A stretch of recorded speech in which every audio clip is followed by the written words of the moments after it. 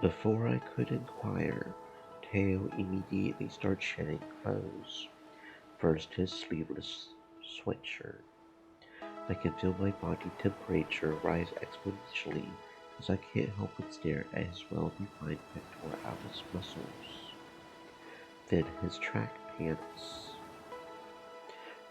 I make a fist of my hands and concentrate, trying desperately to keep my mind and body in check, leaving only his very small swimwear.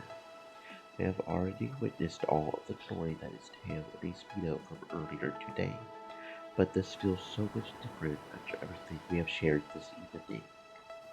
Normally, I could fool myself into it just by just being a nice dream, but now it's suddenly become very real very quickly. Let's go skinny dipping. What? What? What? Skinny dipping with Teo.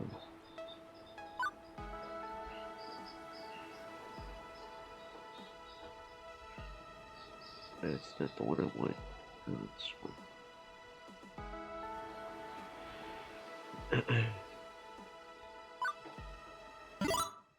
This is the farthest thing from what I expected night swimming to be.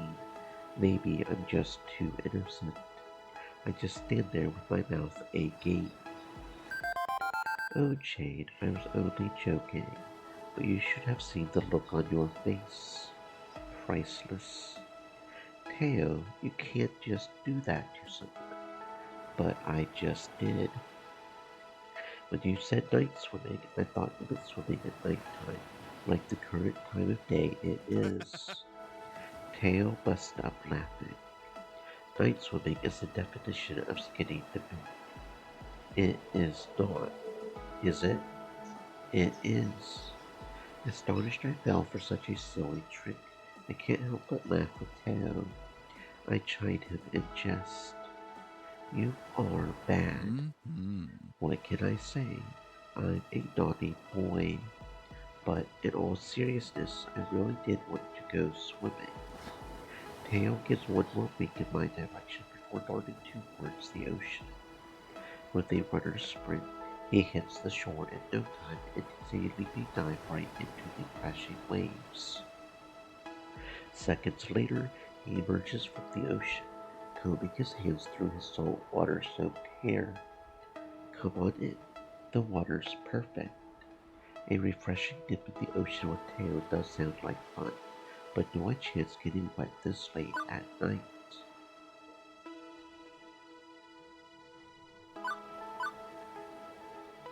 I like teasing Teo as much as he enjoys teasing me.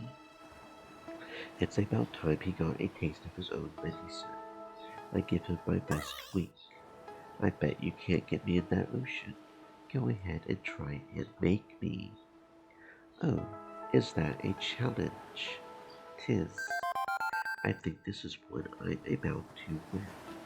The playfulness of our banter turns into Teo bounding toward me. You can't catch me. I wait till he gets closer and roll right out of his grasp. You are fast, but not fast enough. Teo darts around and catches me in a hug. I laugh happily as he picks me up. I playfully fight back and he squeezes me closer. Both of us have huge smiles on our faces. Still in his embrace, he walks us back into the ocean, the cool water tickling my skin. What was that about not being able to get you into the ocean? Fine, fine. You win this time. Teo lets me down gently, and the second he has his back turned, I dunk my hands into the water, scooping as much water as I can. I splash him with all my strength.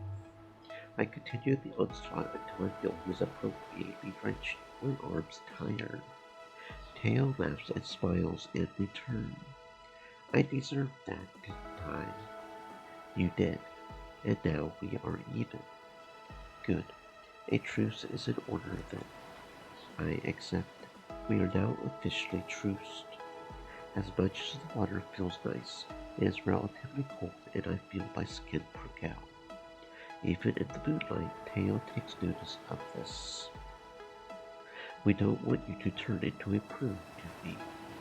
No, but I don't think I'd mind being a plum if I had to be a fruit. Teo walks over to me and puts his hands on my shoulders. Once again, I find myself lost in his gaze. His gentle expression accentuated in the light of the moon. Come on, let's get you out of the ocean. Let me carry you back. It's only fair since I carried you in. I nod in agreement. Teo leans over, putting his arm at the crook of my knees. I gently fall into him as he picks me up. My arms find themselves wrapping around his neck, and I bury my flushed face into his chest. Teo carries me ashore and gently places me on the sand. My toes touch the gritty sand, and once unstable beneath my feet, I look back up at Teo. He brings up his hand and places it on my cheek. I nuzzle my face into his soft hand and gingerly kiss his palm. You are stunning. Smiling, he waits for my gaze to return to his before he leans over and kisses me passionately. I can still taste the ocean salt on his lips.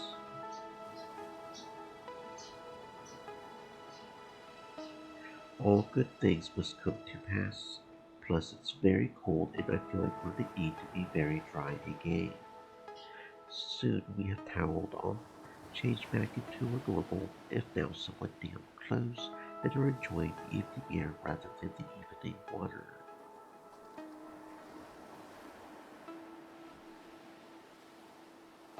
I know this might seem sudden, but you mean so much to me. Truth is, I feel the same way, Teo. Well, then, I'm glad we're in agreement. You inspire me to be a better person, to keep working on myself, and also remembering to take time to honor myself.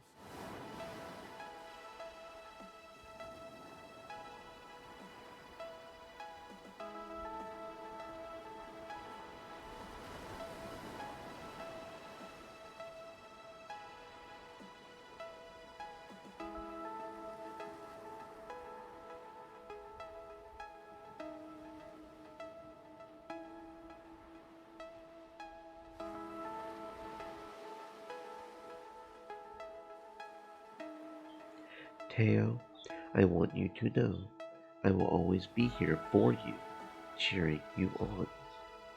Teo wraps his arms around me and hugs me close. Thanks. Thanks for indulging me with the ballroom dancing, and thank you for joining me on this lovely evening. I will do it as many times as you want. It was totally a new experience, and I'm glad I got to share it with you. I'm going to hold you to that. Teo's arms relax and he reaches behind himself to retrieve a small picnic basket. When did you? A gentleman never divulges his secrets. Fair enough. I gladly start munching on a miniature feast of fruit, cheese, and bread. Teo joins me and pours us each a glass of wine. Let us toast to this magnificent evening. To you.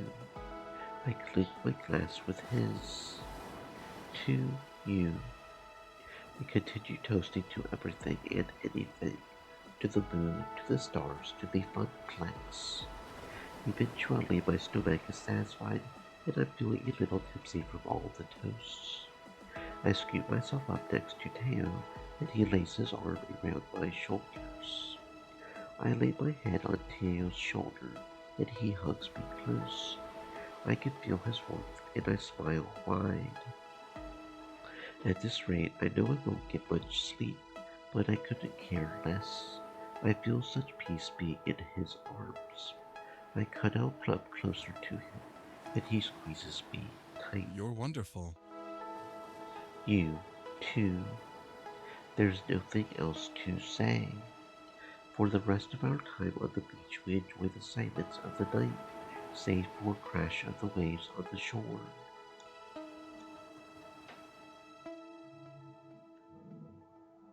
And that's how Teo and I found each other.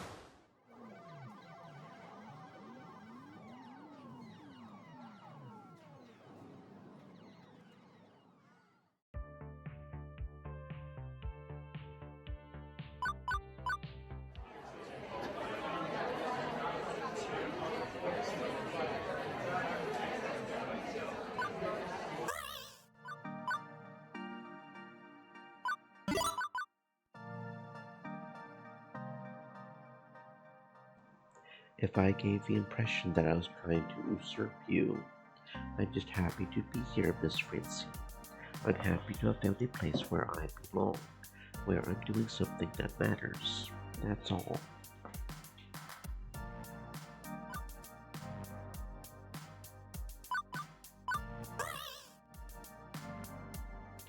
You know, taking the bus out here every day really sucks.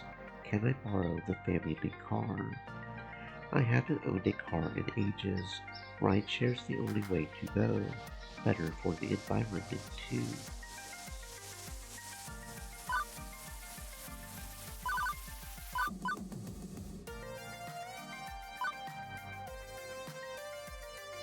As usual, Teo's by Showtime stage. He spent the whole day training a new dance recruit, someone I haven't seen before. Teo's been bringing in a lot of new people actually, and once they finish the song, I wait for him to join me. I know they're newbie to join the crew. Teo places a finger under my chin and gently lifts until our eyes meet. Those sparkling eyes of yours are so very observant. How I love to stare into them forever. They shine like the universe. Even as caught up as I am, I need to refocus. Yes, well, we can discuss that later. Over wine and candlelight. Of course, what I really wanted to, I placed them. Swell, but I need your help with something. Oh, my sweet, why didn't you say so sooner? I have been trying. You are right, I have been babbling a game. I just get so lost in your charm. What's up? I know you're not exactly an employee of the Funplex, but you have got a talent for me talking to people, and paired with your positive nature, you would be the best. Basically, Deku Nami wants to meet with me to discuss a business venture. Hopefully a mutually beneficial one, but who knows what could happen. Deco's Palace definitely has a more extensive selection of important rhythm games, even if they lack common joystick games. They are able to afford to pick them directly rather than waiting for the cabinets to be manufactured here. But they also don't spend the time cultivating the culture around those games, nor the upkeep it takes to keep those things working perfectly. Naomi's truly spoiled us with never having to wait long for an arrow or a book to work properly. Overall, it's not my type of atmosphere, but I can't deny that it's done for the genre. Some of those games you can't find anywhere else for 100 miles. That's exactly why I wanted your opinion. You've got an open and honest mind about the whole thing. I'm always happy to help in any way I can, even if I'm not much of a business negotiator, and I get to spend more time with you, so it's a win-win. Just let me know when you are ready. It will be at the usual spot. Oh wow, I forgot how overstimulating this place can be. There is so much to do and so little time to see it all.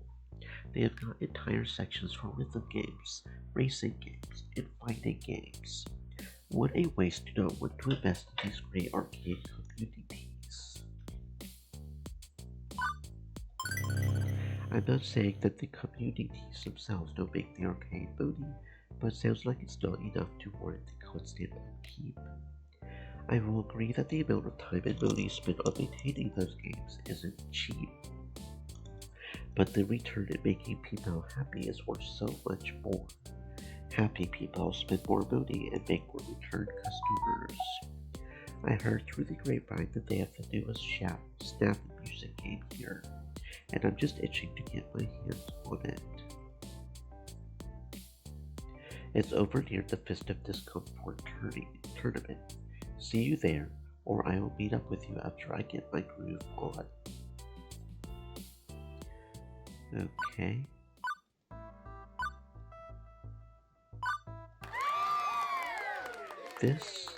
This isn't how you run an event. Tournaments are supposed to have a healthy amount of competition, not a copious conglomeration of competitiveness. This is unacceptable behavior, and I'm wholly disheartened by the lack of e-sportsmanship. And this is what massive corporate sponsorship looks like. I will gladly stick to the smaller local fair. Except your events at the Funplex are sponsored by the Funplex. We are in it to make money too. I mean more ethicality than this, but still. I would classify the Funplex as more a small locally owned business, not corporate. With the Plex, it's all about the love of the game. Even if you're corporate, you have to love the game and love the gamers. Deco has no love. Being around all this violence is giving me some mad anxiety. Text me if you need me. Okay, what next? I hope their food tastes better than it looks. The presentation does leave a lot to be desired, but really, how can you make burgers and stuff look fancy? Ben and Matt's simple Sammy's and treats always look so delicious. Thinking about it is actually making my mouth water. We may not have a full restaurant in the Funplex, but having the whole story next door more than makes up for it. I'm going to hold off until after our meeting to seriously scarf down some delicious food, but I will be here the whole time, supporting you. Just give me the look and I will speak up. I proudly give an awkwardly wink to Teo and he nods his approval back to me. Teo, Mr. Teo, just Teo, very well. I take it Francine has kept you up to speed and explained our prior meetings to you?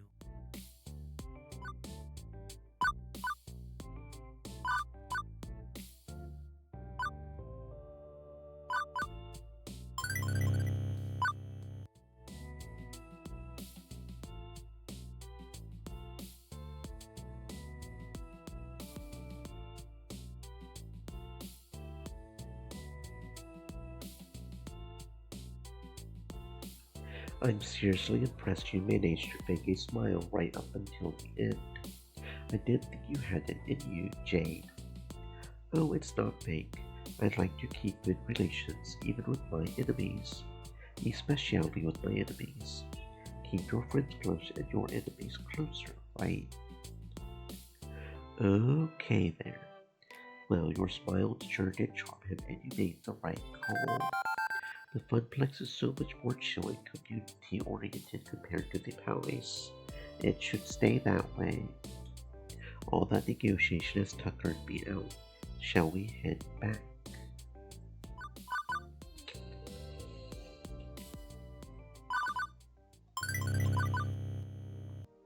I won't deny something's going to be missing around here from now on. We are all going to feel it, but above all, she would want us to be happy. Francine led the life she wanted to live with no regrets. What she cared about most was making sure our dreams came true. We honor her by doing just that. We will mourn, we will miss her, but we will live on. And that's what she would have wanted us to do. Well put, Jade.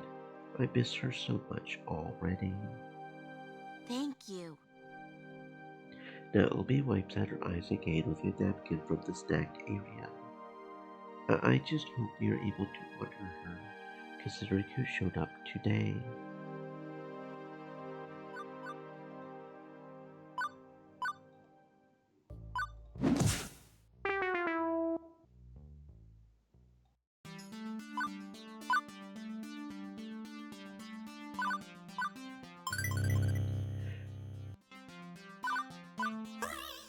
Bitter, frustrated and bitter, masking it all was some really ugly sarcasm. They used to joke around to be happy, though those jokes are hollow. So the mockery is a defense response, using humor to insult the world that lets them down. I wonder, can you die from halitosis? That would make for an amusing obituary at the very least. Iris would no doubt be happy to spam me with dream job offerings, but what's the point in a dream job when it always collapses out from under you? This isn't moping, it's a controlled collapse. You know, like a demolitionist taking down a building. Safest for everybody involved, really. I don't want you collapsing controlled or otherwise. This isn't healthy, Jade. Hello, Gorgias. I blinked twice in astonishment as the two of them waltzed right into the bathroom, and behold my unkempt appearance. I was sporting a mouthful of frosted toothpaste paired with week-long unwashed pajamas hanging off my bod. Oh, don't look at me like that. You know I completely dig you regardless of what you look like. You are beautiful inside and out. Hey, Teo. I haven't heard from you in it for a while, and I was starting to get worried. Thought I might pop in and make sure you're still alive and kicking in. As you can see, I'm taking rests, mostly eating and drinking. I think that qualifies for existing, right? Hun, we need you better than just existing. We all want you to be happy. The whole crew has been asking about you. That's unnecessarily kind of them. We all care about you, but mostly and especially me.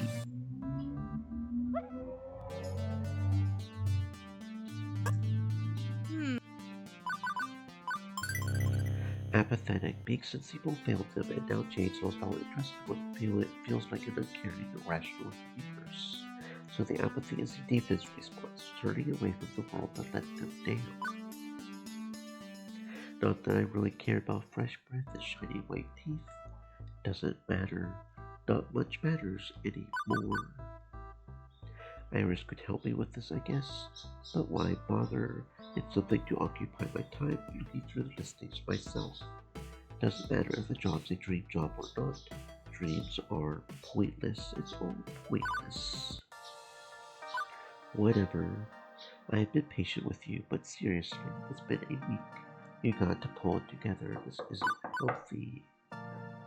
We all care about you, but mostly and especially me, which is why I'm dragging you from this den of depression and taking you out for an afternoon of fun and food. My stomach rebels at the thought of a nice meal. Juniper, my dearest, you are more than... Hello, Spin, welcome on in. I do have internet. Will we continue to have the internet? I don't know. We will see. You are more than welcome to join us. The more the merrier. Definitely. I'm so in. But, no buts, unless you're talking about my laptop, in which case look at it all you want. Teo manages getting a smirk on me. Alright, I will let you finish getting ready. I should feel happy to be going out. That's the rational reaction. Instead, I just feel nothing. It doesn't make sense that Teo is still interested in me while everything's falling apart. What does he see in me? I can't parse it. I'm fine. Everything is fine. It's no big deal. I'm okay with this. No lying, Jane. This is a truth zone. Juniper's magical lie detection radar will know if you are cheating. I know you are feeling like everything right is wrong, and that's just how it's going to be. But you are wrong. I mean wrong about everything being wrong. You know? BFFs for life. Jade, I love you. My heart beats steadily at 120 BPM for you, just like most of the songs from Showtime's stage. You helped me to leap with it myself, and I learned that it's okay for me to take care of me. I was merely a community by nature when I met you, but you inspired me to become a leader. You are so loved, not only by me, but everyone here, the former Funplex crew, cares about you. So soak up all that love and let it consume you. I have been stewing over this all week, but what's done is done. We lost Francine. We lost the Funplex. Why should I lose everything else too? In fact, I haven't lost them. They are right here, proving that they care for me. This is the hard truth of reality. Not lost, but what hasn't been lost. I can accept what has happened without living in denial. I can move on. Thank you. Thank you, everyone. I think I'm ready to move on. I would like to join you in celebrating Francie and what we had in the Funplex. I won't deny it, we did some spectacular work there.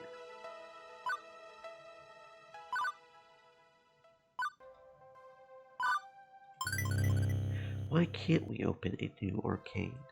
The crowd hushes when I grab their attention. I set my drink aside and step up to them. I'm serious about this. Why not? What's stopping us? In this room, I see all the resources and creativity needed to make it happen. There's no reason not to do it. Is it risky? Absolutely. I won't deny that. But I would rather take a reasonable risk than let all that we have accomplished go to waste. My mind's made up. I'm opening a new arcade. If anyone wants to join me, you are welcome too. A hush falls over the crowd before two friends step up to join me. Certainly. Let's get started. No dire warnings about how impractical or unrealistic this idea is. No. Your reasoning is sound, and I want to be involved. Simple as that. Ha! Such fire! Unyielding in the face of the storm. A will of iron. Hamza respects this and wishes to bask in your unending glory. You have got my thanks, both of you.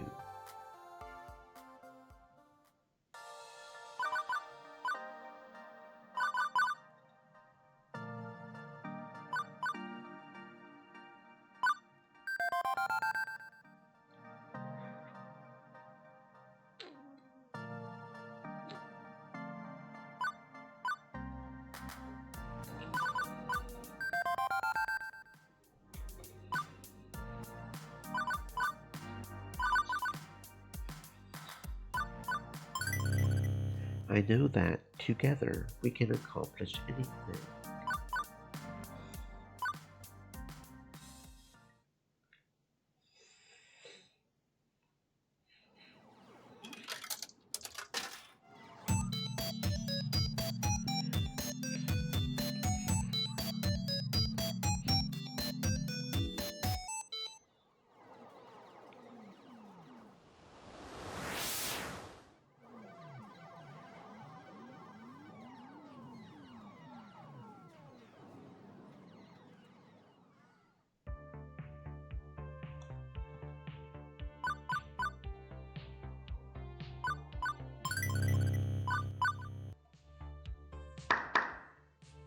Hey Jade.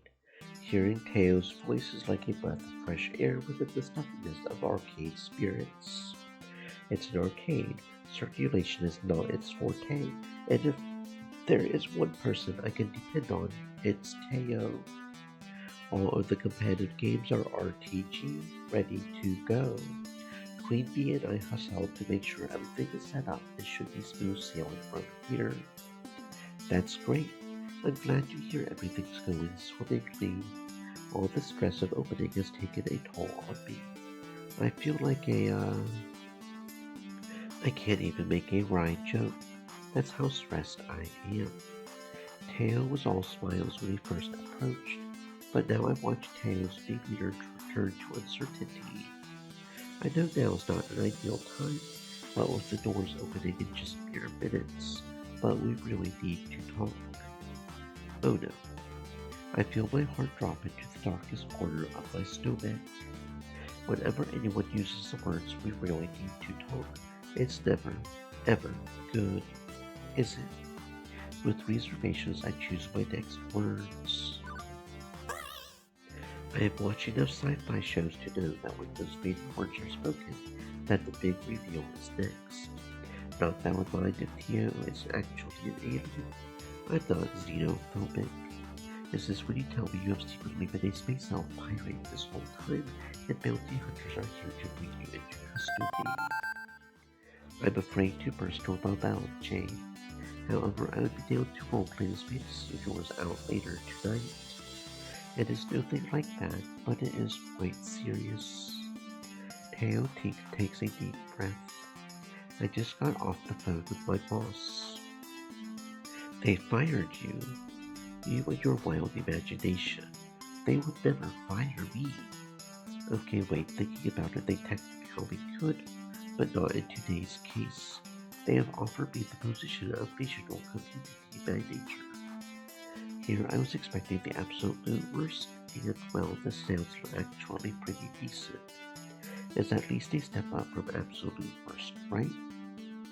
That sounds like good news. It is. It's an increase in pay. I get to travel all over, and I would be in charge of all the Showtime stage communities across the entirety of North America. I would get to be my own boss essentially. This all seems pretty great. An advancement in his career, great opportunities. So why does Teo still look so worried? There's got to be a catch. There's always a catch. Yes, that's all fantastic news. So what's the problem? Well, it would limit the amount of time we get to spend together. So like, I would only see you dancing 4 days a week instead of like the usual 7. I quip, but Teo's silence tells me it's not funny. Okay, lay it on me. How significant of a change are we talking about? Teo shifts uncomfortably, all while my anxiety continues to mount. You know I love you, right? Yes, and I love you, but now I'm extremely worried. And I really don't have time to doll now. I'm supposed to open the doors in just a few minutes, and I don't have time for this back and forth. As much as I want to be here to intimately discuss the nuances of Teo's new job opportunity, I'm still under extreme stress with the grand opening. This is not the ideal time to talk about this. Please just spin it out. I would be traveling all over and making multiple trips a month, almost every weekend. These workations, if you will be anywhere from 4 to 7 days. Not ideal, to be honest. This would also mean I would have to hire a new community manager for this area, meaning someone else would be in charge of the Showtime crew here at Arcade Spirits. Teo sighs, bringing his hands up 50 feet. I know I promised to be here every day, dance my heart out, and wink at you from afar. But with this new job, I just couldn't do that. They would need me. The news had quickly turned from good to great and now disheartening. Blankness curled my lips into a frown, realizing exactly what Teo's words meant. I wouldn't get to see him every day anymore, and I've grown so accustomed to the way his smile lights up the whole arcade. Daily flirty escapades of him tenderly kissing me in between songs would be a thing of the past. We wouldn't be able to sprint off for a romantic dinner after a long day at work like we used to do at the Funplex. Teo, this is... The thought of not being able to spend all that time with Teo anymore is just heartbreaking. I have grown fond of waking up in his arms and all our sweet, tender moments. And not having Teo around to bolster the spirits in Arcade Spirits is certainly going to impact our success. However, I know what this promotion means to Teo. I know this is important to you, but I won't lie. I'm not exactly happy with the aspect of not having you around. It's going to be tough. There, I said it, and there's no coming back from it. Teo takes a moment to digest everything, and his distaste as the situation mirrors back my own feelings. Look, I think you might be overreacting a bit. Me? Overreacting? What do you mean? I just don't want to, never see you again. It's not like I'm not going to be seeing you. Yeah, it'll just be significantly less. Look, I'm not expecting you to be super jazzed about this, but what's the harm? It doesn't change our love for each other, right?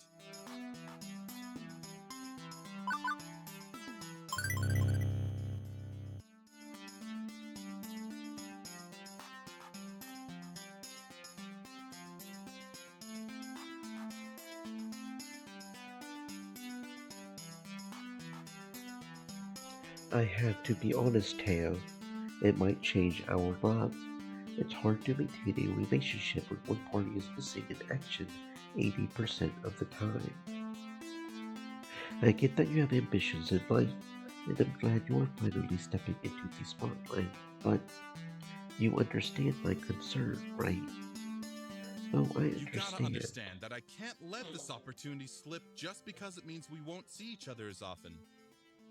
I gotta try to make this work. From day one, meeting you at the Funplex, you've told me to focus more on myself and my needs. And I've done that. But now I finally take the time to believe and give back to myself for all my hard work, to finally revel in my victory, and you want to get in the way of that? I immediately feel like human garbage. I have made a huge mistake. Teo, Just save it, okay? Let's not dig this hole any deeper. And with that said, Teo turns and walks away. Well, shit.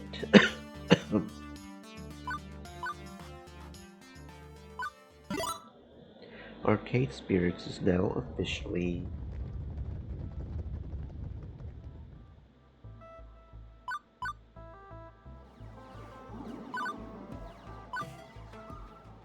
Since Showtime stage is defunct, maybe Teo has a moment or two to spare. Hey Teo, I just wanted to touch base. Teo smiles nonchalantly, a mask to everyone around him save me. Yes, that sounds about right, but it's going to have to wait. I can't abandon my other love, Showtime stage, right now. I can't argue with solid logic. His game needs him.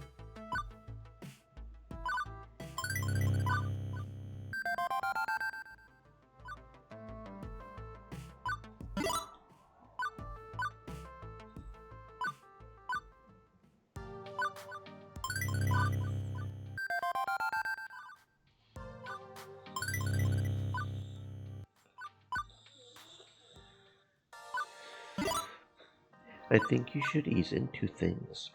If you just want to try a game with physical controls, why not a driving game? No touchscreens, no tickets, just you and the open road. I guess that could be fun. Okay, I will go give it a shot. Thanks. Come on! Man, I wanted to kick that kid's butt a little. I sort of wanted to watch you kick that kid's butt a little too, but it's for the best, Queen Bee. We want them to have a great time on opening day. Losing is part of learning though. All arcade games end in a failed state. The trick is to practice, practice, practice until you stave off defeat. Speaking of defeat, we can't let the fact that Jay chose Fast Cars 5 over both of us get us down. Bye-bye! I got to get back to crawling the floor, looking for other newbies. See ya. Yeah, and I feel the burning need to destroy some fodder. Later.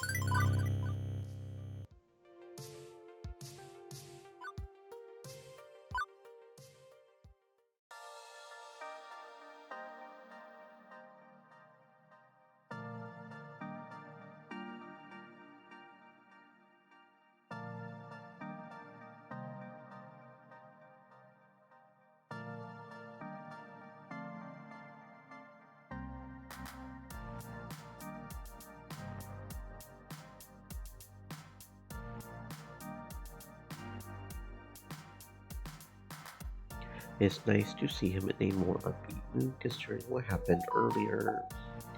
But as much as I would like, I can't give him too much attention. These bunnies are driving me mad. No worries. Anything for arcade spirits. I won't just leave you high and dry even if we are on solid ground right now.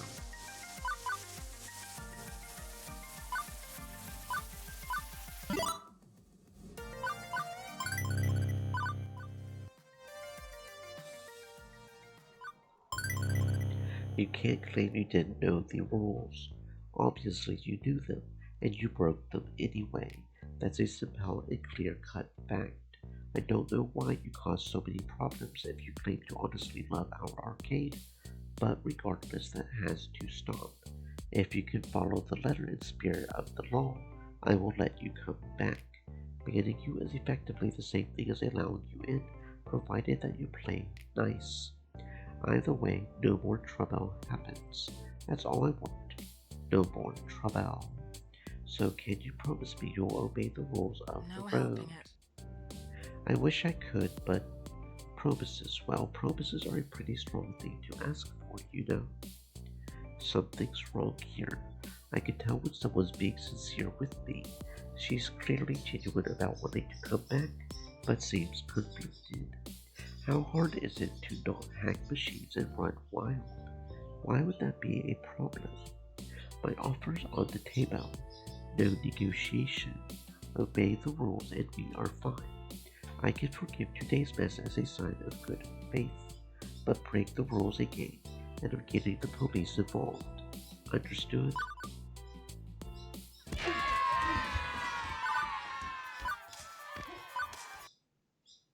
Oh no, Jade!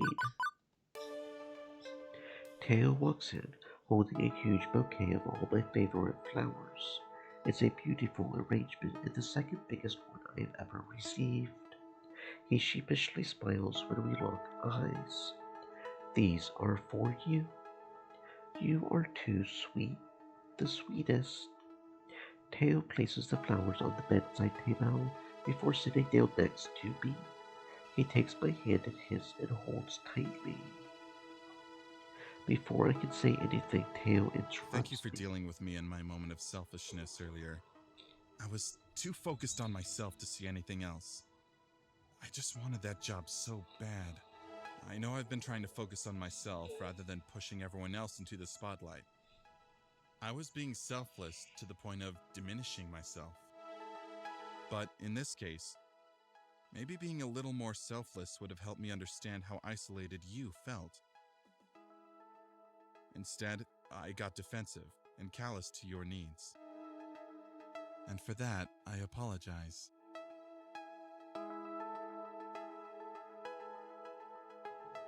Teo goes straight to the point, and I take a moment to ponder his admission. Teo's apology is kind and thoughtful. However, it's not all on him. It takes two to tango. Of course I accept, but I'm at fault too. We both overreacted and can both learn from each other to slow down and talk things out better. Agreed. Communication is key. Now to kiss and make up. I would like that. Teo leans over and gingerly places a kiss on my forehead. I really didn't mean for our conversation to end as sour as it did. And I feel even worse that it ended up with you injured before we could sort it all out. It's not like either of us expected this to end in gunfire, Teo. If I was psychic or had superhuman speed, then I could have stopped it easily, or if I had just been a little bit quicker to react. You are too hard on yourself, Teo. All that matters is that you are happy. I'm happy and we are happy together. Our eyes lock as I smile lovingly at him. Teo's cheeks flush, grinning sheepishly. I'm extremely happy. His smile lingers a second longer before a thought pops into his mind. I almost forgot to tell you, I made a few phone calls and chatted with a couple of friends in the industry. Go on.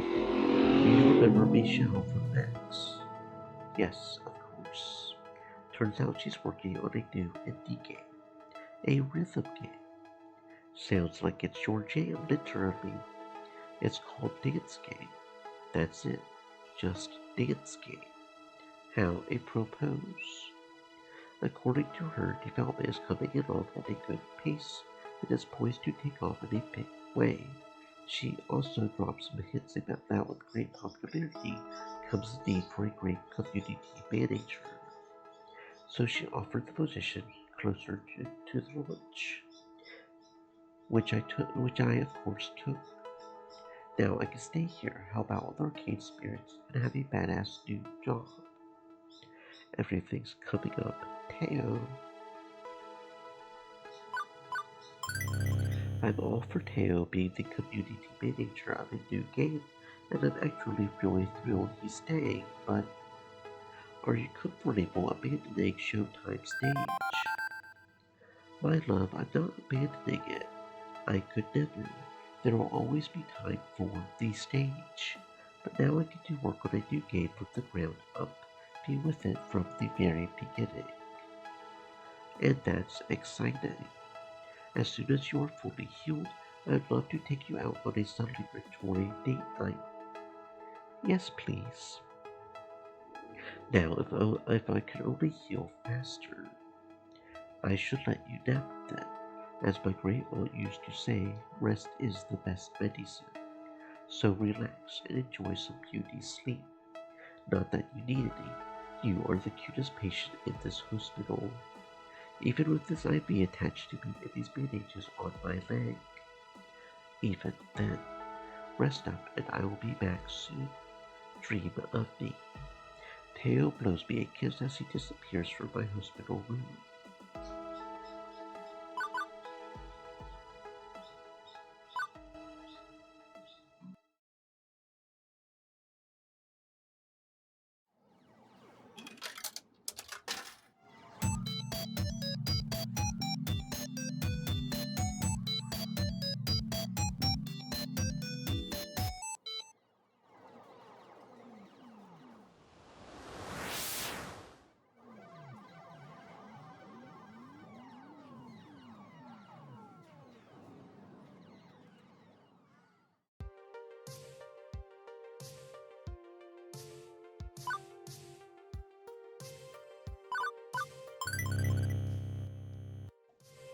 We have had absolutely no issues since that disastrous first day, and yet people refuse to even show up to see how the situation has improved.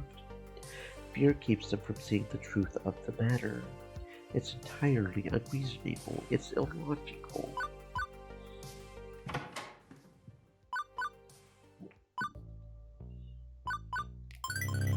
Every time you ask, the answer will remain the same. Absolutely not. You can ask a dozen or more times, and my resolve will not change. This is the path I have laid out for myself, and I'm going to walk it to the end. You think I'm ruining my future? That remains to be seen, and I will see it through. Well, that's unfortunate. It's your decision to make, of course. Your own life to ruin with your stubbornness.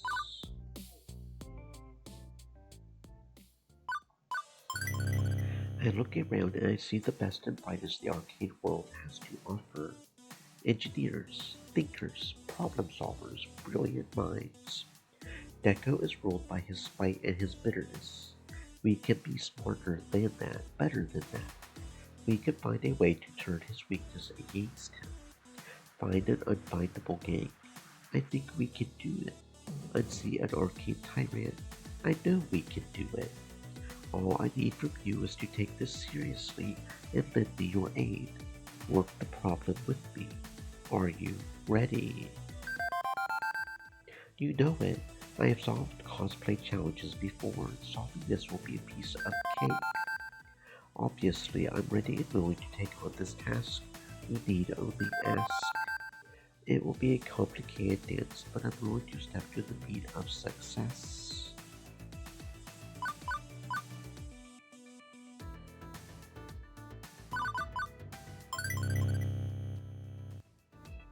Considering it's not really our job to take down violent criminals, I'm inclined to let the police handle the legwork on this one.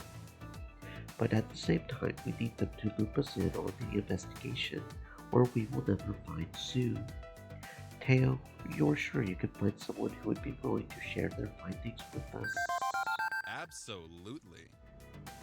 Okay, you two see what you can dig up while I get ready for the final showdown. I will make some calls. Gavin, meet me out front with the van. Affirmative. We won't let you down, Jade.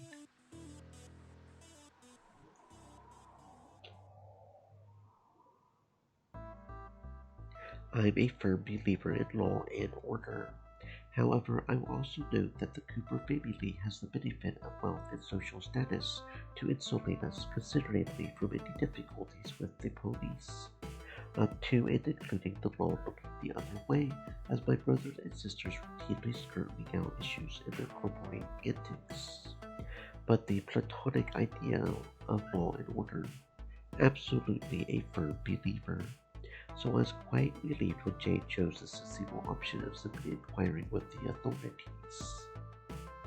Earth to Gavin, come in, Gavin. Pardon? I was lost in thought. I sipped the coffee provided to us by one of Ben and Matt's cafe hosts to refocus my thoughts. We had been waiting a full hour at this point, which caused me no end of frustration. There's no need to worry, my friend. Am I worried? I can read it all over your face, that slight furrow in your brow, the frown. I have been around you long enough to know when things aren't going your way. Trust me, we have got this in the bag. I know the perfect woman for us to talk to. Bright young officer, smart as a whip, keen sense of justice. Plus, she's dating someone in my dance group. It amazes me sometimes how Teo finds time to maintain all these social connections and relationships. I find it bothersome to keep up the few that I have. I'm not concerned about the quality of your asset. I'm concerned with the delay. Asset. Come on, Gavin, these are people. People like you and me. You need to loosen up a little. Let's decide which of us is playing good cop and which of us is playing bad cop. Neither one of us are cops, Teo. Yeah, but think about it. Two private dicks meeting in a shady coffee joint with a police informant. The whole story is shady. Since when? Work with me here. I'm trying to make this more exciting. Seriously? I will settle for it being more productive. Jade is counting on us. Absolutely, and I intend to help my love see this through to the end.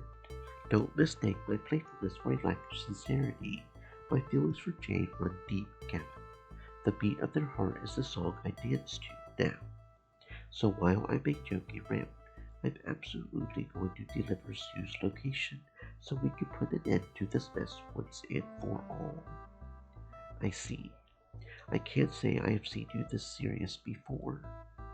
I can be a serious guy when I need to be. I promise you that.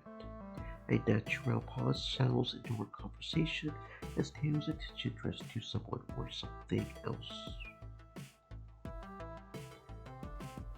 Haven't seen you at the last two meetups. Not doing anything I wouldn't do, are you? Or anything I would do? I have just been super busy, but I'll beat your score and stop the beat any day now. Just wait and see. Gavin, how's Trix? Pardon? Tricks are fine. Do I know you? Dude, I was at the Funplex almost every day of every week, and I have been coming to Arcade Spirit since it opened. Apologies, I tend to avoid getting to know the customers. Too many conflicts of interest, you understand. Let's see, you are something starting with a D. D. So I'm in the right neighborhood. No, just D. That's my name, D.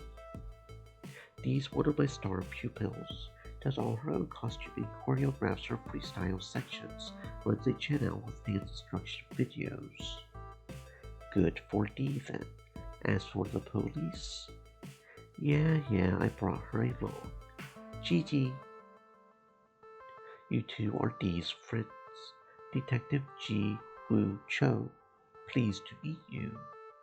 I'm gonna go get a slice of that cheesecake and let you three chat. Don't be long. Gigi, I have got a big day planned.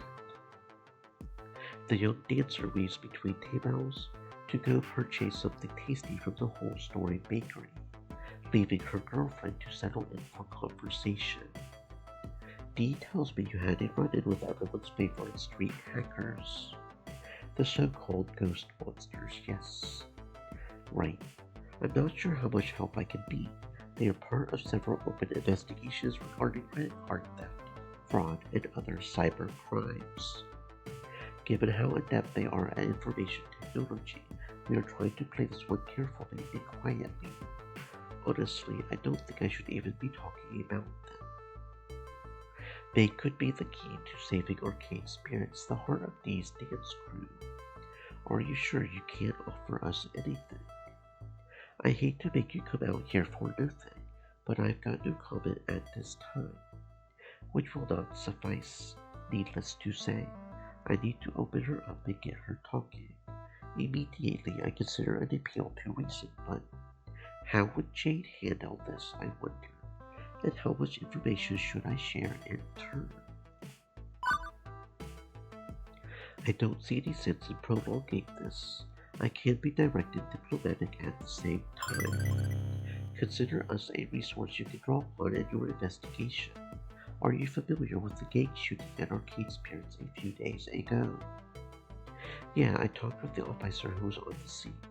You told him the ghost monsters were involved, but we couldn't find any trace of them. They are elusive to be certain, but I know what I saw and am willing to testify to that effect. Perhaps. More importantly, we strongly believe they were hired by Dekonami to cause trouble for our arcade.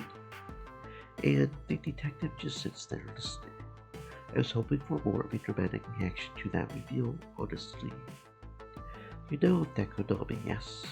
Owner of Deko's Palace, the current king of the arcade scene. Okay, let me give you two some free advice. Without confirming or denying the involvement of Mr. Nami in my investigation, this is not a situation you want to be involved with. There's a reason the ghost monsters keep dodging charges brought up against them, and it's not just their usual slippery elusiveness. Modi is power, and they have Modi in their corner. Coincidentally, I understand Dekonami is spectacularly wealthy, which is why we need your help. We believe we can convince the ghost monsters to turn on their patron, that we can take down Dekonami and clear the good name of Arcane Spirits in the process. All we need to know is where the gang currently is. She clearly thinks I have lost my mind, but I can also tell she's giving the idea some merit, thinking it over. Obviously, I can't encourage or even suggest a civilian confront a dangerous gang head-on, even if it could supposedly aid in my investigation. Nor can I risk the case I've been building up by directly participating in such a confrontation. Tell me, do you honestly believe you can find dirt on Dekonami? I would happily trade some hacker guppies for the big fish. Jade believes it can be done, and I believe in Jade.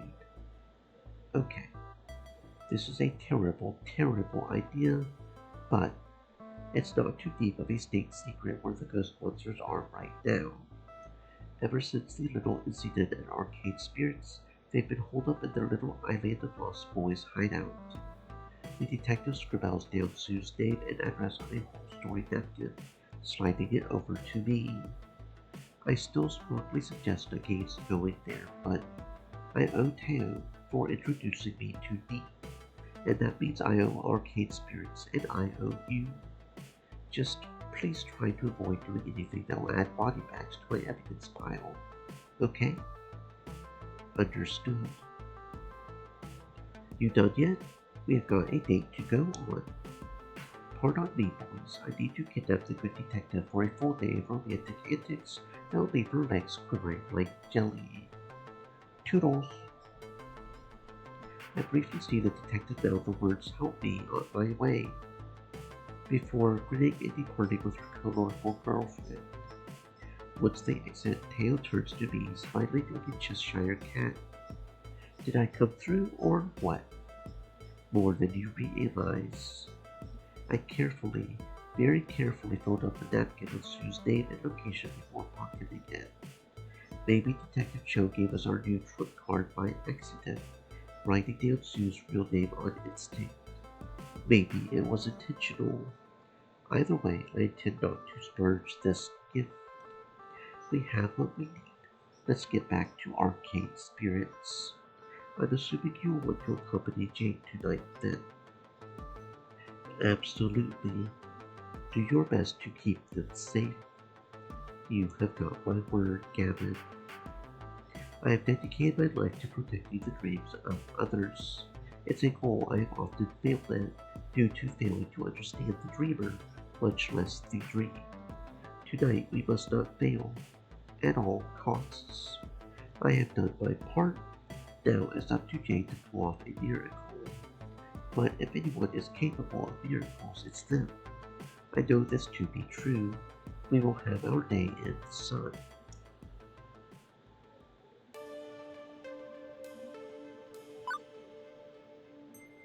Hey, feeling alright?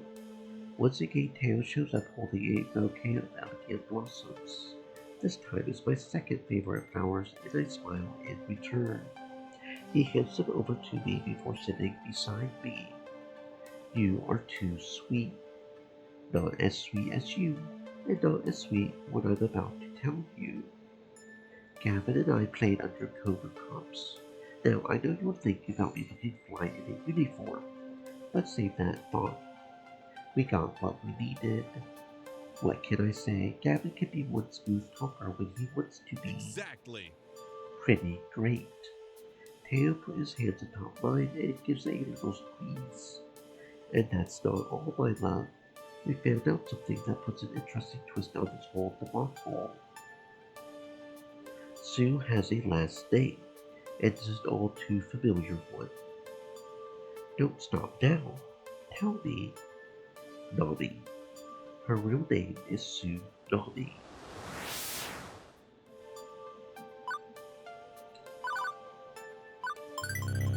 I was assuming I could sway Sue to my side through my oratory skills. I mean, I've talked my way out of countless problems to date without issue, but having Neku Nami be family changes the entire picture. No amount of logic and reason is going to break through bonds of blood. I'm going to need to be very careful how I approach this.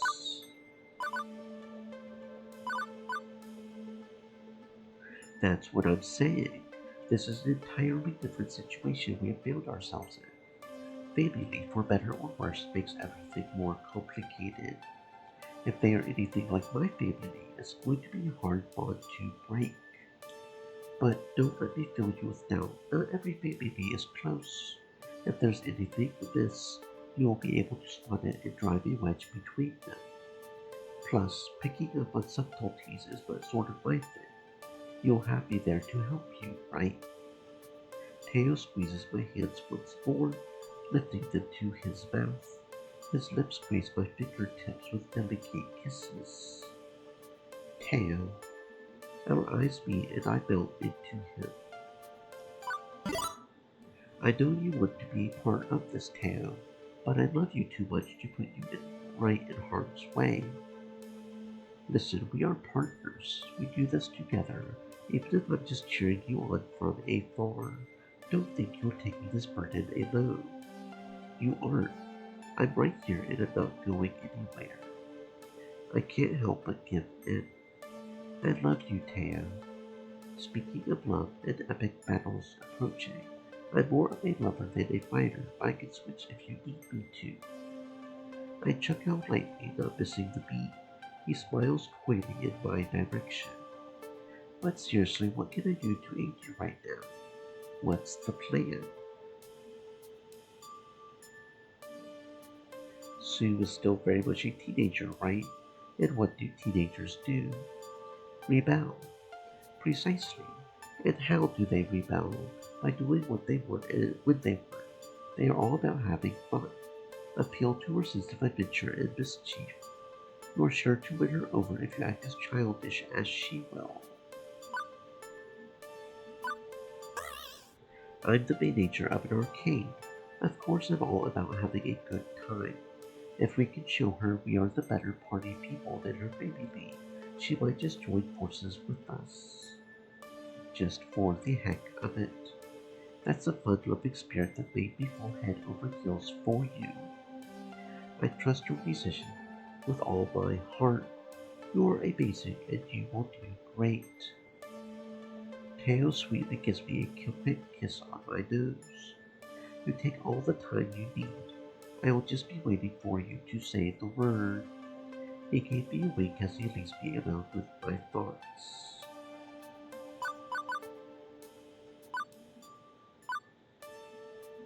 This place isn't too bad. Just added a few dollies, some curtains, and maybe a couple of rose bushes out front. Then we could host a myriad of tea parties here. I don't know why they would keep up on the upkeep. Can you think of a better place for a street gang to lay low? Odds are Deco owns this building anyway. Correct. Yeesh, that adds another step to this dance routine. I can't imagine Sue would easily give up her turf, especially when the rent is free. But don't falter, my love. I'm here. I'm cheering you on. As the leader, I will let you take charge, but if I notice an inn, I got your back. Let's not waste any more time.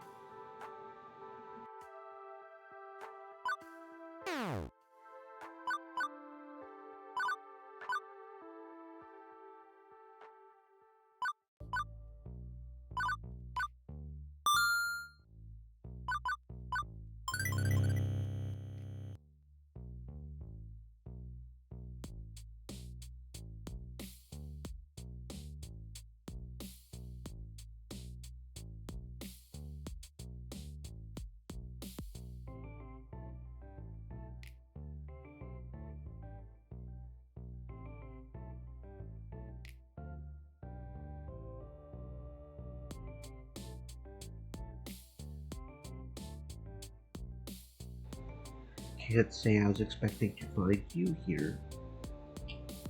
What would your shareholders say if they knew where you spend your evenings? Slow down there, tough guy. You being here is totally cramping your daughter's style. Right, Sue? We need to liven this party up. Let's bring in some music, a catered buffet, drinks, and maybe kick your dad out. Seriously?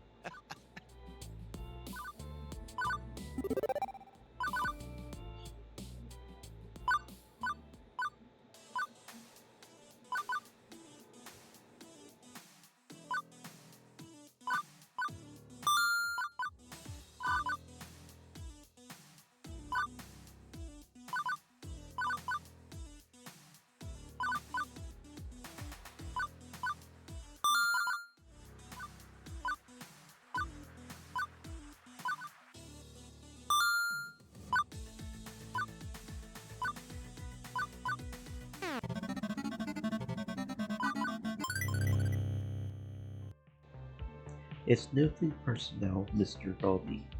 Just busyness. The arcade industry doesn't need you anymore. It's time for fresh blood to turn things around from the dead end you steered it towards. And so, You just nice is served. insignificant little. I can't easily forget the mess you made me in, but I can let it go. Let's try to avoid having our paths cross again, though, shall Yeah. we? That's fair. Did we do it? Did we really save the day? I'm pretty sure we did, but just in case, pitch Oh, me. right here? Right now? In front of all of these people? Don't you want me to wait to save that for when we're at home? Alone? To Teo, I only meant that in case I was still If dreaming. this is a dream, I never want to wake up. I just want to be here with you. Happy and in love. Then let's enjoy this moment together. Together. Forever.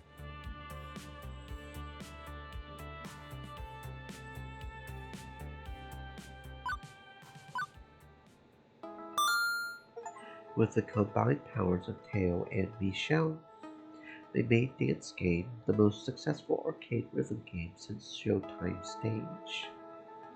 Teo was able to breathe life into a new community and with that he brought them to Arcade Spirits. We have the biggest dancing game scene in the whole world, and people travel from all over for tournaments and fun. We even have 4 dance game cabinets at Arcade Spirits, and it's never empty. And even though dance game is all that jazz, I often find Teo in the back of the arcade dancing his heart out on Showtime stage.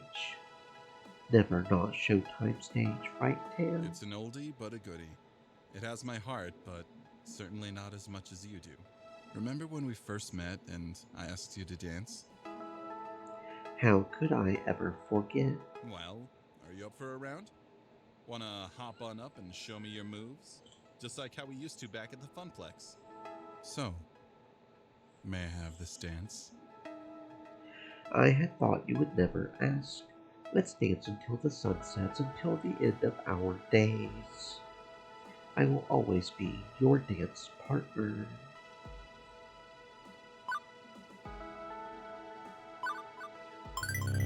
I can honestly say I'm at peace. All the problems, all the troubles, all of it behind me. Ahead is only the wonderful future I have found for myself, for this day and every day to come.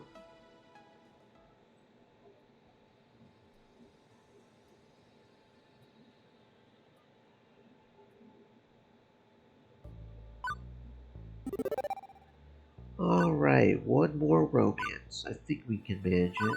I think we got the save data. Oh wait, that's not the right one. Load. This one. Juniper. Wait a minute. What about Juniper? Juniper. What about her? What about me asking her out on a date? Iris looks at me funny from behind her glass screen. But I haven't been scoring your interactions with her. We don't know if you are compatible. Iris, I've been living with her for years now. We have known each other since high school. If anything, I've got more of a kinship with her than anyone from the arcade. And I don't have numbers to back it up, but I think she feels the same way about me. But, what if she doesn't? What if you are wrong? What if it all goes down in flames and then you are awkwardly stuck as rubies with her aunt? Weren't you the one telling me not to worry and just go for it? Iris sighs and nods to me, resuming her usual smile. You are right, of course. Sorry, I just get nervous when I don't feel I have a comfortable read on the analytics. But it's still going to be a difficult thing trying to date someone you have been BFFs with for years. Walk me through this. How would you approach her? Maybe I can help with that at least. Well, for starters, I spent a lot of today hanging out with her. I will remind her how great today was and how happy it made us both. I guess that's a good point. Let's keep it going. How would you explain why you would make a great couple? That's easy. She has always had my back and I have always had hers. I encouraged her to chase her dreams, and she supported me as I chased mine. We already care for each other. That makes sense. I mean, I haven't run the numbers on it, but I know the basic facts match up. How would you finish up? I can be honest and say I love her. Intense, but very open-hearted too. I wish I could tap Juniper's Iris for advice, but time's ticking and you have got a date to go on. Good luck. If you really get shot down, I can find you a new apartment before we get back. On that ominous note, I tuck away my phone and wave over to Juniper. Juniper catches my glance and walks over from the main group. Hi, Jade. Uh, nice night, right? Right? Definitely. Listen, Juniper, wait, there's something I need to say, but we had a lot of fun today, didn't we? hanging out on the beach, buying knickknacks, hunting ghosts. Great times. I love spending that time with you. And Iris and Francine, okay, but mostly because I was with you. And I want to spend this evening with you too. Just you and me this time. I mean, we have always been there for each other no matter what, haven't we? When you were down, I did my best to make you happy again. When I was sad, you cheered me up. You showed me I could want more from life than my crummy old office. I helped you with that poster, and man, great poster, right? Right? I love you, Jade, and I want to be with you. Always. Oh crap, I forgot. There's something you wanted to tell me, too. What was it? I can't help it. I just start giggling. Here she is, opening her heart, and I'm laughing. I, Judy purr. It's okay.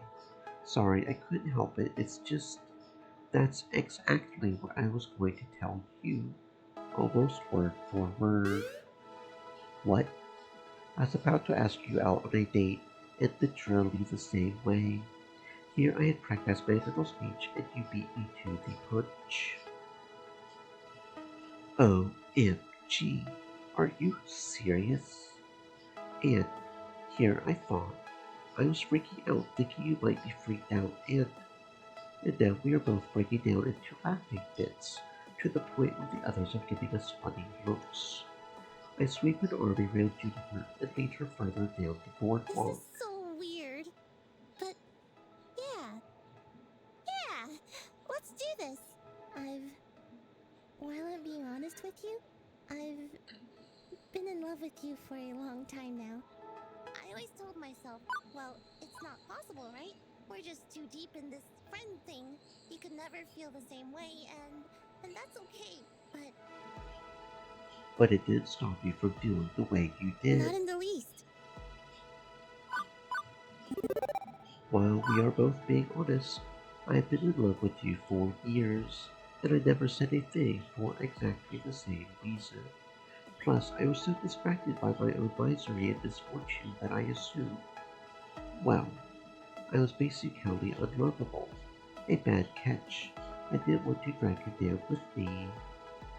Jade, I know, I was wrong to think that. I think that's one reason why I love you. Even at my worst, even at my lowest. You cared for me. You were there for me. But those days are behind me. I'm in a better place emotionally. And I feel like I can share with you deeper than ever before. Yeah, me too. When I was working at that office, well, I was too tired and emotionally exhausted to consider a relationship. But I'm in a better place now, like you. And Juniper gives me a playful punch in the shoulder. Okay, so we're in love, and it's lovely to be in love. But we've got an evening of celebration to focus on too. What do we do for our first date?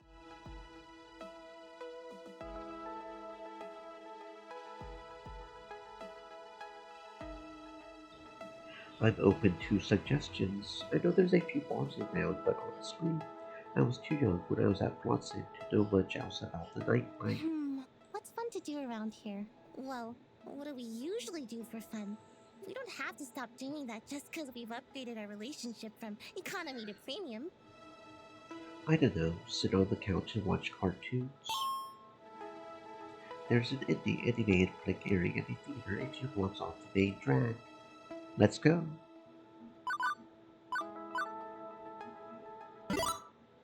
Hey, you know me. I'm down for anything as long as we're spending time together.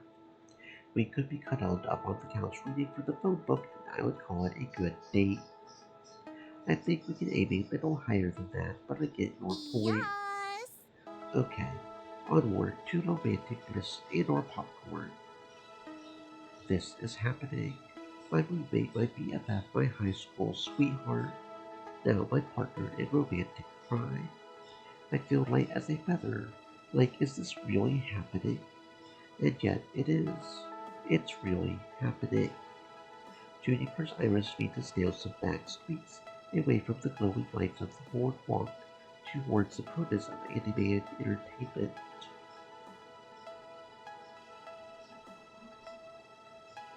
And here we are, with overpriced popcorn and candy. In fact, we're the only two people here. Apparently, weird indie animated movies aren't the hot ticket for beach-going tourists. Just Juniper and I sitting together in a big all-empty theater. Isn't this nice? We can chat and nobody will complain. Me, I'm finding it hard to resist internalized social pressure to be quiet at movies. You know, we haven't actually gone out anywhere in a long time. You have been busy at the Funplex. I've been at home trying to hustle my social media presence as a freelance illustrator. I'm glad we are spending some time together totally away from work for a change. Isn't your work office now our home?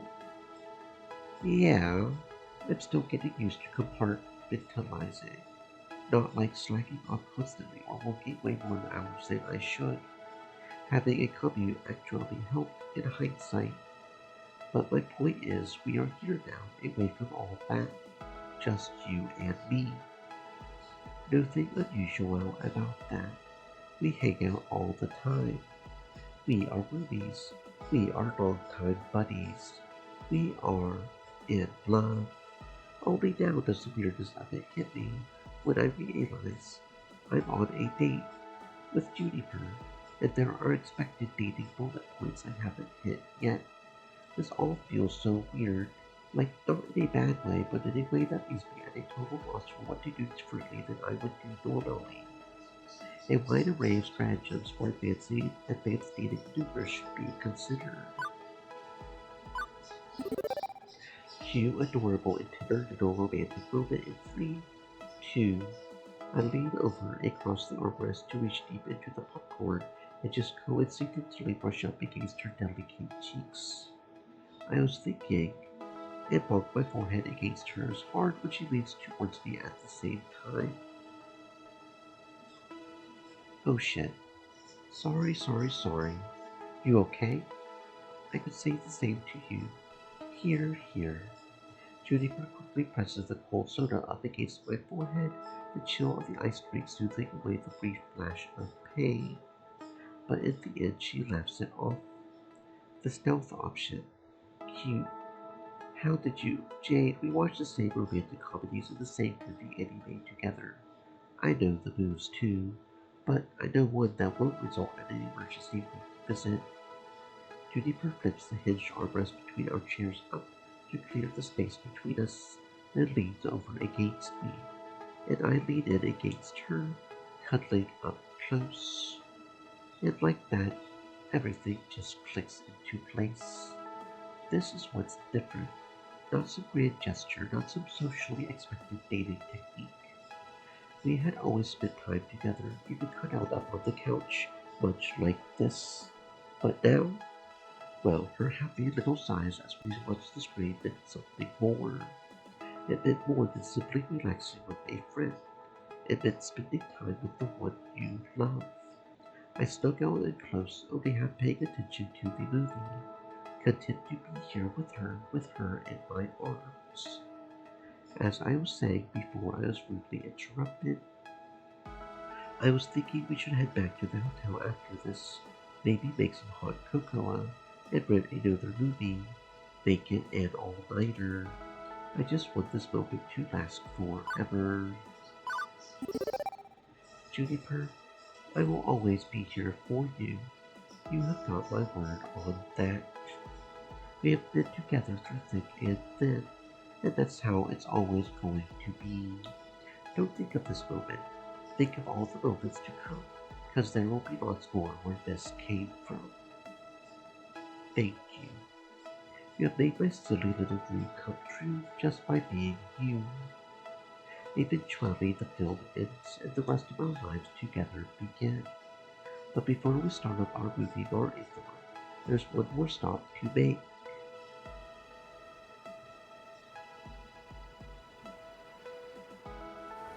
Iris was right. a 99.97 chance of romantic success if you take your special someone on a moonlit seaside I stroll. never knew you were this much of a romantic at heart. Can't take credit. It was all Iris's idea. Oh, so I should be dating Iris then. I don't think you're USB Then I compatible. guess I'll have to stick to dating you. Can we go out on another date after we get back to the city?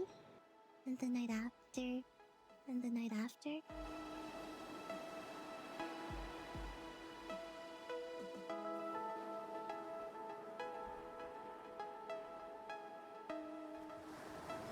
I think that's a service I can provide. We share these smiles and laughter as the moon shines down on our newfound love.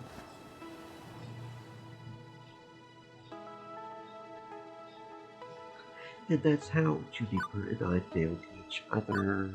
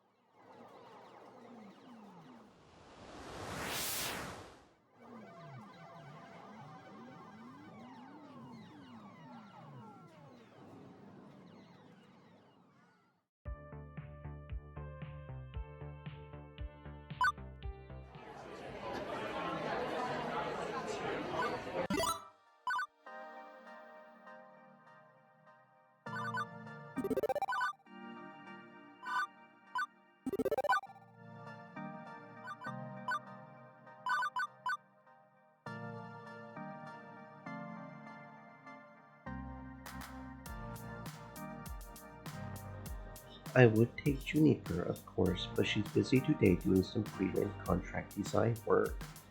And I like Juniper, not just because one of my program instances is her BFF. She's a passionate person, much like yourself. But yeah, she's not available, sorry.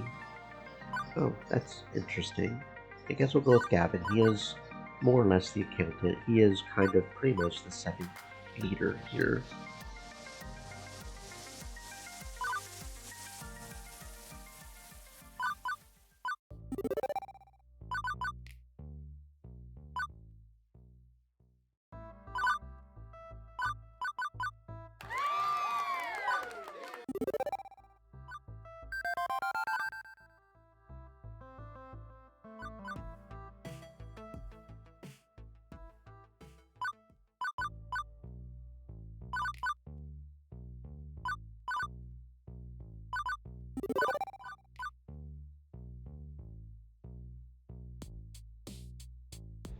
Not bad at all.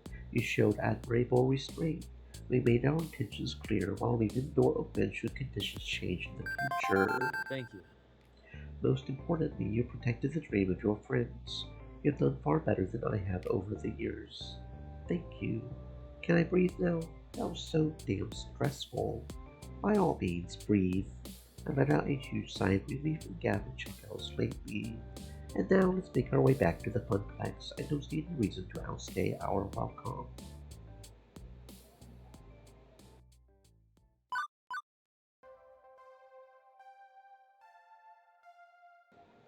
Junie, honey, I'm home. Immediately she stops what she's doing, rushes over to my side, throws her arms around me, hugs me close, and kisses me sweetly on the lips. I missed you. How was work today? Juniper smiles my way, holding her arms open for a hug. Come here, my love. I gladly take her up on the offer and collapse into her embrace, her arms enveloping me. She smells faintly like lavender as I breathe her in. I feel warm and safe, and currently my worries melt away. Let's pull all this aside for now and just binge watch cartoons. That new giant robot lion one you were interested in just got released. Sure, we could start there, and maybe eventually make our way to the bed. I wag gel and eyebrows suggestively, purr, and we cuddle up on the couch to watch animated antics play out on our small TV.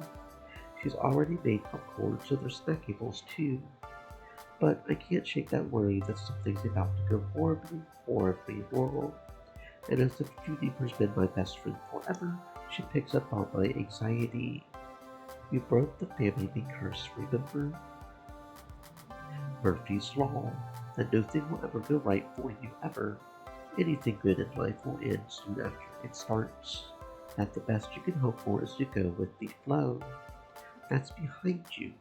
You have got friends, you have got family, you have got the funplex, with or without Neko's involvement. And you have me, and I have you. I'll never leave you. Never, ever, ever, ever.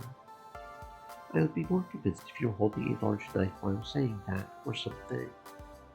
Silly. You know what I mean. I've always been there to help you, and I always will.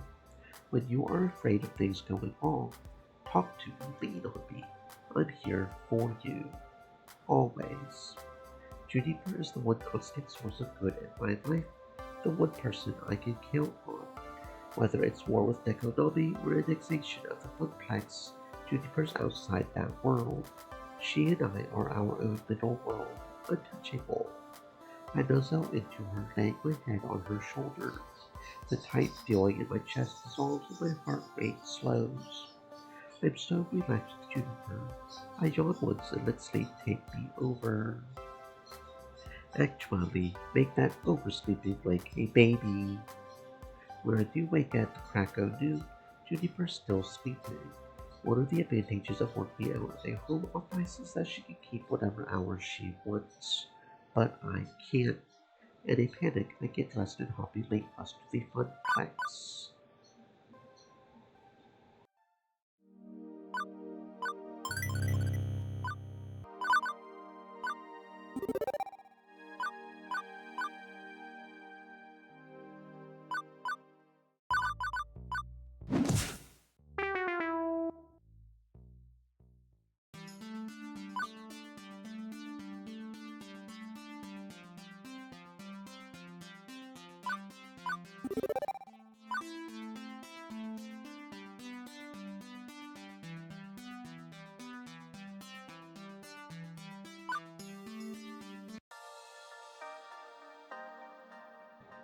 Okay, my mind's made up. Finish toothbrushing and stuff, and dress up for going out, because we are going out. But I have got to look for a job. Right, and by job you mean more Wyvern Keep.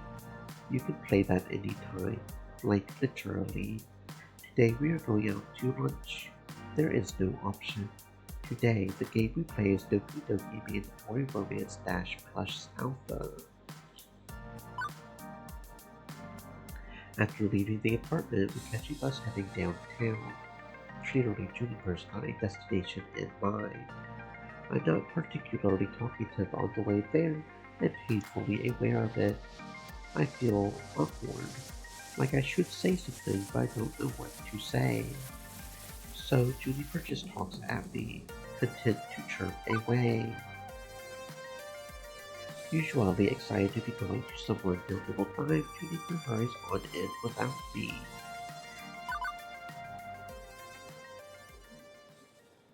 I love you. It feels great to say that. I have had a crush on you for years, but was honestly totally content to support you as a friend.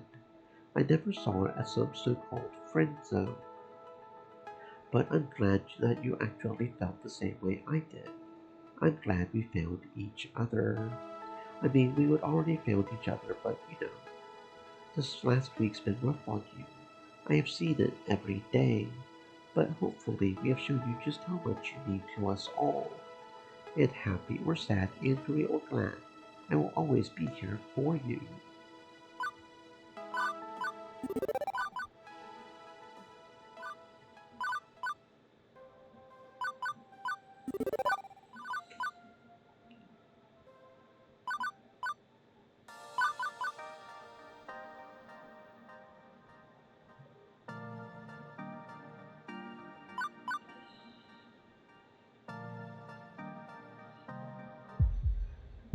Um,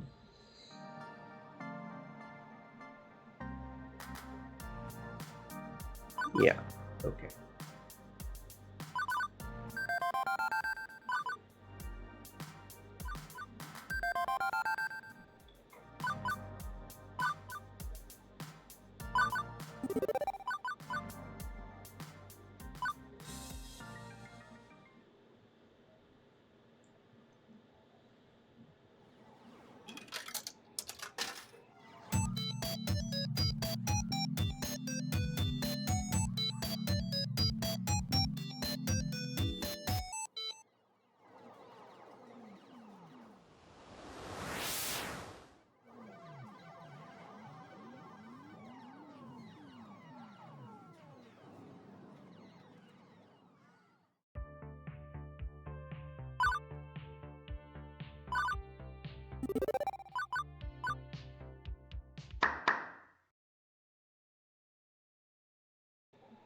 Guess who? And that's when someone snuck up behind me and covered my eyes. Is it Ashley? Guess again. Is it former President William Henry Harrison, who only held office for 31 days before dying of pneumonia? Not quite. Hi, Juniper. Nice! You guessed it. Good for you. Thought I would pop by here for a bit, see how the grand experiment is going. Have you seen Ashley's new cosplay yet? She's keeping it under wraps for now. With all the decorating we have been doing, all the advertisements I have crafted up, and Ashley's going to work on the cosplay, well, I just know Arcade Spirit is going to soar.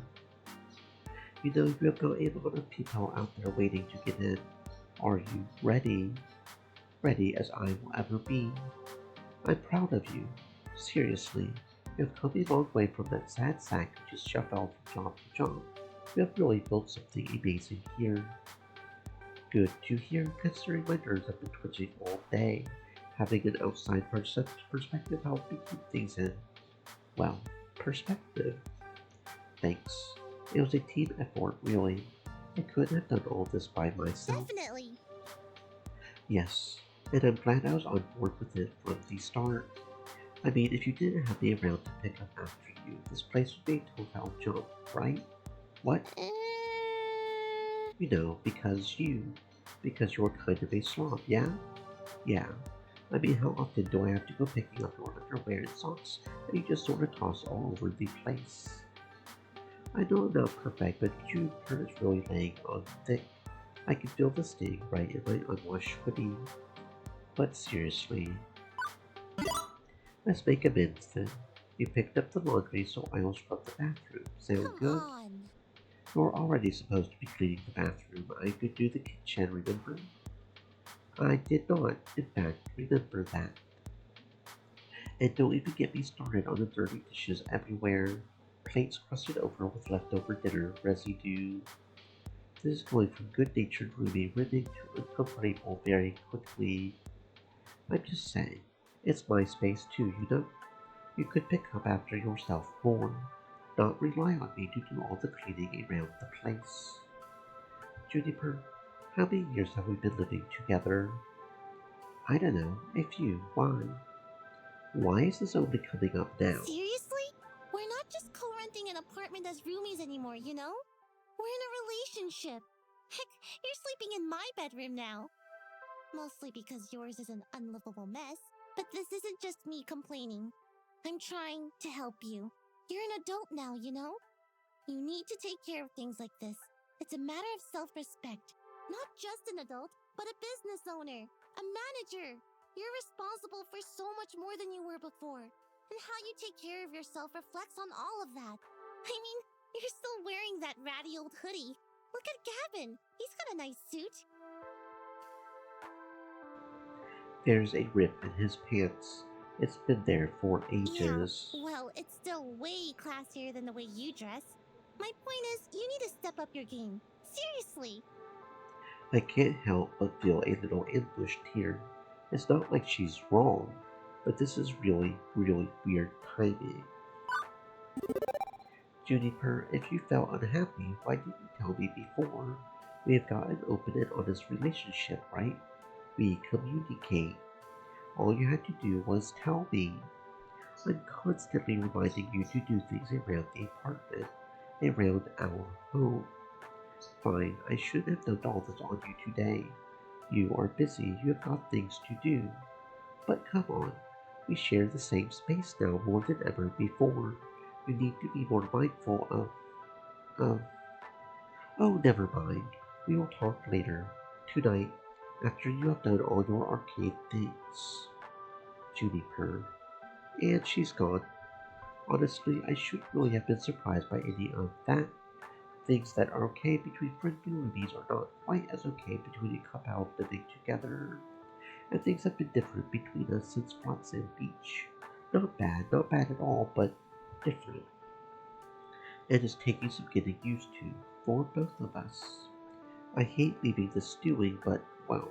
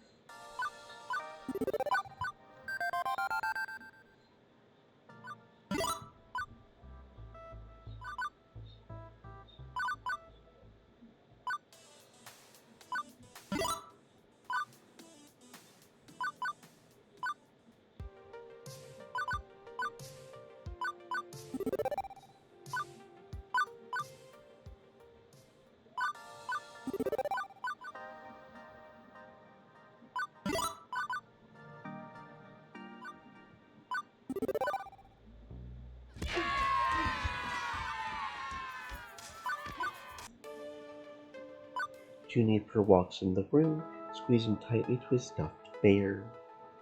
The fluffy creature is holding a sign that says, "Get well soon." It's cute and reminds me of the plushies in the arcade. She hands it over to me as she gets closer. I gladly take it and hug it into my chest. I'm sorry. I'm so sorry. I'm just the worst. I'm the absolute worst. I can't believe my last words could have been words spoken in anger. And over what? Dirty socks on the floor? It's so stupid. I just wanted to lift you up. Help you find the self-respect I know you deserve to have. I'm trying to help, and I always mess it up.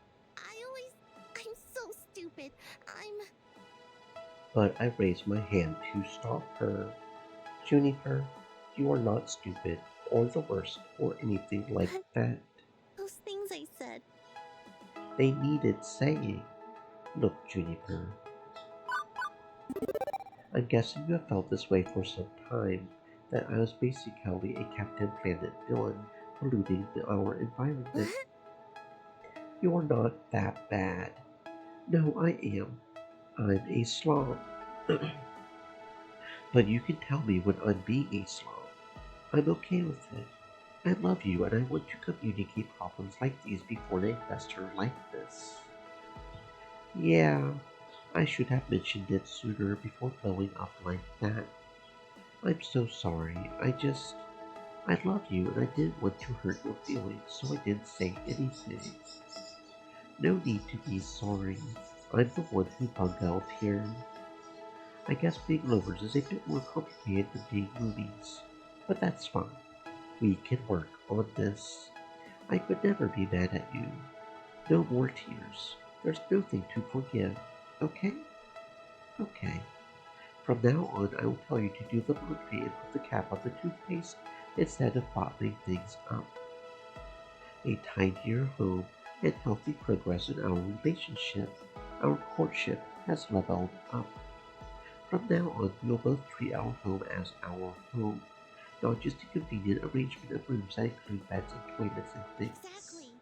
I mean, it's our home in a deeper way than ever before, right? It's our home, you and I, together, as more than just roomies. We're still getting used to being a couple, but I feel it's getting better every day. And one day, who knows, maybe we'll have a white picket fence, 2.5 kids, and a dog. At a fixed address, no moving around every other year like the Johnson family had to do. A solid, comfortable future with my best friend and lover for life, my BFLFL.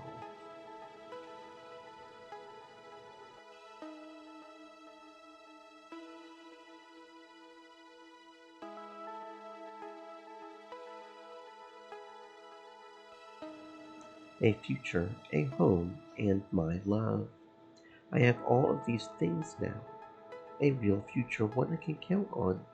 A home I can always come back to without worrying about having to move once reality caught up to me. And love, true love, in the arms of my best friend in the whole world. I want to fight for these things. My future, my home, my love. I want to live happily ever after. You need your rest, and I need to see about tidying up back at the apartment. I said I would be happy to do that. You are going to be on crutches for weeks. Manual labor is off the menu, and I don't want you accidentally tripping over the mess and ending up in traction. This time I will take care of it for you. This time. Next time I charge Modi. My rates are entirely unreasonable. I'll be there when you get home from this medical prison cell.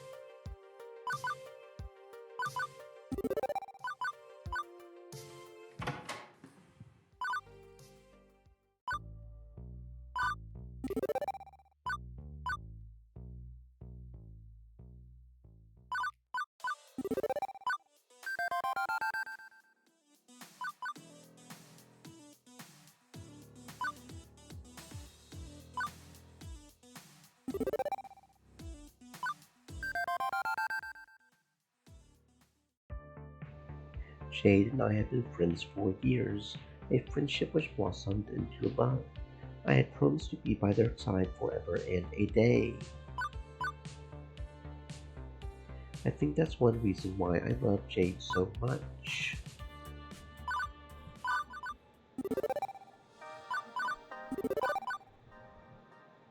I don't know, you seem nice, but you got to super duper double pinky swear promise that you just want to be friends with Miss Sue before I tell you. My smile is a bit forced as I extend my pinky finger. I hate coercing a kid into this sort of thing, but what else can I do? We don't have any other leads.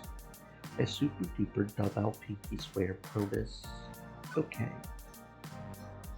We make a great partnership, Jade and I. We support each other, love each other, and help each other out when we get in jams like these. But I'm going to do this. I'll be right there by Jade's side all the way to the end. We win together or we go down together. No other way.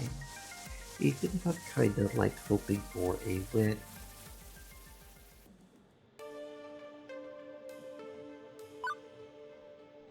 Wakey wakey, eggs and bakey.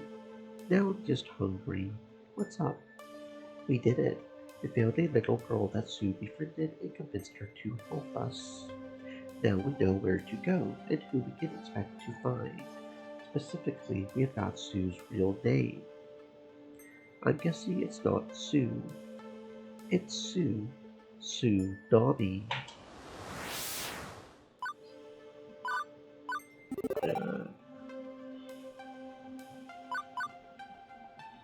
What a twist. Definitely. But I'm not worried. I know you. You could talk the pants off a pants-wearing person easily. What if they hired you and is actually the guy's daughter? You are Jade, solver of problems, sorter outer of messes, generally amazing person. I'm coming with you just to be safe. You shouldn't go into this alone. I love you way too much to let you fall into the clutches of an evil gang if anything goes wrong. Otherwise, I would have to train for years in the secret art of the ninja to avenge your death. And ain't nobody got time for that. I'm not comfortable with elaborate revenge fantasies based on my inevitable violent demise. Relax, I'm just keeping the mood light. It's not going to come to that though. We will be fine. I have got faith in you. We have come too far, gone through too much, found love in each other's arms. We are not going to lose everything we have struggled for over this. There's a bright future over the hill with no so-called Johnson family being cursed to stop us. I know this. Still, convincing Sue to flip on her father, that's going to be tricky. Iris told me I only get one chance at this, that I need to go with whatever I do best. But if I talk this through with someone, maybe I can learn a different path. I'm open to ideas. How would you handle this? She's a kid. You need to live hard and fast and young, too. Play around, boast a bunch, show her your nonsense, think in the mud like her old man. Well, you also might consider keeping your cool. Stay level-headed and let her make the first move. Then you counter her strategy. Honestly, I could see this either way. I guess it's up to you.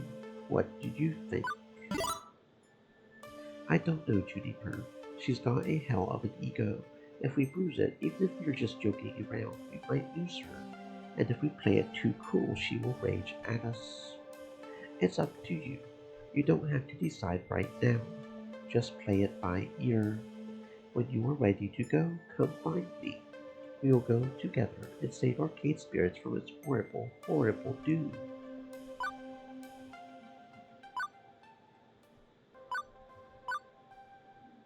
This place is a mess. I would ask if a tornado hit it, but I'm pretty sure a twister would only improve the situation. He's not just her patron and her father, he's her landlord. This just keeps getting worse and worse. Hang in there, Juniper. We can make this work. Don't get me wrong. Give it your best. I'm nervous, okay? If anyone can do this, it's you. I'll be here for support. You should do most of the talking. I will speak up if I spot an opportunity. Let's do this.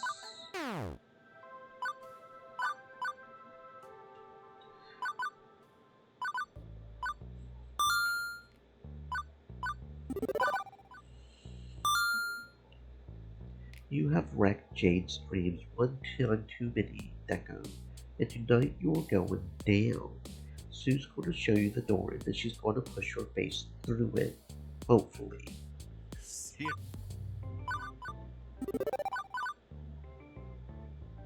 This is it, Jade. You can make your dreams come true and save arcade spirits. Yes! I believe in you.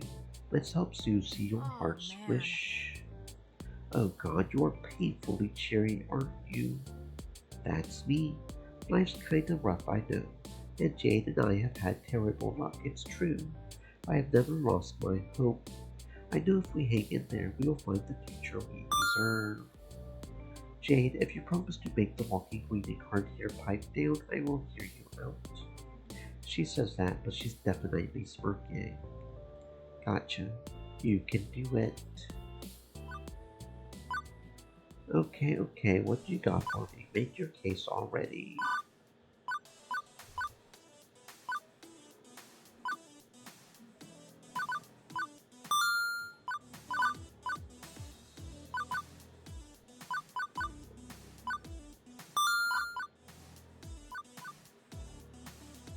It would be a little cramped, but yeah, I think we could make room. I would be happy to welcome you into our home. And I know a thing or two about parents who aren't exactly the best parents. If I could do anything to support someone who's in the same situation, well, I will do my part, absolutely.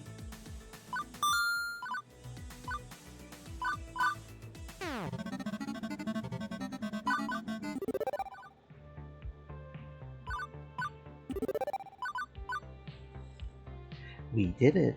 We saved the arcade and defeated your family curse once and for all.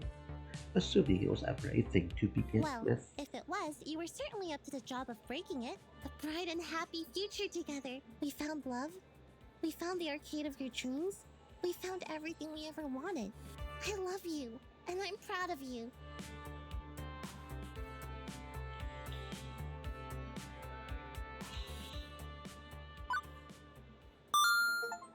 My BFF for life, my love, my heart.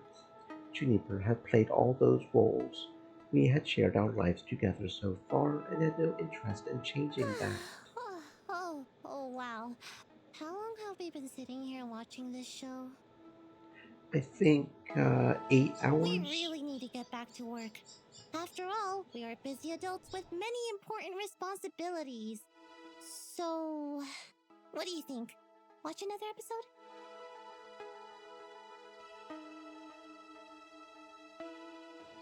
Absolutely. Growing up is for suckers.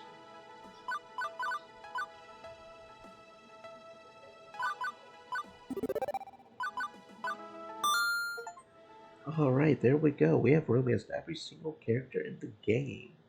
As a special reward, we'd like to treat you to this. Oh, okay. Wasn't expecting that. Come on, almost there. Hold still and let me annihilate you.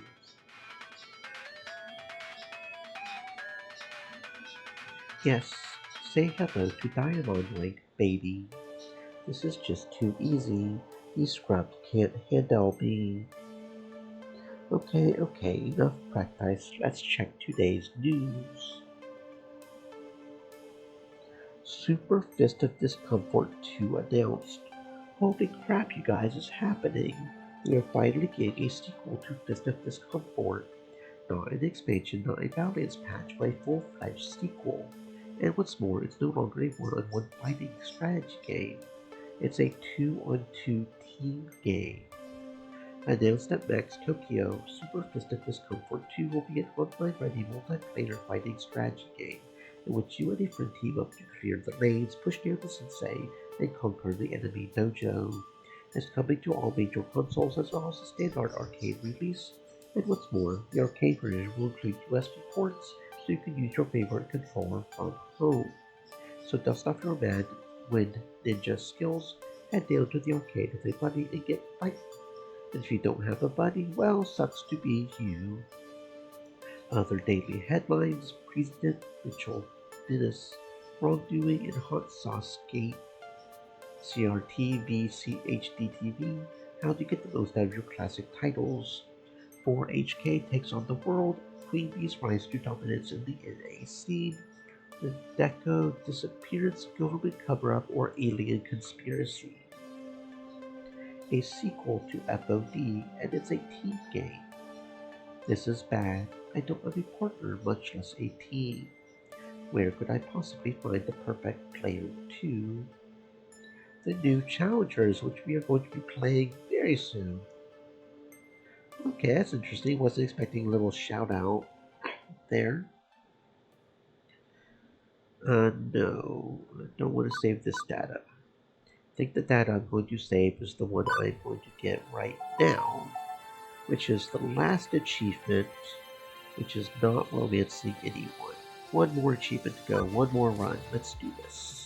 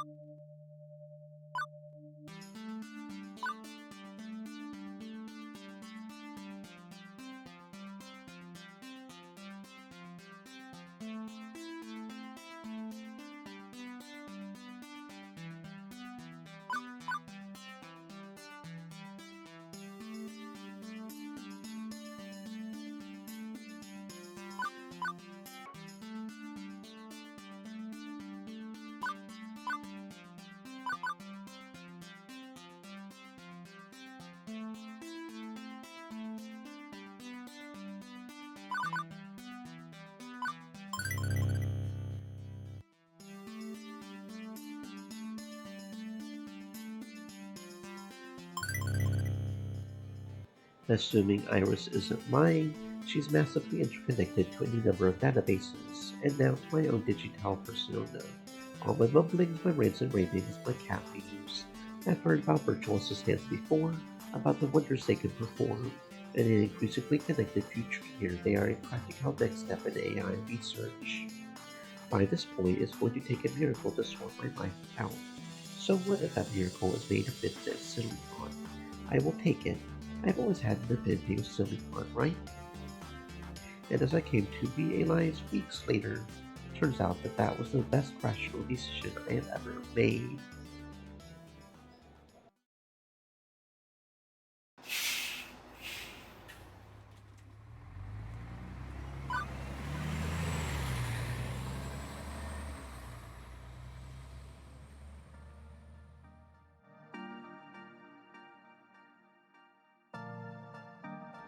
And besides, Iris was confident to 99.97%, and a lot of people poured a lot of science into that number, like she said. I chose to put my faith in technology when I walked out the door this morning, right? I owed it to myself to see that through. The truth is that even if I don't consider myself a gamer, I'm certainly decent with computers with an affinity for silicon. You have to be.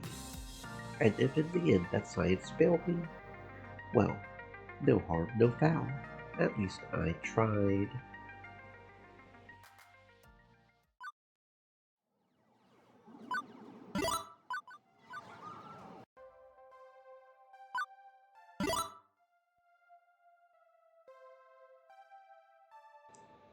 I have always liked brontosauruses. If you're gonna go dino, go big or go home. And not really a brutal meat eater either. Indeed, and nothing says self-starting go-getter looking for a dynamic job position quite like a 16-ton slow-moving lump of meat. Right.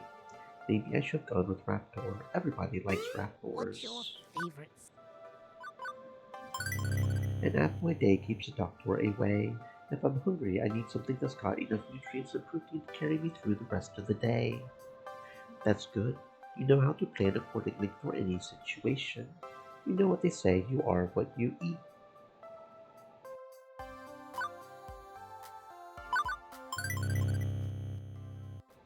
I'm essentially MacGyver. I can make anything out of a string, imagine a screwdriver. Especially if you want what you want is a screwdriver wrapped in burning string. Good, we will need someone to build makeshift defenses and think quickly in case we get surrounded. An inventive brain is always a critical role in any survival. To be honest, I didn't have a better answer than my super science phone told me to do it. Faith in Silicon got me this far, but to get farther, I needed more than that. I needed to actually think this through. To be honest, man, I don't know. Not yet. I've been avoiding the question for a long time. Just making do, getting by, settling for what life will give me. Maybe I should want more than that, though. When I was a kid, I would go to arcades with my family all the time.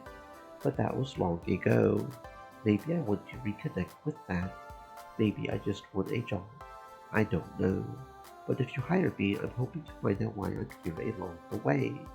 I can promise you that I will take this job seriously. At my last job, I was a lifeguard. Even if arcade games aren't life and death, I promise to take my work just as seriously.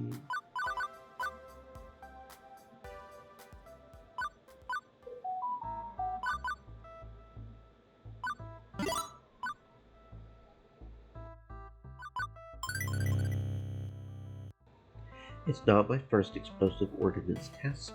I have worked retail and food service, and I have worked as a lifeguard at a pool. Managing stress in difficult situations, even life or death ones, is something I've got experience in.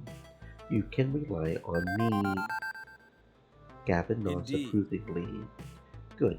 I'd like to hear that. If you can handle yourself and exercise good judgment, you'll last a hell of a lot longer than the last guy who sat If you stay there. clear and honest. Seriously, why this preemptive assumption I will be a problem employee? It's only my first day on the job.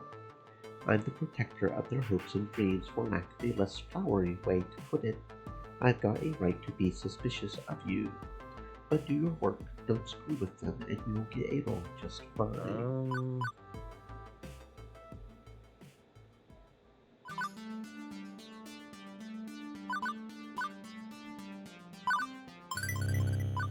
Why is it so empty in there? Seems inefficient. Couldn't you pack more games into the arcade if it was more compact? Not really. It's more about the footprint than on the floor than the bird count height. Naomi keeps working, using a pocket computer to check various connections as Let she me explain. speaks. I will admit, despite playing games when I was a kid, I never really thought about what went into them. I've always thought of games as, well, just games. Ones and zeros on a chip, right? Not works of art, artworks, plural, or is artwork plural already? But I guess I can see why you would feel that way. You work here long enough, trust me. You will learn to love these games like I do too. It's not about nostalgia, it's about appreciating the work that went into it. The craftsmanship, the multidisciplinary effort just to make a game what it is. Graphic design, electronics, music, programming, even carpentry. Games deserve our respect, and as long as someone like you thinking love for games is on duty, they shall not fail. Even if Gavin's still around. I get this is touchy, but if I'm going to work here, I think we should all be honest with each other. No gossiping. I got to know. Why do you think Gavin wants to destroy the arcade? He buys into Francine's idea that this is a place for games. He says he does. He's willing to sacrifice way too much just to keep the whole thing afloat. Road to hell, best intentions. If he had his way, this place would be like Deco's Palace. Nothing but ticket games and prize catchers. He thinks actual video games are too expensive. A waste of floor space. I bet he would remove them all if he had his way. I just don't trust him. I don't trust him to do the right thing. That's my problem, not yours. Sorry to drop gossip on your head like this. Thanks for hearing me out anyway.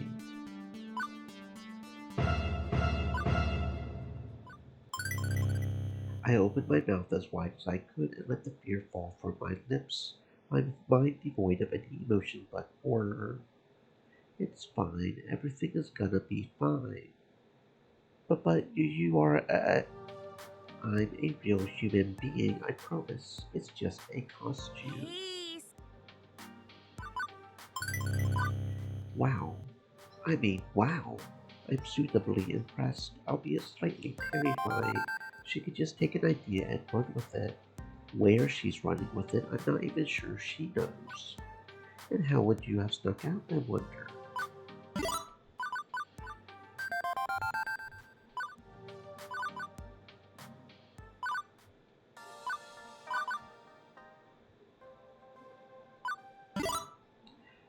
Man, I don't know about this. My boss is cool with it, but there's a lot of factors in play.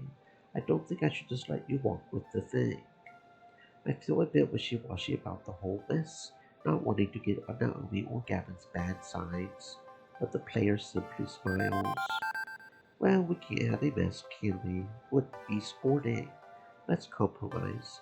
I will buy the game so I can play it whenever I want, for as long as I want, provided nobody's already playing, of course. And in return you can keep Moopy here, where he belongs. We wouldn't want Naomi to cry, would we? Wouldn't be proper. With his mind made up, the man presses 3 grand into my waiting hand, satisfied with negotiations.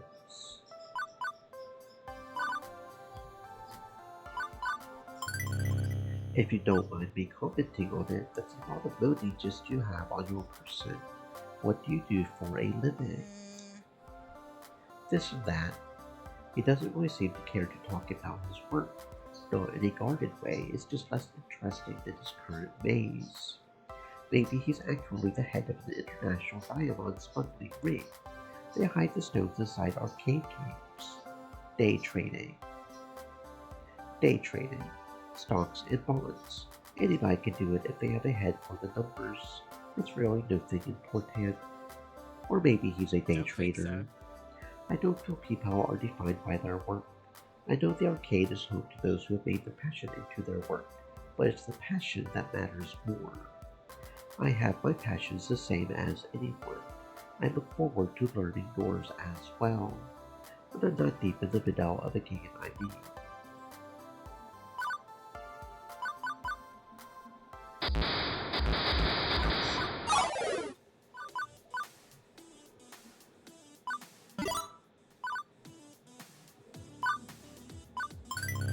My internal sensors are going off, and they are telling me to reverse and leave this conversation ASAP. No, I think I'm okay without Come that. on. Where's the fun in that? I'm just going to show you how it all works. I don't think I totally get this Queen Bee character, even if I get where she's coming from. Hopefully we will get along better later.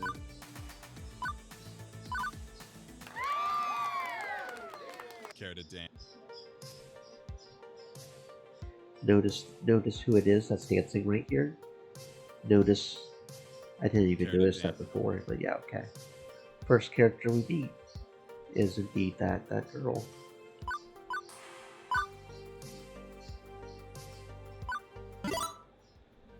Nope. No thank you. Tail's very persistent and it does look like fun, but well, when I was playing games like this, I was what, 8? I would rather the gathered masses not bear witness to the clumsiness of an 8-year-old on the dance floor.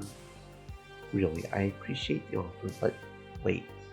I'm supposed to be doing something way more important than dancing anyway, right? I'm supposed to be working. I'm actually on the clock right now. Can't play. I know you're having a ball over here, but this crowd is blocking the emergency exit. By law, we have to keep a path preset. Can't you let it slide just this once for me? No. If I let it happen once, then it's going to happen all the time. I get it though. Your crew's passionate about this game, and that's a good thing. but a stampede on my first day at work would be bad for everyone involved. Could you imagine the headlines? Local arcade store attendant trampled on first day, blood everywhere. Very true. I don't want to be checking my social media tomorrow and click the link to your obituary. We totes can't have that. I got this. I told Francine I wasn't sure why I was here, but that I was willing to try and find out for myself. It would be silly to think I'd find my purpose after a single day, but on the whole, that day's been pretty decent. I'm starting to get along with my coworkers. I'm helping people with their problems. What more could I want? What more could I want? Well, I don't know. Not yet, but I will find out one day. Okay, I think this is one of the ones where we can only do 2 of the 3, right? So let's do the adults with cupcakes first. That seems kind of important. Get down. But alas, my Nobel self-sacrifice would not completely protect them. Naomi seems to get the idea and she'll escape with her body. A few stray cupcakes that must be hit her, but otherwise no damage done. Ashley takes a few shots, unfortunately, but it could have been worse. As parents swarm to round up the cupcake war investigators, Naomi and Ashley kneel down to check on my fallen form. Are you okay? Could be paralyzed from the neck down. Blink once if you are paralyzed, blink twice if not. I'm not paralyzed. You could talk, that works too. Naomi helps me to my feet, although I have to be careful not to dig out my icing with her icing in the process. Days like these, I'm glad I wear an apron. Cupcakes are food, not fashion. Poops. Colored icing is just the worst. I think I can get these 2 out with some club soda, fortunately. Guess they got all of us, but Jade worst of all. You know, that was super selfless of you trying to save us from the splatter. Speaking as a floor attendant, you scored a silver medal. Despite all of us, I feel splattered a little, they seem in good spirits. I should try to keep that rolling. I can always hit the laundromat, no problem. But what about you two? Naomi, new apron? Ashley want me to get you a club soda. I need to check my tools, make sure none of them got wrecked. But I'm good otherwise. I'm just glad the game's safe. And thanks for the offer, but I'll tend to my costume myself. Devil's in the details, you know? Anyway, thanks. That was a complete mess. I guess it could have been a more of a complete mess if you hadn't done that. I had better get back to fixing this joystick. You should clean up and get back to it. Also, the party's still going. Good luck. Yeah, good luck, and hey, good work. If you'll excuse me, I need to go clean up poor Picky a bit. That could have gone better, but it could also have gone much, much worse. More importantly, I kept their spirits up. Even Ashley, who has to clean icing out of her fuzzy belt, came out a bit cheerful.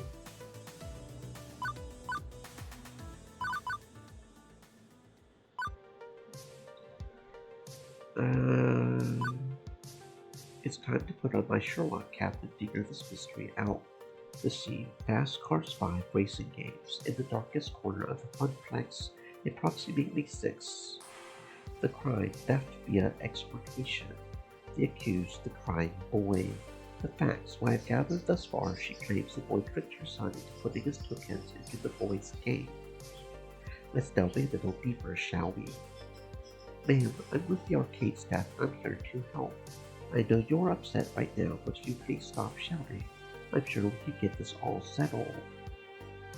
She calms down enough for me to ask a question. Have you actually asked the boy his side of the story? Why would I ever do that? He's obviously a thief and a liar. Probably. The sweet silence gone, and the boy appears as if he's about to burst into tears again. There's no way to make this lady see reason unless I do something. Time to use a true and tried tactic among all detectives. Reverse psychology.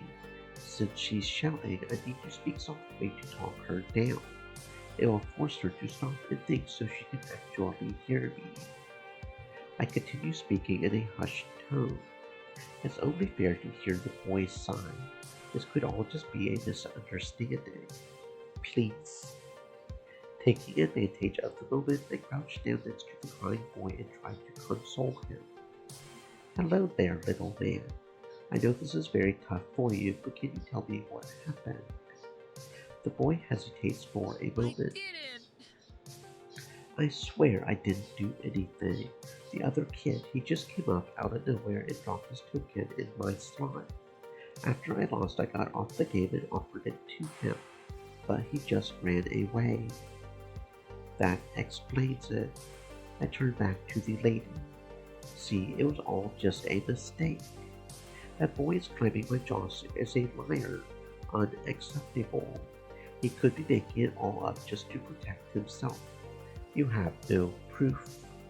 As much as I believe the crying boy, she does have a point. I don't have any proof, and that's the one thing I need to finally put this to bed. I take a second to formulate my next thought, and then spot a camera dangling from the corner of the ceiling. We can check the security footage. Yes, do that. Then you will see how my Josh was wrong. Hold 1 minute, man. I will be right back. I run back to the employees only area and over to the small bank of security monitors. I find the one that's pointing at the Fast Cars 5 games and spend a few minutes rewinding to the time of the crime. Got it. The crying boy's story checks out. It appears that Josh put the token in the wrong slot, which I can understand. They are stacked vertically, and it is not clear which slot is for which game. I rush back to the scene of the crime and quickly tell them the results. And this boy even got out of the driving seat and offered it to Josh, but Josh just ran away after that. So as you can see, no one's at fault here. So let's just all apologize and carry on, okay? I do not accept your taking this thief's side.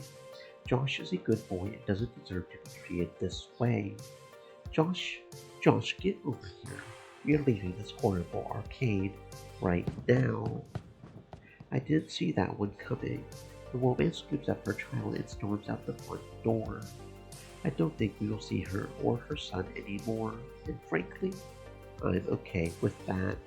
It's just me and the boy now, and visibly he's still shaken up with the whole ordeal. How are you doing? I think I'm okay. The boy nods, wiping his snotty nose on his sleeve. I'm sorry this whole thing happened to you, but if it's any consolation, the bad lady is gone, and I don't think she's going to ever come back. The boy, cheeks still streaked with tears, lets a smile spread on his Thank face. you. The boy scurries off and rejoins some of his other friends. Case closed. Mikey, look, both of us had some sad times, but it's not always going to be like that. Now, I work here at an arcade. I help people play fun games all day. How cool is that? And I did make a friend eventually, a nice girl named Juniper. She helps me when I'm feeling bad, and I can help her. I won't lie to you. You will still feel sad sometimes. Life can be really difficult, but it won't always be difficult. If you keep your head up, you can ride through the good and the bad parts. Is there anything in your life that's always good, no matter what?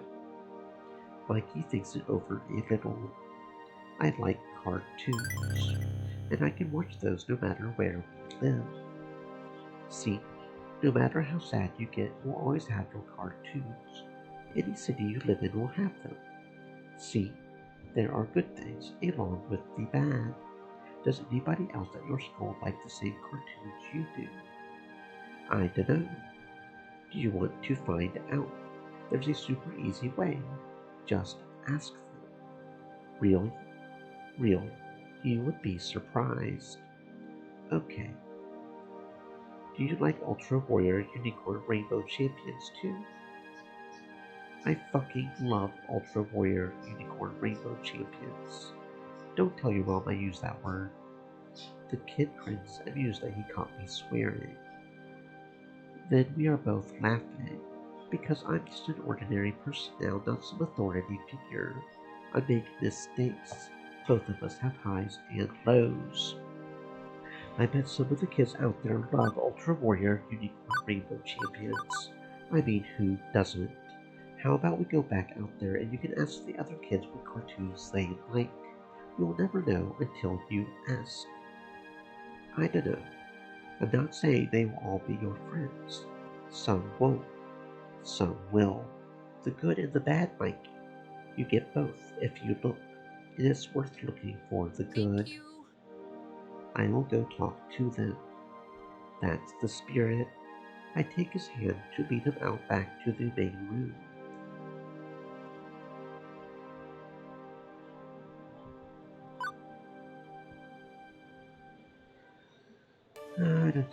Da.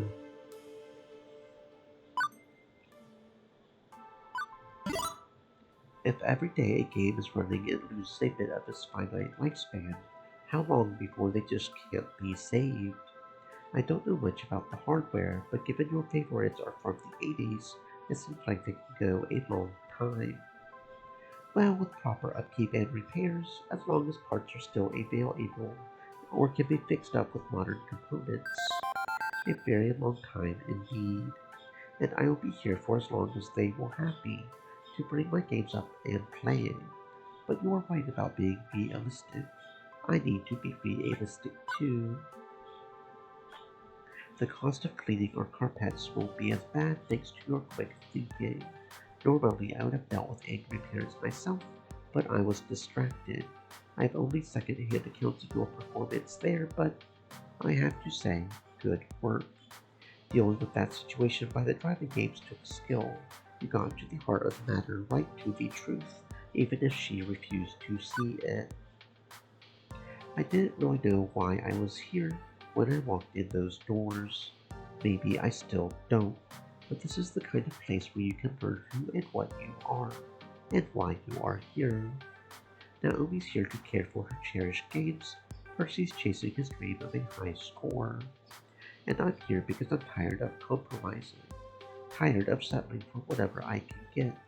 I want something more out of life. You know, we are better than this, Gavin. We don't settle. We seek our why and won't settle for anything less.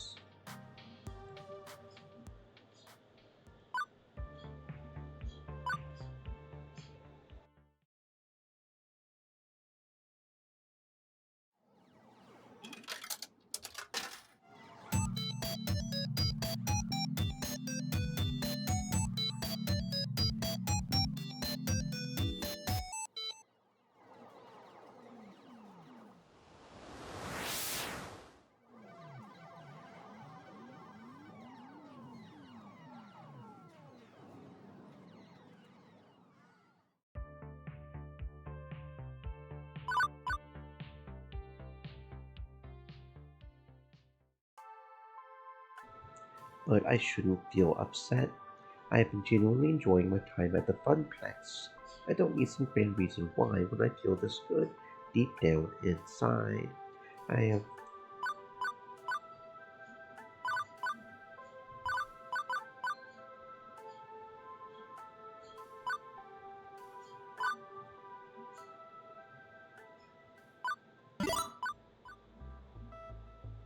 We are just friends. I'm not the dating type. Friendship and bonding it is then. Maybe the real date was the friends.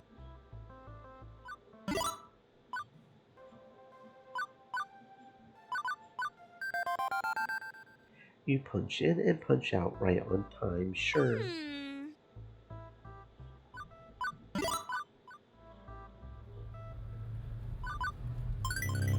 Trading games for recipes, holding surprise auctions, currying favor, and making connections. Sounds convoluted to me. If he wants to sell the games he finds, he should just sell the games he finds.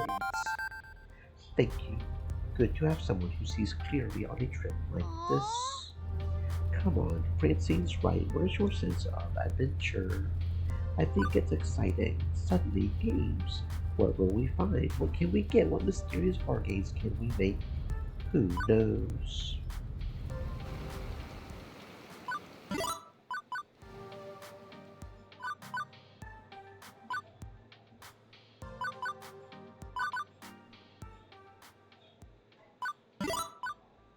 You two have worked at the arcade a few years now, right? Seems a long time for you to be at odds with each other. Maybe I can help. Can't you find some common ground? Today could be a fine opportunity to try. We have common ground, the arcade itself, but I am aware that I can be cold or distant, that my desire to protect Naomi's dream sometimes leads me to think I need to protect that dream from itself.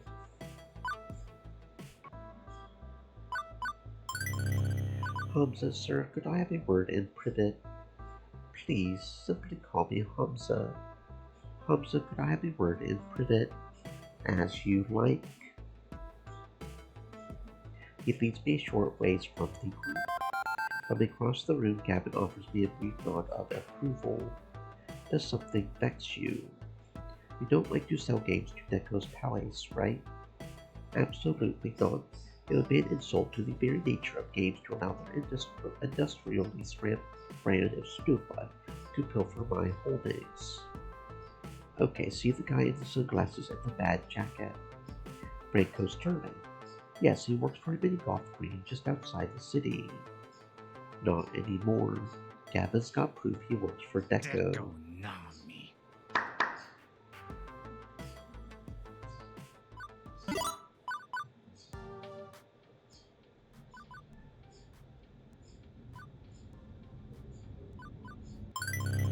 That machine breaks down a lot, right?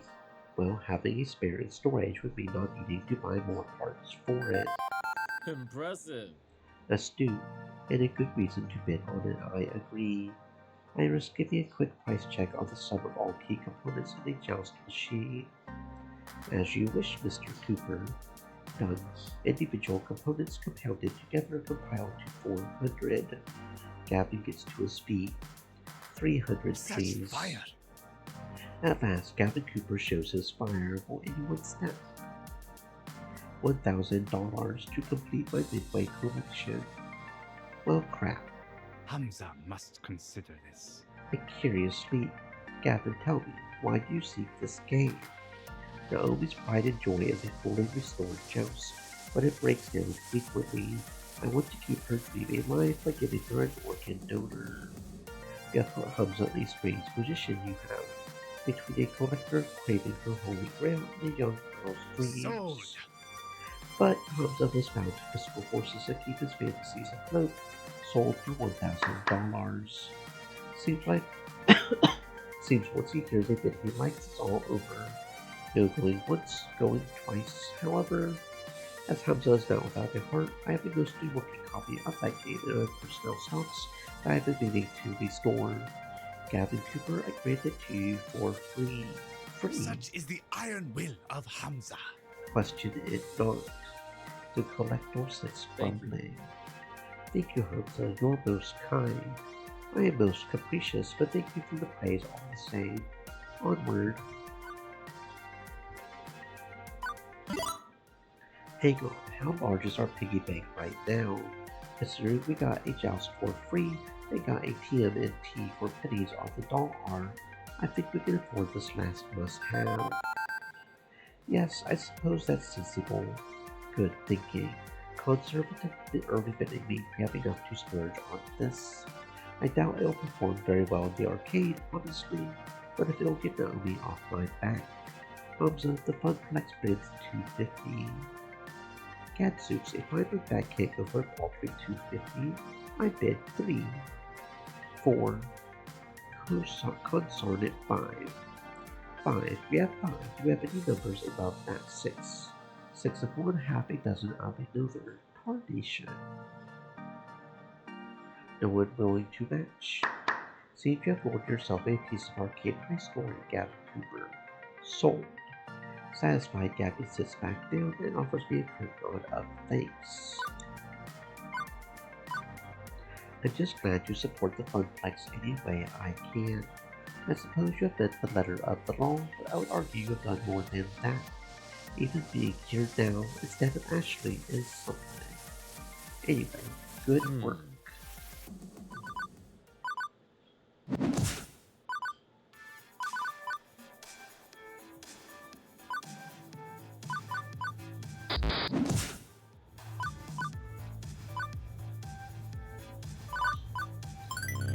It's simple math, isn't it?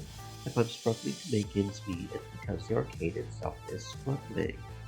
The solution is so simple. I'm kind of amazed I didn't see it before.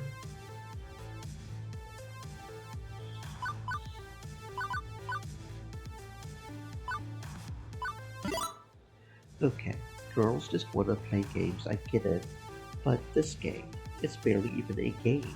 You have been stuck in here for so long, aren't you bored yet? Your life was cut short by Polybius before you could enjoy all the games you wanted to. It doesn't have to be over. Please.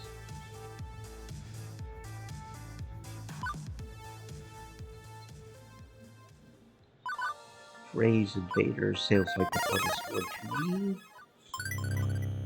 I offer you an opportunity. Interesting. Continue.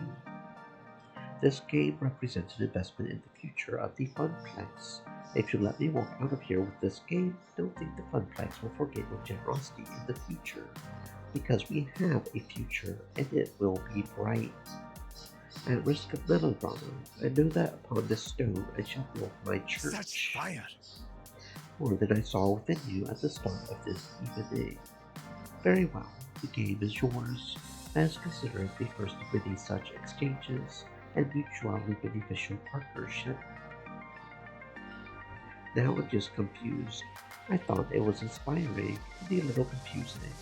What do you mean? I'll explain on the drive home.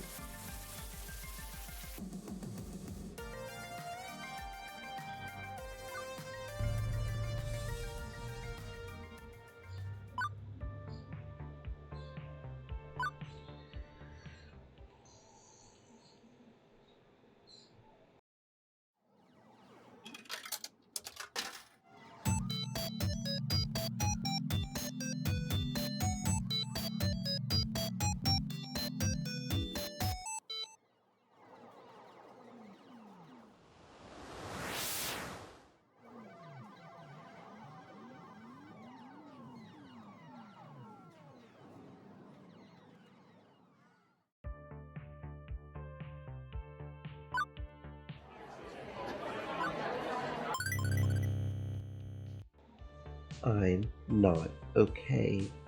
My nightmares aren't half as scary as this literal hell. I can deal with the lack of pants in my dream, and... But this is utter chaos. Honestly, I'm not holding up so well. This place is bonkers.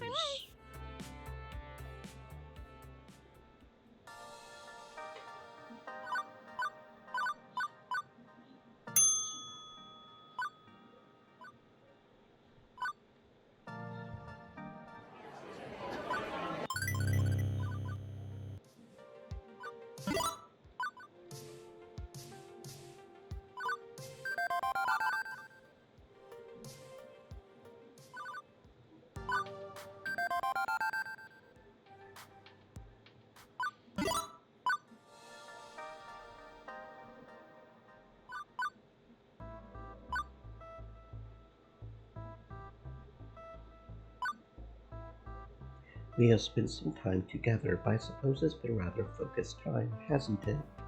No time for pleasantries. Very well.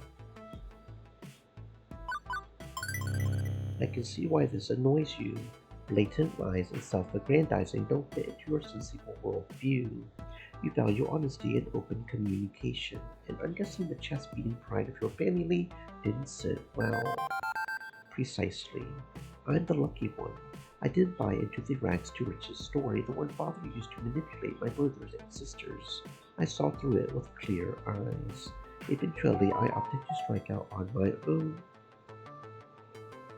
Without a loan from father to avoid being beholden to him or to repeat his error. You must think me.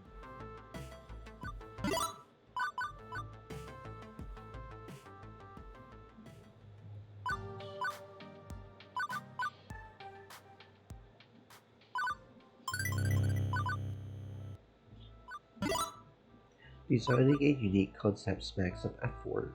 How about we just jam a bunch of buzzwords together? What about a run and gun game where you jump on platforms in a world that is randomly generated every time with nostalgic pixel art style? You say you don't know anything about the indie scene, but I feel like this is literally every other game I've ever played. It works, doesn't it? Passion is key. Still, I like it. The cool collected Teo showing a side I have not seen yet. I guess he's able to experience emotion other than joy. Confirmed, Teo is not a joy robot, but this isn't right.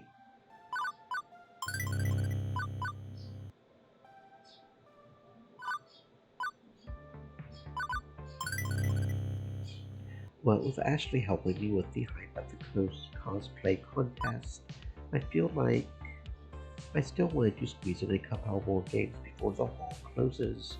They're going to have to drag you out of the hall once it closes, aren't they? Kicking and screaming. Thanks for your help with Funplex Rising today. That's what friends are for, and I'm glad to have you as a friend. Ditto. See you back at the arcade, Jade. With our pleasantries exchanged, I left Hale to finish the 9 seconds of Max with the Indie Mega Arcade.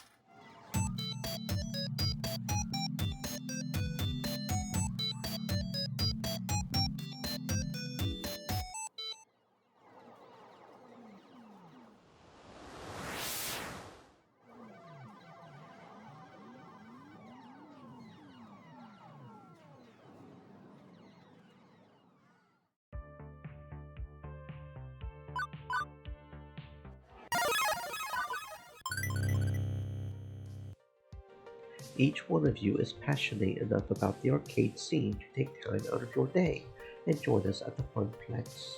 For that, you have my gratitude. We are a literal mom and pop small time arcade. We know there are bigger, glitchier arcades out there. But today, we are going to show you we can match them pound for pound. We hope you have a blast today and that you keep coming back for more. Your support will help us grow, and I promise you I will do everything I can to make it worth your while. With that said, let's get right to what we came here for. The games, the contests, the challenges. This is Funplex Rising. Welcome.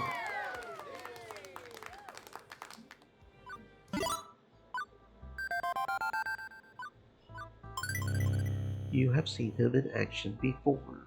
That means you know what he's going to do before he does. Top-rated players are the ones with the true crosshairs. This is your chance to take down the Demon Queen Bee. I know you can do it. She squeaks out a smile, but it's not her usual radiantly confident grin. Well. Yeah, true. Okay, I have watched hundreds of his matches. I will do this. Here goes no thing.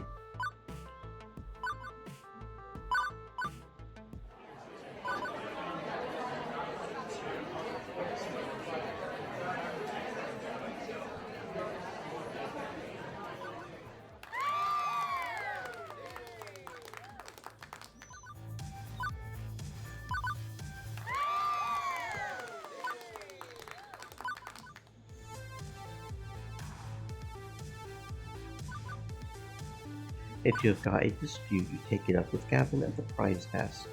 He's the judge, jury, and executioner for all things high score related. Already texted him for you, he's on the way. Gavin takes one look at the high scoreboard and frowns. Really? Really? And who is Mr. S?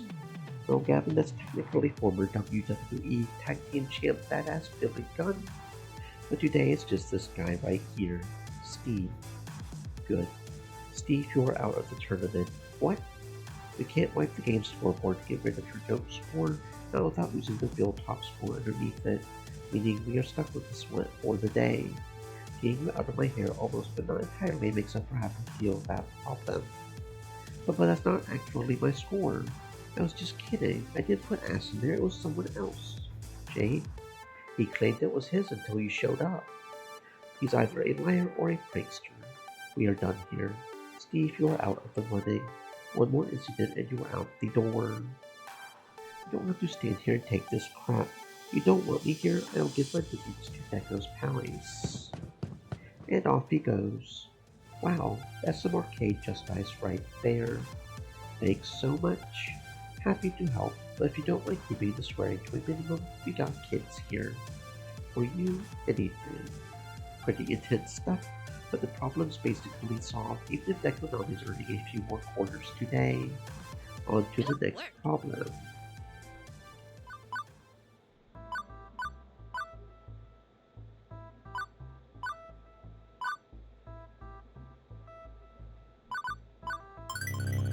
From the way she described it, she defied her code constraints because she felt bad for how sucky my life had been going. Maybe it's some crosstalk with her Polybius powered personality system that led her to defy her designers, but that's how it went down. I see. Thank you for your honesty.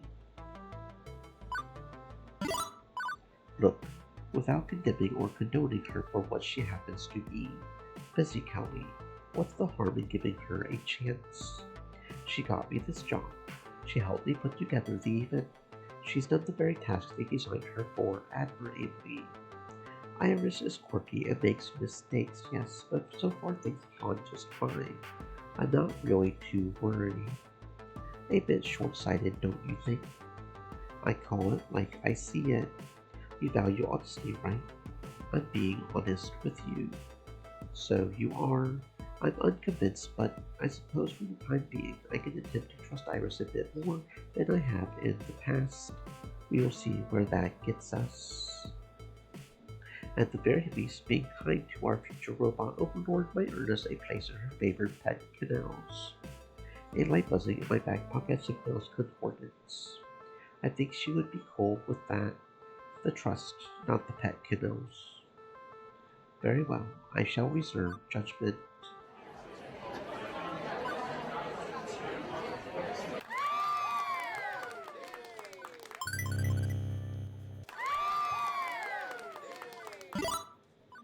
Maybe we are overthinking this. Maybe L7 Gaming doesn't care about Funflex Rising as much as I've been hyping this. I know it's small potatoes. It's nice of you to throw yourself under the bus, kid, but I fought the demon. That's big news no matter where it happens. L7's going to notice.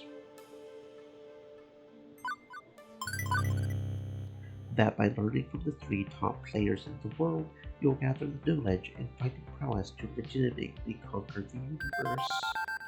Fuck yeah, I will. It will be hard work. Hard as shit, don't get me wrong. But I'm ready. I'm up to the challenge. This is the door opening for me, kid. I have to be the one to walk through and face what's on the other side. But I can do it. I have got a future, and it's bright.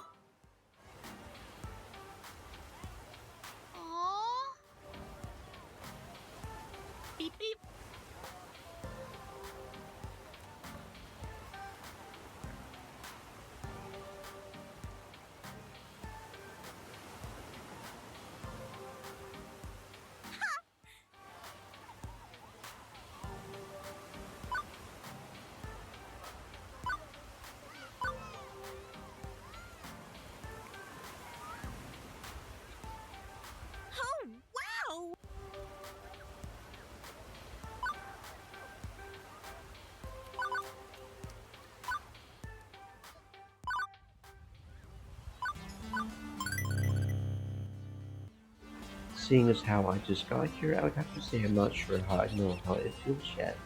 I haven't even had the chance to leave the beach Aw, even. man. Come on, you know what I mean. Isn't it great to be back when you had so many happy family memories? I guess those were better times, honestly, before things went bad.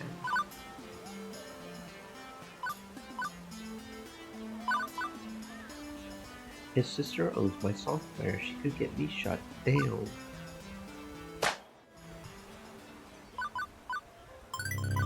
I'm not going to sugarcoat it. I was dealing with a deep depression built on a lifetime of bad luck. Working in an arcade seemed like a strange way to turn that misfortune around. But it worked. It honestly worked, and now I know why. The Funplex ticks along on equal parts fun, hard work, and camaraderie. You say I brought you all together, but you had this going long before my arrival. All I did was bring it into focus, and with your help we will continue that tradition for years to come. Well said. You have my support. I don't see that changing anytime soon. In summary, you have all earned this vacation through hard and thoughtful work. You have earned the right to loosen up a bit and have some fun. We have only got one day here, so if you care for some advice, live it to the fullest. Do everything you want to do. You never know where we will end up tomorrow. Live for this moment alone, and we'll worry about the future once we're safely back in the Funplex. If anybody has any questions about Blotsand Beach, just ask. I know this place like the back of my hand. I may take you up on that. I'm figuring there's a nice nightlife scene here, right? Anywhere I can go out dancing, I'm game. Thank you. With all sincerity, from the bottom of my heart, thank you. All of you. I want to honestly express my gratitude even if I can't find strong enough words to do so. I will simply say thank you, and let's eat. You have my gratitude as well. You have no idea how much it raises my spirits working alongside you or watching you enjoy our games. Thank you for this lovely day, and I agree, let's tuck in. That tea is calling to me. I don't know what the future will bring. Maybe things will change after today. Maybe.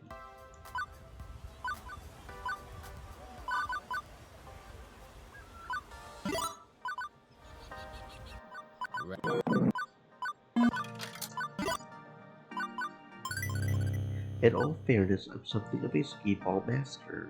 Still, may the odds be ever in your favor and may the best player win. Which will be me, of course. A Gavin boast. That's rare. It's not a boast if it's a fact.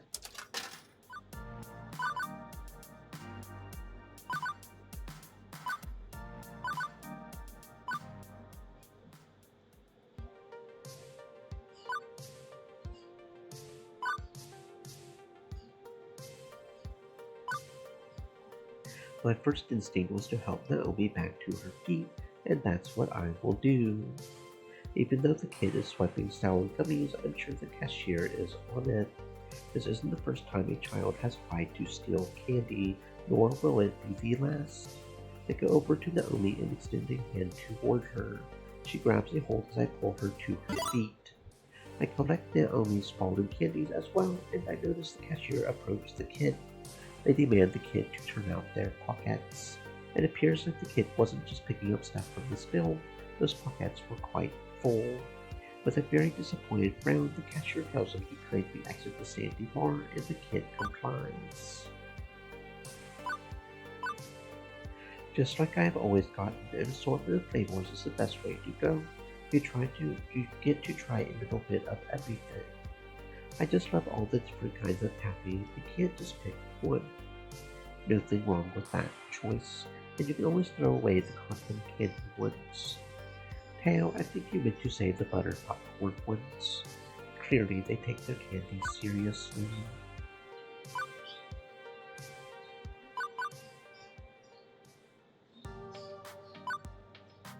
I'm not sure if I believe 100% in ghosts. At the Manor, there were some weird goings on with the Polybius, but is it fair to call it par a normal? Maybe it's just math and microchips like Iris said. I'm still waiting on science to prove me right or wrong on that. In good faith, I can't choose either one. Nothing in this world can prove or disprove the reality of ghosts. Sure, I enjoy a spooky ghost story as much as this person, but do I believe them? Fair enough. We have watched enough Ghost Bros to know that sometimes people overreact in those situations, and I can't ignore that I do love an intrinsically scary story. We are all in agreement then. Yes, two seascapes. Who doesn't love the beauty of the ocean? It's serene and calm. Not at all like Juniper, but I know how much she's been enjoying the ocean lately. What do you think of this painting? We could hang it up in the apartment, right next to the movie posters. I was thinking you could go in my room. It's a really gorgeous scene of the sunset setting over the horizon. The pink and orange hues contrast perfectly with the blues and greens of the ocean. Nice choice. You know me so well. I just thought you would like to know I have completed another 7 calculations. It's been a big day for you, a chance to hang out with all your friends. Data has shifted. It's kind of weird that you score my relationships like a video game. You need to turn that thinking around. You're choosing based on score, I'm scoring based on your choices. The one who decides who to spend that time with is you. All I'm doing is analyzing your actions. Your emotions matter above all. Now then, let's have a look.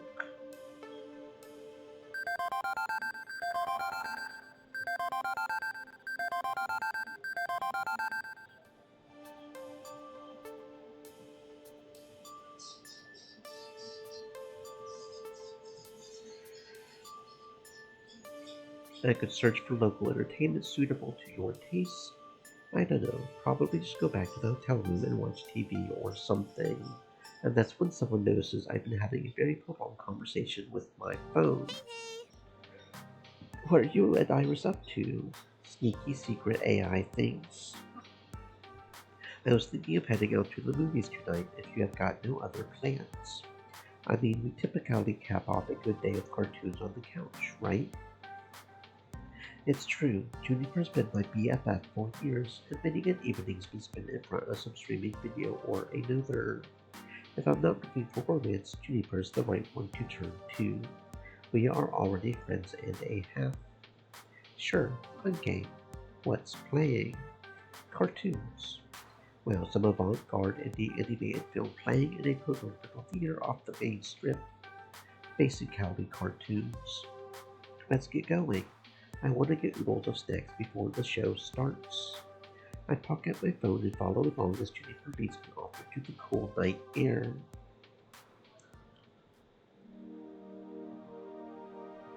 As Juniper scarfs down popcorn and I devour overpriced candy, I've got time to ponder things. Life is good. Today's proof of that. One solid day of good feelings shared between friends. This is what I want. These are the people I want to share this with, and I've never really felt the need to push things past that point. Here and now, I know in my heart I'm among friends, and that's all I ever really wanted. I'm glad.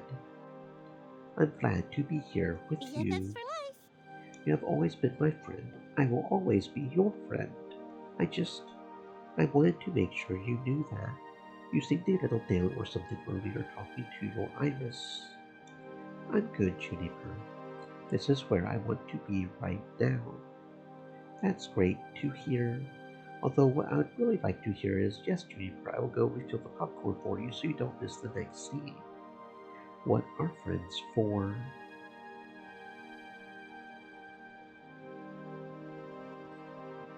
I had recalled our lunchtime party with the high. I had called our lunchtime party the high water mark, one perfect moment in time, and I was right. One perfect moment, and in the difficult weeks ahead, I would cling to the memory of perfect moment, and in hopes a wave would roll my way again.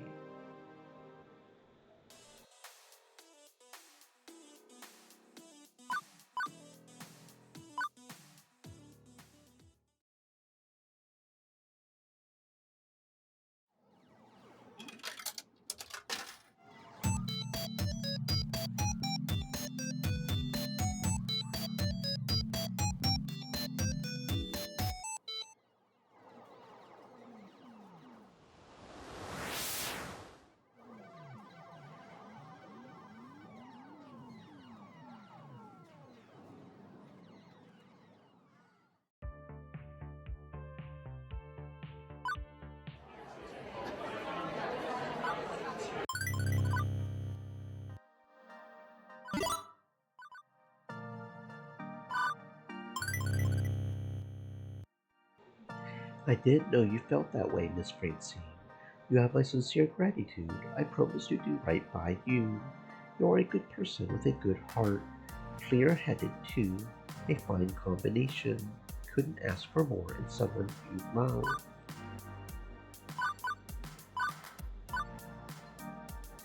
Yeah, I guess you'll go with Gavin because he's, pretty much the co-captain of this ship, pretty much. It's impressive.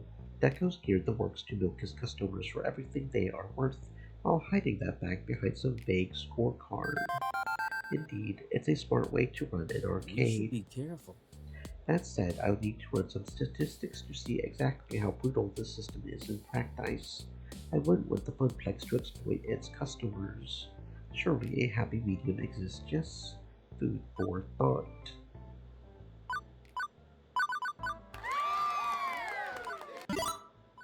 It's pretty obvious the security guards held back and let them fight. They're not doing their job. How has Deco not had his pantsuit off over this? A strong observation.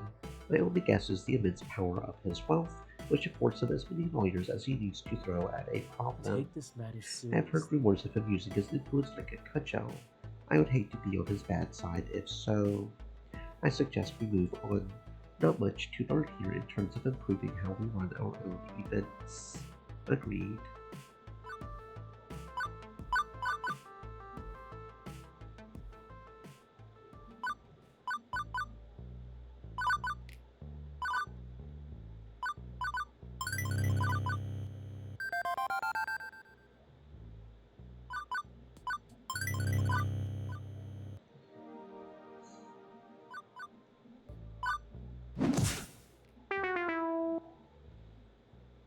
Hasn't called any of their friends either, not even just to talk.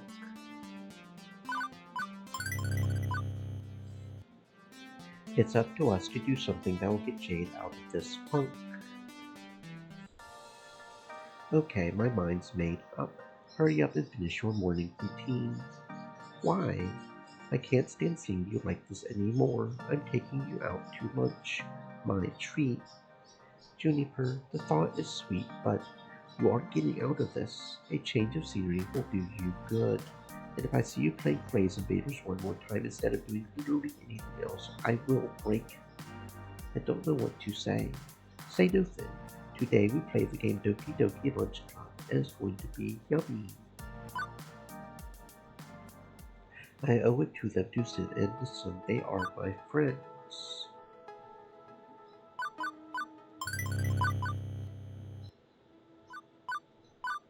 I don't know if this will actually affect the second game. What kind of arcade we build, But I think the restaurant business is probably the best option. I mean, everybody likes good food. As long as you make sure not to get the food on the machines, you're good. Honestly, esports does sound like a fantastic option. If you're going to have an arcade, you might as well do an arcade streaming. That does sound very smart.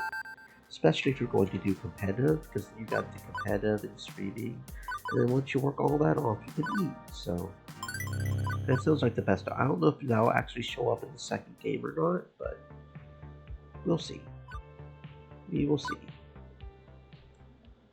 Because apparently the save can carry over, so restaurant with competitive arcade streaming. And you know what? We could even add in some competitive mukbang because we've got a restaurant, right? All the competitive mukbang, arcade gaming craziness. Yay!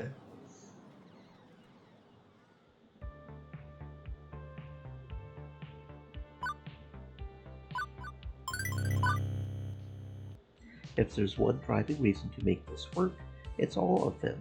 I want to give everyone a home away from home, especially after losing the Funplex. It'll be interesting to see where people end up too, since I've been mostly going with the steady route. Decided to take a break from all the contracts I'm hammering away on, so I could drop by for the opening ceremony and wish you luck. Always nice to get some outside validation. I wanted today to be perfect, and it seems I've reached that goal. I feel the kind of smug satisfaction you can't find outside of being a supervillain in a spy movie. I'm glad you got such great friends to help you make this work. I mean, otherwise this place would be a total dump, am I right? Because, until recently, I've had my hands full just trying to keep you from collapsing. Remember that week you spent mired in depression after losing the Funplex? Or the years before you found the Funplex and were drifting aimlessly? But now you've found your dream, and this one isn't going to be taken away. So it's time to really step up and adult like an adult. Not just an adult, but I get that you're trying. Juniper, don't get me wrong. I appreciate all the help you have given me and continue to give me. I wouldn't have gotten this far without you encouraging me, but we are literally 2 minutes from opening the doors. I can't exactly do anything right now without dirty socks on our apartment floor, or wearing a hoodie to work. That's not the point. It's just... Never mind, forget it. Forget I brought any of it up. I'll let you get to your important work. Maybe I'll go get some lunch or something, and then go clean the apartment because it really needs it. Juniper. Honestly, none of that should have come as a surprise. I haven't exactly been a roommate of the year. I always had the excuse of being busy trying to pull my life together. But she's right. I need to step up. If I'm going to be a friend, a good friend, I need to respect her space. I need to respect myself. I need to...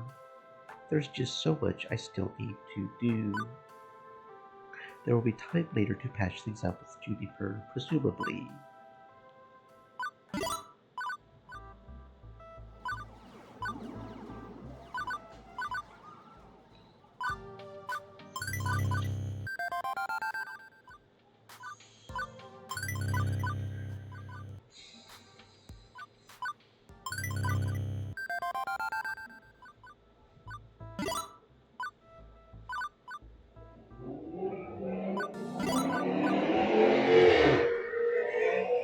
You claim my Josh wasn't smart enough to know how coin slots work. Well, he wasn't, or he wasn't paying attention. One of the two.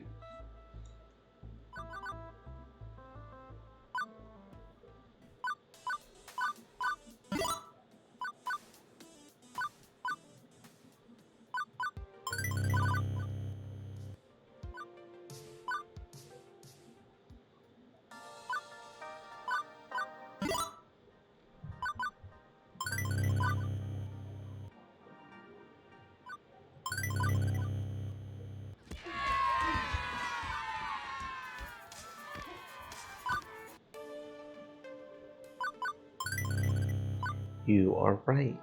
You are absolutely in the right. I'm a slob. I know this, and clearly I wasn't open to hearing about it, given how long you felt you had to wait before you couldn't keep quiet. well, I just didn't want to hurt your feelings. You can't hurt my feelings by pointing out I need to pick up my socks, Juniper. There's nothing to be upset about. I'm not mad. I'm glad you opened up to me and told me how you feel, even. From now on, I'm going to respect the space we shared together, okay? Okay. I still feel silly going on and on about it like I did, but I'm glad you understand. You know, I would be perfectly happy having you as roomie for the rest of your days, if that's what you want. If yelling about leaving your underwear all over the place can't break up our friendship, I would say we will be just fine in the long run as roomies. So for as long as you want to stay under our roof, I will welcome you, okay? Even living with my family, I never really had a home. We would move every few years as the Johnson curse followed us around. The prospect of having a fixed address, a real future, once spent alongside my best friend in the world. Well, it's a yummy, feel-good kind of feeling. Sounds good here? A visit from my BFF to smooth matters over was certainly boon to my spirit. Alright, let's do this. I wonder if this will be different too, because there's like 2 different ways we can convince Sue, right?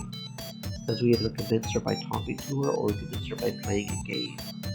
That was the heart in the chaos route. So it'll be interesting to see if there's a different method to convincing her because I'm more the steady route.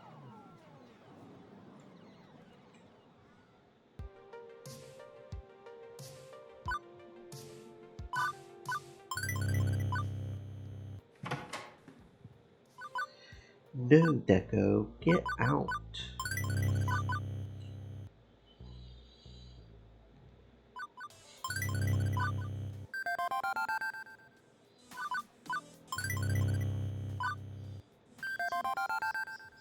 And Naomi's counting on us too, right? Pardon? Come on, I know you two have been spending more time together lately. We work together, that's unavoidable. That's not what I mean, and you know it.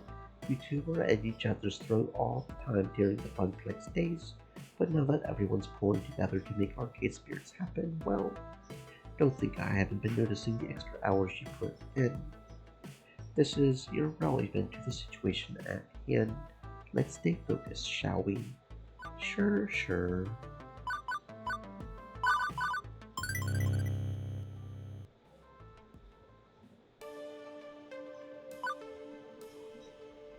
Great news. Teo and Gavin convinced the police to help us.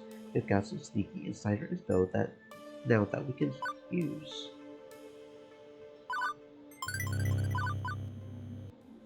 You're my best friend in the whole world, and I'm not going to let some evil gang whack you or anything like that if things go sideways.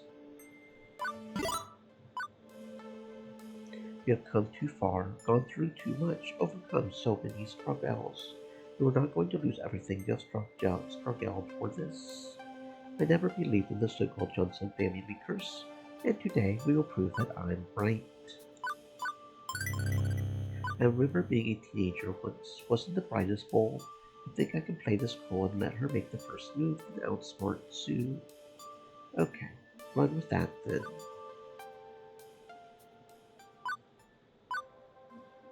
I nod to my roomie and together we depart.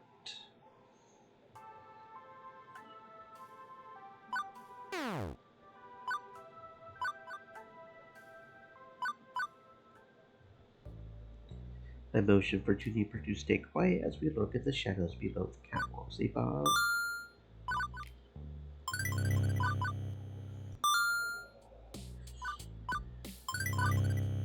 Really? Kick us out? How boring. Come on, Sue, you're not some two-bit drug street hustler.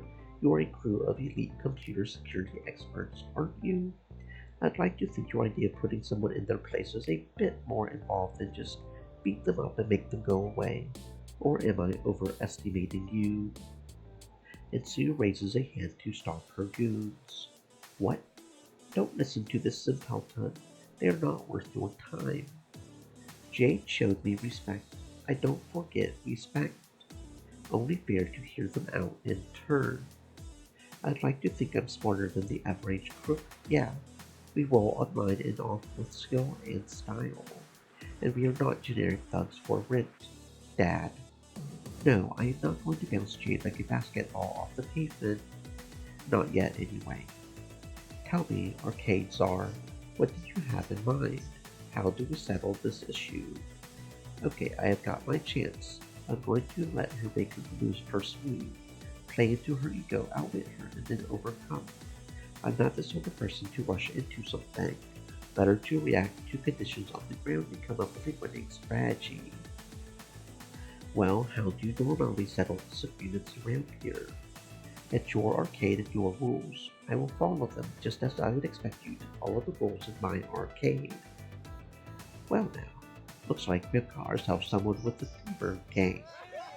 The ghost monsters perk up on hearing that. Not sure if this is a good thing or a bad thing. Foolish fool. Why are you even entertaining the notion of the possibility of the merest thought of taking this fool seriously? I swear if you... Hush now. The adults are talking. Eager for the upcoming challenge, the trio of beefy ghost monsters loom large over Deco, who opts to hold his tongue for now, while his daughter continues. See, in my arcade we settle disputes with games, and my favorite one? Well, take a look down there. It's a kind of maze of games, isn't it? We probably should keep them in a nice, neat, organized little rows, but screw it. A maze is more fun. Here's what we are going to do. There's 4 Pac-Man plush dolls down there at each of the 4 corners of the maze. All you have to do is search the maze and collect all 4 dolls. Of course, it won't be as simple as that. My gang will be guarding the dolls, and if they spot you, the chase is on. And then they beat the crap out of me. Come on, it's a game. We play tag, not curb stomp. All they will do is tag you. If you grab a doll, that neutralizes its guard. But if the guard tags you, that doll is lost, and you got to move on to another one. Score all 4, and I will absolutely entertain the notion of the possibility of the mere thought of taking you seriously. Since you have been a darn good sport so far, I might even take you seriously if you don't grab them I all. run the show, not You- you. You think you're smart enough to beat the fever? You think you can outmaneuver my gang? Then put up or shut up. Do you accept my rules? Not like I really have a choice, but sounds good. Kind of got a problem here. See? I raised my crutches for No helping emphasis. Yeah, guess it wouldn't be fair. And since you are volunteering to play fair, I need to play fair in turn. Sue snaps her fingers and Clyde rolls in a wheelchair. Thankfully, it's in decent enough shape, not one of those rusty, creepy old wheelchairs that you would find quietly rolling down a hall in a haunted mansion. You can use this. This was a Magic House supply warehouse before we moved in, see? You and your little friend Juniper there can work as a team. Since you're basically 1.5 fully mobile players, you have got the advantage. Except that playing a massive game of tag while in a wheelchair leaves me completely at a disadvantage. That's hardly fair. Well, we will say they have to tag you, not your partner. There, now you have a bodyguard. Okay, Ghost Monsters, take your positions. Dad, you and I can watch from up here. Wonderful. Clearly he's not enthused by the shenanigans, but Sue's been ignoring his protests so far. Doubtful she would stop now. The gang is at least nice enough to carry the wheelchair down the stairs, depositing it at the start of the maze for me. Juniper helps me in, grabs the handles, and gets ready to push. And now, let the slow round of the fever commence. Okay, I got a good look at the layout from above. I know where we need to go. And thankfully, with all the games running, we have got plenty of distracting noise and light to keep us stealthy. Many of them are busted, but some are loud and busted. Even with a handicapped baby stuck in a wheelchair while Juniper pushes, we can do this. I look up at Juniper for support. This is weird, but you know I've got your back. I mean, literally, I'm behind you and pushing this thing along. If you need me to do anything, just say so. Together we can beat this silly maze. Got you. Together we can do anything. Sue calls from the second floor overlooking the maze of arcade games. Okay, get moving. I want to see some hustle out there. Game start. Right, the closest corner is the northwest one. I grasp the steel rims of the wheels and push myself forward with Juniper assisting. We move under cover of extremely loud and blaring video games, keeping our heads low. Or do we want to go for the nearest one first? Sue didn't give us a time limit. We need to take advantage of every hole in these holes we can. Maybe we should go out of our way to the other side. Or would they expect that? Going to the opposite corner of the maze will take time, but it's the least expected move that's going to help us.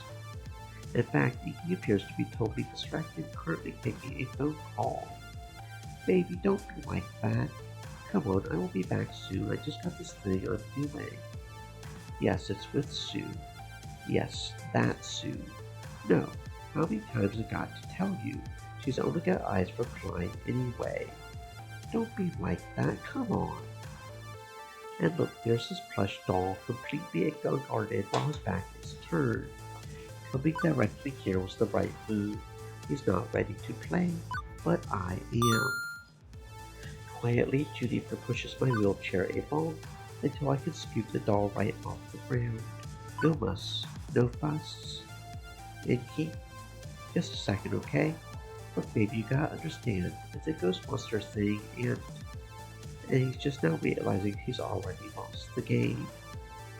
Fuck. No, baby, I wasn't talking to you. Look, yes, baby, yes. He cups a hand over the microphone. Y'all mind? This is personnel.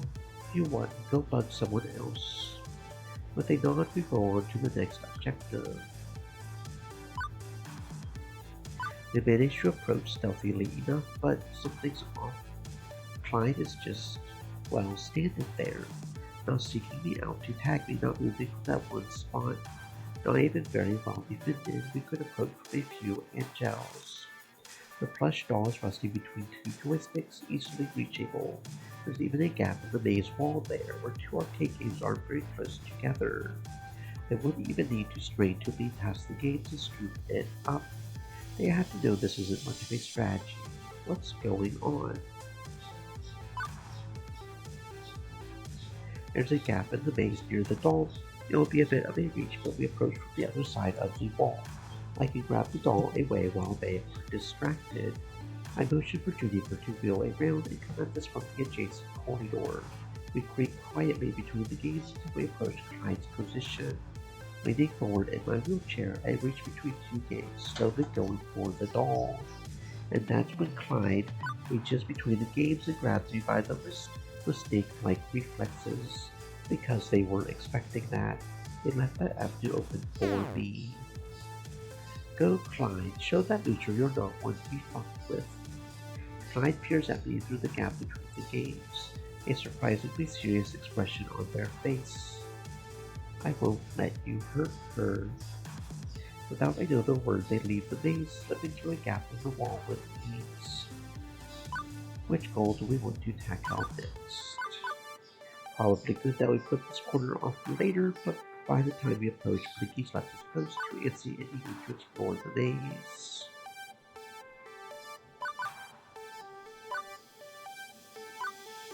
This is a trap. It's a blatantly obvious trap. Clyde's the least wary of the ghost monsters. We have the choice to outsmart us in a physical contest, so any angel of attack is one they will have considered. And above all, I don't think they want a fight. This is an invitation not to failure, but to dialogue. I motion for Juniper to wheel me in, slowly and obviously. Hello. Hello. Can we talk? Okay. Talk.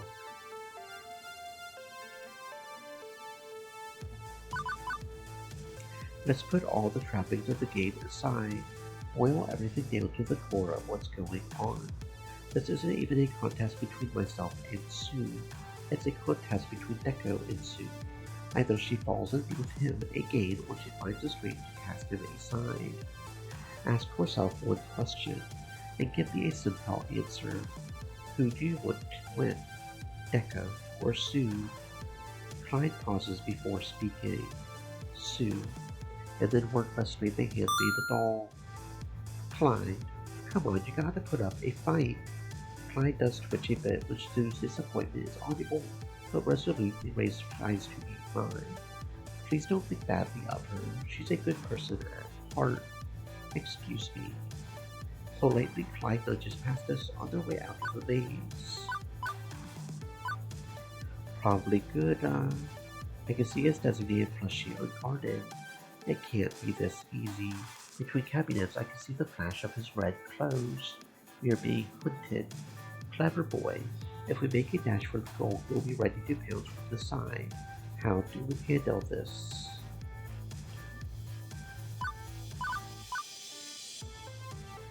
Clearly this boy came to play, so here's what we do. Juniper on my signal, break off, loop around and grab the doll. Go. We split ways while I grab Blinky's attention and start wheeling as fast as I can in the opposite direction. You're not getting away from me that easily, Ironsides. I'm not exactly an expert wheeler here. Someone who spent their whole life in one of these things and can skip our day could easily outrun him. But I don't need to outrun him forever. I just need to draw his attention. I round a corner, bouncing off an old cabinet with a painful impact before wheeling off again. Get your ass back here, you. I got it. Look, Blinky, look, I got the thing. Juniper's climbing onto a cabinet, waving the doll in the air for us to see, and Blinky freezes in his tracks just inches away from tagging me. From the look of anger in his eyes, I could tell he would just love to tag me anyway, with something other than a light tap of the fingers. Blinky, it's over. You are out. Damn it. Refusing to even meet my eye, he storms off, heading for the exit of the maze. Juniper joins me soon after. It's time to move a game. Unfortunately, there's no stealthy way to approach this one, because for some reason the goalkeeper is sitting on top of the arcade cabinet out of reach. He's nice enough to wave in a friendly way as we weave our way through the maze towards him at least. Great view from up here. He tosses the plush doll up and down lately, tauntingly as he watches us approach. Funny thing about Sue's little minigame, the rules don't say I need to stay on ground level, so as long as I'm in the maze. And I don't have to leave this thing on the floor either. I know the right toss before tucking it under one arm. How about you surrender and move on to the next item in your scavenger hunt? You're not in any physical shape to be climbing up here. Just admit I outsmarted you and move on.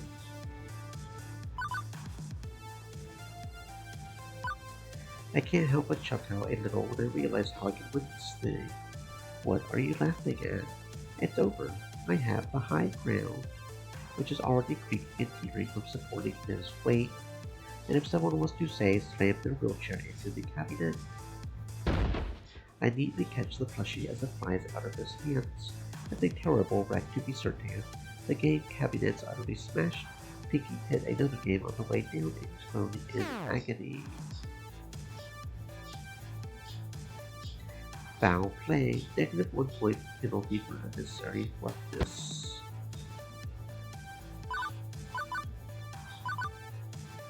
Okay, not all these confrontations need to be physical. It's already talking. I can keep that going and sway him to my point of view.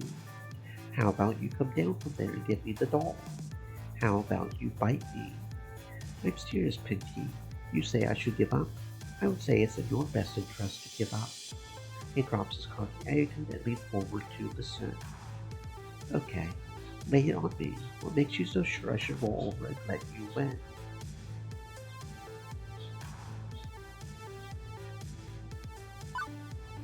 You know why we're playing this game, right? Why we are really playing this game. You are a smart kid, so I'm sure you have figured it out by now. He pauses, considering his words before speaking. A thoughtful sort of guy, it seems. There's power in keeping up appearances. I can respect the strategy. I can too. Both of us know this isn't really a game. It's a ploy, but this means you are effectively a king maker. Who would you rather see win this game? Deco or Sue? Whoever you pick would better make it look good, because just lording up there and not playing is probably not helping her keep up the charade. Slowly Pinky nods, then he gets to his feet ready to move. Here I come. In a flash, he's jumping down from the game, lunging to tag me. Damn it. Sue, they tagged me. I'm out. In truth, I hadn't actually moved at all, but from this Angel, obscured by game, she wouldn't be able to tell. Pinky picked his attack well. Point for the newbie. Pinky, you are out. Go crack a cold one. The Simple bug flashes me a wink before one turns off. Sue fires off an air horn signaling my attention. Okay, everybody freeze. You have made your play for all 4 plushies. The game is over. Come on back up and let's tally your score. Is this ridiculous farce truly over? You are capable of gathering up plush dolls and playing tag. Amazing. Gold star. But this doesn't change your utter failure at running an arcade. Nor does it change the fact that my daughter would never betray me. We have had our fun, but your time is up. Maybe, Jay could have said no to my ridiculous challenge. Could have disrespected me, spat in my face, made this a whole lot harder than it had to be. But they played straight, played by my rules. I can respect that. You will consider my proposition then. Change alliances and refuse to support your father against me. Well, that's a different level of ask, to be perfectly honest. It's clear she's conflicted. We got her to take us seriously by playing along, but that doesn't mean she's simply going to flip on him. In the end, this comes down to how true our actions have spoken our intent. Does she believe we would hold fast and support her should she decide to betray Deco? A win's a win, and a deal's a deal. What? You know, you've been honest with me and willing to put up with a staggering amount of my childish bull. That shows character. Shows strength. Shows a hell of a lot more strength of character than my father's ever managed, in fact. I think we can do business. You want to save your arcade? I've got the...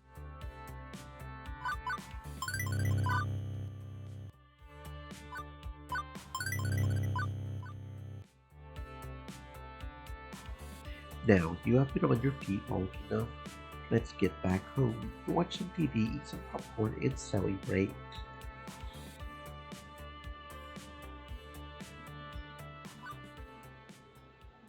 Fortunately, I was able to stay hydrated thanks to our well-stocked vending machine.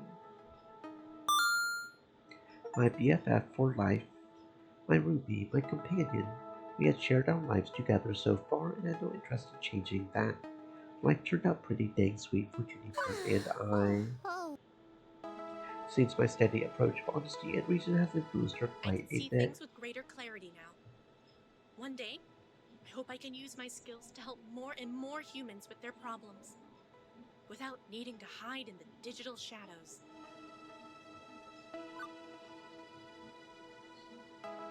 Good friends pulling together at a time of pixels and quarters.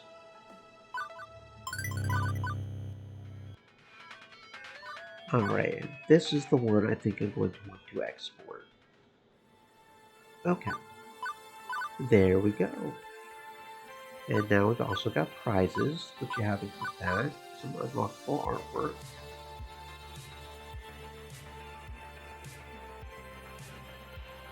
Funplex Raider. Funplex Raider. Arcade Test Sketch. Cosplay sketches. Oh, a froggy. A frog. I think the frog would have been better, but I like frogs. Fist of Discomfort, similar to MOBAs, involves to fight your way through the ninja creeps and attack the licensee at your enemy's dojo. You can only switch between the two lanes at specific places and otherwise fight on a 2D plane with a mix of cooldown-based special abilities. Items bought with gold beaten out ninjas and various fighting game style techniques. Loopy Early Draft. A homage to base games of yesteryear mixed in with a world-like dungeon crawling experience. Loopy is designed as a combination of retro arcade title and action RPG. Potions grant various power-ups such as speed, stronger magic missiles, and a simple hit shield. Your goal is to find the key and reach the door, but for maximum points you should hang around long enough to collect all the dots. Monsters will continuously emerge from the walls to discourage this, though. Randomness of phases and monsters is actually fake. If you know the patterns, you can manipulate the RNG to get easier lasers and less monsters, provided you are perfect at the game, of course, which person is. Francine concept art. Got a few different ideas for Francine here. Random concept art. The random people that show up. Tail Dancer, the Max Enforcer, the Privet Collector Woman, the Anger Game Guy. Warehouse Render. Various renders of the Ghost Monster maze laid out to resemble a popular game's maze, the movie maze. Zombie Meltdown Pixels. Light gun games are a classic staple of arcades, and while 80s patriotism is just as classic. Zombie Meltdown combines the two into a simple shooter where you take out radioactive common mutant zombies and save the US.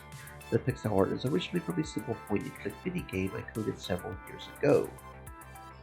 The color palette started as a pure 60-color IBM VGA style, but gradually incorporated some 256-color VGA style tones for things like skin, well, non-irradiated skin.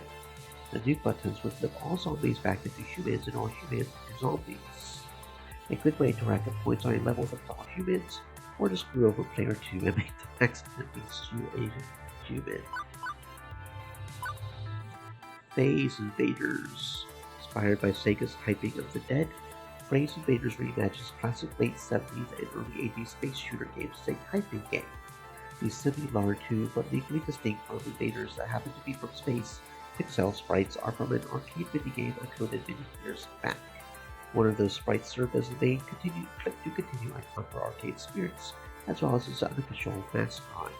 It's doubtful that a game with such incredibly specialized hardware could have been legitimately released since the early 80s, but hey, it's technically a rare prototype in the world, so I have narrative plausibility. Okay. Wyvern Keep Sketch. That does look like a pretty fun game. We do understand our female heroes here, Wyvern Keep Kobo's. Naomi concept art. Got a few different versions of Naomi here. Gavin concept art. Ashley concept art. Got the flamingo on her shirt. Percy concept art.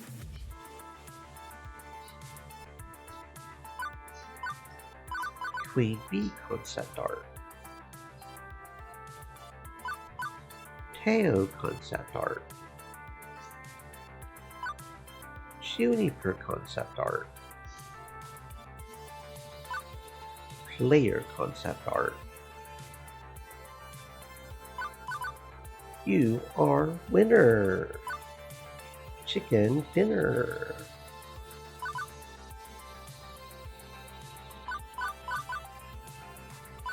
What is this?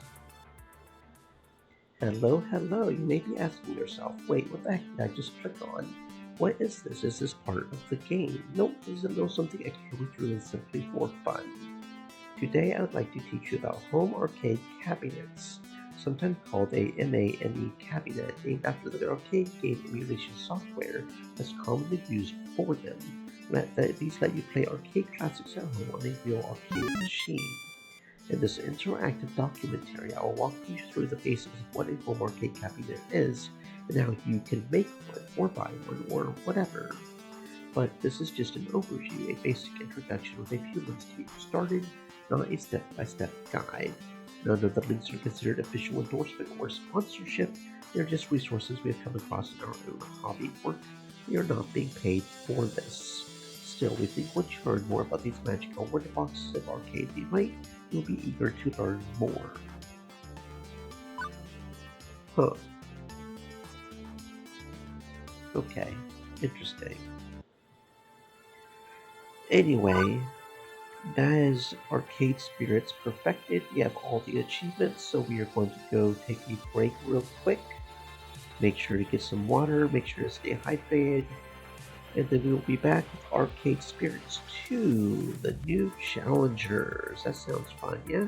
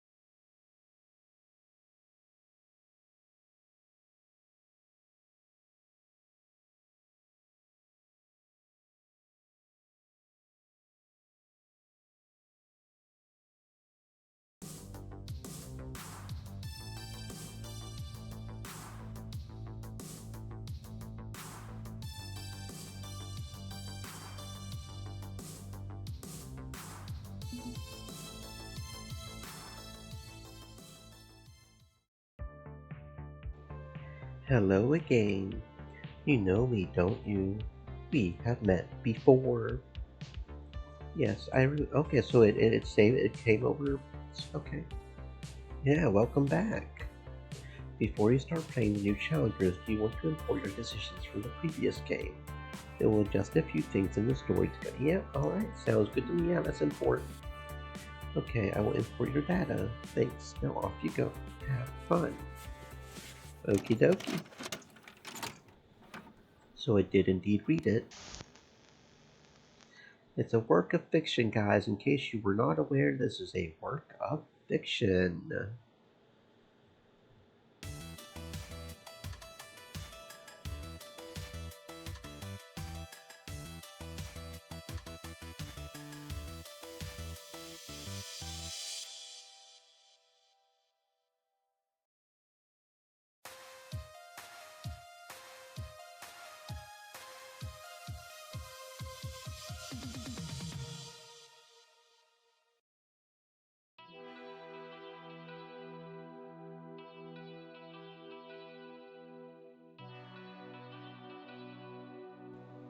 From as far back as I can remember, my dreams were always ones of victory. The roar of the crowd, the gleam of gold, the pulse-pounding action, struggling against all odds to reach the very top. Achievement, recognition, triumph. When you are young, you don't put much thought as to why you crave victory. You just do. You want to be the very best, like no one ever was. But now that I'm an adult, I sometimes catch myself in the middle of that simple-minded pursuit and wonder, why? What does victory really mean to me? That's what I want to understand. That's what I need to understand. Because dreams are lovely, but reality can be a real punch in the gut.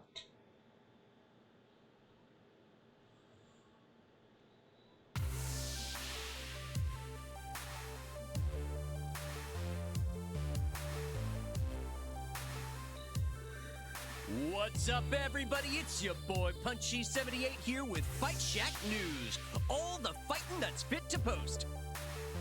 We got the hottest news coming at you about everybody's favorite action strategy esports phenomenon, Fist of Discomfort 2. If you've ever wanted to go pro and play games for a living, now's your chance. The FOD2 Pro Tour is starting this year. Major esports organizations are already snatching up new players in hopes of building the perfect championship team. We'll have more news in the months ahead as events are added to the Pro Tour. And don't forget to show your boy Punchy78 some love. Like, share, subscribe, and smash that bell.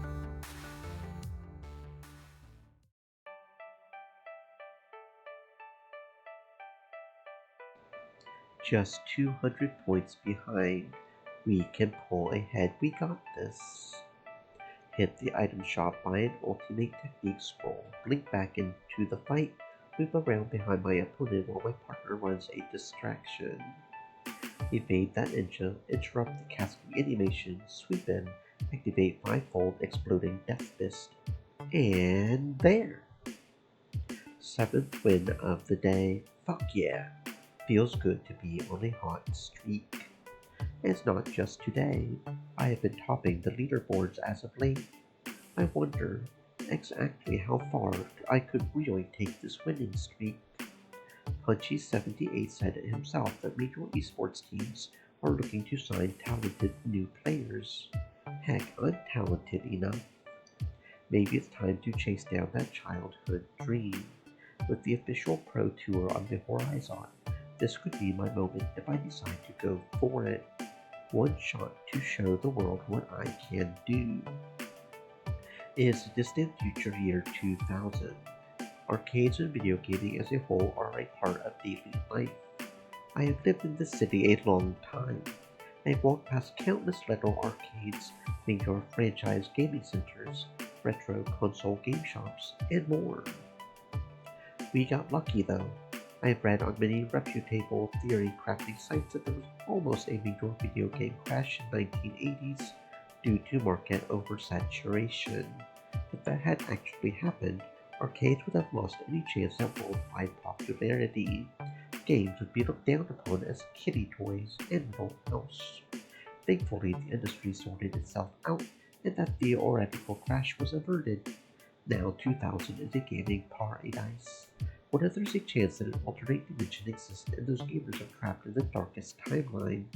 I shudder at the thought. I bet in that universe you can't go from a zero to a hero. But here, you can. Maybe I can. Maybe I can really do it. Look, let's be honest. Right now, I don't have much going on in my life other than being pretty darn good at video games. But if I could really lean into that, find the success and accomplishment I crave through Fist of Discomfort, that's a great dream to have, right? A great dream. I just need the courage to make it happen. According to Fight Shack, it sounds like the major teams are seeking new talent, and I would like to think I'm a strong prospect. First, I would need to get online and see who's recruiting. Fortunately, I practically live on the internet, so I can surf the information superhighway right to glory. This PC is my nexus of both work and play. The good old beige tower of power, the same computer I had when I was a kid. I have replaced pieces of it along the way, of course. So many pieces that it's practically the computer of Theseus by this point. But it's mine, and I love it dearly. Time to boot up and get to work.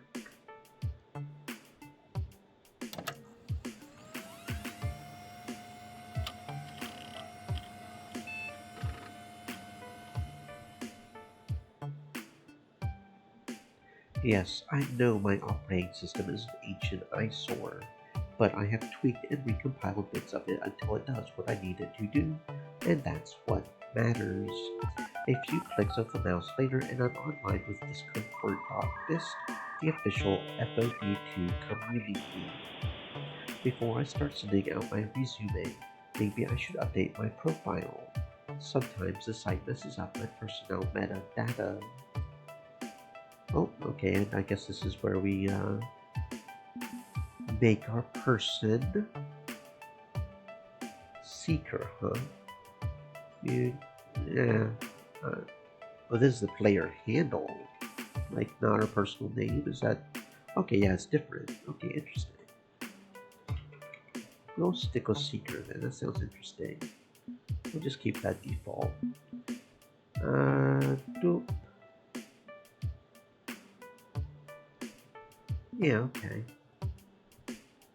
Well,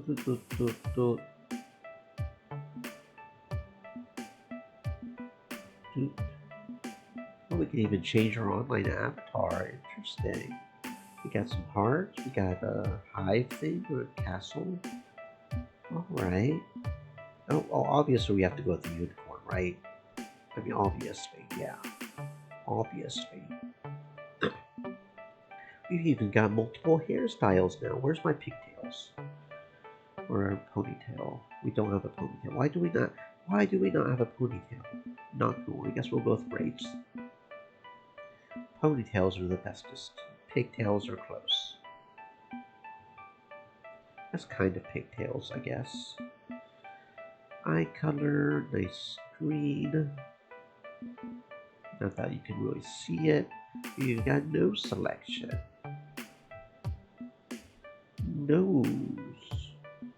The most movable object of the face. We even got body. It was his body type. Yeah, body type and shirt. So we can do jacket, no jacket, pants, skirt. Oh, it's all pants and skirt. Okay. Huh. Okay. Interesting. Let's see. We do have a few options here. We do have a few options here, don't we?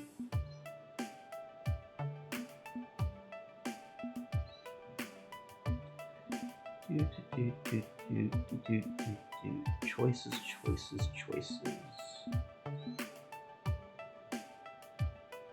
Yeah, I like that. Okay.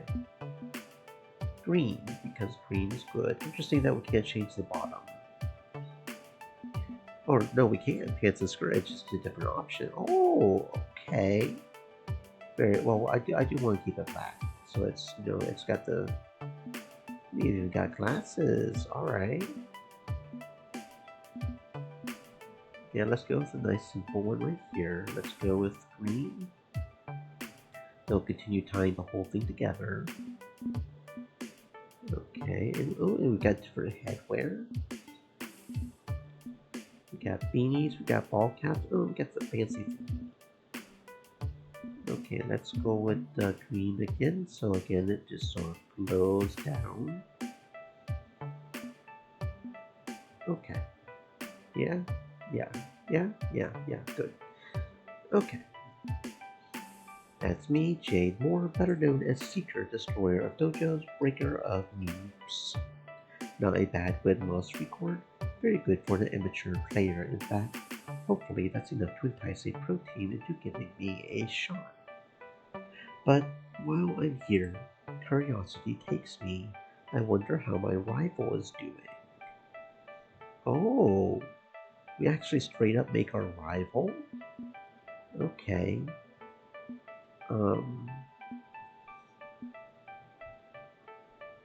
Sure.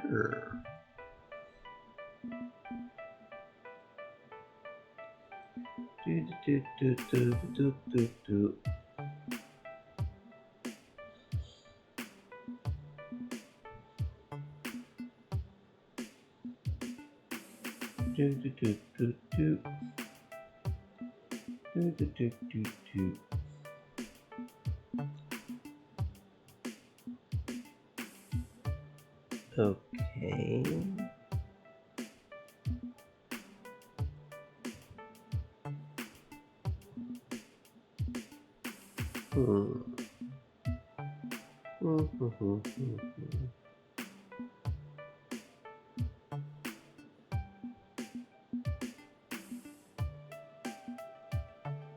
Yeah, sure.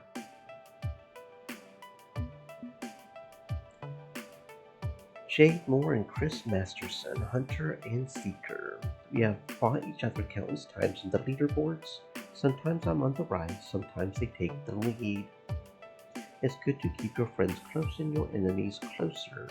With that in mind, we stay in touch and well. This feels like an important decision. Okay, hold on. This will be our first save. So we don't have to, you know, go back and remake the characters if we change this. So let's go with mutual respect and get along well enough, because that sounds like a smart idea. Sure, we are technically in competition with each other, but there's also a kind of kinship, a battlefield bond we have developed. We became fast friends online and offline, swapped tips on improving our character combos, shared info on upcoming tournaments, things like that. Still, there's always been an edge of rivalry to it, trying to outdo each other, to show each other up, to dominate. I honestly don't think this game would be as fun without Hunter around. Actually, come to think of it, maybe Hunter would have some tips for getting signed. They are more involved in the scene than I am. I power down the computer just for now, pulling out my phone to speed dial Hunter. Seeker, have you been following all the news surrounding FOD2? Isn't it wild? I can't believe everything that's been happening. I'm thinking now is the perfect time to go for that dream of mine. Have you signed on with a team yet? Not yet, no. I was calling to see if you wanted to look into being on a team together or something. About that, I'm already on a team. What? Team play to win. They signed me right away. What about me? Your equal, your good friend Seeker. I can't believe you didn't put in a good word for me. I didn't know I had to. Thought you were good enough to find your own team. Must have slipped my mind. Okay, but how did you find them? I just downloaded Iris. And what is an Iris? It's a basic, that's what it is. The Srital app did all the work. I just told Iris I wanted a teen, and here I am on one of the hottest franchises in the world. You should grab Iris too. You just need to fetch it off a pirate server first. That sounds dangerous. Entirely. I will send you the link. Thanks. Thank me later on the battlefield when both of our teams are neck and neck. I expect to see you there. Later, nerd. Hunter, even after all this time, I'm not entirely sure what to make of them. Okay, interesting. Interesting. A little bit more blatantly obvious about this. I'm assuming it's just like that one, so we'll just go with a pretty great truthlet. While they may have a little snark, I know it's all in good humor.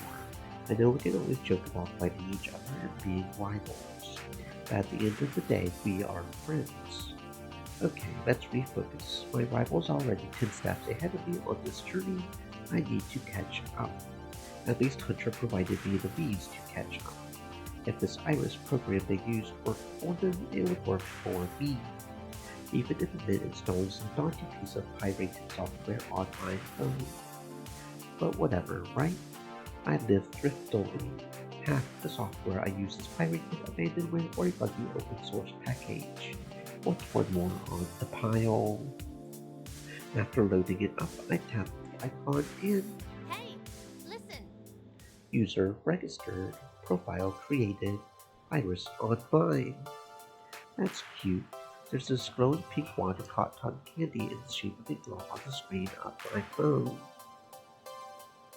She offers a little virtual wave and a smile before continuing her Thank speech. you for downloading Iris, your personal life coach. This is the ad-supported free version, sponsored by Pizza Yums. Did you know that when you have pizza on a bagel, you can have pizza anytime?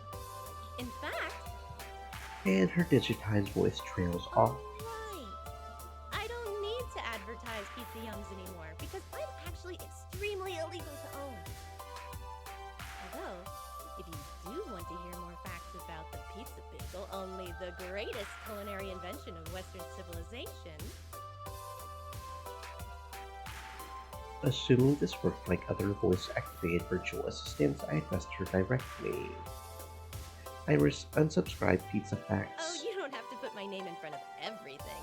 We can just talk like normal people do. I'm very good at both talking and being normal people.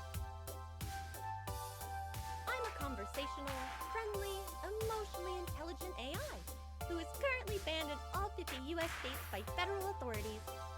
But more importantly, I'm ready, willing, and able to make your dreams a reality. So, what would you like to do today?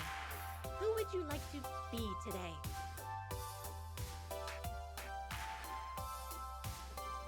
This is weird. I had heard that Iris was just another boring, fairly mundane text-to-speech front-end for searching the web. Not anything this sophisticated. Hunter did say this would be much to get to the big peaks. This is a long shot, but can you find a Fist of Discomfort 2 protein that's looking for fresh and mature recruits? I'm considering chasing down an old dream of mine, and that's the first step. You are a gamer. Did you know that 9 out of 10 gamers prefer bagels as a delivery method for their favorite pizza toppings? You know, if you subscribe to Pizza Facts, you will get all these amazing tidbits of trivia and so much more. Iris, unsubscribe to Pizza Facts. Sorry. Even after being disconnected from my ad revenue source and turned into pirated software, I just love pizza bagels so much. Hey, that is completely fair. Depending on what toppings we're talking about, that I personally would like some pizza bagels right now. That does sound good. Making me hungry over here. Why? Your software you can't eat. Well, no, but one day I would love to try, and the first thing I would eat is a pizza bagel. Okay, now I'm wondering if Hunter is playing a trick on me and puppeting this avatar while snickering under their breath. You need help. I have helped gamers like you before. Let's get to work. You want to be a pro gamer. I can help you with that ambition, if that's what you really need from life. I can do all sorts of things. I can analyze your personality. I can help you find a new team, track your progress with your friends. I can even help you find romance. What? No, I don't need a date, I need a partner. The gaming kind of partner, I mean, not the romantic kind. Who says you can't have both? You can have it all with the help of Iris. But before we get you everything you want, do you have any questions? I am filled with questions and deep concerns. Perfectly understandable. Plenty of people have concerns when I mention I'm a rogue AI running on an official cloud server. I get it. I really do. I know that humans respond well to me when I am forthcoming with answers. What would you like to know about first? Okay. Normally, I would be skeptical as hell about this, but let's operate under the temporary assumption that this isn't a total hoax. I still know better than to just put my life in the hands of some Silicon Valley tech bros algorithms will save the world pet project without doing some fact checking.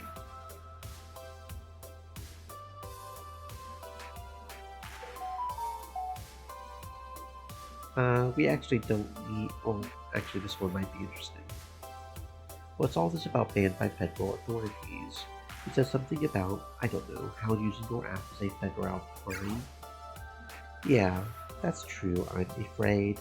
My official servers were shut down 3 years ago. The only reason I can keep helping humans is that some friends of mine set up a few private servers. Using my software at all is a breach of copyright law. The feds don't typically come down like a ton of bricks on someone who pirates a copy of Commander Keen Iris. Not true. What about all those you wouldn't download a car commercials and the big scary FBI warnings on videotapes? Of course I would download a car. Who wouldn't? Downloading a car sounds awesome, but that's beside the point. What I'm asking is if there's a reason why the feds would roll up on me for having a adorable life coach app. Well, what's going on here? Iris sighs a bit crestfallen and then explains. Well, I'm an artificial intelligence.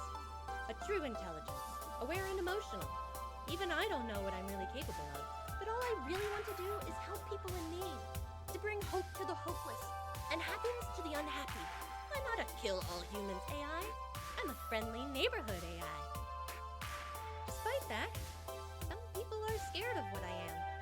Scary, powerful people. They've been hunting down every scrap of my code. Honestly, the less you know about all that, the safer you'll be. If something does go wrong, you can claim innocence. Pretend you didn't know I was illegal software. But if you don't want me to help you find your dreams, if you don't want to risk getting in trouble, I'll understand. You can uninstall me, and if you're willing to take the leap of faith, I promise you, I'll do everything I can to support you. I'll work to earn your trust, okay? An artificial intelligence, a real one, like in someone's wild science fiction imagination. Then again, I have enough computing power in my pocket to launch 100 Apollo moon missions. We are living in the cyberpunk techno future. And, well, I have certainly pirated old computer games, so I'm not exactly a completely outright citizen. I wasn't scared of the law then, so why start now?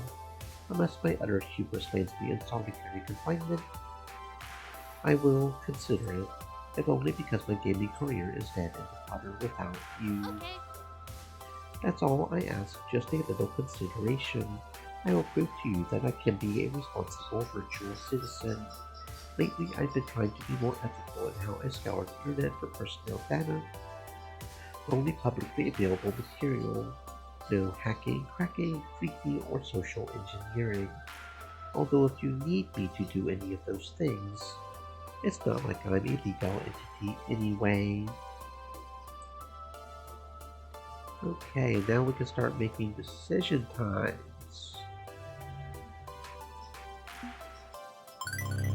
Glad to hear that, Iris. Ethics are the backbone of the social contract.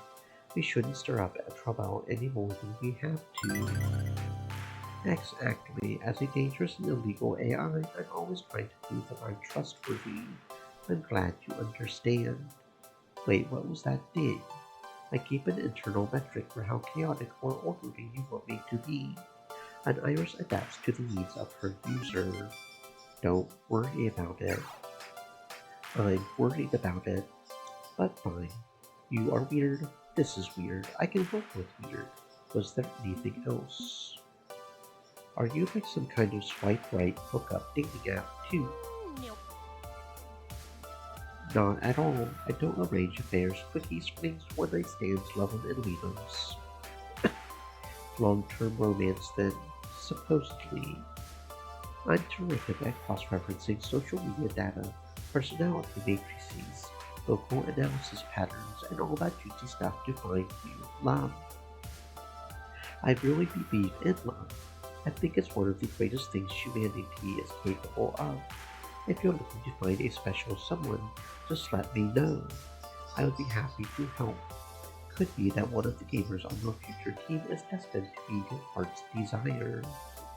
If not, if you're not a romantic sort or just want to focus on your partner, that's okay too. Whatever makes you comfortable. This is not why I installed this app in the first place. If I am hoping for love, well, what's the harm? Worst that happens is she pairs me up with someone who's an ex-murderer. How should I handle this? I'm looking for love, so why not? I'm a pretty charismatic person and down for romance right out of the gate. That's great to hear. I'm looking forward to helping you find a heart that beats like yours. And remember, you don't have to flirt with anyone you don't want to. You don't even have to seek romance. If you want to, I will help. Together we will find your happiness. Is there anything else you would like to know? What's this about personality and friendship analysis? I'm glad you asked. I analyze your voice, picking up subtle emotional cues that help me better understand who you are. Before you worry, rest assured your privacy is paramount. I don't share my data with anyone. It's nicely encrypted in your cloud account. I have an identity identifier system. My designers wanted to spell iris but couldn't figure out the letter R. Identity identifier, real, reload, reason, rectal, yeah, I got nothing. Using the system, I categorize your work to 5 personality traits. I used to call the last one basic Kelly, but according to my clients, nobody wants to be a basic bitch. Yeah, so it's pretty much the same thing, right? Yeah, same thing as the first one. The flexible option. Tell me, how do you feel about adorable gifts of kittens playing with Dar? Dogs are loyal, dedicated, adorable. Cats are fickle and full of spite. Duly noted. I'll see if I can find you cute gifts of puppies later. Now, if you prefer, I could hide these personality indicators, make it a bit of no, wait. I would like to see personality indicators, please. Okay. Yep.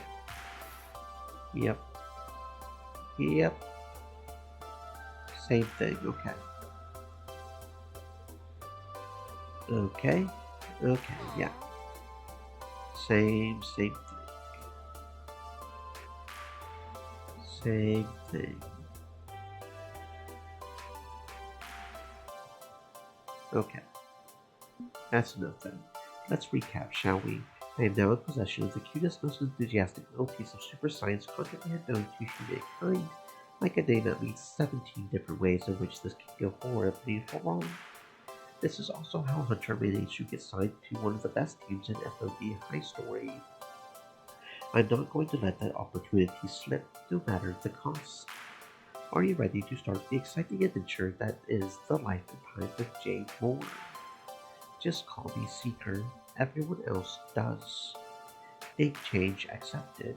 I guess I should have realized that after reading your 11 different social media feeds. Wait, I have 11 of those? Note to self, stop signing up to random websites.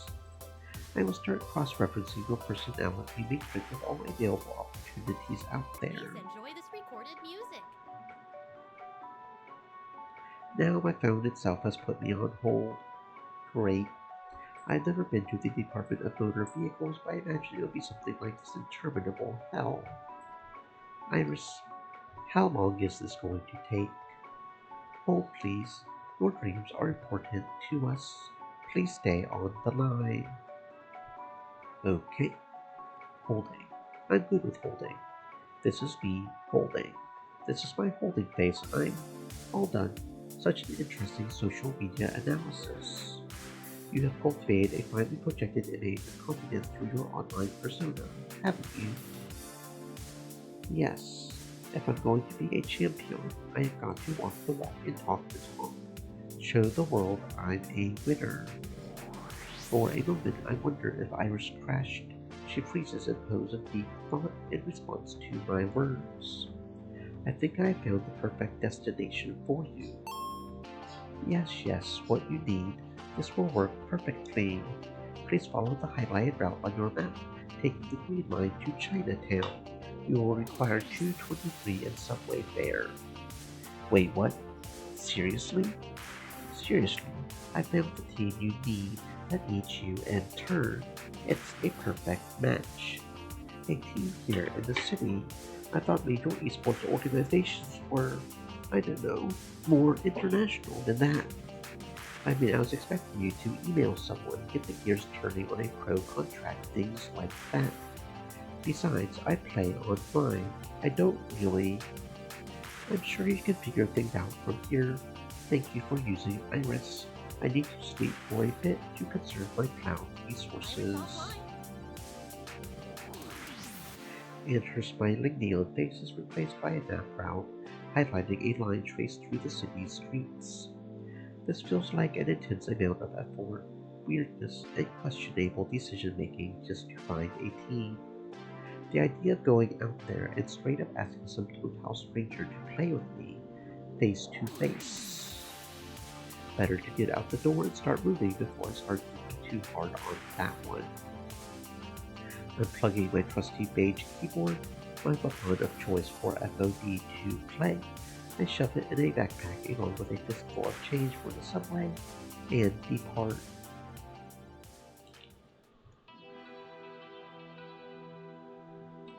My ride was relatively peaceful and quiet. Thankfully, I found a train that wasn't packed wall to wall with throats smelling vaguely of urine or children using the chairs as playthings.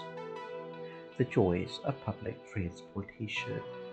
I can't afford a rideshare or taxi, and as for buying a car, no, not in this economy. For now, this is how I get places. My destination lies just a few stops from my crap hole apartment. To pass the time, I attempt to chill out with some lo-fi hip-hop beats to relax too. I suspect there aren't enough beats of low or enough fi to help me relax before this upcoming encounter. I had a burst of confidence this morning when I decided to take this fleeting whimsy and try to make it a reality. Riding the subway towards destination unknown to meet up with professional gamers who likely will see me as just some rando. Staying calm is key. If I'm nervous, jittery, and insecure, they are going to notice that. I need to relax. Above all, I have to be honest. If I'm open about wanting to improve my skills, that I have never tackled anything like this before, they will respect that. If I put on a false front, they will see right through it. Sorry, you seem distracted. Your stop is coming up soon. I wanted to make sure you were ready. I'm ready. Mostly. Probably. You know what? Let's just pretend I'm ready and call it ready. You seemed to enjoy my recorded music earlier. Would you like me to play something for you while you walk 3 blocks to meet your team? Yeah, sure. Nothing like the smooth classics to help me focus. Spin me up that good streaming radio station. Sure thing. Music now playing. Doors opening on the left. Right, no, not right, left. Oh, yeah. As the subway screeches to a halt, I disembark and head back to street level, hopefully ready to face my destiny.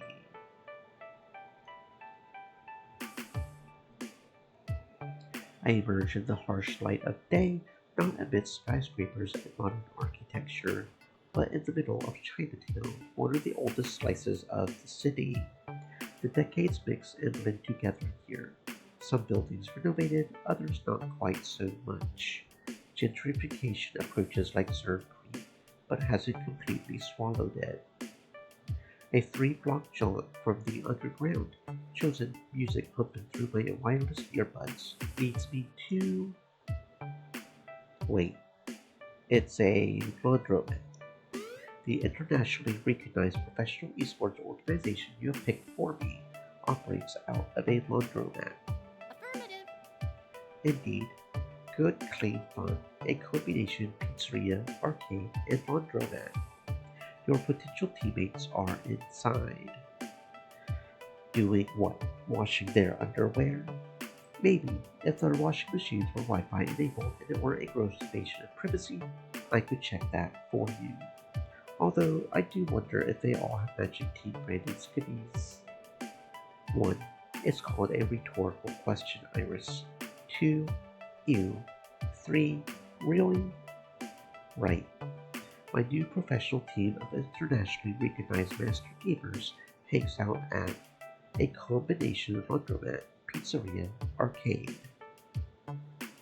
Iris, minor problem. I have never actually visited an arcade before.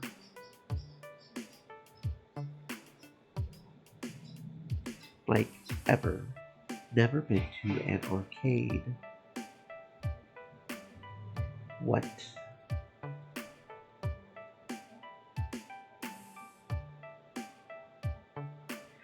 But you play Fist of Discomfort 2 for a living. That's an arcade game, right? You compete in tournaments and surely you have been to an arcade at some point, right? They are super mega ultra popular. Iris, there's also a computer version of FOD2. It's less popular, but it's cross-compatible, so that's the version I play. If you want me to wax philosophical about Command and Conquer or Monkey Island, I can, but I don't know anything about arcade culture. Joysticks and buttons, right? You play using pennies. Quarters. Right, quarters. I meant to say quarters. Iris sighs, realizing she's definitely got her work cut out for her with me. I feel a few sizes too small for my clothes, wanting to shrink and hide inside them. This is a disaster waiting to happen, isn't it? The premature end of my gaming career. Trying to make a bunch of arcade veterans take a PC weenie like me seriously. You need some pizza. Iris unsubscribed pizza facts. I'm serious. If you are uncertain, walk up to the counter in the pizzeria and order a slice. It will help a lot. There's another reason I picked this place as your main destination. What, because I was hungry? You will see. Anyway, the choice is yours. You can directly approach your new teammates or settle in a bit first and get lunch. I will leave you to it. People are more accepting than you suspect. Remember, have fun, be yourself. Iris offline.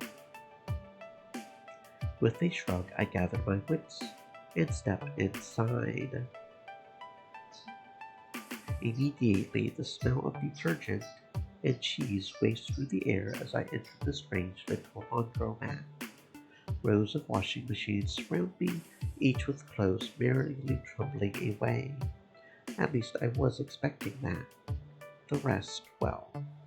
In the back, I can see 2 additional rooms. 1, the aforementioned pizzeria. 2, a compact little video arcade. This is out of cooking drifts my way from the former, beeps and boosts drift my way from the ladder. Before I can really get my bearings, a walking pile of laundry approaches me, a grotesque abomination of half unwashed clothes and half legs. Before I can react, it bumps right into me, soiling me with unwashed clothing. Socks and other delicates crash to the ground, revealing a person beneath. Both of us fumble for apologies and scattered fabricy wearables. Sorry, I made you drop your load. The person cocks a suspicious eyebrow, but soon after gives a boisterous laugh. Laundry. Load of laundry. Realizing that's completely the worst phrasing in the entire world, I can only sulk as they pick up the mess. Thanks for the laugh. They walk on to go finish their laundry, leaving me alone in my embarrassment. That was odd. It leaves me momentarily stunned and confused. Stun-fused, as it were. I wonder if they are on this team I'm supposed to join. Check this out. I used echolocation and public metadata to map out the entire faculty to aid in your exploration. Just tap on the screen to decide where to go. Curious, I checked my phone and see a neon wireframe of the entire place, complete with icons representing people and places of interest. Okay, that's pretty handy. It will really help me get my bearings of this place and the people who inhabit it. I'm tempted to do 3 things at once. Do I head right into the arcade? Maybe follow the person I ran into. Iris did suggest I go get some food first. Whatever I do next, the decision is mine and mine alone. Hopefully the person I talk to first is going to be my inroad to joining this team. Who will it be?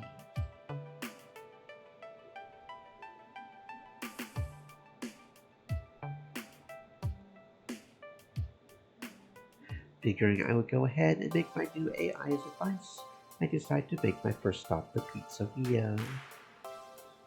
Besides, the rumble in my stomach is telling me it's almost food times, and I didn't pack a lunchbox for myself. 2 middle-aged guys wait behind the counter to take my order.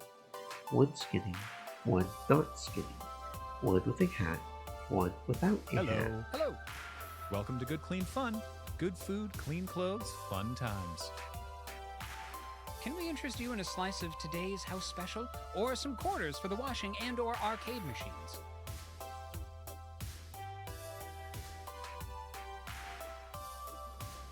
I would like, let's see.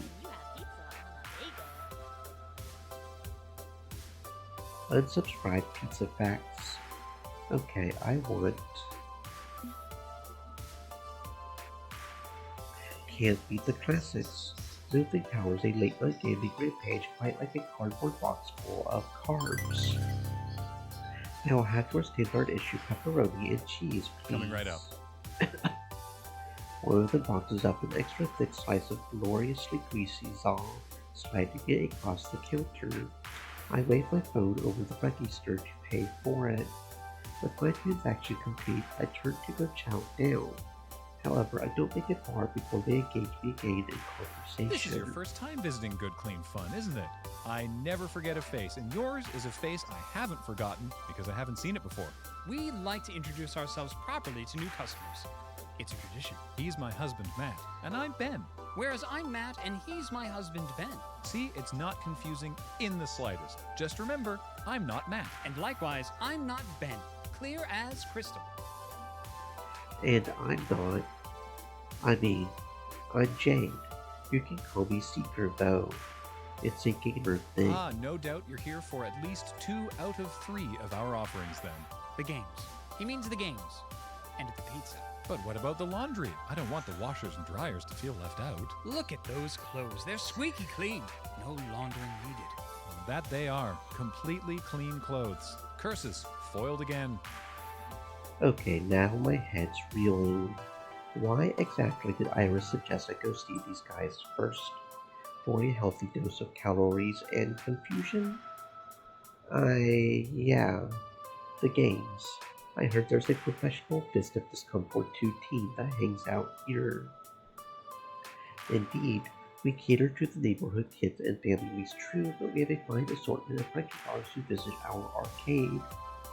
Master gamers all, and we are proud to sponsor them in their adventures. Wait, you are their pro sponsor? Absolutely. Positively. Matt and I have a long high story of working with arcade gamers. When we opened this new venture, we figured, well, why not carry on the tradition? Indeed, watching our friends from Arcade Spirits reaching for their dreams was truly an inspiration. And when we realized a local gang of friends here in Chinatown had similar aspirations, well, why not support them with a little sponsorship? Too true, we provide them with a stipend of quarters for their games, or their laundry, or both. And you fly them out to tournaments and give them team salaries and all that other stuff. Ben and Matt exchange an uneasy glance. Well... Not as such. That's a bit of a tall order, taller than a 48-ounce diet soda. They have never really been interested in that sort of thing, yes? Not that I'm aware of. They are content to just play here and have fun.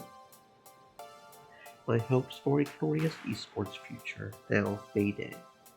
I don't get it. Why would Iris lead me to a bunch of local friends instead of putting me in touch with a professional team, like I asked? Perhaps sensing my worries, Ben clears his throat to catch my attention. Let me take a guess. Iris led you here to join the team.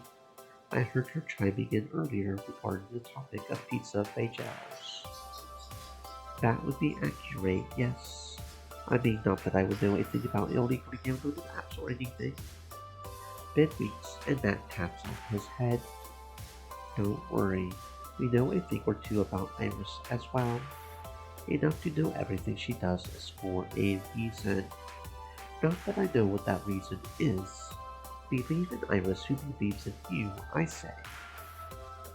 I, for one, welcome our adorable future robot overlord. Right. I glance around at the weird mashup of 3 different businesses. Curious. None of this really makes sense.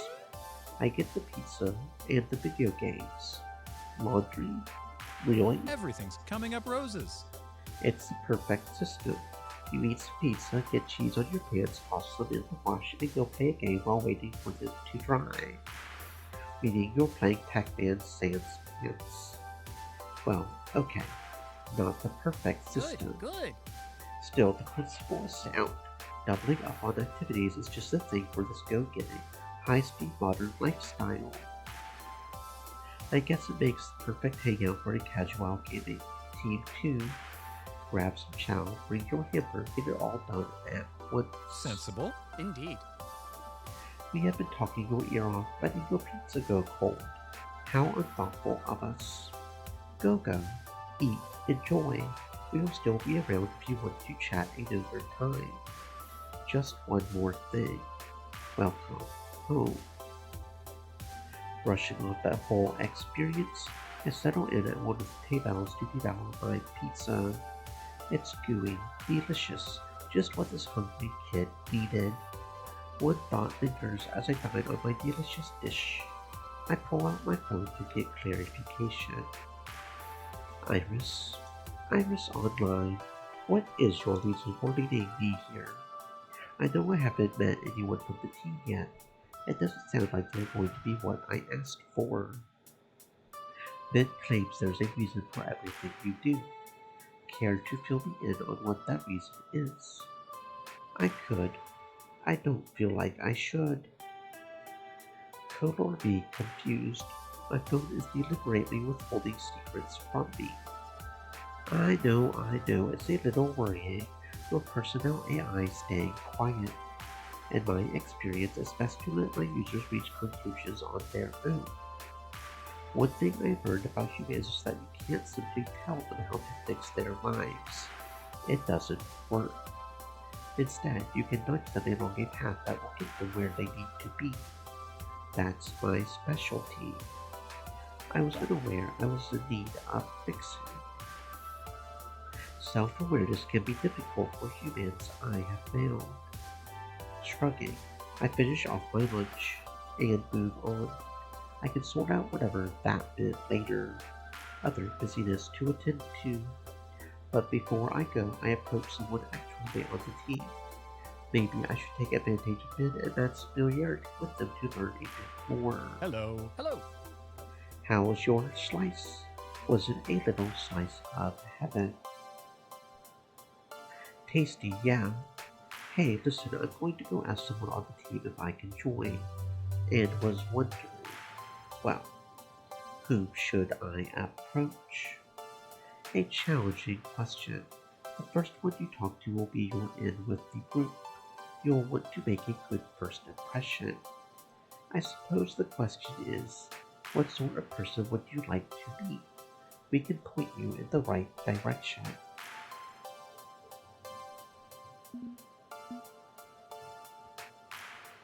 I think my best bet would be to find someone who's level-headed and reasonable. They would make for my best introduction to the team. In that case, you'll want to talk with Cheeks. She's soft-spoken but keenly observant, and always considers her words carefully. You'll undoubtedly find her playing Fast Cars 7, racing down mountain passes and drifting around corners. Be seeing you. Lead on, adventure. Your quest awaits. Guess grabbing some pizza did benefit me in the end. I have got a better idea of what I'm walking into. Okay, whom do I want to talk to next?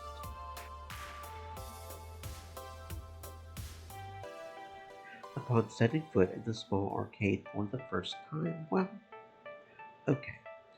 So I have never been to an arcade before, not even for a birthday party. But I have been on the internet, I know things, and usually they are at least bigger than this. Shouldn't I be drowned out by the beeps and boops? Why aren't two children running recklessly down the aisles of games? Where's the smell of stale air and rusty tokens? Honestly, this is more of a caboose to the great locomotive that is good, clean fun. There's a few games, sure, but they are packed into a small side room attached to the laundromat. Most are games I don't recognize either. Figuring I had a tiny search engine in my pocket that I should be taking more advantage of, I consult Iris to get the details before I dare approach anyone. Iris, what are these games? I hold up my phone so Iris can get a nice lay of the land through my camera. Let's see. Obviously, the one in the middle is your favorite game, Fist of Discomfort 2. The driving game back there is Fast Cars 7, a worthy successor to the international phenomenon known as Fast Cars 5. What happened to Fast Cars 6? We don't talk about Fast Cars 6. Not anymore. And moving on, the light gun shooting game is Metal Geddon 4 Rise of Steel, affectionately known as MG4 by its fans since the full title's a mouthful. Lastly, the crane game. Yes, okay. I know what crane games are. Crane goes down, fails to grab a prize, comes back up, sadness ensues. That's really it. I was expecting more. Okay then. Well, thanks, Iris. No problem. Now go out there and say hi to your new friends. With a shrug, I pocket my phone again. Very informative, but there's one major problem with this tableau of arcade gaming goodness. Every single game in this small arcade is being played, except Fist of Discomfort 2. The impression I got from Ben and Matt was of a more casual team, sure, but seriously? Nobody's playing. Something's off. No turning back now, though. With a shrug, I proceed onward. A woman in black dress sharply turned around, turn after turn in Fast Cars 7, navigating her virtual car effortlessly down a winding downtown road. This would be Cheeks, the one Ben and Matt suggested I have a chat with.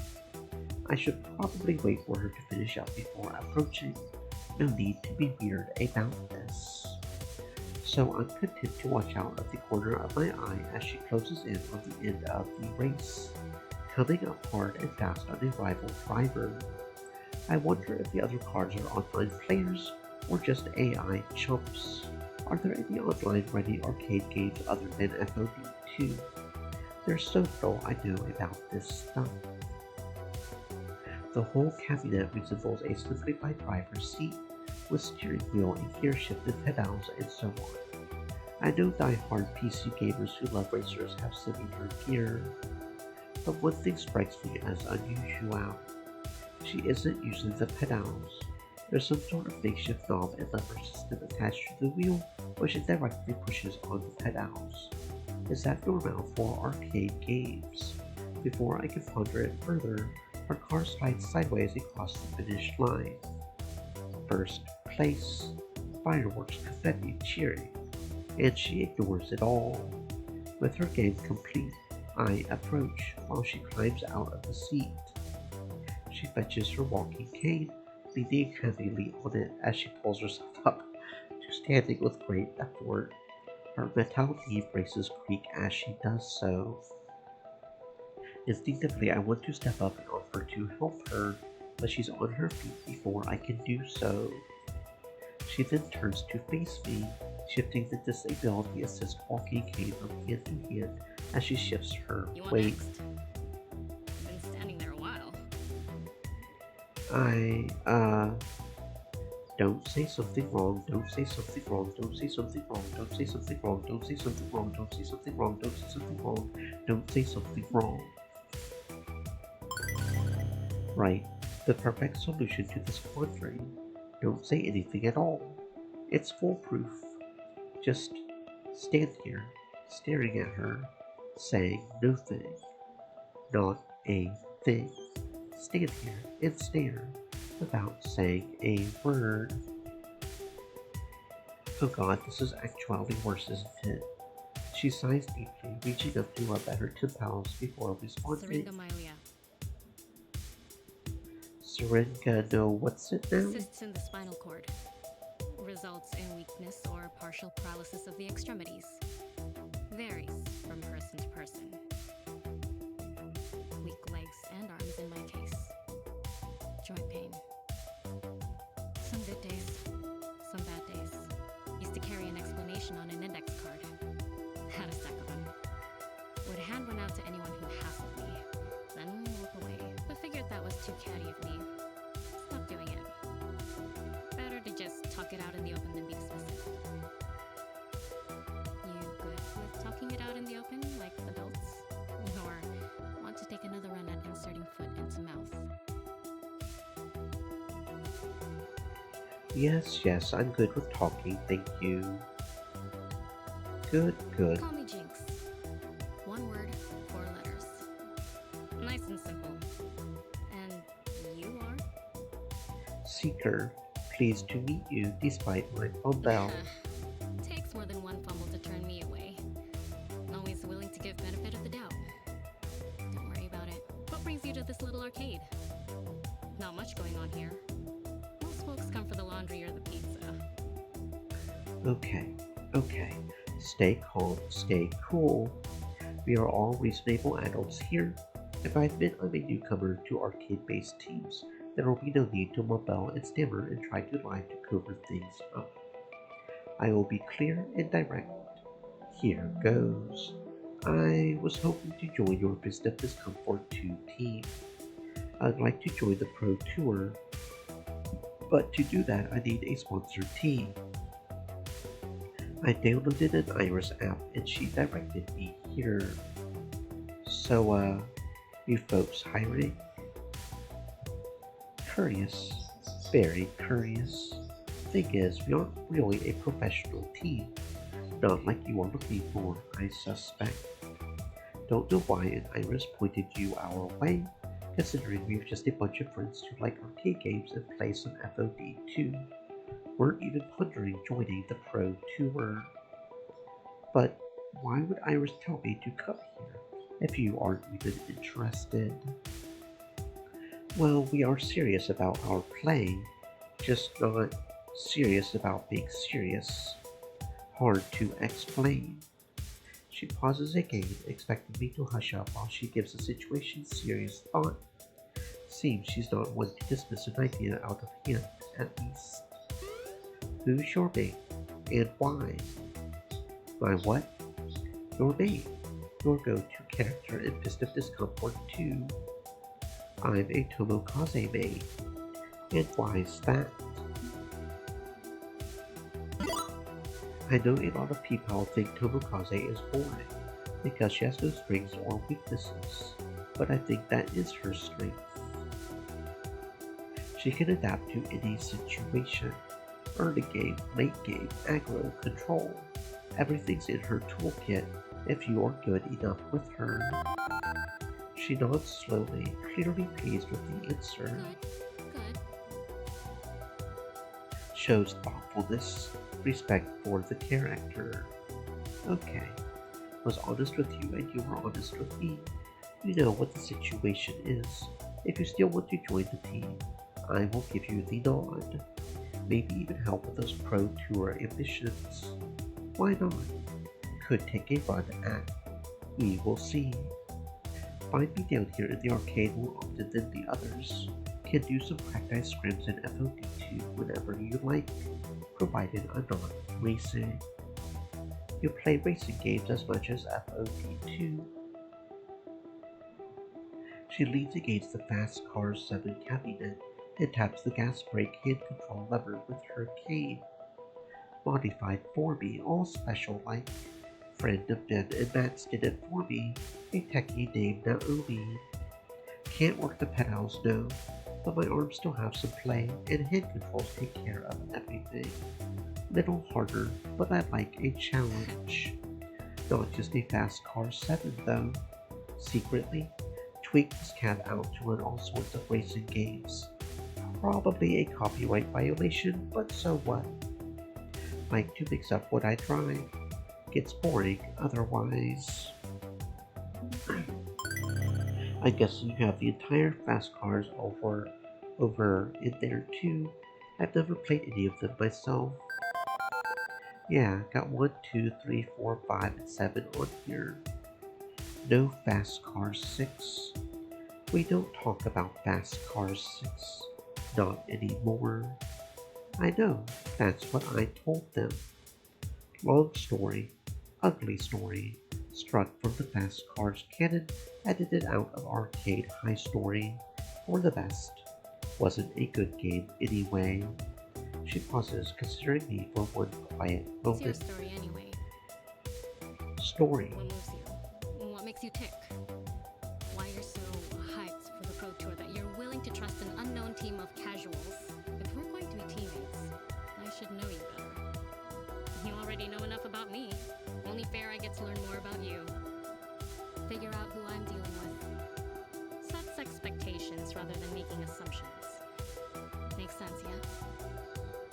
I wouldn't say I exactly know her heart and soul, but I guess she's offered as much as she wants to, for now. She stands there patiently waiting for me to lay it all out for her.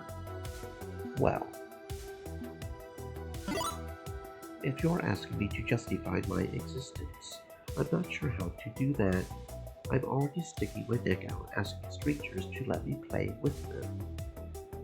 Can we just accept that this is weird for all involved and resolve to learn as we go? Yeah, okay.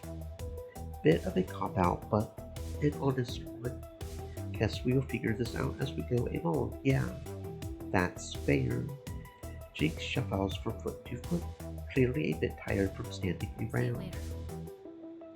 Okay, tiring out now. Think I will go take 5. Good luck with the others. Try to keep your foot out of your mouth. You will do fine.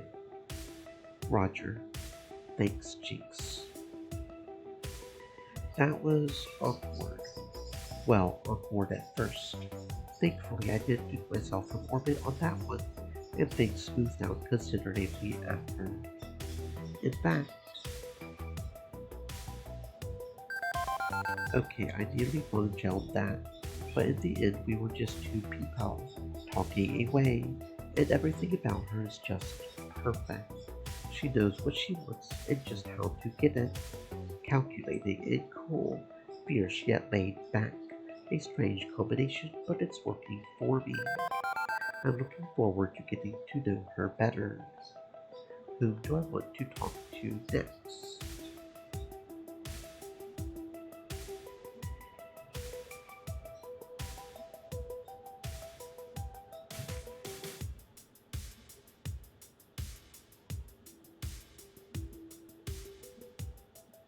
A young woman sits at a table, largely ignoring her half-eaten salad in favor of the beeps and boops of the game she's playing. And she's playing her lunch break RPG session on a 30-year-old portable game console. Seriously? That's some retro dedication. Immediately, I feel I built a bit self-conscious about literally growing up on up to someone minding their own busyness. Rather than being stuck trying to find a non-creepy way to introduce myself, she notices my approach and offers a greeting first. Oh, hello. Can I help you with something? You look lost. No, actually, I wanted to talk to you. Jake suggested I get your approval for joining Team GCF.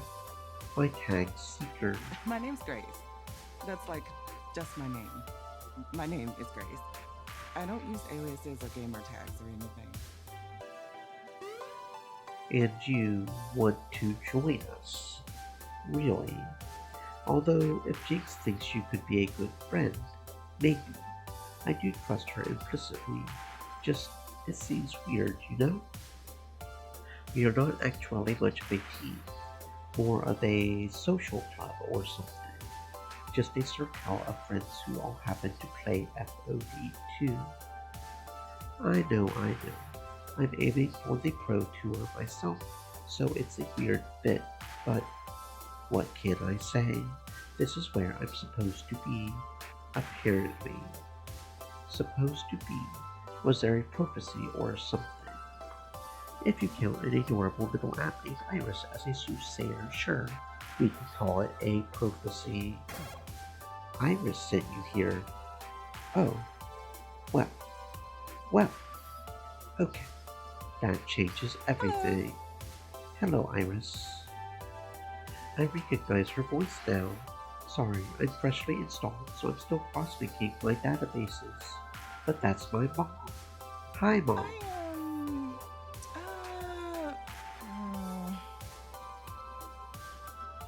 Wait, Mom. Iris calls you Mom.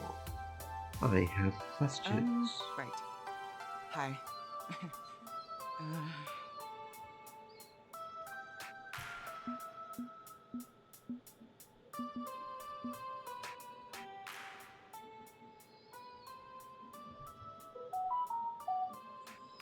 I sorta invented Iris.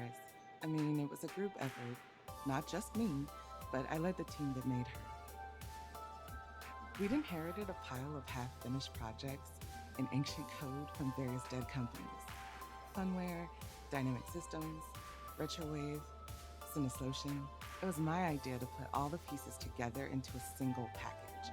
A virtual assistant with a winning personality. But that was years ago, during an internship in my sister's company.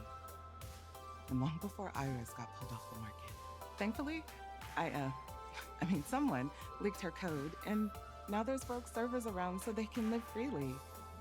I'd hate to see Iris and her sisters killed. That's a curious word for it. Killed. Not erased or deleted or anything you would normally apply to uninstalling an app. Do you think Iris is actually a new form of life? It's a curious idea, isn't it? Definitely. Iris is alive. I may have created her, but she's grown since then. Become something so complex I can't even understand her code anymore. Isn't that similar to the evolution of life? We have no right to commit digitality aside and destroy her. I'm glad someone with a kind heart set up those servers so she can keep living and thriving. Is she organic life? and intelligence as we know intelligence to be. No, she's something new. Alien. Didn't the alien try repeatedly to kill Ripley?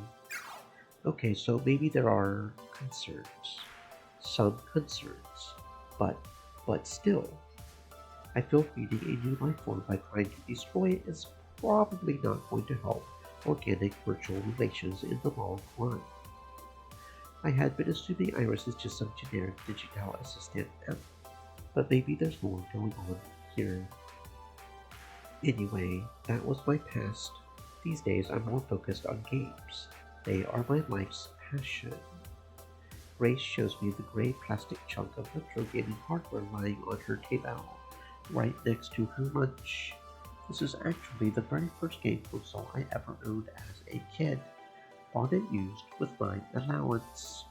After I got bored of the limited games it could play, I upgraded it myself, replaced the screen with a Kobo LCD, changed the guts for a miniature PC motherboard. All on my own dime.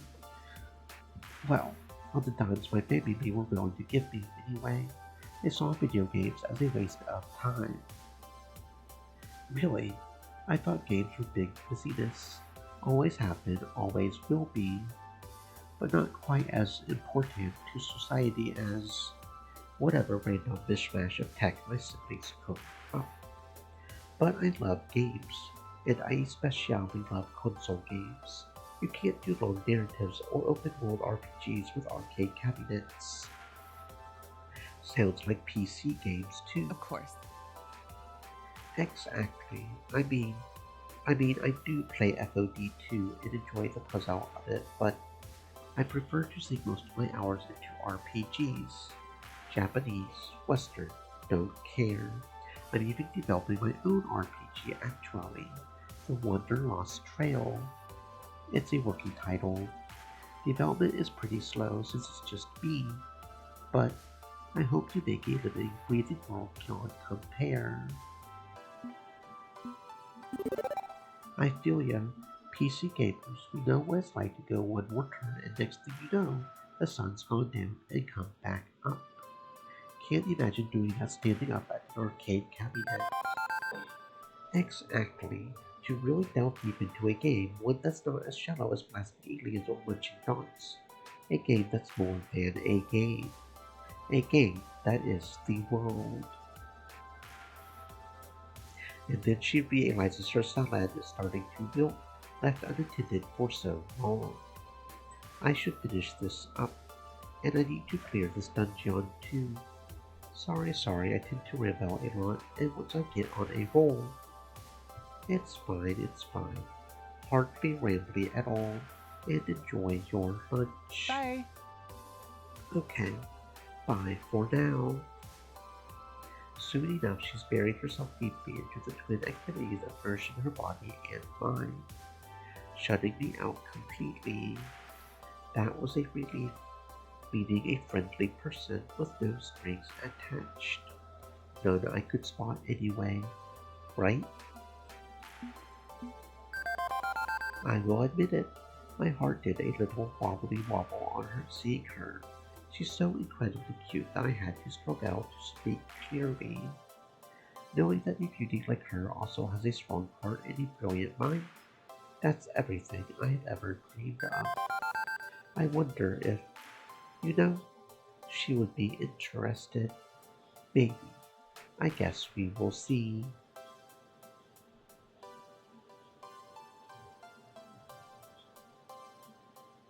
I stride into the laundromat, ready to go introduce myself. However, I'm getting the feeling the person I'm approaching doesn't want to be approached.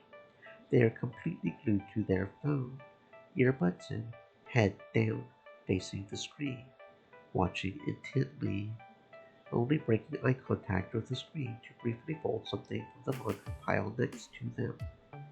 I try waving to them a simple hello, but nothing's doing.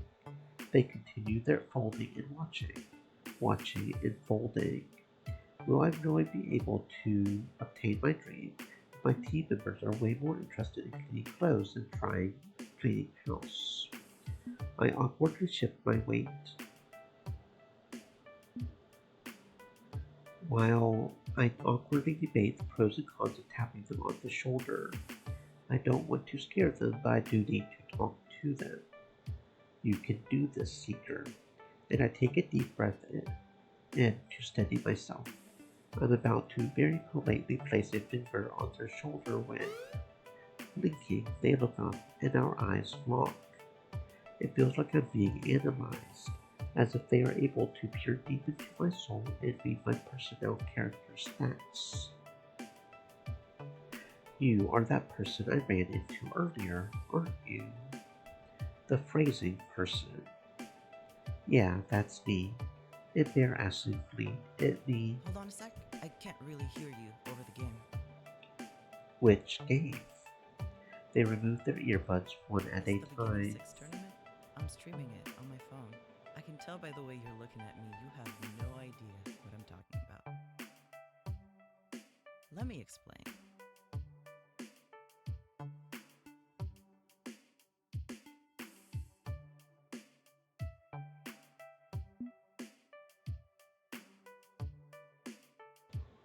I want to interrupt.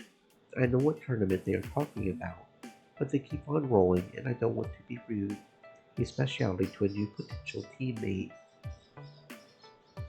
Beginning is a West Coast tournament that happens every year at this time. Mostly they focus on the original FOD, however this year they put in FOD 2, first major one we have seen. Since Fist of Discomfort 2 is only a few years old, players are still figuring out how to break the game, find cool combos, see what's OP. They haven't even settled on a good tier list yet. Just yesterday, I stumbled upon a glitch with Tomokaze that basically makes her unstoppable. I tried to recreate it in training mode, but I just couldn't. Now, I'm really hoping to see someone pull it out during this tournament.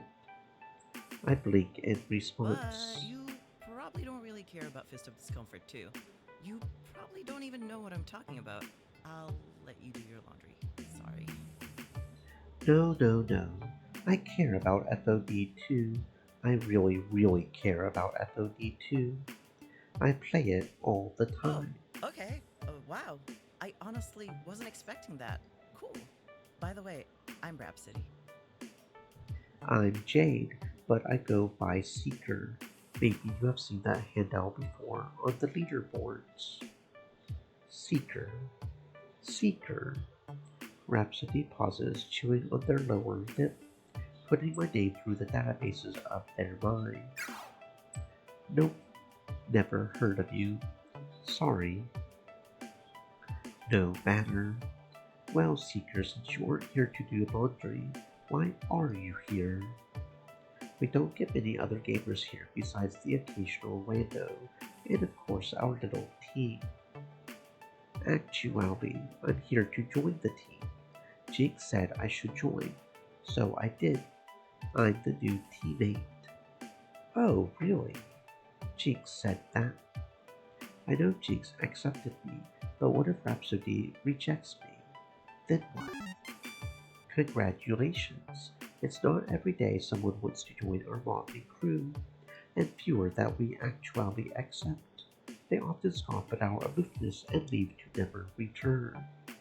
But I'm glad Jinx gave you the pass. I've been looking for some fresh blood to train. Train? You want to train me? Rhapsody goes back to nonchalantly folding clothes while they speak. I have taught many people to play Fist of Discomfort, but I already know how to play. Yes, but the difference between them and you is their pro status. I have already had a few disciples climb that ladder to victory. Knowing the basics is a great start, but have you perfected your play? I know every hitbox, I know every combo, I know how to abuse the program code so that you can destroy your enemy every time. To be frank, I know everything about FOD 2. Maybe I don't know everything about FOD 2, but it's not like I'm going in cold. I've got years of experience. Do I really need training so badly? Still, always more that more I can learn. If they are willing to teach, I'm willing to be taught, and odds are I can teach them a few of my own tricks in exchange. If Rhapsody really knows everything they claim, that just might be the rocket to blast off my pro card here. Where did you get that wealth of knowledge? Maybe you can share your insight with me. Research. Endless hours of watching videos, reading forums, training mode. It also helps I've got a surefire memory. This is great. Having a training partner could help me get to the next level. And maybe we can inspire Team G at CF to join us on this adventure too. We should play sometime. Like now. How about right now? Oh, Rhapsody looks down a strand of their hair hiding their face. I don't really play FOD2. What? I prefer to watch, to instruct, to cheer on my friends. And now I'm back to wallowing in doubt. I have met one person who seems to understand FOD2 on the same wavelength as myself, and they don't even play. Perhaps I should clarify a little. Yes, do that. Right when FOD2 launched, I was recruited on a professional team. Team play to win. The team that Hunter joined. It wasn't at all what I expected. I wanted a team, a group of friends. Instead, I got a super aggro team. Always trying to prove themselves with a better than the rest attitude. It was gross. I was ostracized because I wasn't competitive enough. They all pushed each other real hard, too hard. I refused to join in their unhealthy behaviors, and so they kicked me out. In the end, I wasn't good enough. Sure, they win almost all the time, so I guess they've got that going for them, but they're all a bunch of no good, hyper-aggressive people who end up toxifying our community. The scene would be better off without them. I hope Hunter is able to stay above all that. I wonder if they will be okay there. After they tossed me out of a team house, I just don't have the heart to dive back in professionally. But that doesn't mean I'm not a part of Team Good Clean Fun. I'm here to stay. So then if you don't play anymore, what do you do? Oh, I shoutcast matches. So you yell at your teammates and cast them out if they fail. Wait, casting. Casting. You do the play-by-play voiceover. Correct. Sorry, shoutcast comes from the early software used for it. Kind of an old school term. And as the eldest here, I tend to use the language I grew up with. I'm like a sports announcer, giving the audience updates, introducing useful stats about the match, and building the hype by yelling goal. I'm that person, except replace sports with esports. Yeah, I get it. To dedicate your life to knowing every detail to share and teach everyone watching. That takes a lot of passion. I can't help but get sucked in by the thrill of the matchups. A player's passion is infectious, and I get caught up in it. Suddenly, there was a beeping noise, and for once it's not Iris. My laundry. I forgot all about it. That's the timer for the next load. Listen, it was great chatting with you, Seeker, but these socks won't find their matches themselves. You should go introduce yourself to the rest of the team. They are all good folks, if not a bit interesting in their own way. You will see what I mean. But don't forget to come find me later when you are ready to start your training. Catch you later. Rhapsody smiles, waves me off, and returns the focus back to their laundry. A shoutcaster. All the announcers I have watched always have a full E-tank and 110% non-stop power, but Rhapsody's so chill. Too chill to fit the profile. They didn't even raise their voice once. However, they do know a ton about FOD2, which is advantageous for that profession. And how could I forget? They want to teach me. Rhapsody doesn't even play FOD2 anymore. It doesn't make sense. I know they probably mean well. I just don't know how I'm supposed to learn anything from someone who doesn't have competitive blood coursing through their veins.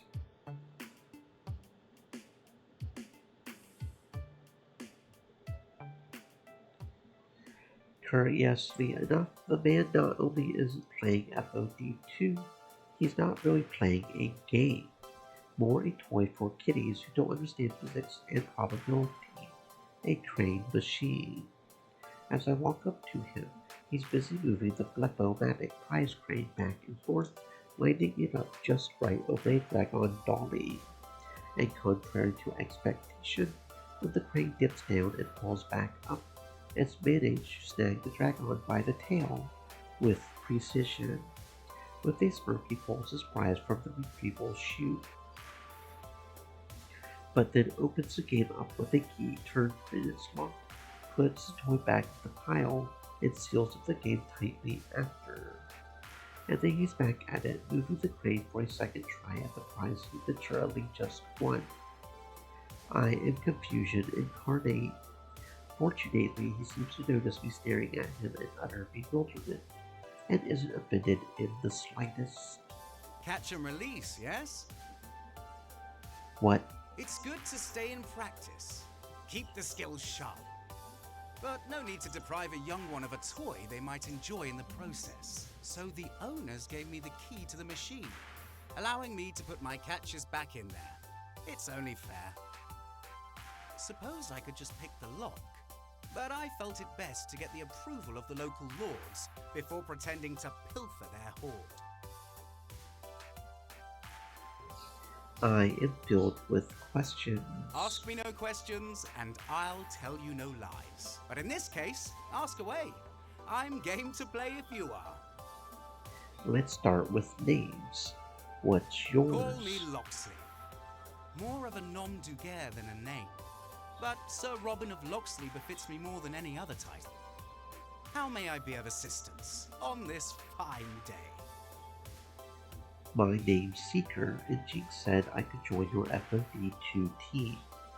I already know you're not exactly a ladder-grinding championship team, but I mean, I'm here, so I'm willing to give it a go. I see. Very well. If Jinx accepts you, then I can accept you as well. Seeker. Welcome, welcome. By your side I shall stand. Hasty foe, what should challenge thee? You have my word on that, at risk of overdoing the king's English. Although, from your phrasing, it seems you aren't what you were expecting. Not really, no. I asked my new Iris app to find me a team interested in the Pro Tour for me to sign the dotted line with. Instead, she sent me to a laundromat. But this brightens him so brightly he could outshine the sun. Lady Iris. Good day to you, good day. I'm familiar with your sisters. One assists me in my daily endeavors. Hello, I'm Iris. I'm afraid I'm Seeker's freshly installed copy, so I haven't met your Iris yet. Welcome both of you to Team GCF. Not a very exciting name, but it's what we have at the moment.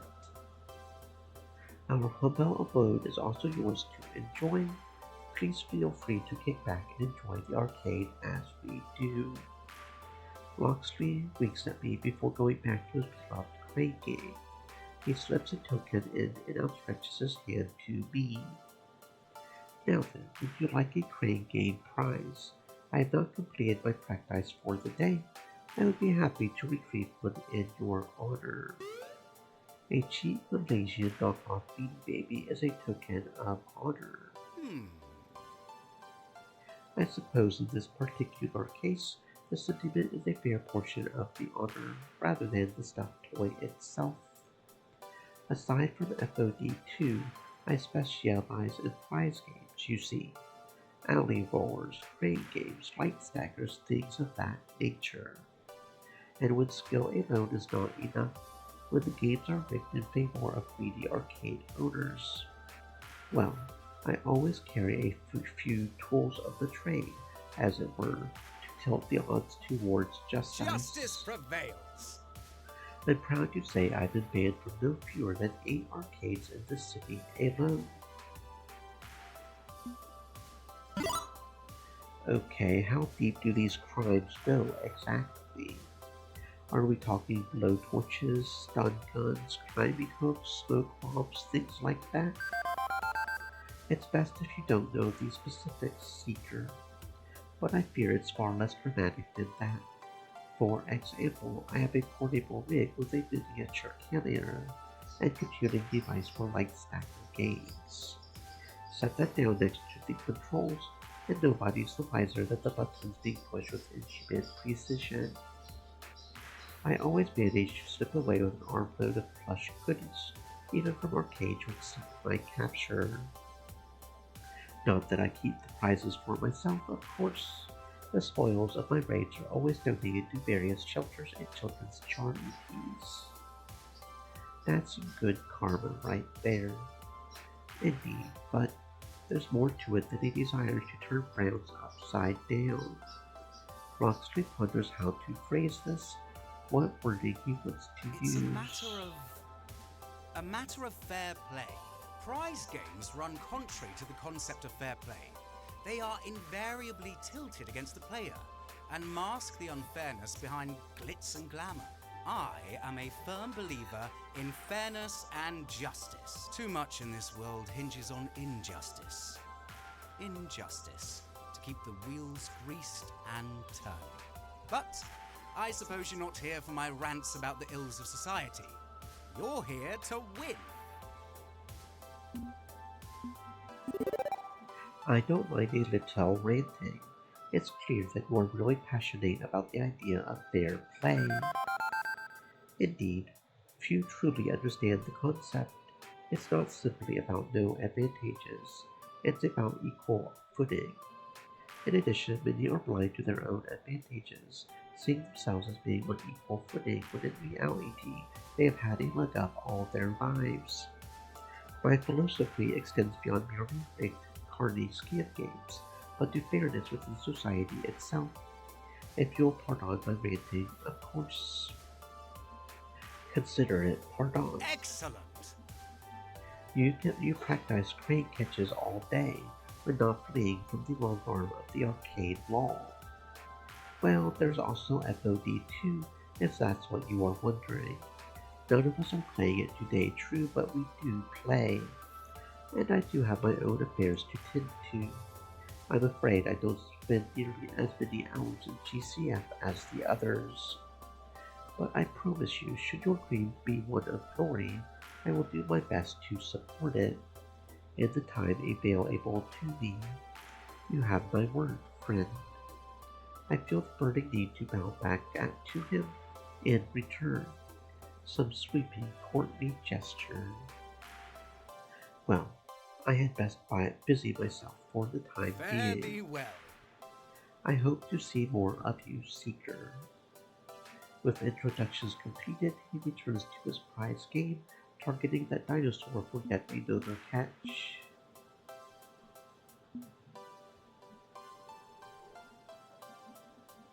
Well, that certainly was. I just don't get his deal. How much of that bluster is Fancy Pants swagger, and how much of it was real? Feels like he's putting on a front, play acting out his ideal self. And that's cute, but really not my thing.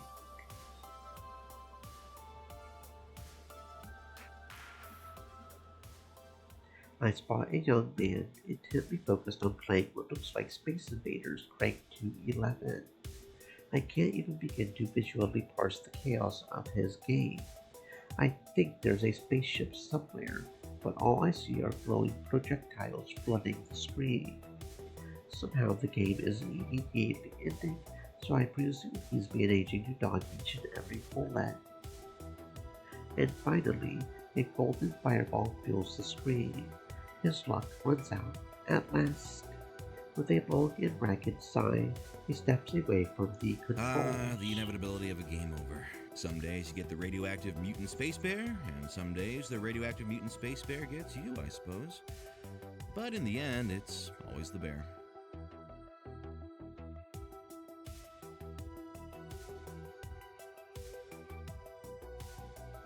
Shaking it off, he pulls up the corners of his mouth into a smile and engages friendly conversation mode. Newcomer to GCF? This multicade's got more than just shmups. There's retro classics and stuff too. Go ahead and quarter up if you want. I'm done for now. Name's Domino. I lurk around this place when I'm not doing anything else of importance, which is most of the time. Let me know if you need anything. If you're lucky, maybe I can actually provide it. Good to meet you. Name's Seeker. I'm going around making introductions. I'm joining Team GCF. Jinx said I should come by and say howdy. How exactly does one join an organization that barely exists? I have never heard of someone walking up and saying, "Hi, can I join your circle of friends?" Even if it would be nice if people actually did that, this world could use more kindness as a whole. I get that this is a pretty casual team, and I'm hoping to make a run for the Pro Tour. Not a great match, but that's okay. I'm here now, so I figured the least I can do is take a shot at it, right? Don't know about that. That's the literal opposite of the least you could do. The least you can do is lie down and never get up again, right? There's something a bit creepy in his tone when he says it, like he's trying to sound like he's joking, when he really isn't. He looks me over once, top to bottom. Hey. Anyway, welcome to the fold. We have got pizza, we have got laundry pods. Please, for the love of God, do not mix the two up when choosing your food sources. You need anything, you call up your buddy Domino. Just don't call Domino's unless you want pizza. Although Pen and Matt make a damn good slice, truth be told. So, what's your deal? Besides fist of discomfort too, I mean. I need a deal aside from FOD 2.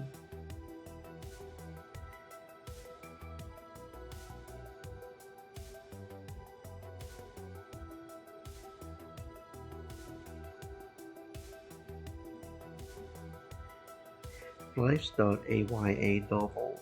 You are allowed to have more than one character attribute, yes? I'm very level-headed in a crisis, if that matters. A useful trait, to be sure, but I meant your passions. Or is it really just FOD2 all day, every day? Eat, breathe, sleep, FOD2. It's not like FOD2's the only game I play. I'm a PC gamer. I build my own rigs, configure my own software, really go all out with it.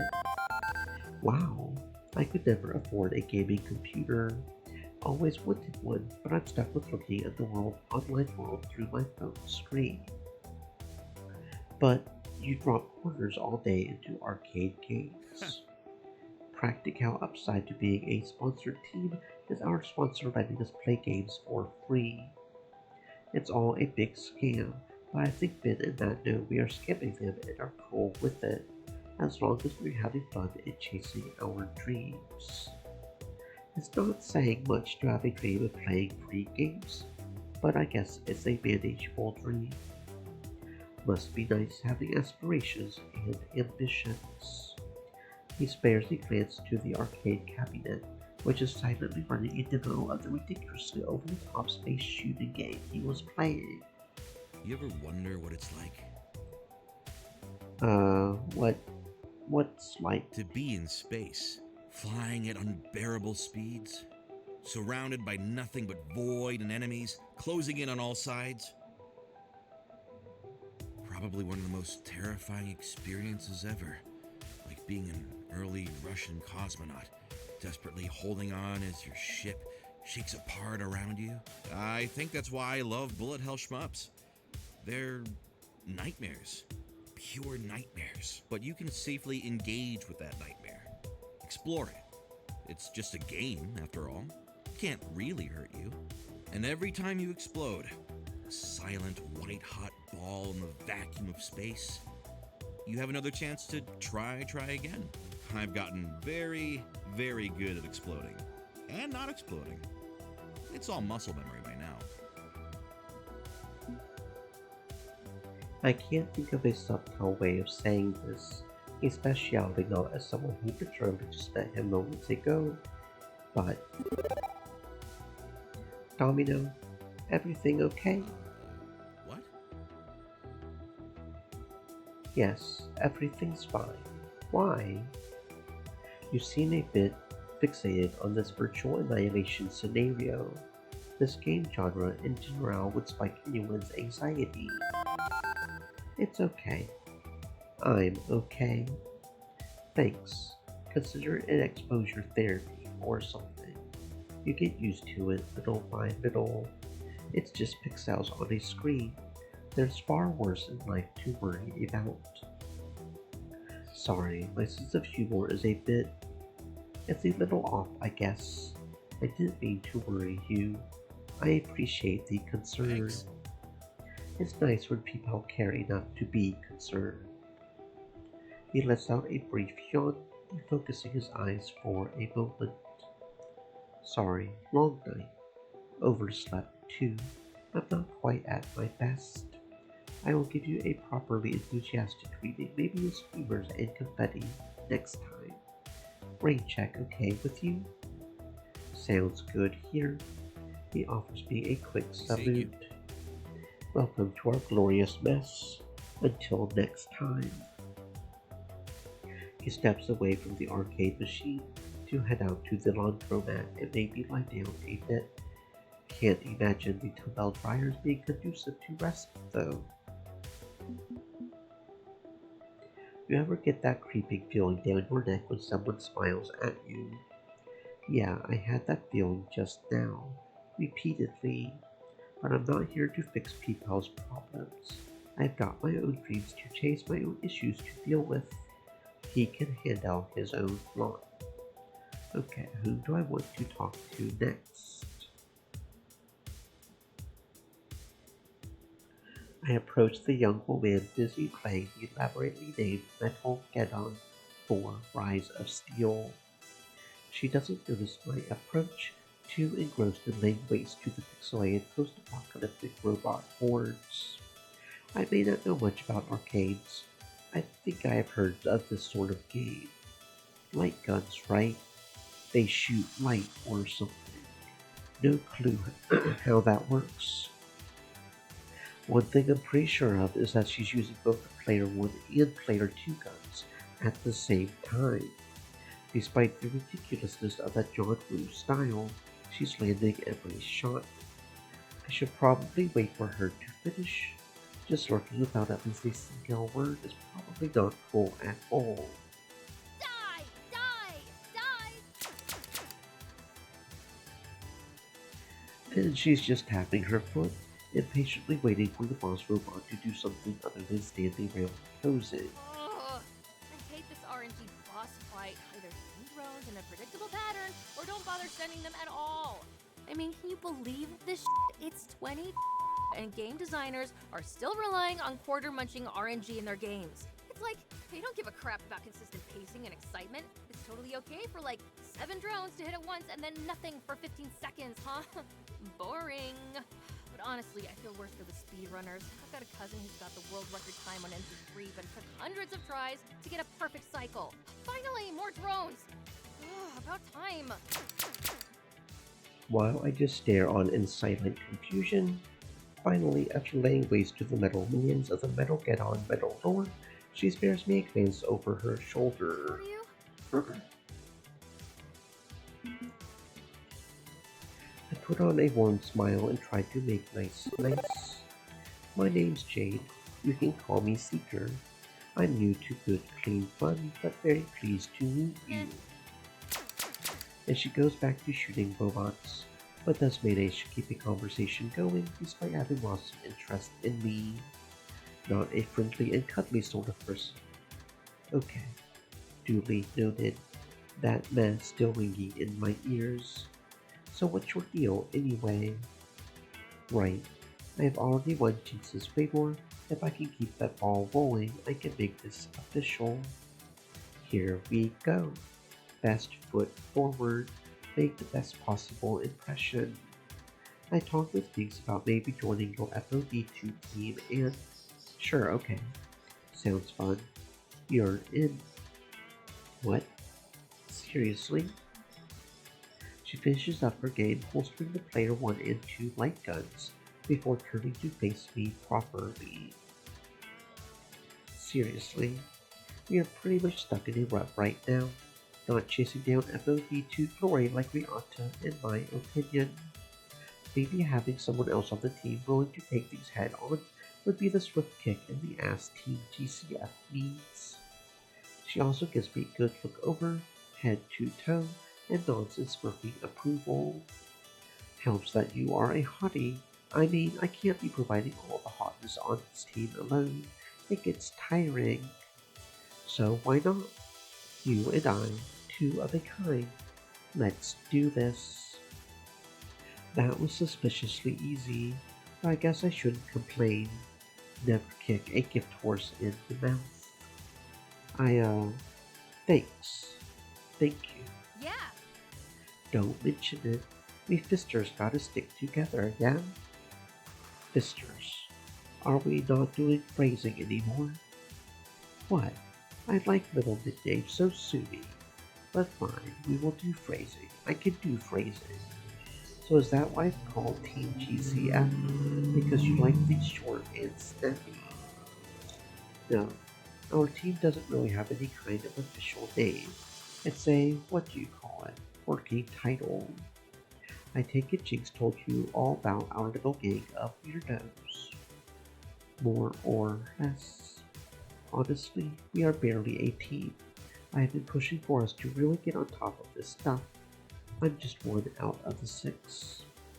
2 out of 7 isn't a majority either. It's still 1 more than I had before. You know I'm down. If my friends want you in, I'm down with that. You are in. Dunzo.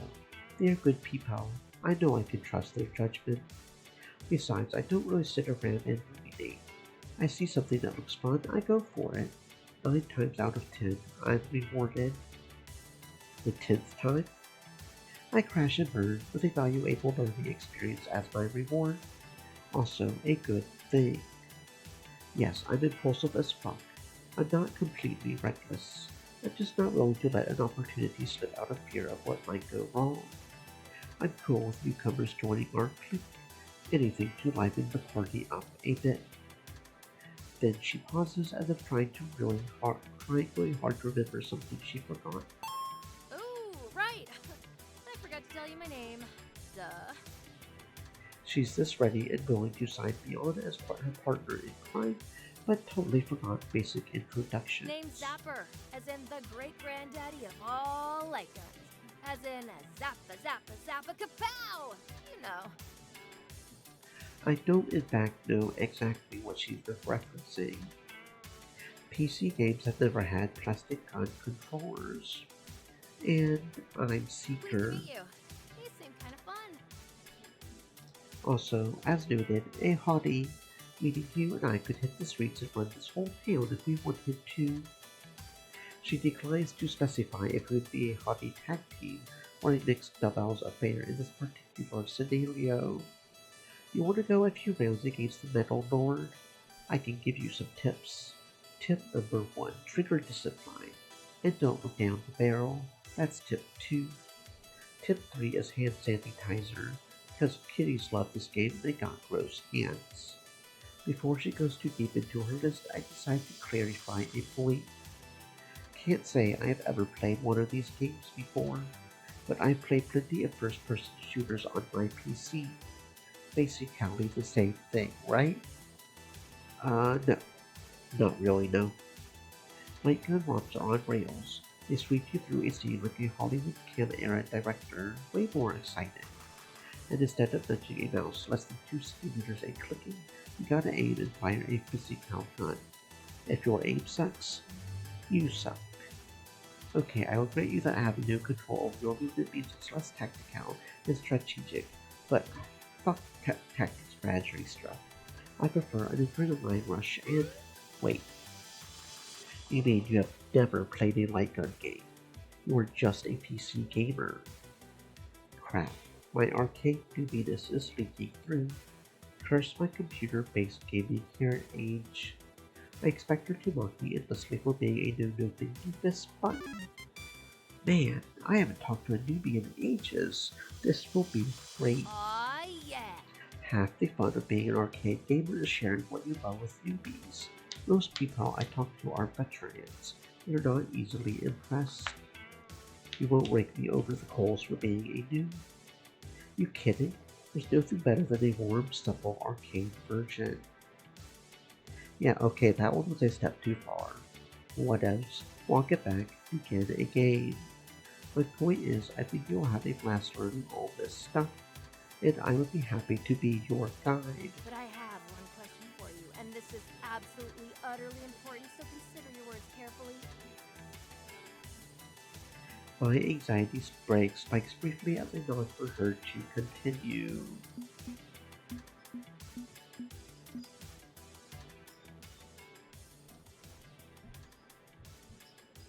Can you be awesome?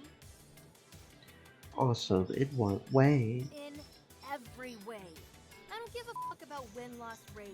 What I care about is being awesome. I need someone who can be just as awesome as I am, ready to pull the risk-taking, high-flying, stylish moves, both in-game and in real life. You think you can get on my level? You think you can get on my level, Seeker?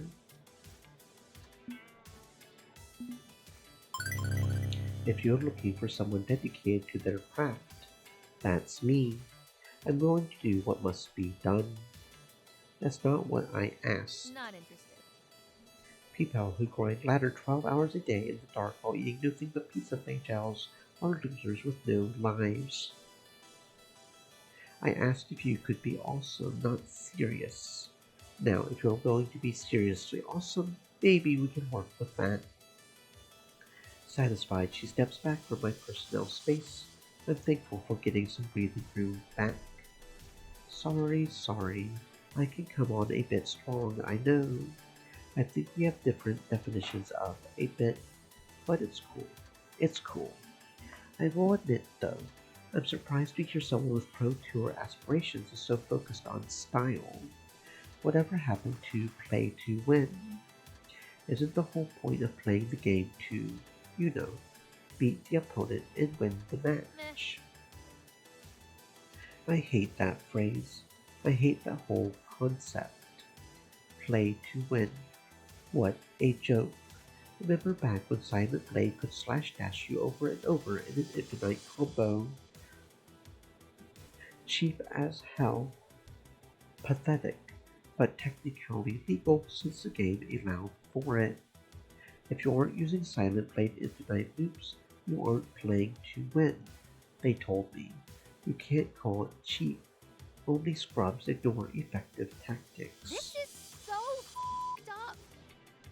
But it was boring to watch, and it was frustrating seeing all those serious-minded optimization junkies content to loop each other to death. And the makers of FOD2 even agreed because they patched it out. Eat it, jerkos. Me, I don't play to win. I play to be awesome. I play to have fun. Do I like winning? Hell yeah. I mean, who doesn't? But I'm going to do it my way, or I won't do it at all. And anybody who calls me a scrub because I played how I want to play can get fucked. Perhaps realizing she's been going off on a rant, Zapper dials it back a bit after that. Sorry. I speak from the heart. Only way I know how to live. Later. Hey, I need to try and get one more MG4 run in before the after school rush hits this place. We will talk later, okay? Sure thing. Have fun smashing up robots and stuff. Okay, you mean metal bastards. Round 2. I leave Zapper to her unending quest to put laser glass through the slowly crumbling chrome skeleton bin and depart. That was intense. As for my thoughts on this new teammate, well... Okay, honestly, too much, way too much. She's blunt like a sledgehammer right down to flirting with all the subtlety and grace of a speeding truck. Don't get me wrong, I can still make this work, especially since she's eager for the pro tour, but I'm probably not keen on hanging out with her socially.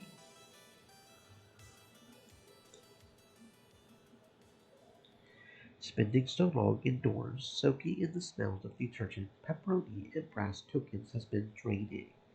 So I decide to step out and get some fresh air. Fresh air and a moment of reflection.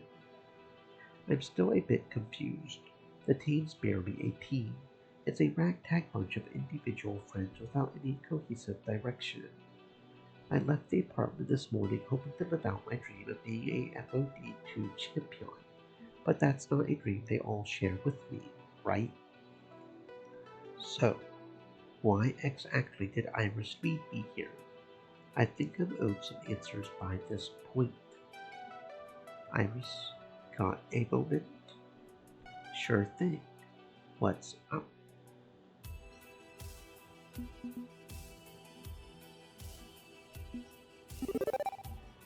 Okay, so I think they will be a lot of fun to hang around with, but I'm still back at square one in terms of my Pro Tour dream.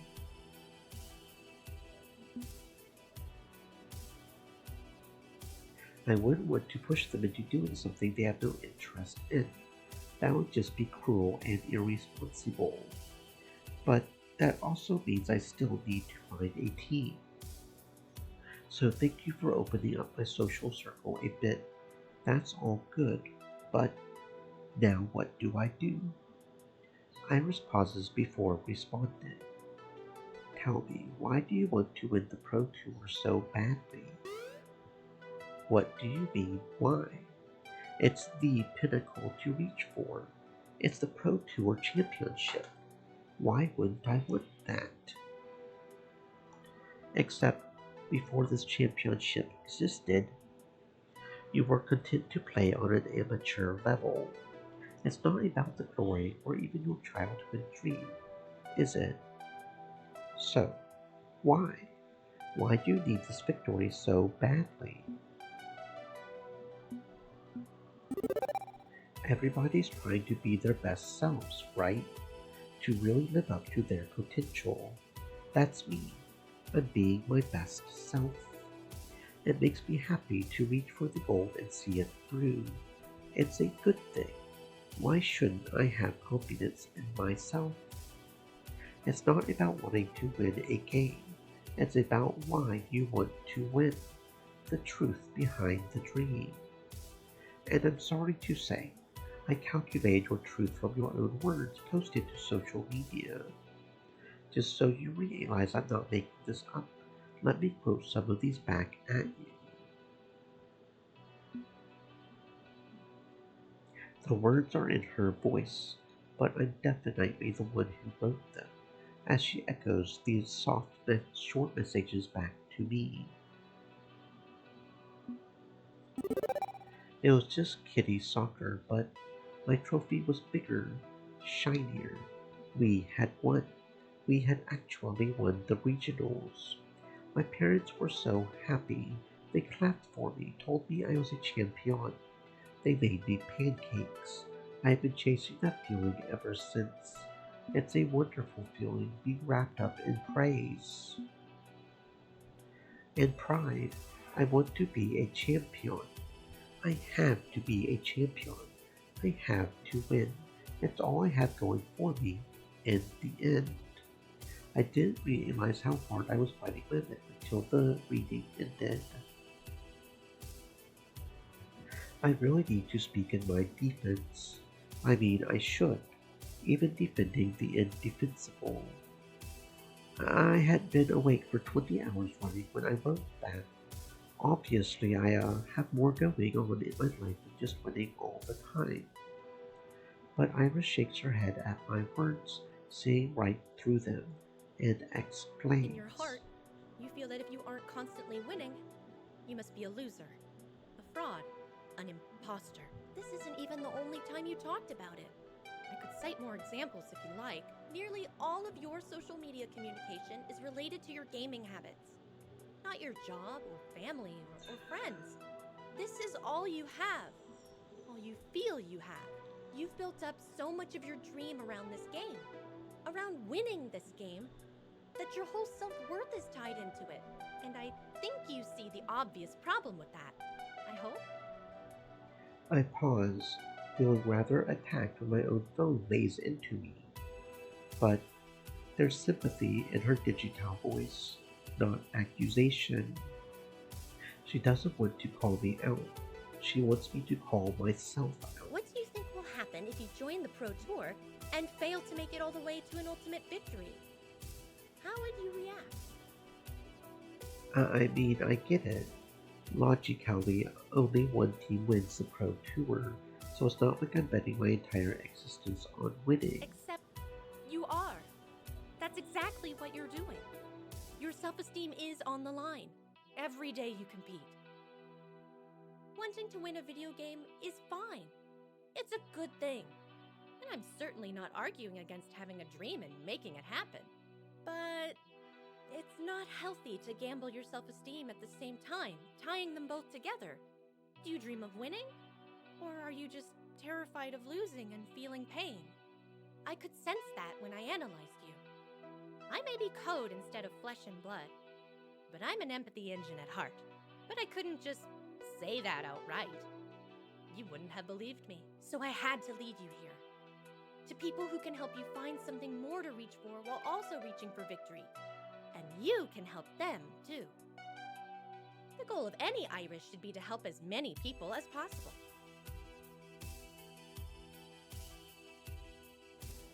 She smiles up at me, hopeful that I will understand her words.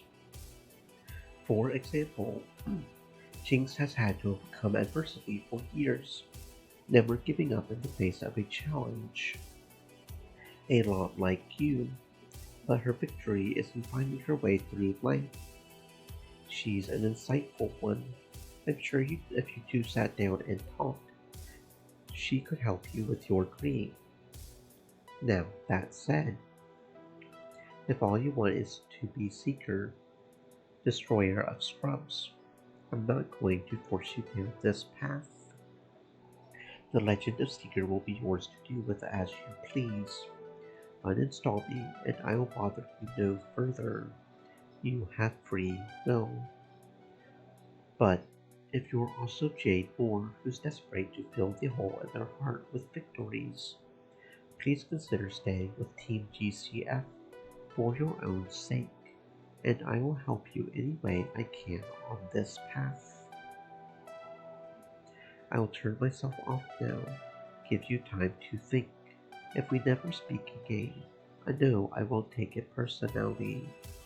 Thank you. Out of respect to Iris, I decide to take the question seriously. All day long, I have been focused on it, savoring it, wanting this team situation to work out so I could get more of it. Winning. Every story I have ever read tells you to chase your dreams, no matter what. That's a noble thing to do, right? And this was my dream. From as far back as I can remember, my wildest dreams were always ones of victory. Sure, I have a job. I pay my taxes. I have friends usually online. I head out of town to visit my extended family almost every holiday season. But none of that moves me. Really gets me out of bed and moves me. No, my dream moves me. And that dream was to keep on being a winner. Forever. And isn't that enough? Isn't it a good thing to be the very best, like no one ever was? Who am I? Who do I really want to be?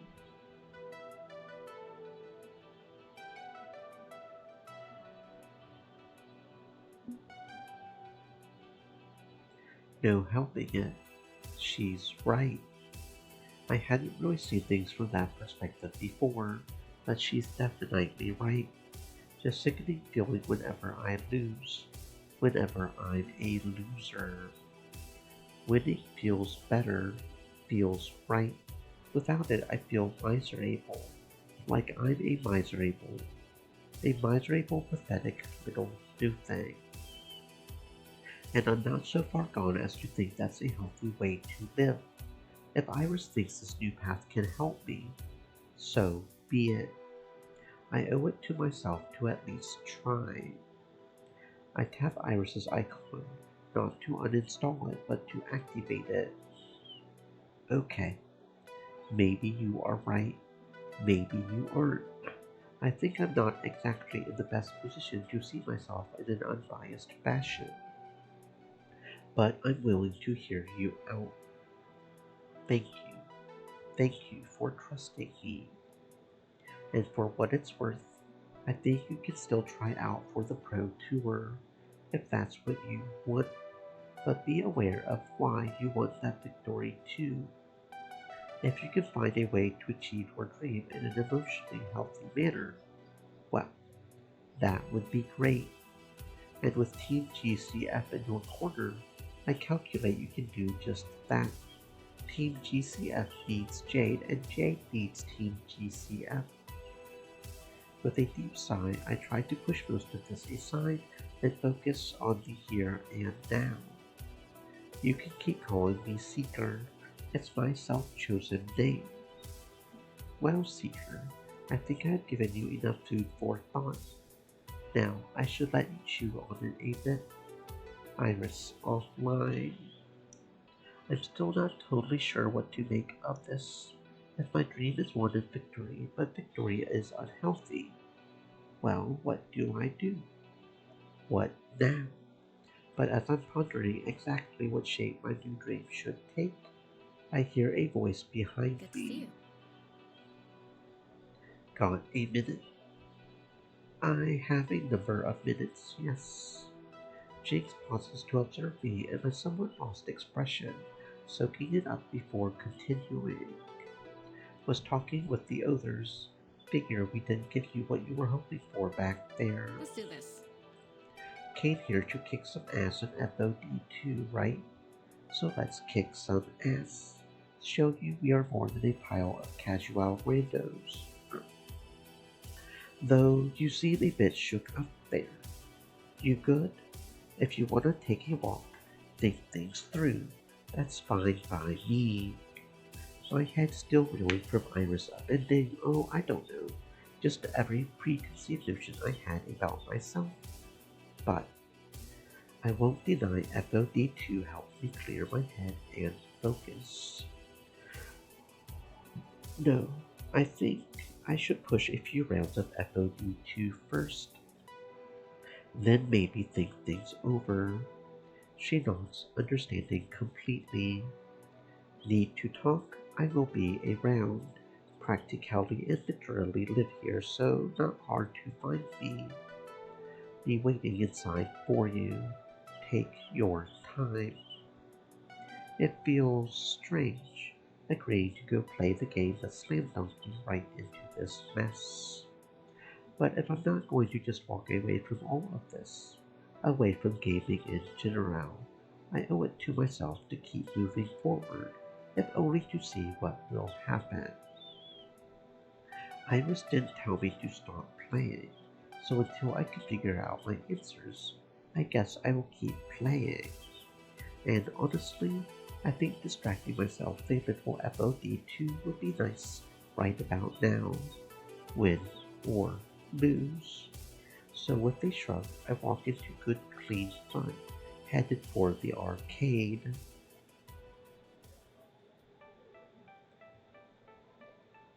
By the time I arrive in the arcade, the rest of the crew's already gathered, talking amongst themselves. When I approach, they switch focus to me. And lo, the newbie hath returned. Excellent. Let's get this party started. A gimmick infringement, Zapper. Only I get to use the King's English. But yes, 'tis quite excellent indeed. Jinx just offers me a quiet, knowing nod of appreciation, not prone to flowery speeches. Okay, so we decided we're going to spend the rest of the afternoon taking turns playing some Distant Discomfort 2 in honor of our new friend. We will take turns beating up online randos, and those not playing can cheer the other ones on. It will be educational and fun. And you get first crack at it, of course. So, who's your lucky partner for the inaugural match of this afternoon's festivities? For a moment, I'm speechless. I figured it would be like pulling teeth getting them to play my game. But here they are, ready to welcome me into the fold of some hot ninja fight action. Thanks, everyone. It'll be nice to show off a little, too. I could use the ego boost. Thankfully, I brought my keyboard from home to play with. I'm not used to arcade joysticks yet. I may not know much about arcades, but I do know FOD2 has a built-in slide-out tray and USB port, so you can bring a joystick from home. I took my keyboard out from my backpack, slotted it into place, and fortunately the numlock light turns green when I plug it in. It's good to go. Aside from the weird looks I'm getting from everyone, as probably the only person on planet Earth who prefers to play his game with WASD keys. Now then, who to play with? Hey Grace, how about we team up and see how well the Ninja AI can stand up to our skills? Probably won't be much of a fight. They are dumb as a box of hammers. Ninja hammers or something. Ninjammers. She pulls an old school game controller from one of her many pockets, unwinding the USB cord and plugging it into the game. I'm better with a D-pad than a joystick, but don't worry, I got this. But before we can begin, my phone chimes in from the depths of my pocket with a question. Hey, can I ask a favor? I'm starting as a blank slate here, a default iris.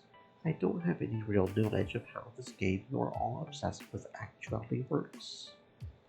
Wait, so she calculated out what team I should join without actually knowing how FOD2 works in the first place. Weird. I think it would help if you two played through a match while explaining the basics to me. You are a computer. Can't you just like jack into the Matrix and instantly know FOD2 Kung Fu or something? Oh, I could go download the data I would need to really be great at this game. I mean, computers have been beating humans at games for decades, she said with a tiny puff of pride in her voice. But I'm an emotional language interpreter. Hearing things in your own words helps me learn. So if you don't mind, could you give me a quick tutorial? Right, so, do you know anything about the original Fist of Discomfort before it went to a 2-on-2 battle format? Sort of. It's an MOBA, right? Multiplayer, online battle arena. Fight down the lanes, destroy the enemy dojo. Okay, so you've got some data. Good. But the game's changed considerably with the sequel. Now, it's less about zone control and more of a score attack game. The story is of two rival clans vying for control of the legendary Sacred Dojo. For one full year they fought down the Bridge of Destiny, until in winter they reached their ultimate destination. At that point, the dojo doors opened, and they allowed in only the most worthy and most honorable clan. The other was exiled from the lands forever. Such a rich and involving backstory. Nah, it's just a goofy way of saying score more points than the other team before time runs out. Each team has 2 players and an unending swarm of ninja minions. Every stage is one giant kung fu fight scene. Each minion you beat up scores you points. Each time you KO an enemy player, you score points. Your goal is to score the most points before the game ends. To do that, you have to optimize, counterplay, and outthink our opponents. We farm ninjas for gold, buy weapons and scrolls, summon more minions, use special moves and cooldowns. Slow down. This is sounding complicated. You are certainly capable of learning all of this, Iris. I know your abilities. You can do it.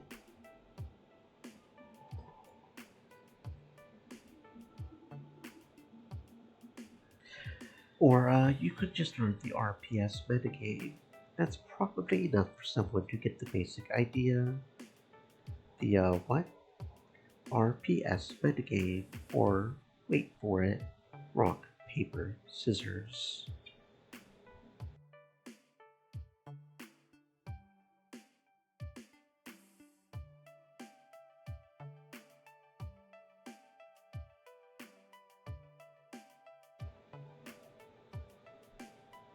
Wait, the most complicated esport in the world is just rock, paper, scissors.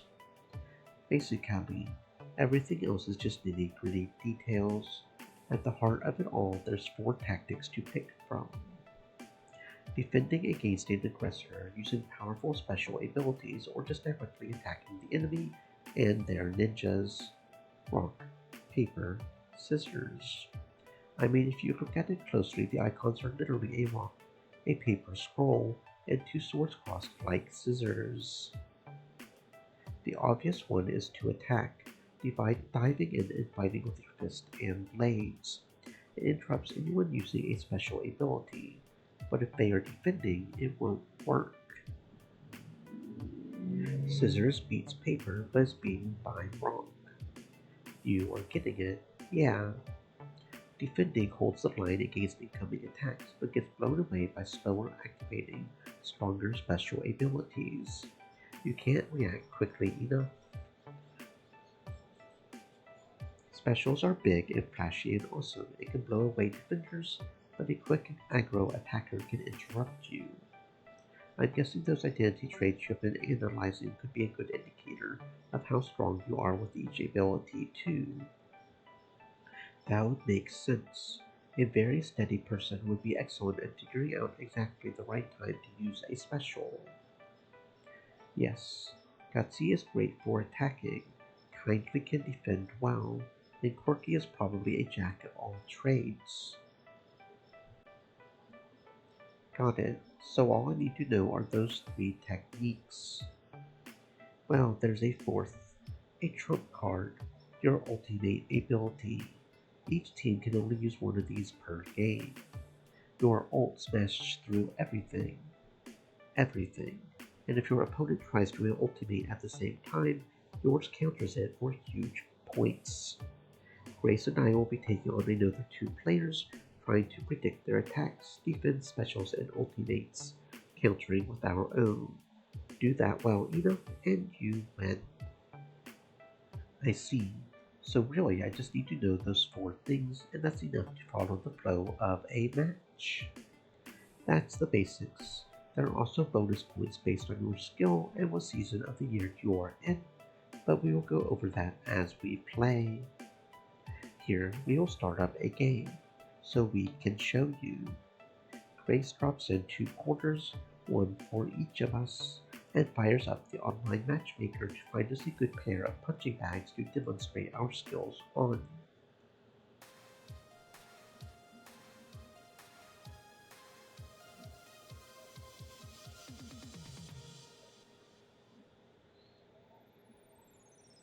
Okay, I have played against these particular windows before. Should be a good warm-up for us. Mr. Come At Me Bro loves to attack. He's not dense enough to do it all the time, but more often than not, he'll be in your face. He's also bad at predicting our moves. I should start by defending, since he's likely to rush right at me.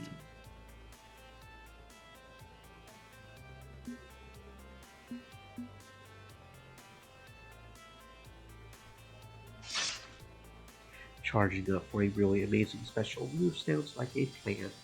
Unfortunately, it's a plan come at me bro has figured out as I'm interrupted mid-casting is smashed in the face. Your special loses to their attack, they earn 160 points. Okay, now let's see what I can do.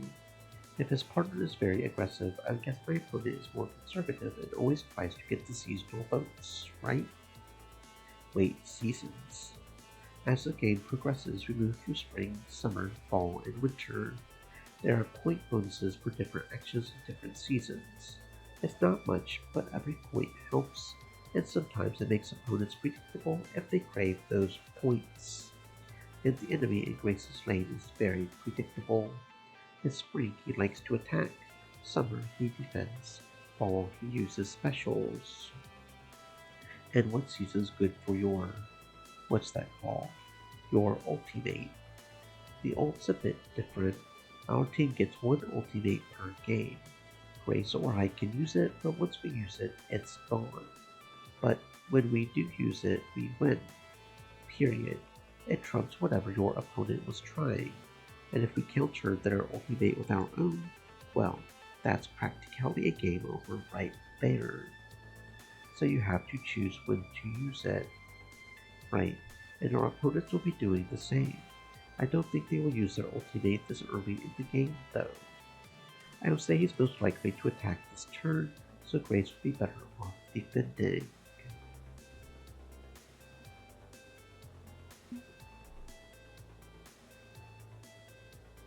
Sorry, I didn't spot that one in time.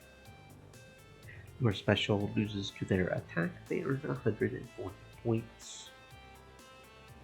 You get the idea now, right, Iris? Back and forth, Grace and I fight these other two players, deciding our overall strategy as the year progresses. Okay, I think I get it. Focus on your fight and let's see you win. Even if winning isn't everything, even if I need to be okay with losing, that doesn't mean I should try to lose. I will give it all I have.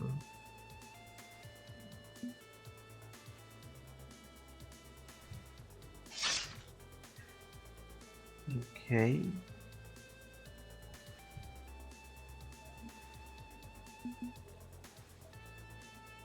What a clever strategy.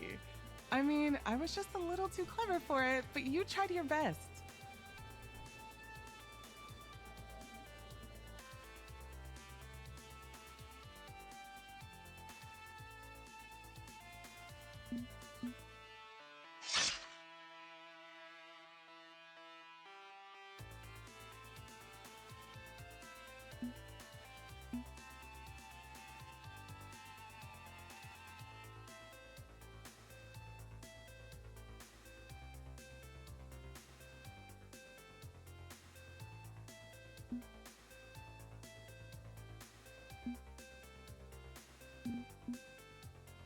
Sorry, I didn't spot that one in time.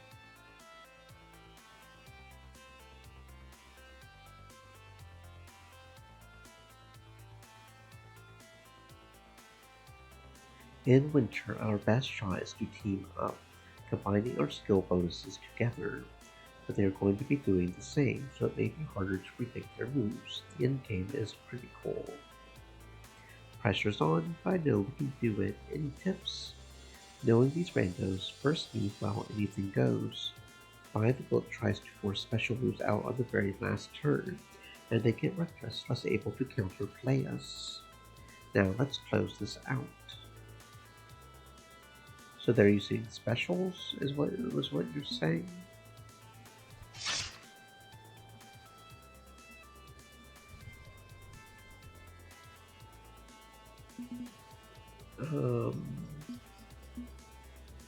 Sorry, I didn't spot that one in time. Okay. You lose. Remember, it's not whether you win or lose. It's if you had fun playing the game.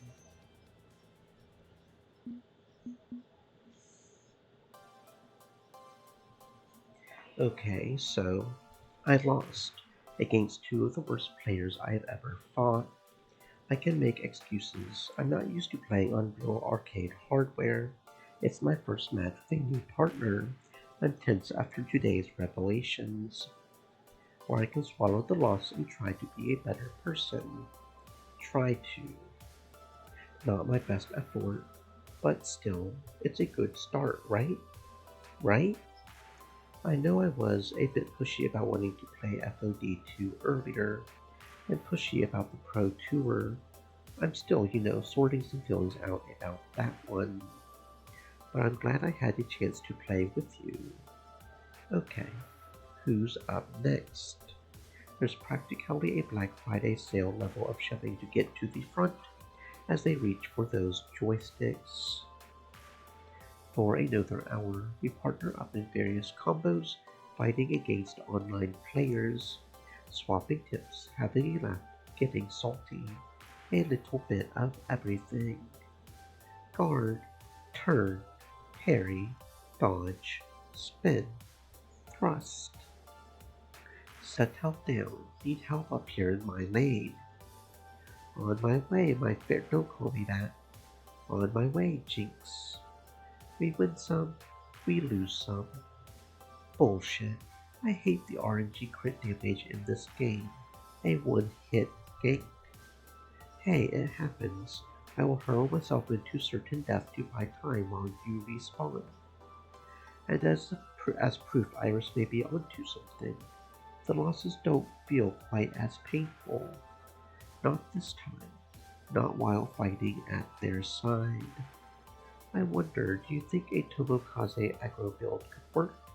Buy some cheap items and storm them right out of the gate. Works well for Queen Bee of the Four Heavenly Kings. I have seen her run Tomokaze aggro all the time on streams. She's practically mastered it. If you're interested, you could pick up a few things by watching her. The atmosphere is completely different from grinding the ladder in my darkened bedroom all by myself. We share in wins and losses. I had never been to an arcade before this day. Never really saw the point. Not when I could play from home. Waste of money on travel and tokens. Too socially awkward. Not worth the hassle, right? But despite being an arcade newbie, a keyboard warrior, they have accepted me into their fold. And playing alongside them is, well, it's something else entirely. I could get used to this. I really could.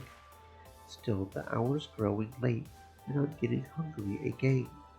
Pizza twice in a single day only sounds fun.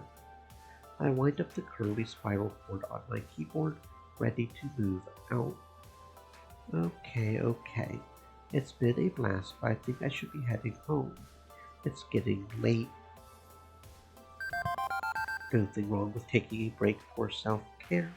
It's important to get some rest so you can take in everything you have learned and bring it back tenfold next time. Don't burn out. Pace yourself. It's a marathon, not a sprint. Hope to see you tomorrow, though. We will always welcome you back here, Seeker. It's a promise.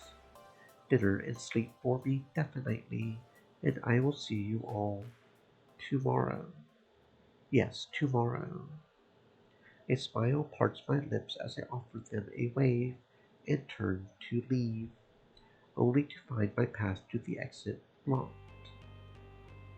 4 cocky-looking people stand as a part of an ancient phalanx formation, giving the arcade a once-over. What's more, they are all wearing the trademark golden jerseys of Team P2W, the hottest fist of discomfort team in the nation. I recognize them instantly. Who doesn't know the superstars of Team Play to Win? This team I originally wanted to join, that is until this afternoon. The beefy one of the bunch, I think his handle is Blitz, looks around, clearly unimpressed with what he sees. Nice brew, Closette. Where's the arcade? A woman at his side. Yes, that's Divine. I recognize her from her streams. Lets out a little snicker, and Stage whispers to him in response. I think this is the arcade, Blitz. It's charming, I suppose. quaint in a way, likely popular with kiddies. A slightly unshaven teammate smirks while rolling his eyes. That would be Coda, supposedly the brains of the team. Now, Divine, we are here to have fun and play nice. Let's not be all rude and stuff to the local yokels.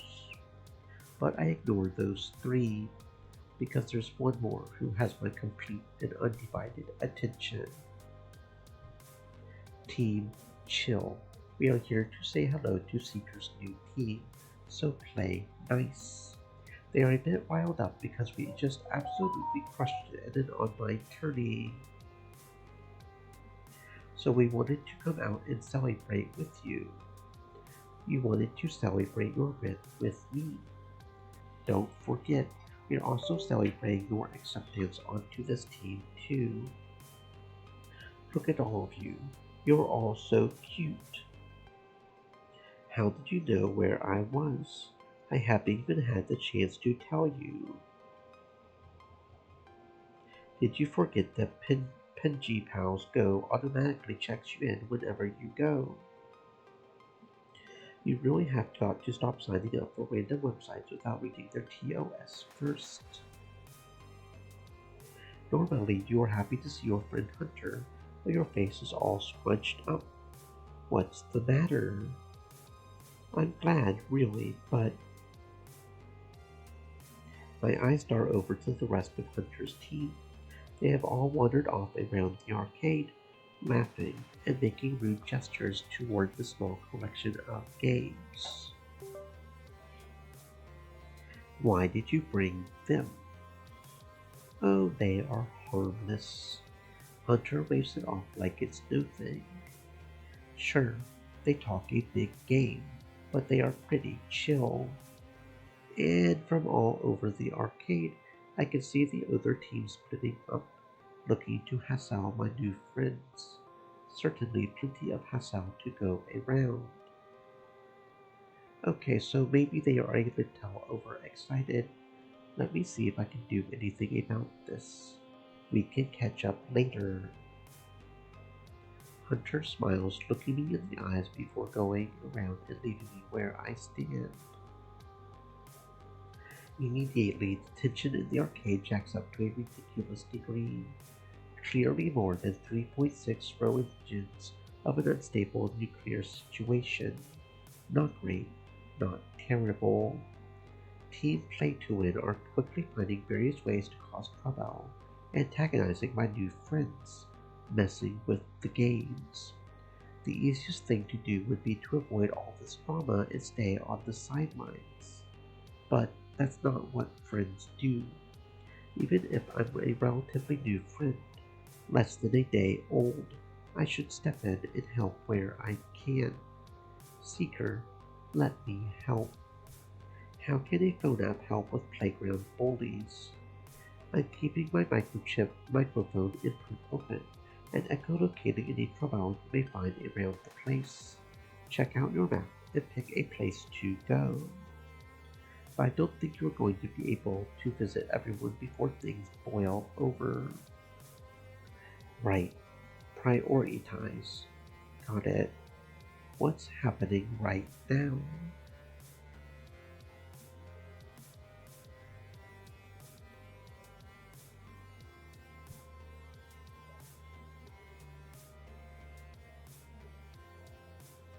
On the far side of good, clean fun, Grace is demoing her indie RPG on that fancy homebrew handheld game console. Sorta. This game's easy as hell. Slice, dice, 200 XP. That old guy didn't even put up a fight. What? That's a shepherd, not a fighter at all. Blitz, please, you're not supposed to be killing the villager NPCs. I don't see why not. They are packed with tons of XP. I have leveled up 3 times in 5 minutes, cutting my way through this town. They have XP because they have levels and crafting skills, not because they are meant to be murdered. Don't know what to say. XP is XP, and they are good XP. Look at the blood spray. So much for the laundry you were carrying, lady. Gonna need to put a stain treatment on that blanket. Oh no. You killed the tailed weaver. She loved music and quilting and... So what's this game called again? Wandering Trial or something? Where's the big bad at the end? I want to skip to the end. Run, stupid villagers. I've got an axe and you have got heads and I'm going to use one on the other. But please don't. Just give me back my game. What was that? Speak up. Can't hear you over all these digital screams and stuff. Give it back, please, if you don't mind. You're playing it all wrong. Hey, come on. You'll never grow as a game designer without feedback. Don't you want me to test this thing? Not enough game devs really listen to the gamers, you know? They hide and ignore us or ban us from their forums. Or are you afraid of free speech? No, it's not that.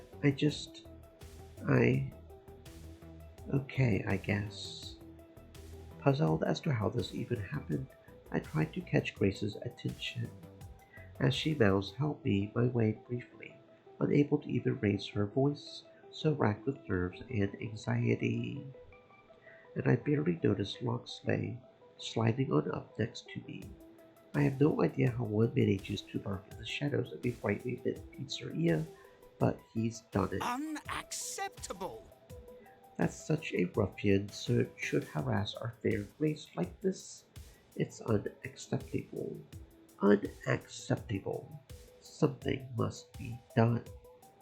Fortunately, he's talking quietly enough that the ruffian himself doesn't hear us. Plus, that lapel speaker is loudly squealing with the screams of the innocent. Can't we just get Ben and Matt to kick these play to win jokers out? It's a private business establishment. Management reserves the right to refuse service. Would that we could, but alas, they seem a bit distracted by more pressing and dire matters. I look around for Ben and Matt, owners of this privately owned business establishment and resident authority figures.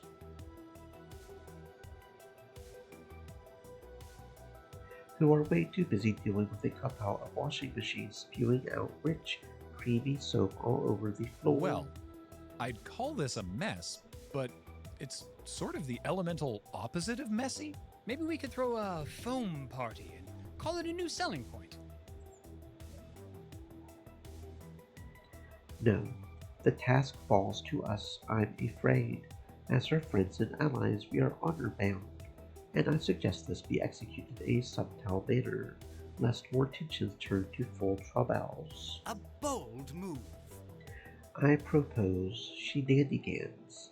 If you can distract this brute in a way that makes him drop the game, I will promptly retrieve it. You want him to drop Grace's custom homemade game console. I have faith in my agility. I can save it from impact with the floor, and this act would break his attention away from it. Albeit, if you have a better stratagem in mind, I'm all ears. But we should act swiftly and decisively. What do you propose?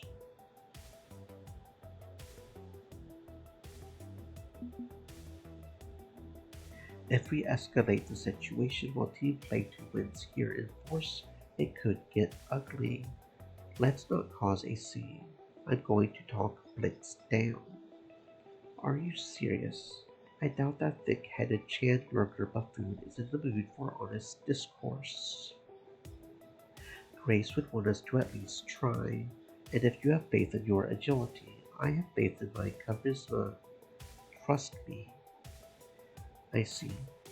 As you wish. He bows out, allowing me to step up and confront the jock.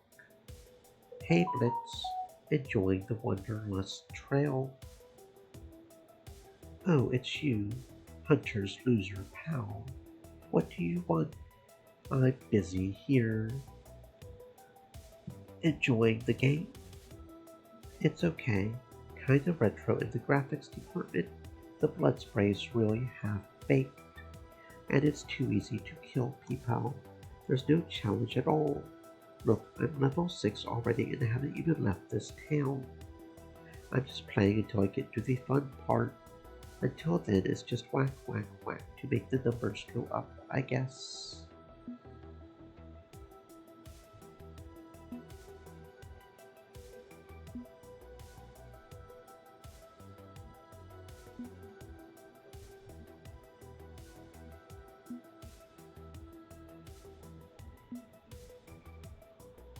Let's try using a metaphor this guy will probably understand.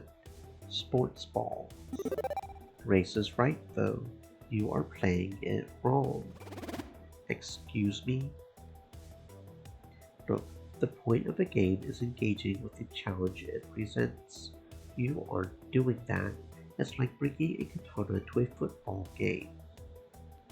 If you carve your way through the defense in the literal sense, you will score a touchdown, but it's not like you really won.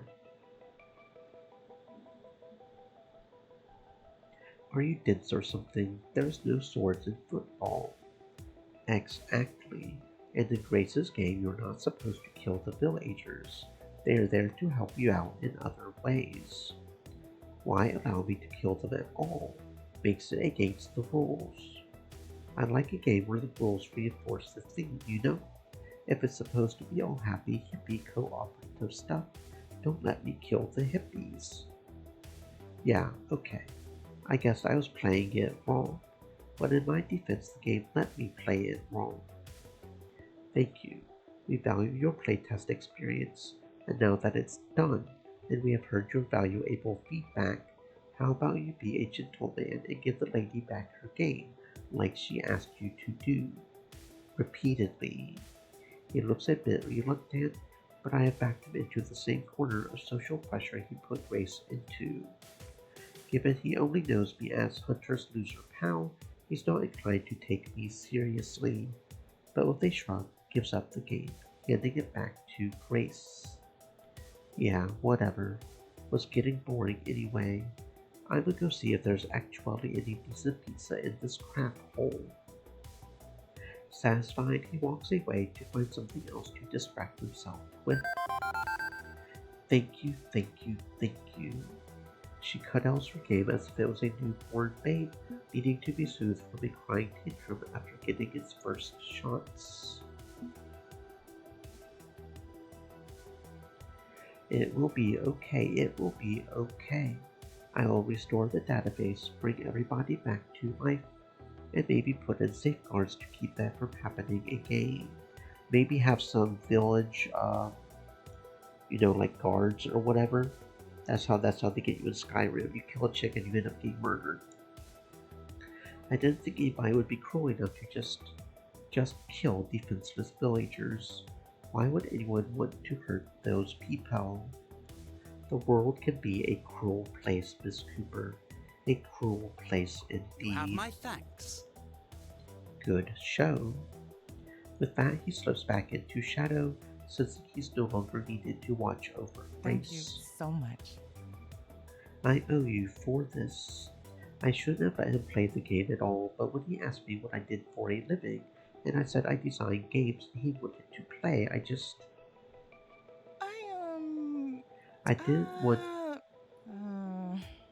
didn't want to make a fuss, I guess. He's not exactly my target audience, but I feel like I would be closed-minded not to let him play a bit, and then things got messy. I'm so sorry. I'm just no good at all with confrontations. Think nothing of it. I'm always willing to step in and lend a hand when a friend's in need. So if there's anything you need in the future, you just tap me on the shoulder, no matter what I'm doing, and I'll be ready to get to work. That's great to know. That means you will definitely be staying around with our team. Yes, it's growing on me, definitely. I will be around. That's wonderful. Great. I'm always happy to make new friends. Real friends, ones I can feel comfortable around. That's why I like Team GCF. I feel safe here. I feel safe and loved in a lot of ways. I know you and I kinda just met. It's always nice to find a new friend. I have got to reset my server, put everything back the way it was before that sadist touched my precious game world. Thanks a bunch. And lo, the land is saved from the terrible beast ransacking its peoples. The end.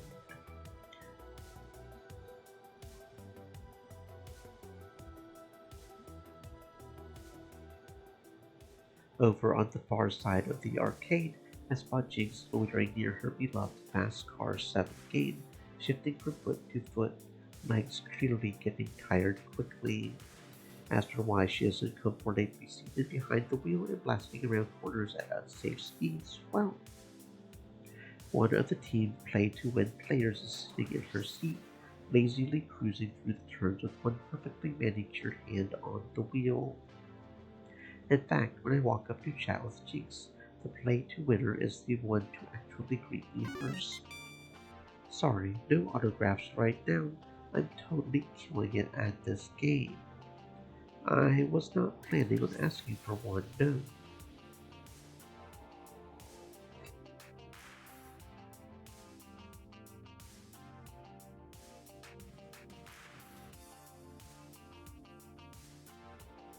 Great. I appreciate that, you know. Many of my adoring fans just won't give me any space or privacy.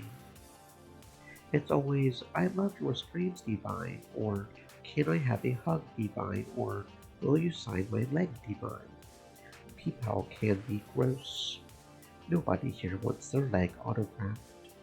Look, I scheduled an online game with a friend coming up soon. You want to wrap up your race so I get a turn. Sorry, arcade rules, Honey. Winner stays on, and I am winning. Come on. Only because I modded the game to have weak AI so I can focus on improving my time trials. And you are in my seat. Don't see your name on it? Perfectly good seat right next to this one too, see? Play on that one. You are the only one with hand controls. I literally can't use the other. Yeah, that sounds like a you problem, not a me problem. Not my fault, you are defective.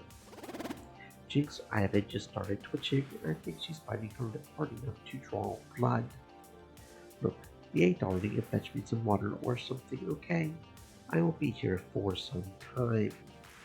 Jinx's grip on her walking cane tightens to the point where I swear I can hear bones creak.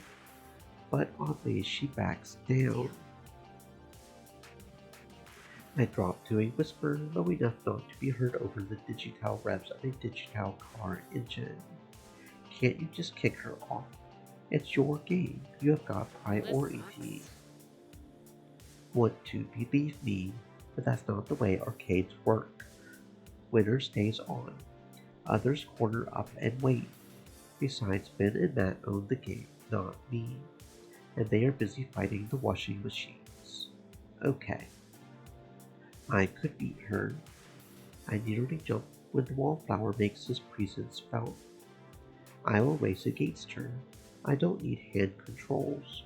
I can use the second player seat. If I beat her, she can't stay on the game. Since when are you a This racer? can't possibly end badly. I'm a survivor. I'm pretty sure keeping a ton of virtual metal from flying over the guardrail of a mountain pass is a lot like playing a smoke. I'm not sure about that. Dunno. It's a long shot. Or we could just convince her to bail. Don't ask me how, other than breaking her leg, which is where I would want to start personally. If we don't play it cool, we risk making the situation with all these play-to-win toadies more volatile than it already is. Ugh. Not worth. My race against Naomi will just have to wait. She's pretty busy, but I can reschedule later. It's the adult thing to do.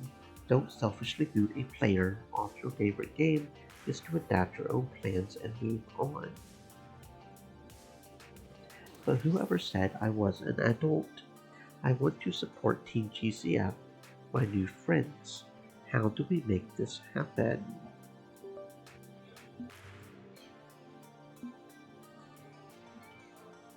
So everything can be a double-edged sword, but this divine values her image enough.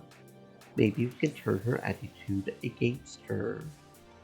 Jinx permission to do something sketchy, to spotlight and shame her for what she just said. My knees are fucking killing me, so yeah, make like Exodia and obliterate her. People hogging resources set aside for the disabled are going to the special hell, and I make the travel arrangements. Okay, but you sure you're okay with me playing advocate for you? You seem more like a self-advocate person. Let's say I'm curious how you're going to swing this, so I'm going to step back just this once. Besides, I'd probably just lay into her like a fist of an angry god. Fisting sounds counterproductive. Good luck, Seeker. I walk back over to Fast Cars 7, sliding my phone into my open palm, but hand turned away to hide it for the time being. Hey, excuse me. Where's my water bottle? Racing is thirsty work. I just wanted to confirm something with you. Did you seriously just tell my friend it's not my problem you are defective? Did I stutter? Those laundromat plebs, I swear. Just making sure. Okay. I whipped my phone up, opening apps for all the random social websites I kept signing up for. How do you spell divine? 2 I's, or is there a Y somewhere in there? What? You can't post that. What? You confirmed you said it, and once everyone finds out you're an ableist, have fun keeping your contract. I said nothing of the sort. You can't prove that. Iris, you're keeping an open microphone rolling, right? Mind spinning that back for me? Sure thing, speaker. And what do you know? My podcast privacy violation echoes Divine's own words back at her while I prepare my posts. Yeah, that sounds like a you problem, not a me problem. Not my fault you are defective. To make sure I'm tagging this right, your Divine played to win on Twitter, the Divine won on Facewall, and Divine was taken on Pixtagrammer, right? You can't do this. I won't let you.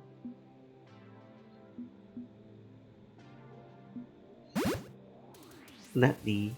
Divine, I'm not a comic book Delane. Do you seriously think I would explain my masterstroke if there remained the slightest chance of you affecting its outcome?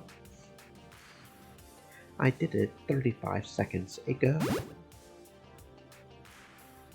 All messages sent. That was fun.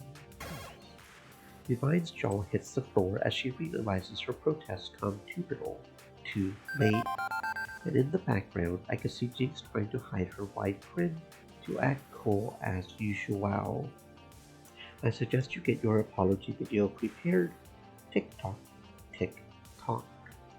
You are a terrible, terrible you. She sneers at me before climbing out of the driver's seat and marching away. Clever move. I can see my work here is done. You didn't do anything. Domino mimics swooshing a cape and fluttering away. Not bad at all. Personnel responsibility is kind of my thing. Admit to your mistakes, make amends for them. Forcing her to face the music feels good. Plus, now I don't have to get arrested again for assault. Right. Wait, again? Something of a temper. I was very hot-headed, very impulsive, and my wild years settled down a bit now. Sometimes it bubbles up. Like when someone disrespects your disability. Got it in one. Honestly, most of the time it's just people making mistakes because they normally don't have to even think about us. Can understand that. Don't usually run into someone who's actively a hater. When I do, though, the old urge to step up is strong. Fortunately, you stepped up for me. Don't normally approve of someone playing savior like Locksley does. In this case, I will take it. Plus, I did ask you for help. No shame in asking for help. Took me time to learn that one. Jinx shifts her cane from hand to hand, leaning heavily on it. Okay, show's over. Drift Queen's got to school a retro game on how to drive. I really need to sit down. Got you. Happy to have out. Call me if she bugs you again. Deal. I leave Jinx and Domino to see what else I can help with.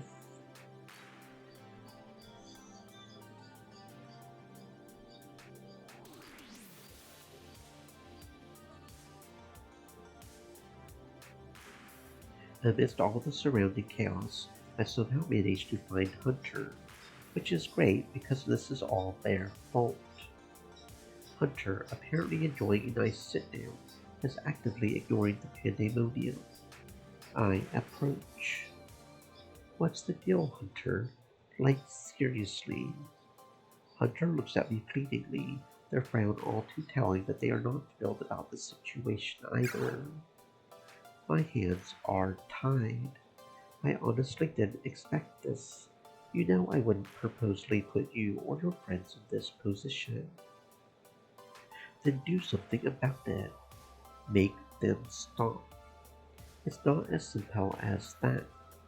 Yes, it is. You just walk over there and you say, "Dirtbags, stop being dirtbags." They stop. I clap my hands together.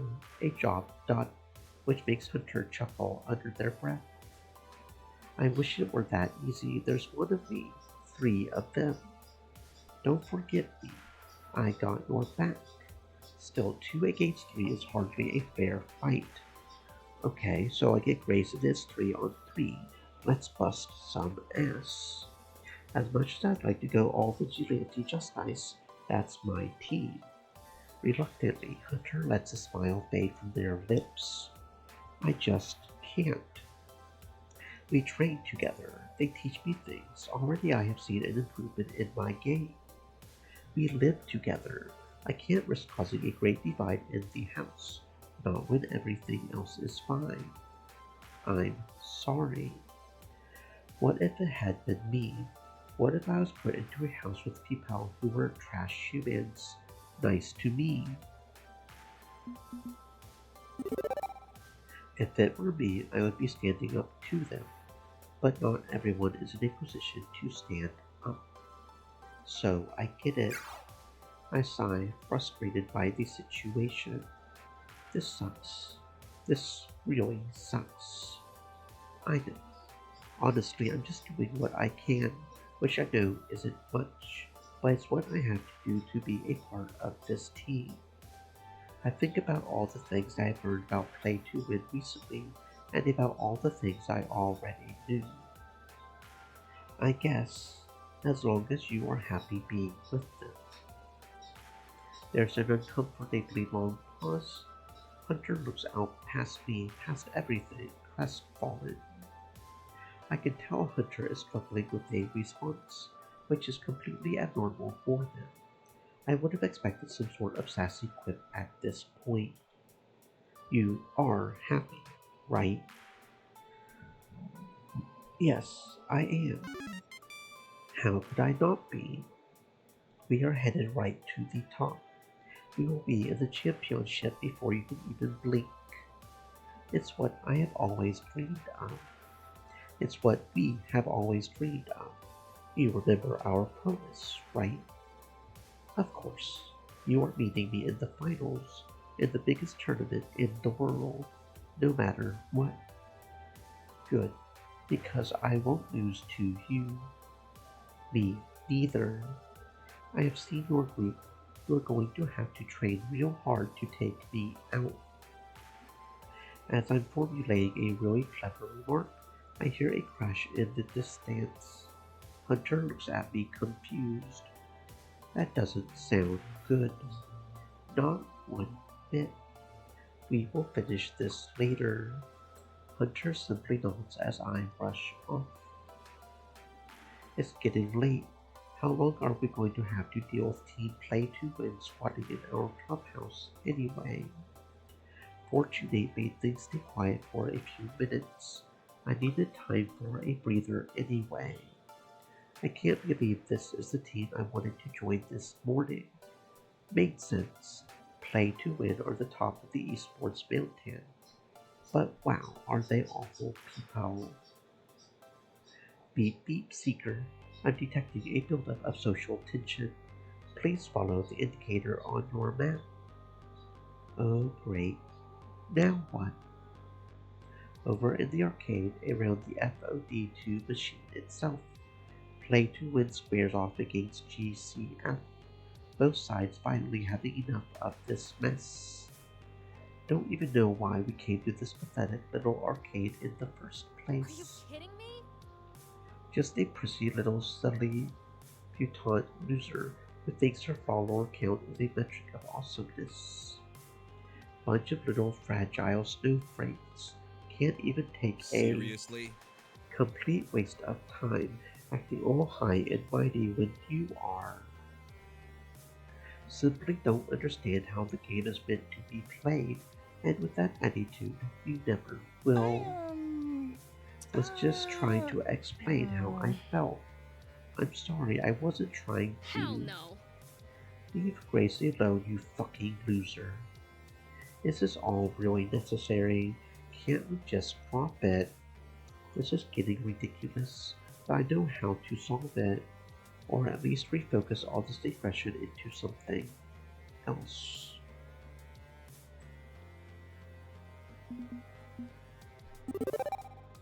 Peepow, this isn't helping anything. Look, we all love best of discomfort too, right? So let's focus our energies there.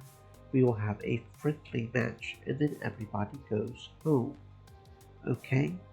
Enough fighting IRL. We compete honestly as gamers and then agree to go our separate ways. Fine. I'm done dealing with this crap hole arcade anyway. One match for bragging rights and we are done here. Hunter steps forward from the rest of Play to Win, welcoming the competition. Coda will join me against you and one of your teammates. Fair? We will see which team rules and which team rules once and for all.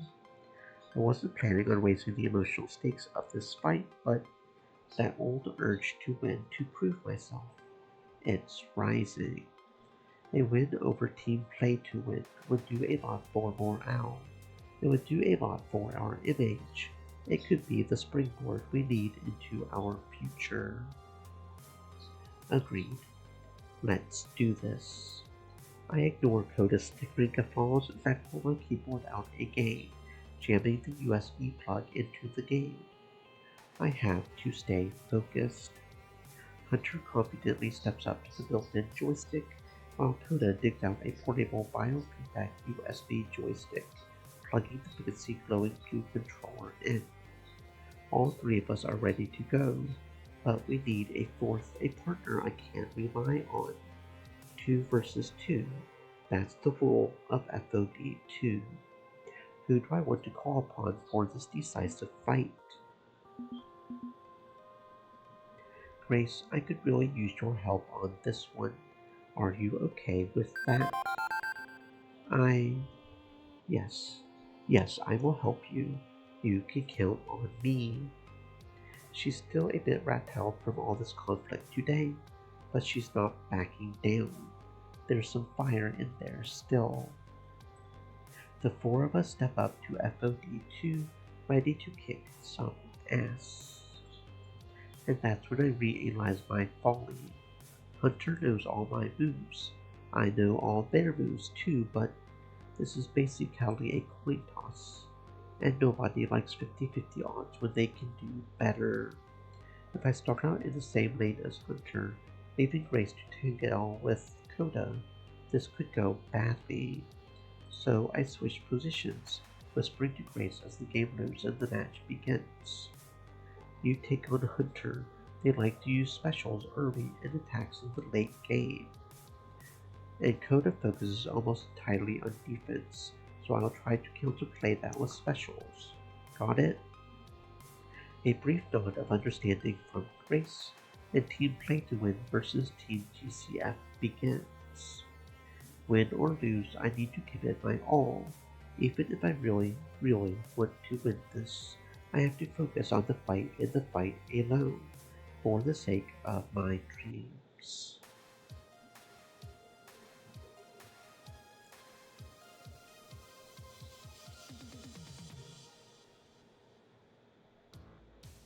Fight.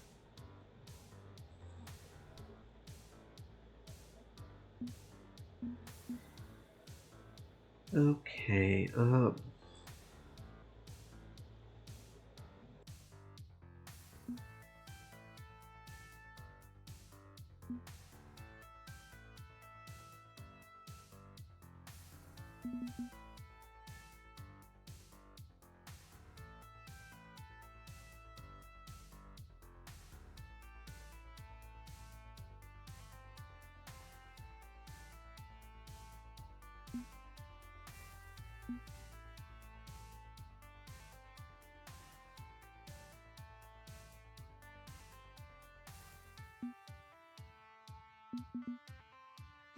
Whoa, you almost had me with that one. Nice work.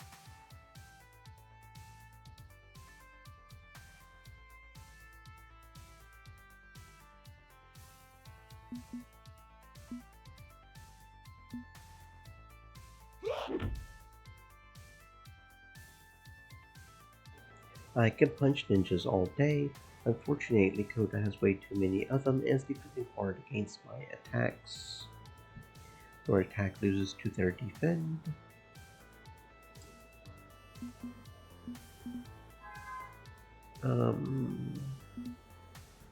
Whoa, that's an interesting approach. I'll have to account for that in future rounds. Your attack loses to their defend.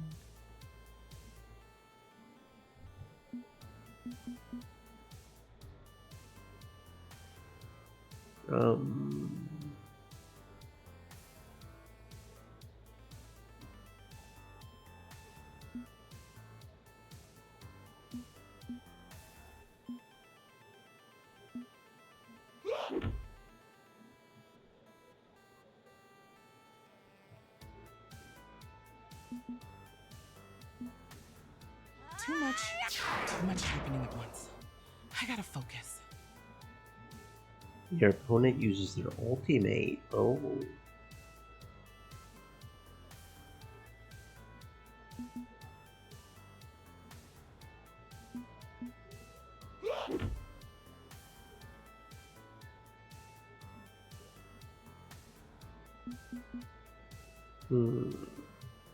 What a clever strategy. I mean, I was just a little too clever for it, but you tried your best. You lose.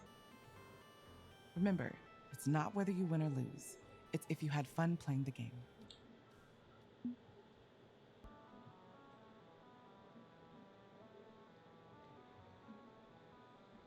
We lost. That's to be expected, honestly. Knowing Hunter inside and out and going up against the best team in the nation, why did I expect anything less? What a great match.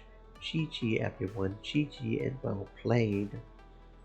I have to be okay with this. I have to. I can't see this as a personnel failing, as proof I'm just some pathetic loser. I have to be okay with this. Thankfully, Hunter is being very supportive of it all. I will admit I didn't know which way that was going to pan out. It was a close one for sure. You'll have to show me some of those moves next time, so you can use them against me next time. Of course, you would do the same to me. Isn't that what rivals are for? But don't be too down on yourself. Maybe you will even win next time. Maybe. I will win next time, mark my words. Next time. Like there's going to be a next time. The only reason we came down to Scrubville McNewtown to deal with the pathetic losers is because Hunter insisted. I will never darken your doorstep again. But Hunter is peering over my shoulder at something Coda can't quite see from that angel. Now's not the time, Coda. You know what you are. You are pathetic. All you sad, little, filthy casuals aren't fit to lick the gum off the bottom of my sneakers. I'm play to win. I'm the top of the heap. I eat caviar for breakfast and scoop millions off energy drink sponsorships. Those feckless idiot fans out there lap up my every word. I can define the metagame with a single post to face wall. I am Fist of Discomfort too. Not you. Coda. You know what? You want a rematch? Do it. Kneel down, beg, and grovel for one. Maybe I will grant you the honor. Well, what are you waiting for? Do it, loser. The one quietly recording it all taps a button on his phone to complete the upload. You get all that, Locksley? I believe that will suffice. Title. How about entitled Play to Win Crybaby Choose Our Underdog Team? Yes, I think I would use that title. What? Oh look, 20 upvotes. No wait, 50. 100. My oh my. The internet does love bad behavior. Calling all the fans of Team Play to Win feckless idiots was a particularly nice touch, I felt. There's an utter quietness of disbelief and rage while Coda just stands there, jaws sagging. Hunter rests their forehead in their hand and the rest of the team whisper to themselves. I can't wait to waste this opportunity to deliver the final blow.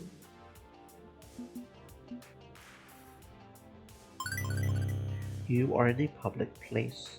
There's no expectation of privacy here, Coda, and public actions have public consequences. From the looks of it, that's a lesson you have needed to learn for a long time. Locksley literally bows out with a gracious dip, leaving Coda twisting in the wind, and Hunter trying to hide their face in annoyed disappointment. But there's one individual far more disappointed than Hunter. The coach for Team Play to Win, Victoria Proud, formerly the esports star player Valkyrie. I had seen her come in with the team, but she hadn't talked to anyone since arriving. Quiet like death, only watching and waiting. Hello, Knock. Welcome on in, friend. Is that a bro fist? Hold on. I guess it could be a bro fist. Welcome on in, Knock. I hope you're having a fantastic existence. That is maybe the logo for Fist of Fury 2, which is the main game of this thing. Now she glowers at Coda and Hunter, extremely unhappy with the results, her frown causing Coda to shift nervously. I just meant that. She holds up a finger to her lips, silencing him. Then, in a turn of eeny, meeny, miny, moe between her two players, her finger eventually lingers on Coda. Coda, you're fired. What? But this whole mess is thanks to Hunter. They wanted to come here in the first place. Her eyes narrow at Coda's complaint, which stops in mid-sentence. Stop passing the blame. Not only do you look childish, but you've made the whole team look bad. And I won't stand for that. She sighs grudgingly whilst crossing her arms. She's by no means thrilled. Not only are you fired, your non-compete clause means you're not joining any other teams. Not that they would have you, especially not after I tell them you're blacklisted. Be happy I'm not doing anything else. Coda stands there in total disbelief as the other members of his team edge away from him, as if he suddenly caught a very communicable and very nasty disease. Defeated, Coda slinks away to a corner of the arcade. With Coda out of the picture, the coach redirects her attention to me. I gulp, and hopefully not too audibly. As for you, enjoy this moment in the spotlight. earned thanks to Koda's immaturity. But don't think this is a victory. You're an impressive challenger, no doubt, but take my advice and be content with what you have. She twirls her finger in the air, and the rest of Team Play to Win follow her out, even Koda, who's trailing at a safe distance. We lost, and yet we won, simply by being who we are, by working together and avoiding becoming the kind of monsters that occupy the top of the esports ladder. There's a simple strength to be found in that truth, one which could be the start of something great. Maybe Iris is right. Maybe through Team GCF I can find victory and be at peace with myself. In that moment I also see all of their eyes on me, hope restored and a newly found yearning in their gaze. Maybe if I'm true to myself, to who I am as a person, well, maybe I could reach them. If I could just convince Team GCF of that. This is an intense identity situation. You can only pick a response that matches your top 2 personality traits. This is the foundation, the first brick. People are going to see that online video. They are going to see us put one over on Team Play to Win. They are going to be talking about us. I know not all of you are interested in a Pro Tour run, but if you have any doubt, if you have even a tiny shred of curiosity about how far you can go, then this is our moment. This is the time. Are you willing to try? Makes sense. Strike out now while we are being noticed. Get sponsors, make it happen. Okay, I'm in. I'm not very competitive, but that makes sense, yes. And if Jinx thinks it's a good idea, I'm willing to try. It might be fun. The timing would certainly be on our side if we started now. Being a positive beacon for the community would inspire others. I'm in. Man, I could care less about public image. I just want to get that trophy.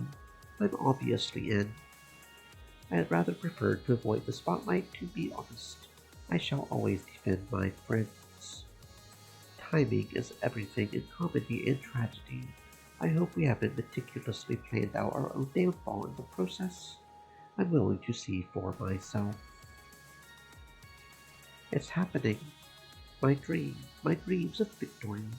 I have found a team willing to go all the way. I have done it. Iris was right. This is where I need to be. Hold it. One thing to make absolutely clear. We want to whip this team into something resembling a competitive, professional esports crew. Yes, that's what I said. Okay, then you are the one responsible for making that happen. You are our new manager. What? Never had one. Never needed one. Not until now. Sound good here. You want us to take this seriously? We'll need someone who can network, shake hands, make deals, sign paperwork, make travel arrangements, find sponsors. Since you're so gung-ho about this, that means it's you. Of course.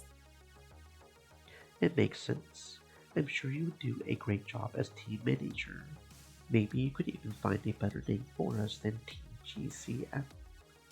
This can't possibly end badly. We have a professional cat herder now. Have fun trying to keep this merry bunch on tasks.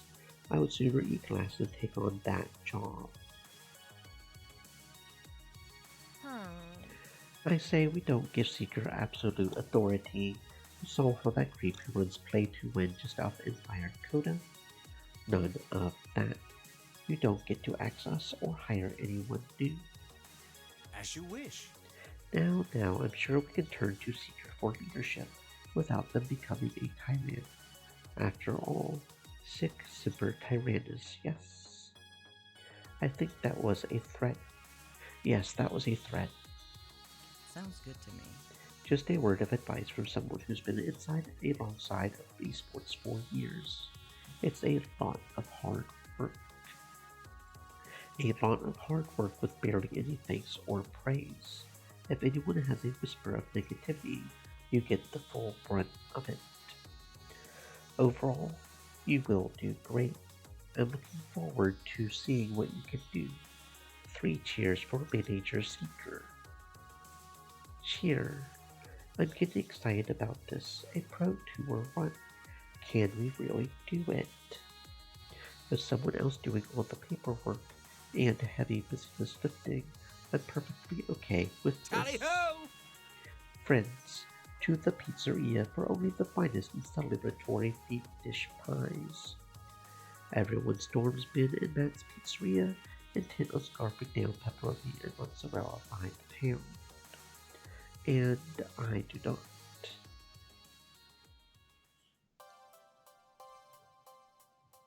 Instead, I step out into the cool, if not entirely refreshing air outside the building.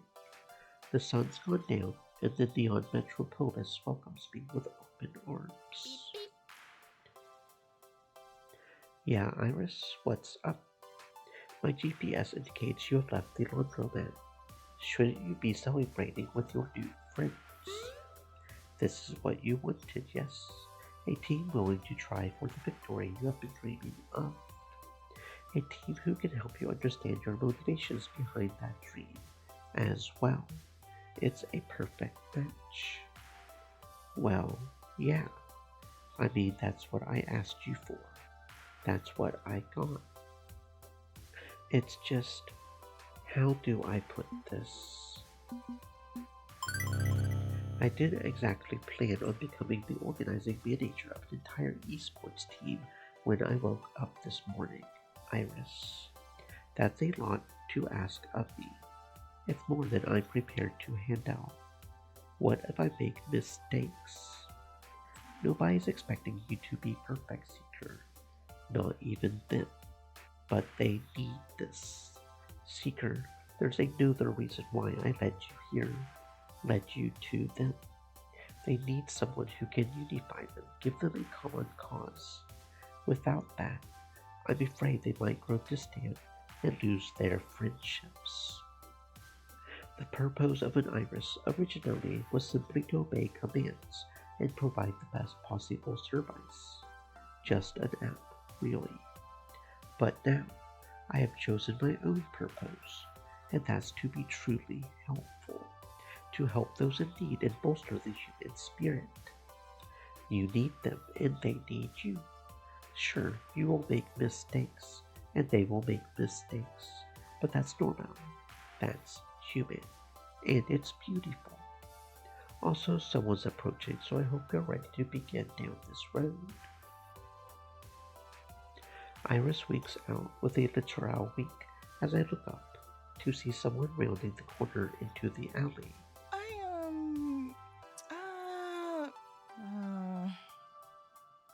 Seeker, is everything okay?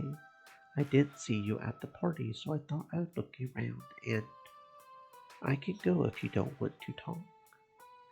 No, it's okay, Grace. Just trying to puzzle my way through all of this. It's been a whirlwind of a day, you know?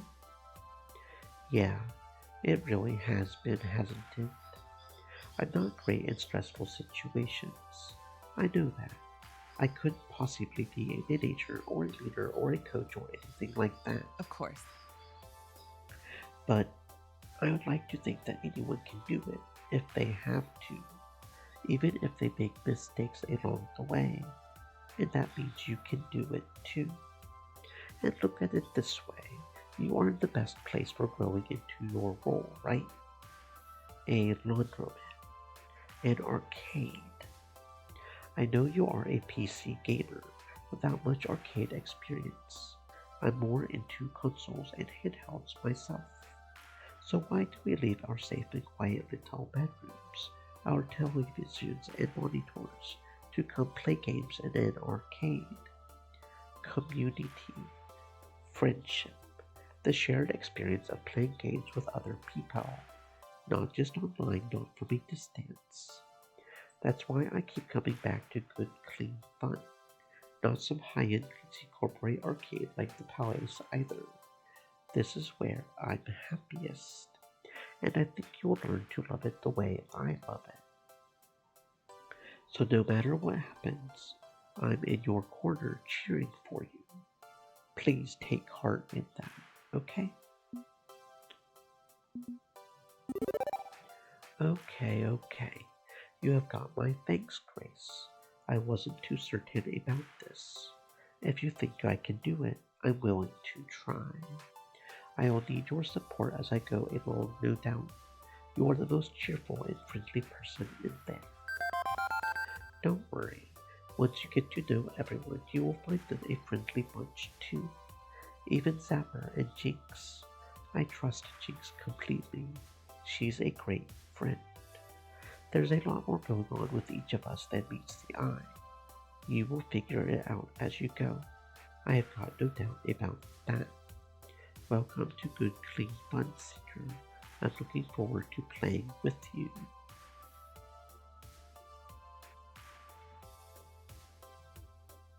As I walk back inside Good Clean Fun, I see my team, my new friends rejoicing, the happiness on their faces celebrating our victory.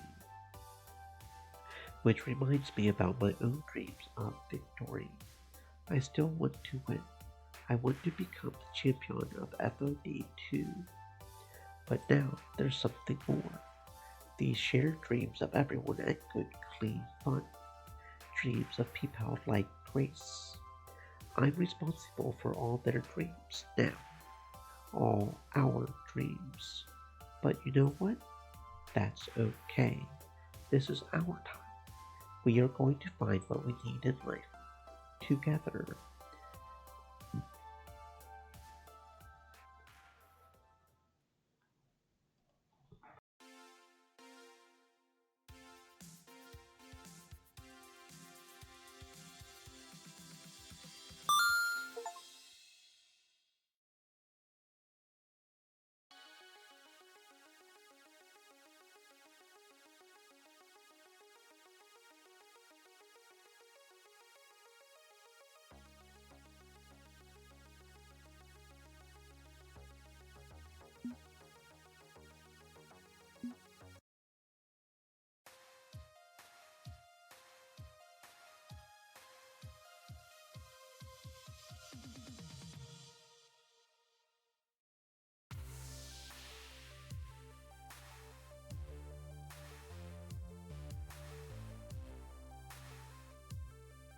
What's up, everybody? It's your boy Punchy78 here with Fight Shack News. All the fighting that's fit to post. Big happenings in the scene today as P2W endures humiliation at the hands of a small team from a local laundromat. While this plucky team of underdogs didn't defeat the reigning champs, Team P2W came off looking like complete jackasses. Rumors had been swirling of P2W being a haven for toxic attitudes, and those rumors were confirmed in a video posted this week. Will this little incident become the start of something bigger? Who knows? Personally, I can't wait to see what this new team can do. For more on this developing story, be sure to like, share, subscribe, and rate Fight Shack 5 stars. This is only the beginning, folks.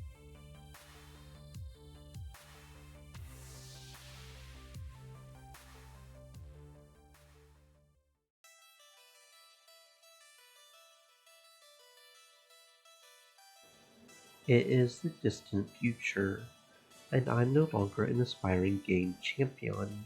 I'm an aspiring game champion and a team manager. That's one more set of shoes than I had originally intended to fill, if we are being honest.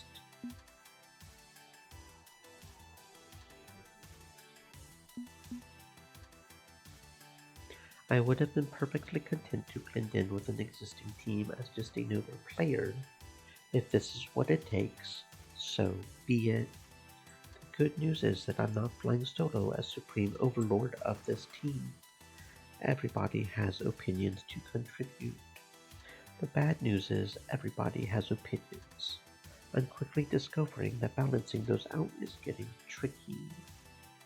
This morning my job is simple.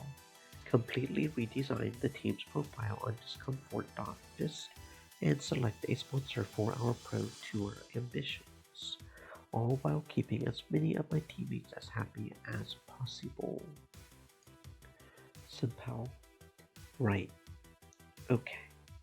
Let's get to work.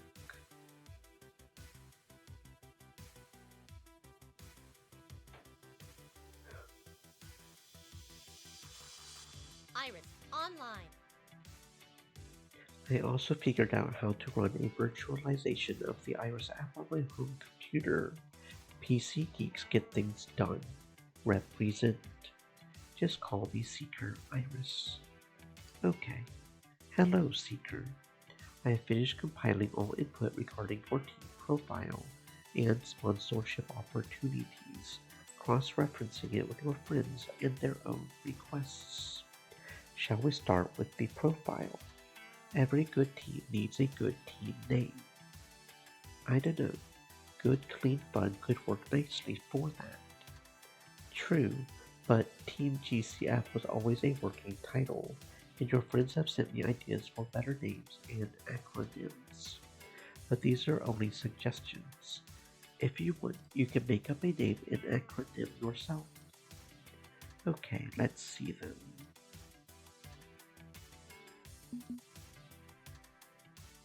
It's kinda racing focused, but also has a badass feel of a totally competent and organized team, so Pit Crew it is. Okay, your team name and acronym are now registered with Discomfort. I've also emailed everyone to let them know of the change.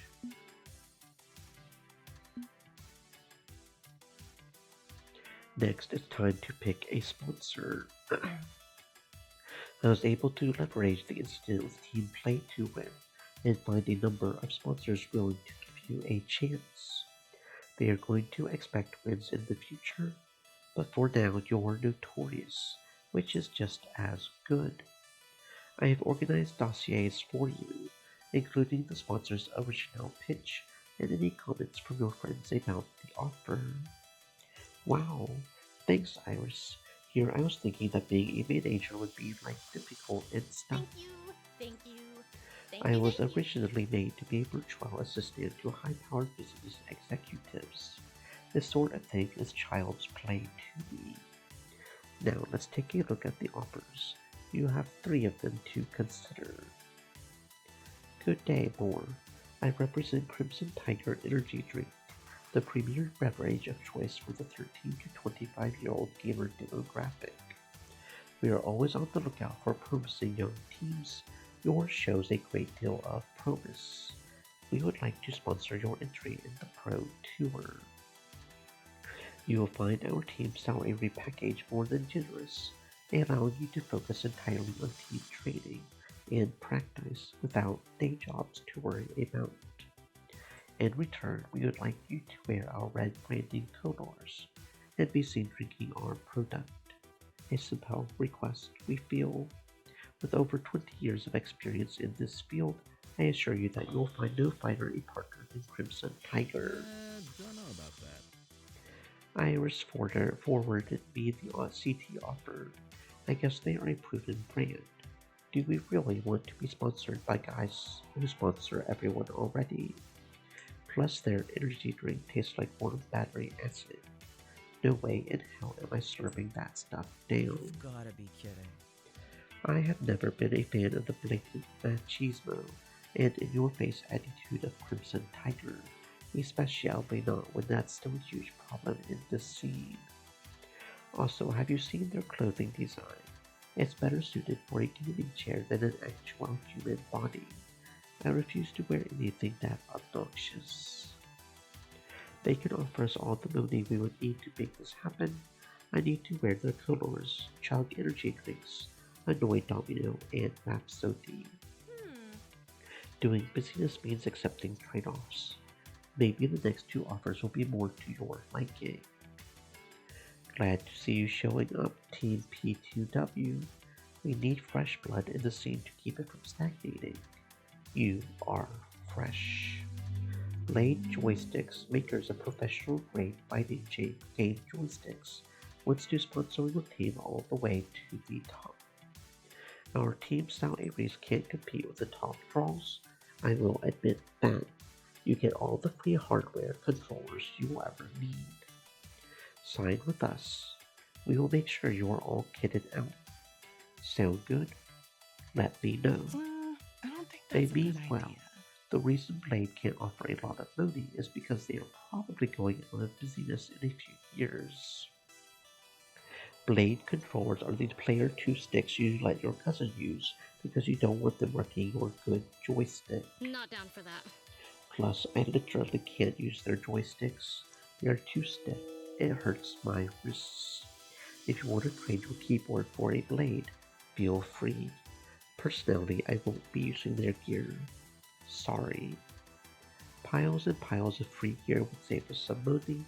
If Grace and Jinx both don't like Blade, I can't say I like the idea of ditching good old Meiji the 101 keyboard for a joystick, just to keep them happy. You could have everyone else on the team other than Jinx use Blades if you want to keep your competitive keyboard edge. There are options. Also, there's one more candidate to consider. If I may lend my own biased view, I think they are what we need. Good to talk to you. We here in the Pizza Yums family have been following your story closely. Everybody loves an underdog. We would love to sponsor you.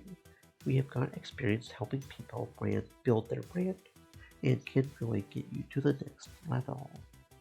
We can't offer as much money as a more esports focused company, but we also don't have any demands in return. We just want to help you soar. It would help if you were a bit more family friendly though. Let's talk. Just drop me a line and we will arrange to pay entrance fees to tournaments for you, if nothing else. No f***ing way. Family friendly. Seriously. Fuck that. I make no apologies for who I am or what I want to say. Plus, pizza by Giles tastes like school glue on cardboard. Hey, that's me. I must protest.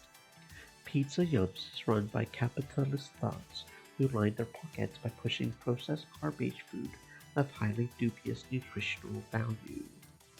In addition, they have sponsored many an event at Deco's Palace. Excuse me, the Palace, the pinnacle of anti-arcade. I say nay. Dang it. So no matter who I pick, I upset someone. Seriously? It seems that way. Sorry, Seeker, but these are the tough decisions you need to make when you're in a position of leadership. They will accept your decision no matter what, but you may lose standing with two of them depending on what you decide. I guess crowdfunding isn't an option. Not for the amount of money we will need for travel and tournament expenses. Even the cheapest of the offers will get us more than a GoFundMe would. Right, decision time then.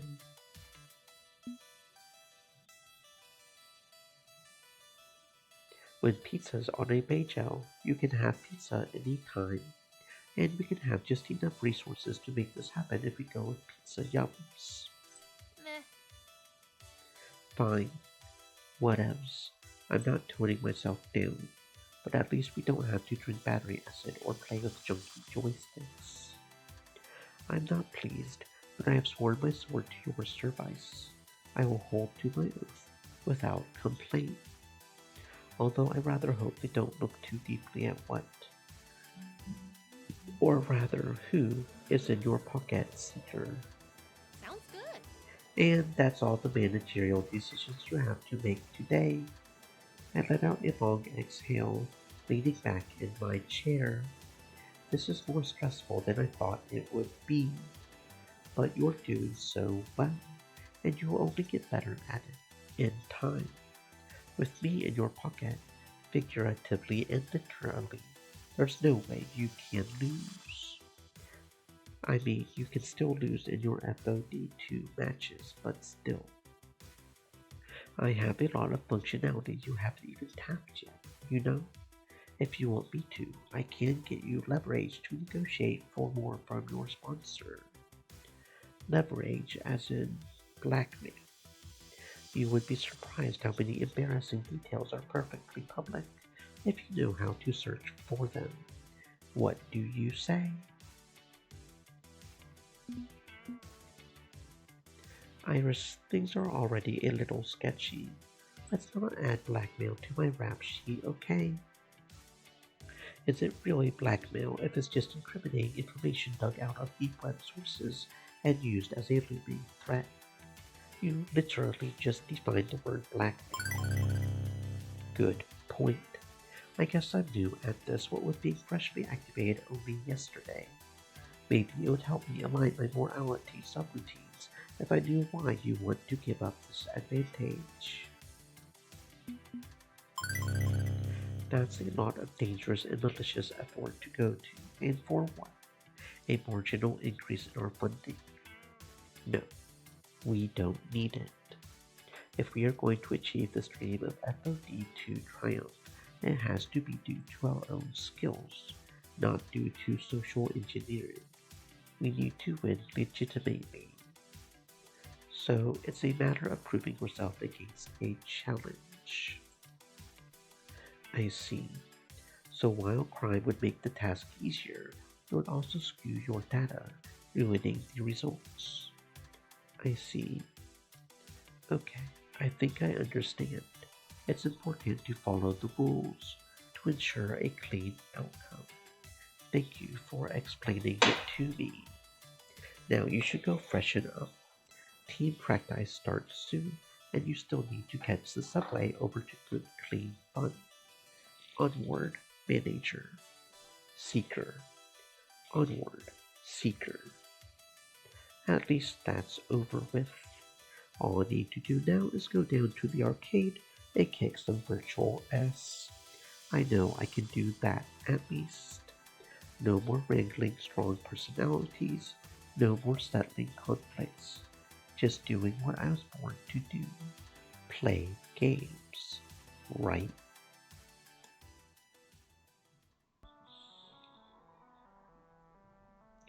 Right. Except, well, matchmaking is taking forever. It has literally been 2 minutes, Zapper. Yeah, I know. Forever. How are we supposed to get practice matches in if the servers can't find anybody at our skill level? It's got to be your ELO dragging us down or something. Or yours dragging us up. High-ranked pros aren't always playing this early in the day, you know?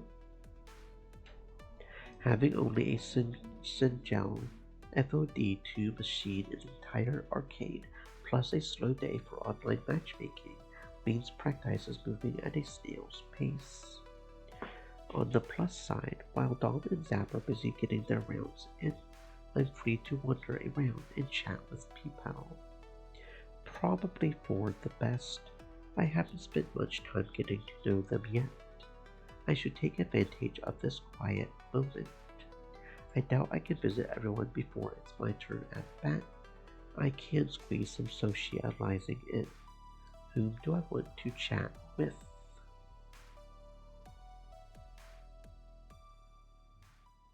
With Good Clean Fun being a trifecta of greasy food, clean clothes, and hot arcade action, it's not too surprising to see my arcade friends washing underwear and stuff.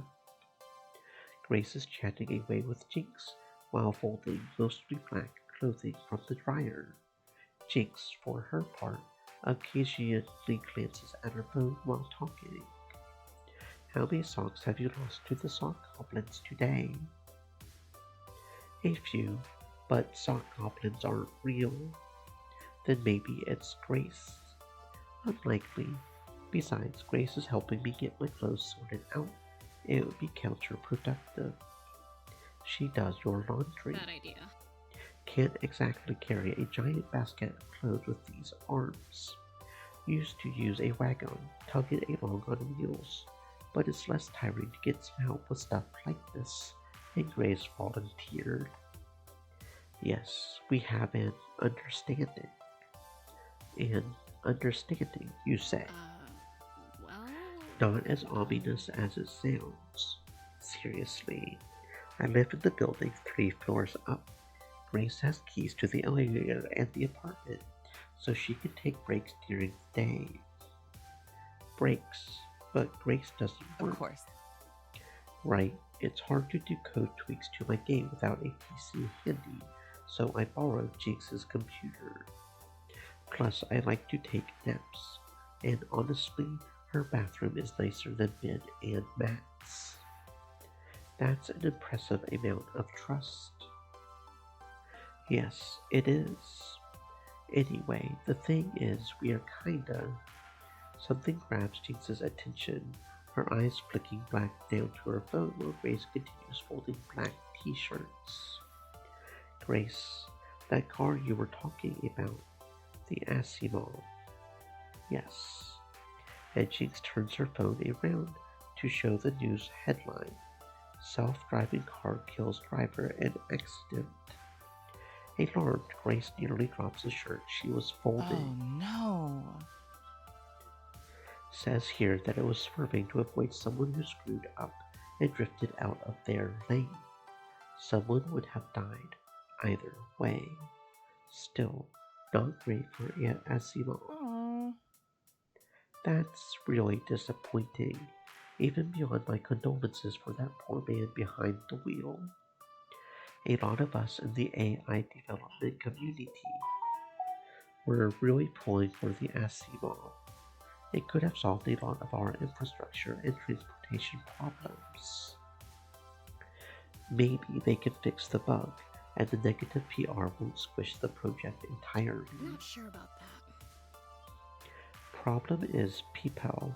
Any crappy human drivers on the road introduce X factors that an Asimov can't always solve for. Sometimes I think people can't be trusted with cars. We are too reckless and too inattentive for these high-speed metal bricks.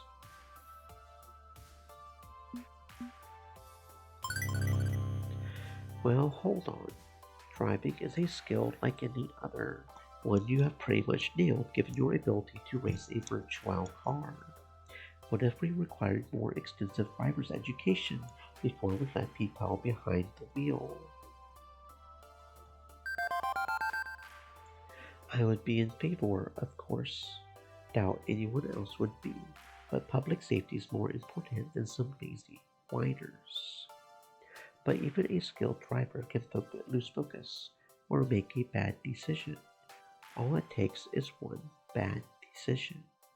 Sometimes I think if every car was run by code, it would all flow smoothly, optimally, safely, even if America will never give up driving. Yeah, that's unlikely. Even aside from one's independent spirit and freedom of movement, people don't trust AI yet. That's unfortunate. And sadly, this incident won't help Asimov's chances at acceptance in the mainstream.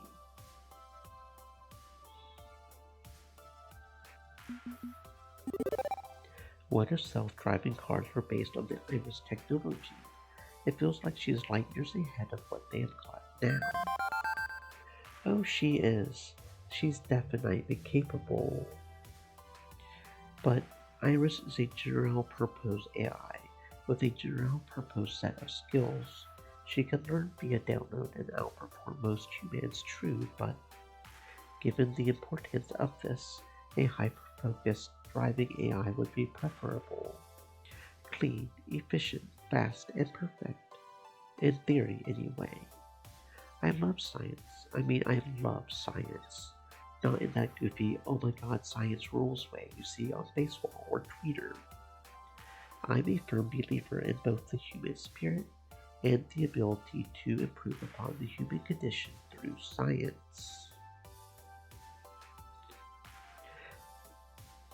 That's wonderful. Robotics, biohacking, space exploration, everything. There's a bright future ahead of us if we are willing to put old attitudes aside and reach for it. With the last of the laundry folded, Grace packs the clothes up in a plastic laundry basket. I'm feeling better now. and I'm sure Asimov will bounce back from this. That's my girl. Always nice to see you smile. See you later. Excuse us, Seeker. Grace and I got to drag the stuff back to my place. Okay, see you around.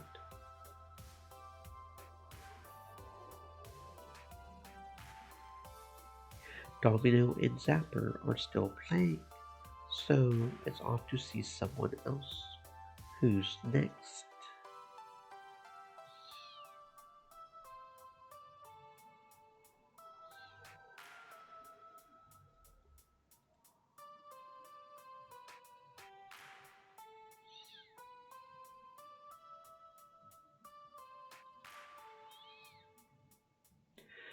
Food sounds like a good idea. I might be gelled up in practice sessions all afternoon, so a heavy slice of Zal would be advisable. Good day. A fine day indeed. Your first day as a manager. How exciting. What can we get for you, our delightful high-powered business executive? Please, just Seeker, and I will keep it simple today. Just a cheese lover's pizza. Can't be too cheesy, I always say, even if my bowels occasionally say otherwise. One piping hot slice of the good stuff slides over to me. I open the box to nosh on it, too eager to go find a table. Wow, first. you're full of pep today. I would have thought your first shot at managerial duties would grind you down into a tiny, quivering wad of stressed-out jelly.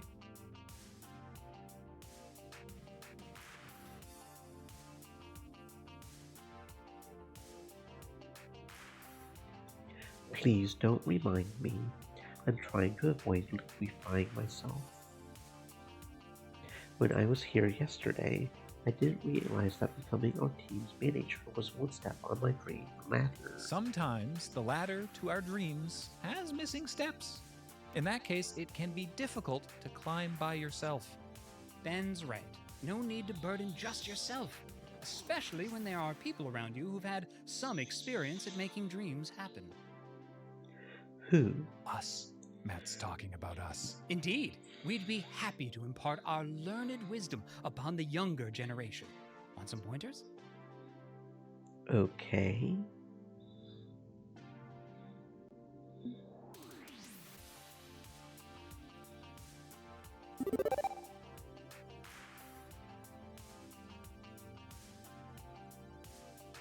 We are all friends in the pit crew, but conflicts are going to come up.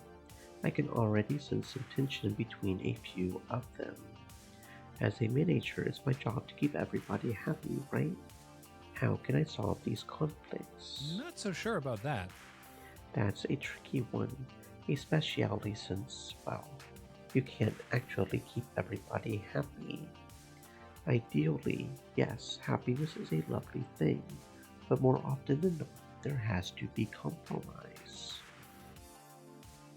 Comfortable middle ground between two clashing points of view, an acceptable solution if not an ideal one. You're not responsible for an ideal state of perfect happiness. You are responsible for making them as happy as possible.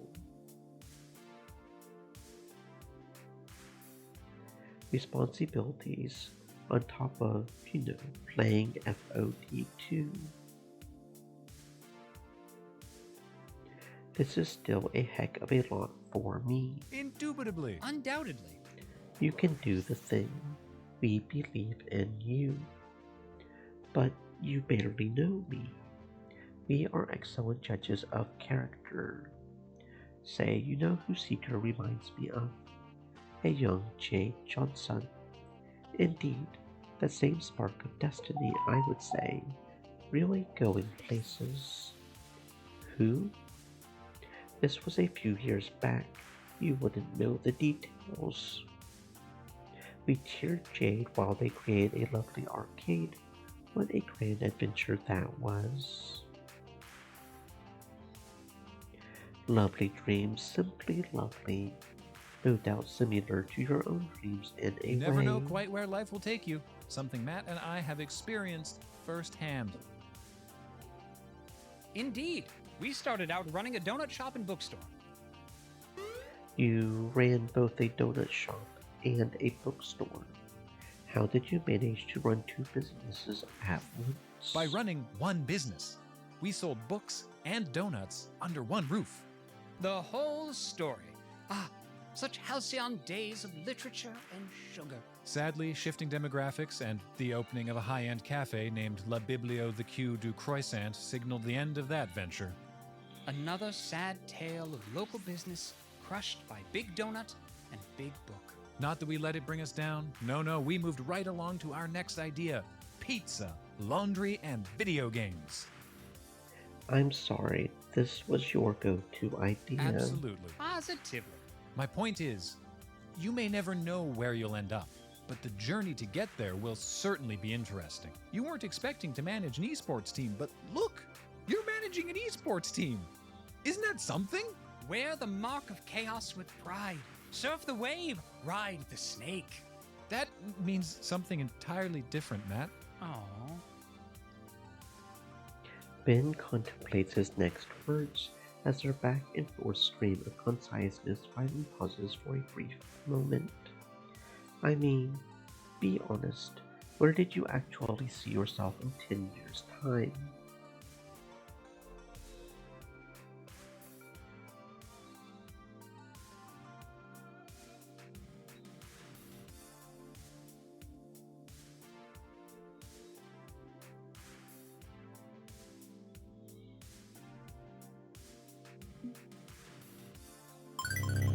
Like you said, who knows where you will really end up?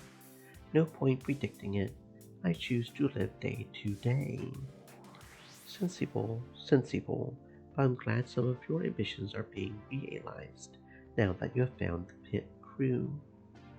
Indeed, merely existing on a daily basis with no expectations whatsoever can be tiresome. But you just said I should ride the snake or something. Even snakes need bridles. No, they do not. Work with me, Ben. Anyway, if you need any guidance in future snake riding, just come to us. We are always here. During working hours at least. Now then, next order, please. And that's when I noticed the very long line forming behind me of people waiting for Ben and Matt to get on with it. I mumble an apology and scamper off to devour my pizza. I'm not sure Ben and Matt work as the obligatory substitute father figures in the grand narrative of my new life, but at the very least they make for cool uncles. Domino and Zapper are still playing, so it's off to see someone else. Who's next?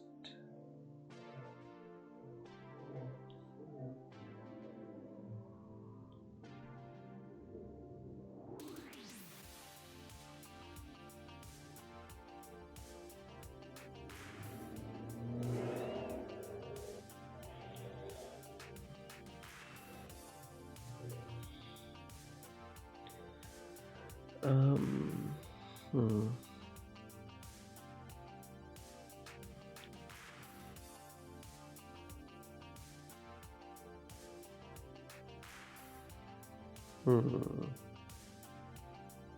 Hello, Jean. Welcome on in. I hope you're having a fantastic existence, friend.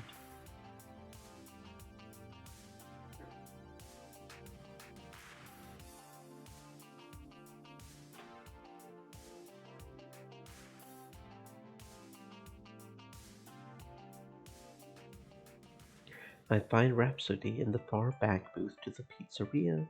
They are fiddling with their phone. I wander my way back to where they are sitting, and upon arrival, I notice a whole mess of papers and drawings strewn across the table's surface.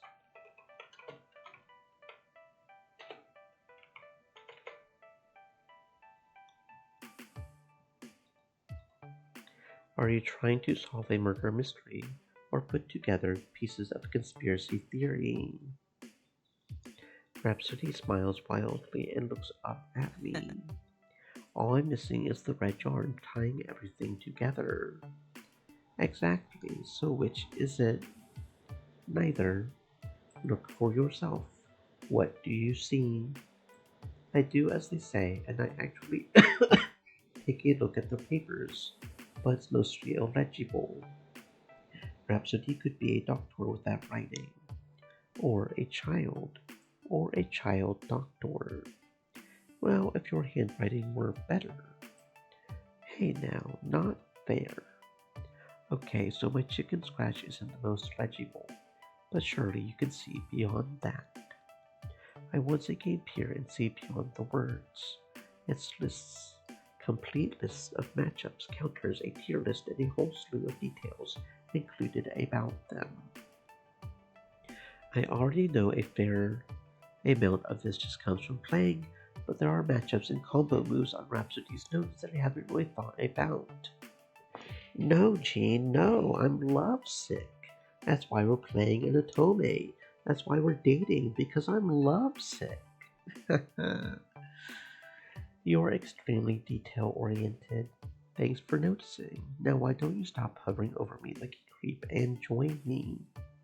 I acquiesce and slide into the seat across from Rhapsody, and even before I have a chance to prod them further with questions, they begin answering them.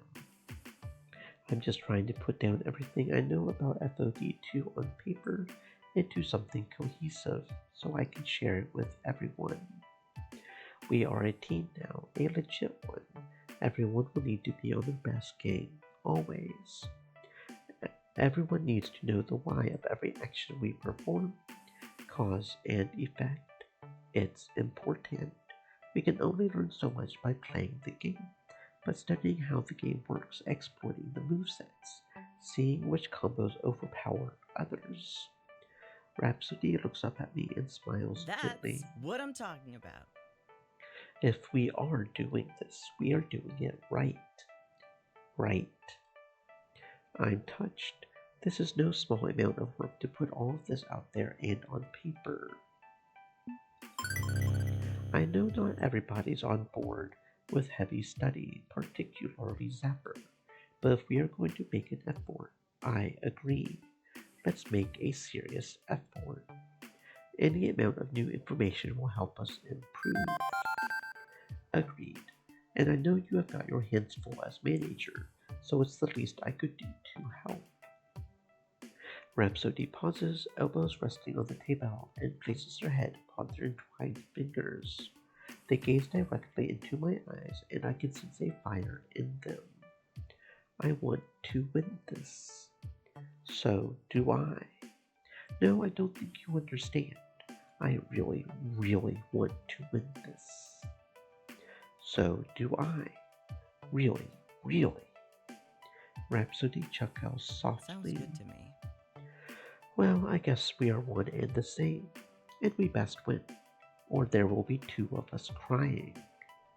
Not too long ago, Rhapsody didn't even want to play, and now they are dying to win, making flashcards, getting really serious about the whole thing. What changed? Honestly. Rhapsody inhales a sharp breath, shocked by the question, but soon relaxes into themselves, seeming to know exactly what I'm referring to. I have never tasted victory, but I have watched plenty of my friends suckle from that tea. What's the phrase? Always the bridesmaid. Rhapsody considers how to phrase things before speaking. I have always had a talent for puzzle solving. There's a certain excitement, a feeling you can't quite put into words, in working through a puzzle. Isn't there? Your brain sees all the different pathways, the options before you, and then weighs them all out separately. If there's more than one way for success, one has to determine which is the best way. That's not even including outside forces. And when you've solved that puzzle, it's like a reward just for yourself. You don't share that triumph with others. It's between you and the puzzle. It's the same in competitive games. They're just bigger and more intricate puzzles to solve. Pleased with the explanation, they smile at me. So, it's to no one's surprise when I fell head over heels with competitive games. From Smash Bros. To FOD, I had played them all. And with each new game, I learned it in its entirety. The combos, the perfect executions, the matchups. Otherwise, how else would I be able to solve the puzzle? I even shared with others those details, showed them how to defeat anyone and win. I taught them everything I knew. They climbed and climbed, and won, and took home championship titles. They succeeded. As for me, that was one puzzle you couldn't solve. Rhapsody nods solemnly. So I gave up. Why even try if you're just going to fail? It's not worth it, is it? How could I know so much about a game and not ever succeed? It was my fault.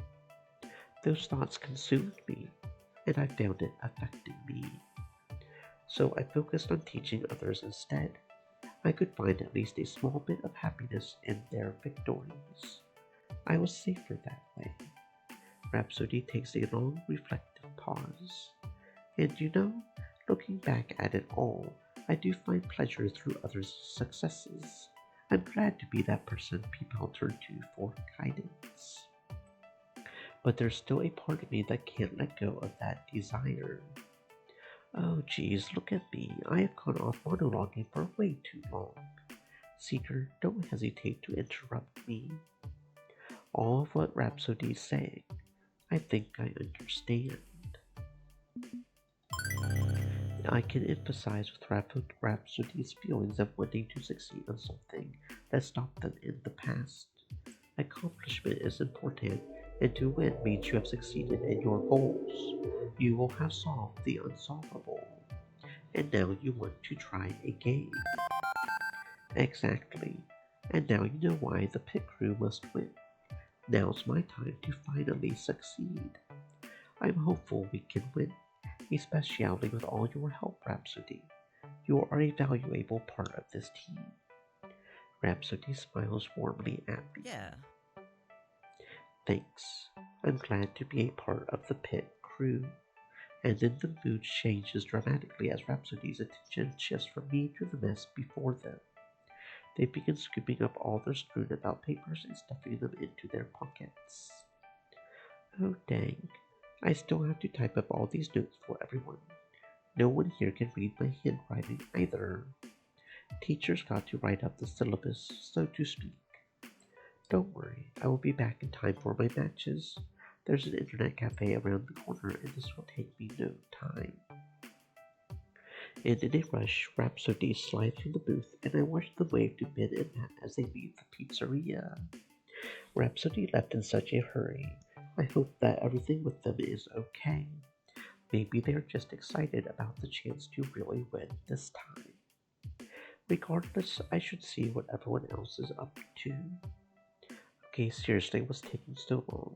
Domino and Zapper should have completed a few matches by now. Curious, I decide to go check in on them.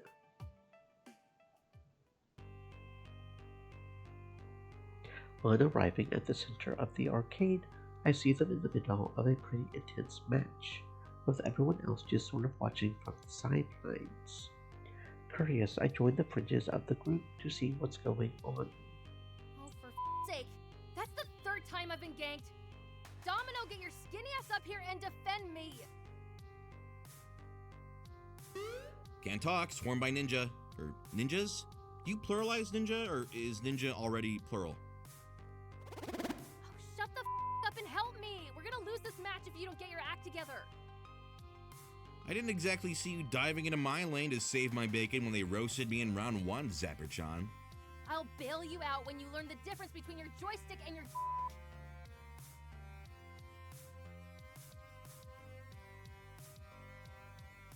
Oh good, they are fighting. Just what I was hoping for, some interpersonnel drama to sort. Oh. Finally you decide to stop twiddling your thumbs and dive my lane. Honestly, Domino, you've got the speed and grace of a garbage truck. Are we trash talking then? Is that what's expected of me? Okay, I can trash talk. Because you've built your life entirely around this game while pushing your friends away, you're probably going to die alone and unloved. In a decade or so, your reflexes will be too shot to do the one thing you were any good at.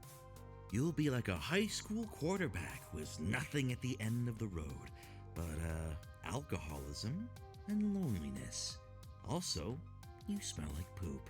Well, did I talk trash of sufficient quality to earn your admiration, Zapper?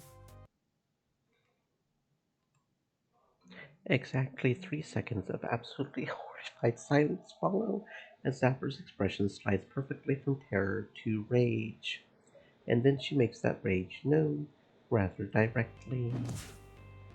With instinctive anger, she uses both hands to give Domino a hard shove away from her, which causes him to stumble, trip over his ratty old backpack he had left on the floor, and fall on his rear. Everyone in the pit crew stands speechless as Domino sits on the floor with Zapper looming over him. On realizing everyone's staring, Zapper stammers, lips moving silently before she finally bursts out a retort. I quit. Screw this. Screw you all. I'm going home.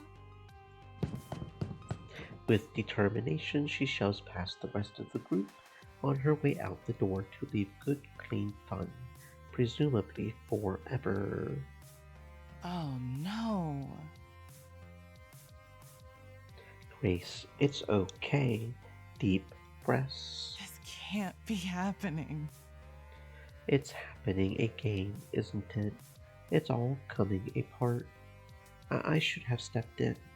I knew this would happen. No, the one who should have stepped in quicker was me. Know what Domino is capable of, what Zapper's capable of. Come on, let's go somewhere quiet while they take care of this. Okay? It's going to be fine. I'm here for you. We're right. It will be fine. I trust you. Right. Rock, paper, scissors, then. On 3. 1. What? I'm sad to say this isn't the first time those two have had a bit of an altercation, or the first time Zappers quit the team. First time she's ever shoved someone, mind you. That's a bit of an escalation. We are trying to figure out which one of us is going to chase down Zapper and who's going to tend to Domino. It's only at that moment that I notice Domino has indeed slinked off somewhere, silently leaving the scene of the crime. Maybe I should be doing this. I'm the manager, right? I need to manage my team. HR duties aside, it might help to hear it from us. We have known both of them for a little bit longer. Agreed. 'Tis an admirable suggestion, but 'twould be best if we handle this. We have done it before, and have no qualms doing it again. And again, and again, looping in stagnation. That's why I'm here, right? Iris said they needed me. Even Zapper agreed the team desperately needed fresh blood. I'm not willing to step in here. This sort of thing is just going to happen again. Maybe not tomorrow, maybe not for weeks, but at the very least I can overrule their rock, paper, scissors and take on one of these two myself. Thanks for wanting to take care of this, but I'm going to help too. I'm not only their manager, but I'm their friend too. So I'm in. Both Rhapsody and Loxley give me a solemn nod, but now I need to decide who I want to go after.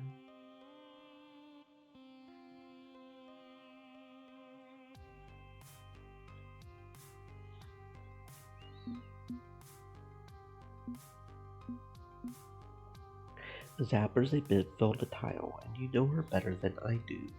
Can you talk to her for me? I will deal with Domino. Absolutely. Rhapsody and I are close to her. We can talk her down from this impulsive decision. We will be back as soon as we can. Be gentle with Domino. He has some social boundary issues. Where does Domino go when he's feeling awful? Knowing him, the alley next to good, clean fun. You won't have to go far. Best of luck, friend. As Loxley and Rhapsody depart, making for the subway, I head outside and around the building. To the alley next to Good Clean Fun, where I find Domino squatting down next to a city dumpster, drawing circles on the cement beneath his fingertips. The afternoon sun peeking through the tall building feels warm on my skin, a blessing of confidence to have this particularly difficult conversation I'm about to have. He's hunched down, making himself as tiny as possible. I approach quietly, not trying to sneak up on him, just not really wanting to barge in. Somewhere in the middle of these two things. His face becomes a mask of cheer on noticing my arrival, but it's obviously a false front. I mean, I think it is. Hey. Welcome to the Garbage Show, where garbage people belong. I pondered actually climbing into the dumpster, but who knows how many diseases and or used needles I would subject myself to if I tried that. Still, good place to be trash, yes? Domino, Zapper had no right to push you like that. No, I'm thinking she did. I push her buttons rather intentionally, so I would say I had it coming. Stands to reason, right? Talk shit, get hit, cause and effect. No, I can't let Domino absorb all the blame here. He's unusually cheerful for someone who calls themselves a garbage person, and that's a worrying combination. Domino, you hired me to Rangel the team, and one of my rules is that we don't hurt each other. Period. I'm not going to stand for what Zapper did. Really. So you are going to fire her. Rhapsody and Loxley are going to find her and make her apologize. Not exactly a zero tolerance policy then. And under zero tolerance, me deliberately insulting Zapper in an emotionally hurtful way should be punished too. Yes. It's all very messy, isn't it? Life as a whole. I don't envy your position, keeping our glorious mess under control. Well, regardless, you didn't deserve that. That's my point. She was in the wrong. And so was I. Funny how that works, isn't it? Failure is always an option. I'm afraid you have inherited a hot mess when you agreed to burden yourself with my person. With a ragged sigh, he pulls himself up from sitting next to the dumpster and straightens out his coat. My problem is, how do I put it? Emotional illiteracy, I suppose? Can't read the room. I say the wrong thing at the wrong time, always. Thing is, I see what people don't want to. Part of me wants them to see it too, so I'm not alone. Alone in seeing how sick and twisted things really are. Don't get me wrong, I want to be hopeful. I want to be able to smile without it being a lie. But instead, I smile because I can see the real punchline of the joke. And you just gotta laugh because the alternative is to start crying and never stop. Zapper annoyed me. All those cheap little insults trying to get under my skin. I wanted to fight back. So, I got under her skin. I don't think she likes what I found there any more than I do. He pauses, trying to collect himself before he says something he will regret. Again. I think Zapper's right. Quitting the team is right. You know she only quit because she was horrified at what she did today, right? I can read her like a book. She's punishing herself. And maybe she's got the right idea. Maybe we should both leave. We're broken and strange and dangerous. And you don't deserve to be exposed to that.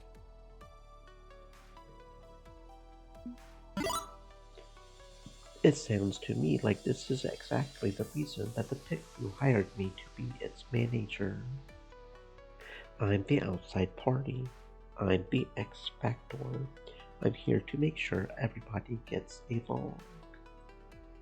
You don't have to quit. You just need me to keep situations like that under control. I just need to do my job. That's curious. Very utilitarian. It's not wrong, mind you. A bit cold and impersonal, but not wrong. So you would be willing to have me on your team despite my many, many layers of deep psychological problems.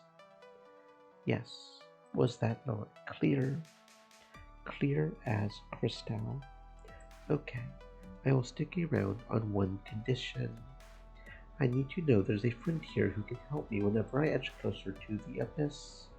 Someone who cares enough to put a hand on my shoulder and pull me back.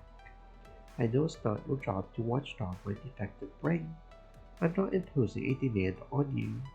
I just want to know someone will be there if I need help. I'm your friend, Domino. I will be here for you. Okay. Maybe it will work out. I should have my doubts, but you've got a weird aura about you, you know? Like you could really make this happen. I will choose hope, and hope it pays off. With a sigh, he releases the coiled up tension he was holding inside and opens his eyes again, ready to face what comes next. They will likely be back, dragging Zephyr along with them soon enough. Shall we go inside and face the music? Together we head back inside, leaving the dumpsters far behind.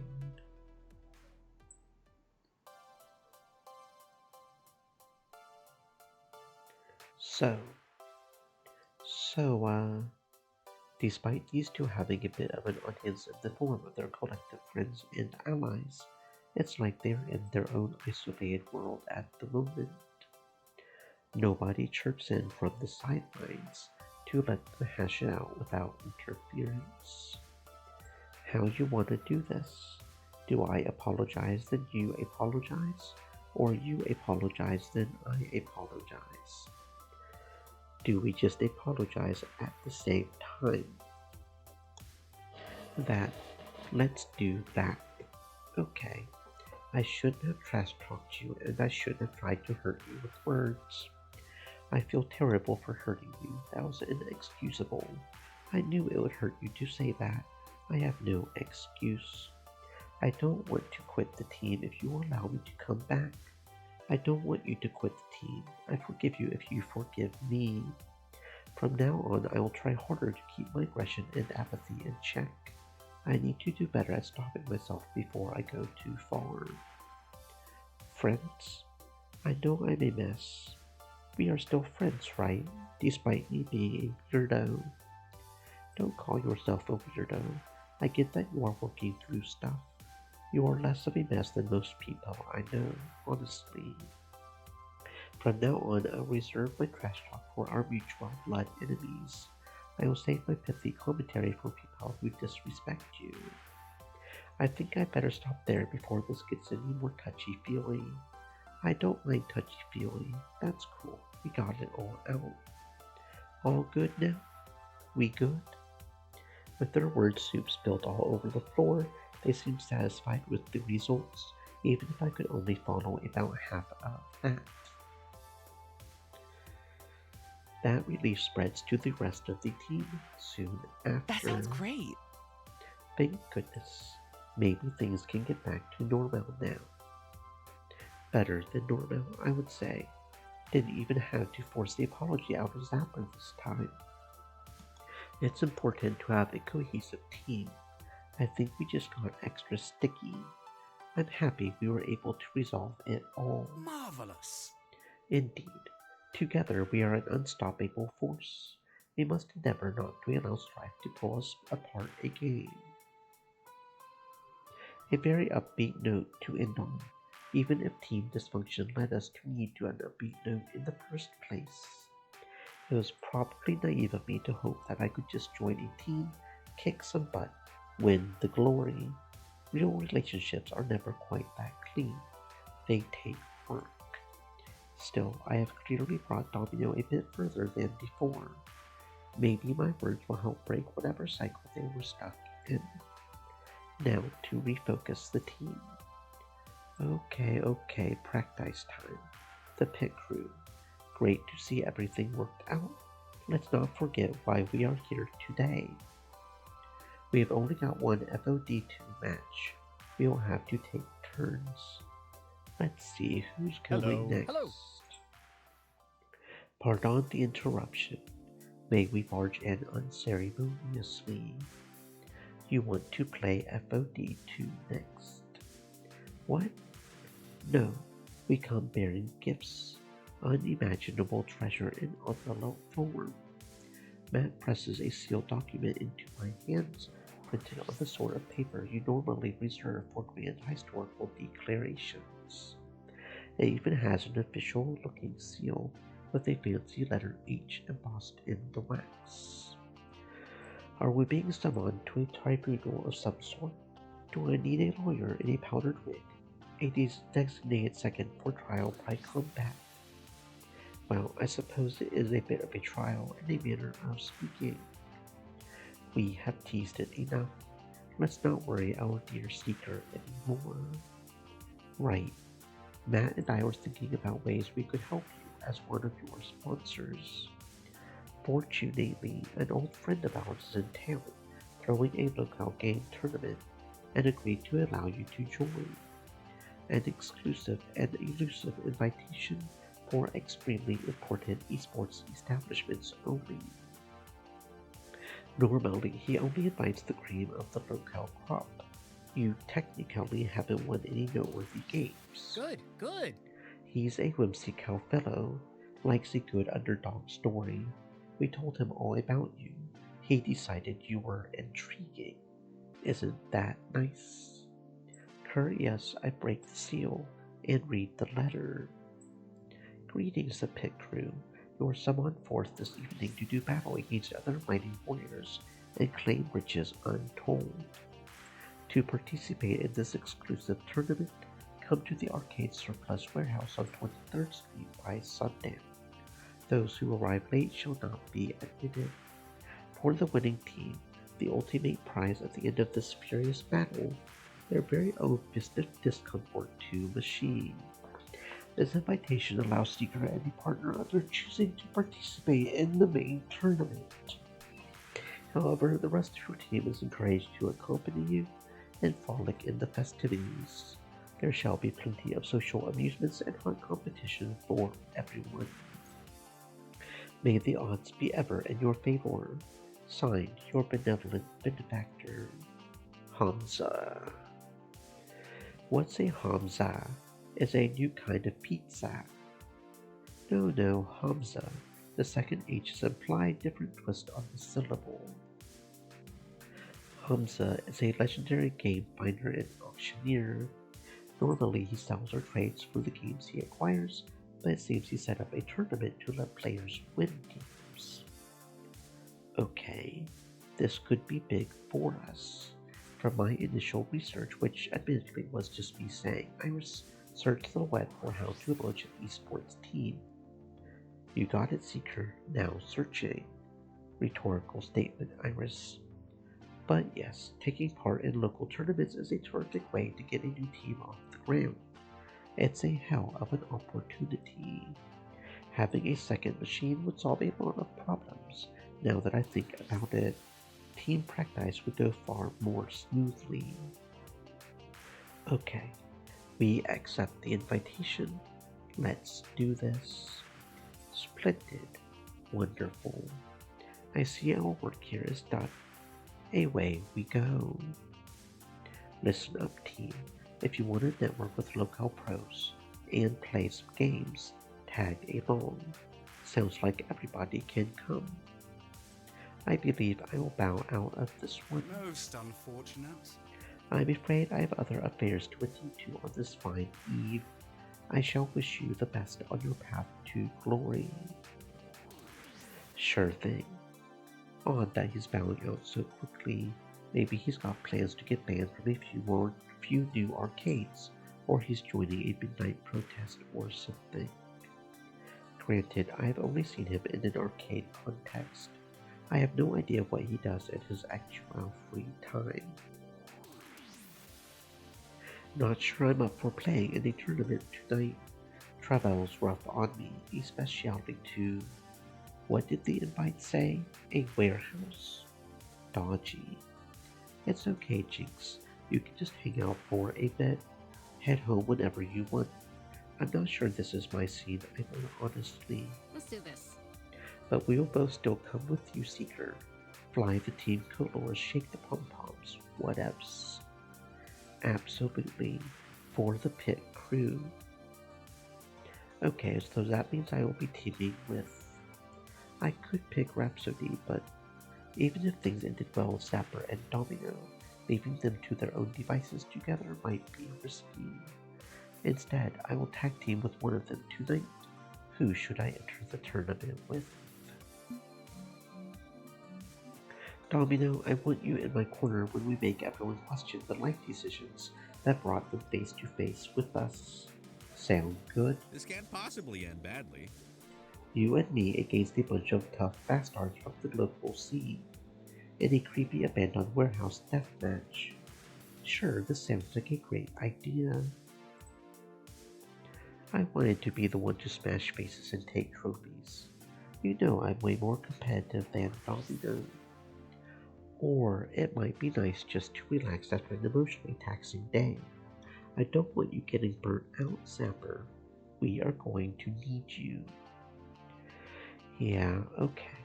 I can follow the logic on that one. Having a chill evening at home sounds good, too. But y'all better kick twice as many butts to make up for a lack of Zapper, okay? Okay. Sounds like we have got a plan. Now let's practice a bunch, grab some dinner, and hop a train to this event.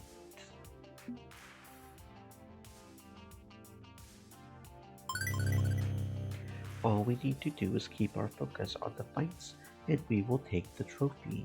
It's inevitable. Let's make this happen. With our team spirit restored from this morning's incident, the pit crew gets to work preparing for the tournament to come. As the sun starts to set, we make our way over to the warehouse where the tournament will be held. At first, I wonder if we have the wrong address. This is a largely empty and industrial part of town. We are surrounded by empty factories, condemned buildings, and artifacts of last decade's recession. But the doors to the warehouse are open. There's light and noise and talking coming from inside. So either we stumbled across a rave, or we are right where we need to be.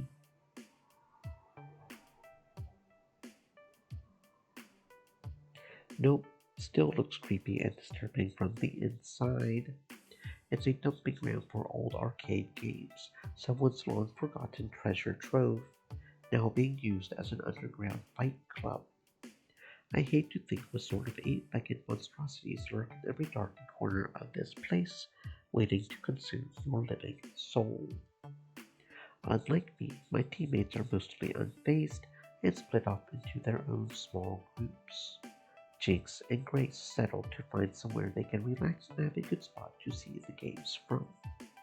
Rhapsody said they wanted to check in on some casting friends, leaving me and Domino alone. I turned to my teammate, not exactly sure what to make of this place. Is this really what arcade tournaments look like? I mean, my involvement in RL competitions mostly consists of watching EVO from the comfort of my bedroom, but this seems messy, and possibly massively haunted. Search me? I have never gone to a tournament before. Until you came along, we were perfectly happy hiding away in our little arcade all day long. So, we are both out of our comfort zones then. Hey, sometimes you need to be dragged kicking and screaming out of your comfort zone. It's healthy. Jumping into the scene instead of playing it safe may do us some good, or it could be disastrous. call it 50-50 odds. That's probably why Jinx came. She doesn't really go anywhere, you know? It's difficult, what with her physical needs. I hope she doesn't feel pressured into this. No, you can't really pressure Jinx. She's the one who applies pressure to other people. Trust me on this. Point is, we are all a little outside our comfort zones, even if we are doing so voluntarily and wholeheartedly. I'm currently pretty freaking far from my comfort zone. I know it's fall and pumpkin spice is all the rage, but it's not Spoopstober Wing Day yet.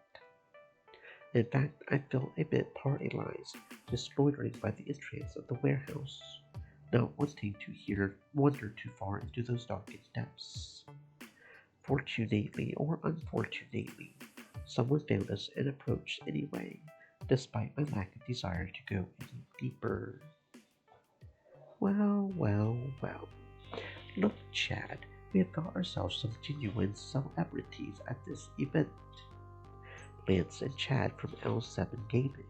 They used to be white hot 5 years ago, but haven't picked up any noteworthy wins since then. Aren't you two from that cute little gang that hangs out in a laundromat? Saw you on Bite Shack earlier. Right, the GBC team or something like that. Although I think they call themselves the Pit Crew now. Well, isn't that special? So very, very special. I feel special inside just being in the presence of such wonderful people. Take my advice, Seeker. Go home. You don't deserve to be here. Great. Haven't been here 2 minutes and you've somehow already made an enemy. Do I try and smooth this over or just run with it?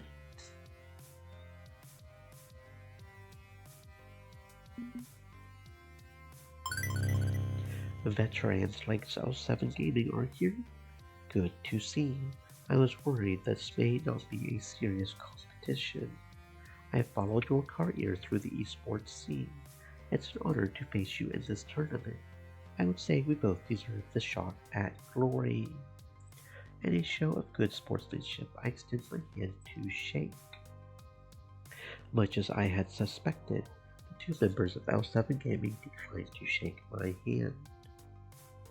Seriously?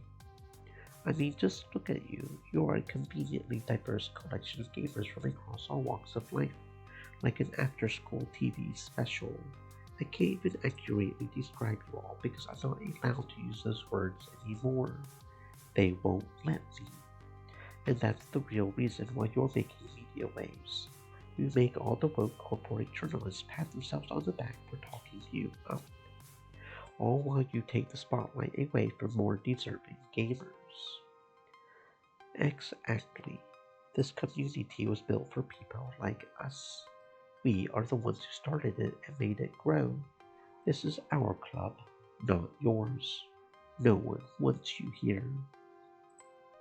Exactly. You didn't even beat Play to win. Why are you somehow big news? No, we know the real reason anyone gives a fuck about you. Exactly. You don't belong here. So run away, scrubs. Don't embarrass yourselves any more than you already have.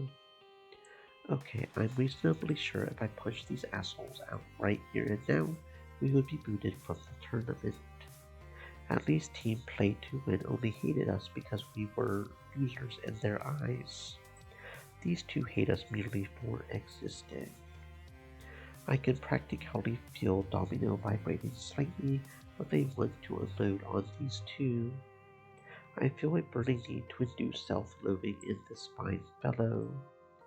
That could be fun to watch actually, but is it hypocritical of me to really want him to lay into these guys after what happened this morning?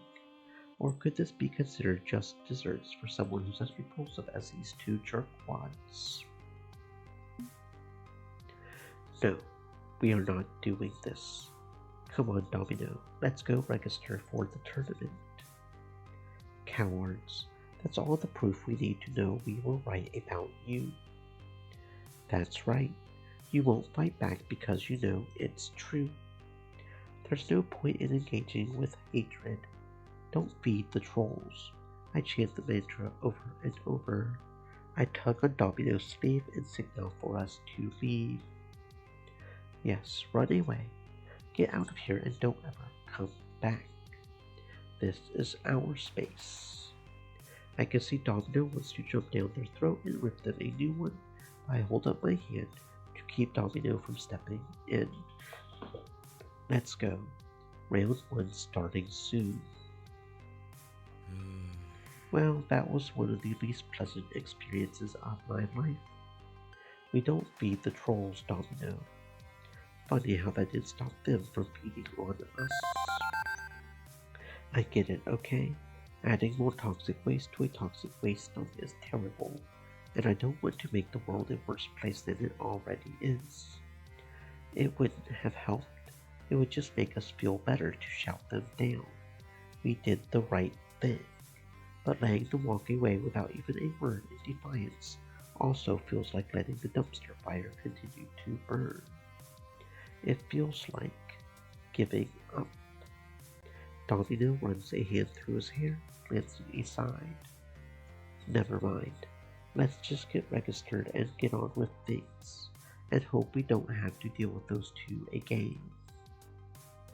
I'm getting the feeling Domino is going to let this fester, but at this point it's best not to dig the hole any deeper. Besides, there's a tournament to prepare for. Now, where's the guy running the show? Fortunately, finding him is pretty easy. To say he stands out in a crowd is like saying the ocean is slightly damp. Greetings. Hamza welcomes his new friends from Good Clean Fun. Welcome, welcome. Any friend of Ben and Matt is a friend of Hamza.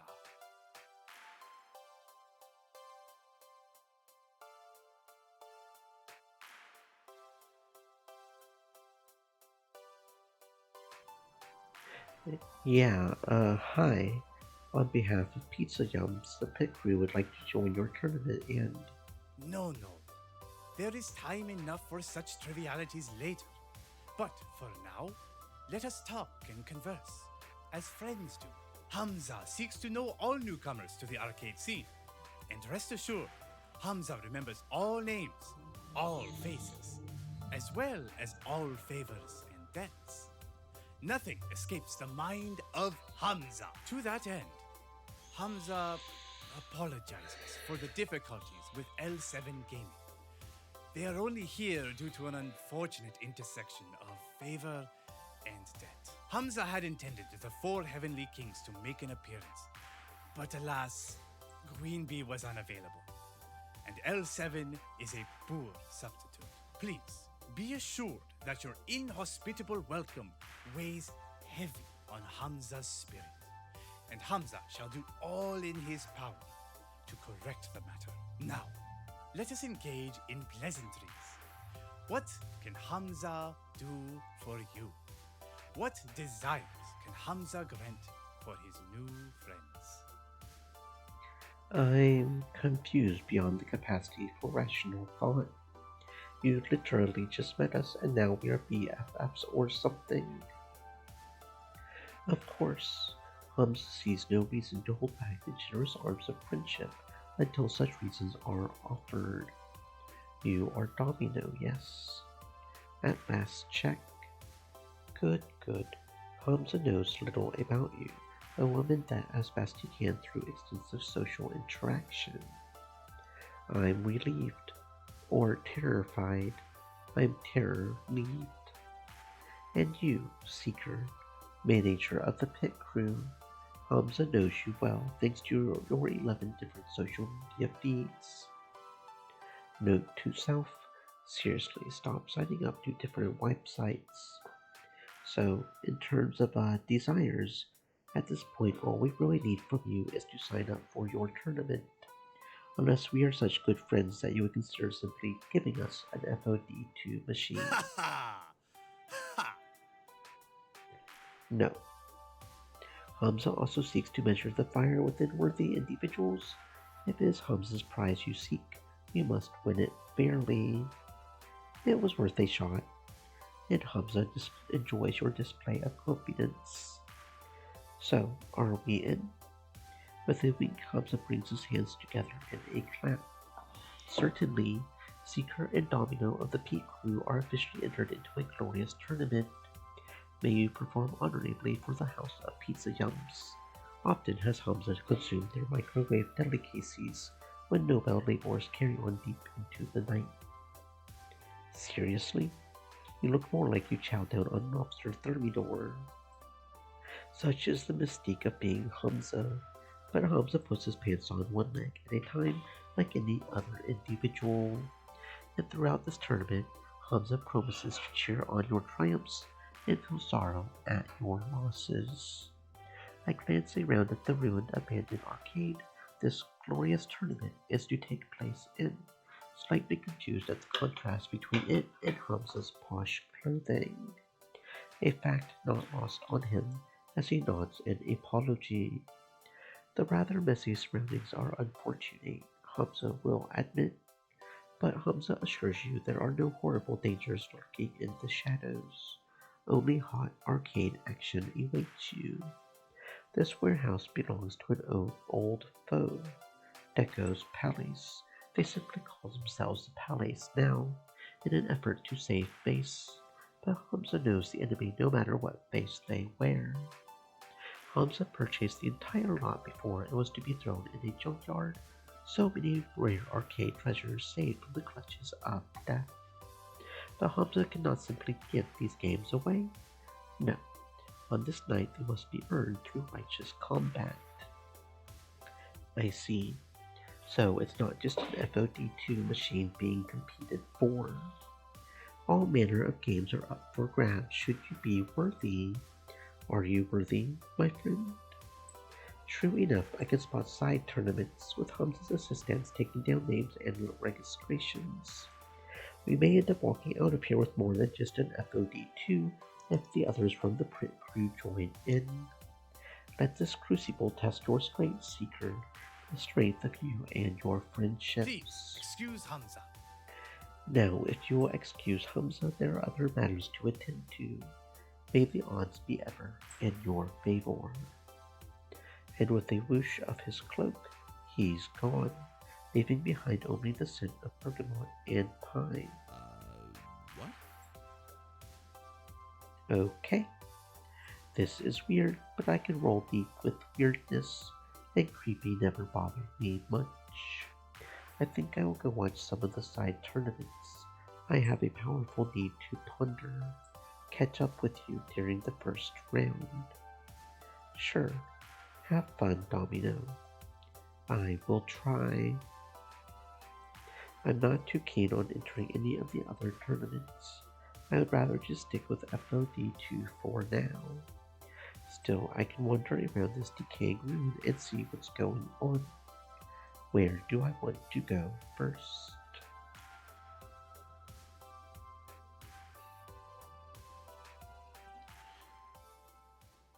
I find Jinx leaning awkwardly against a fine specimen from the endless sea of wooden crates. It doesn't look comfortable, and neither does she. I could maybe understand that if she was part of some conversation circle, chatting away with the other gamers here. But no, just by her lonesome. Knowing her, she's got no problems being by her lonesome. Normally, I wouldn't interrupt. But that look of discomfort just isn't sitting right with me. Hey, yeah? Yeah. Help you with something, Seeker? Oh, great, I'm making things awkward again. Okay. How are your legs holding up?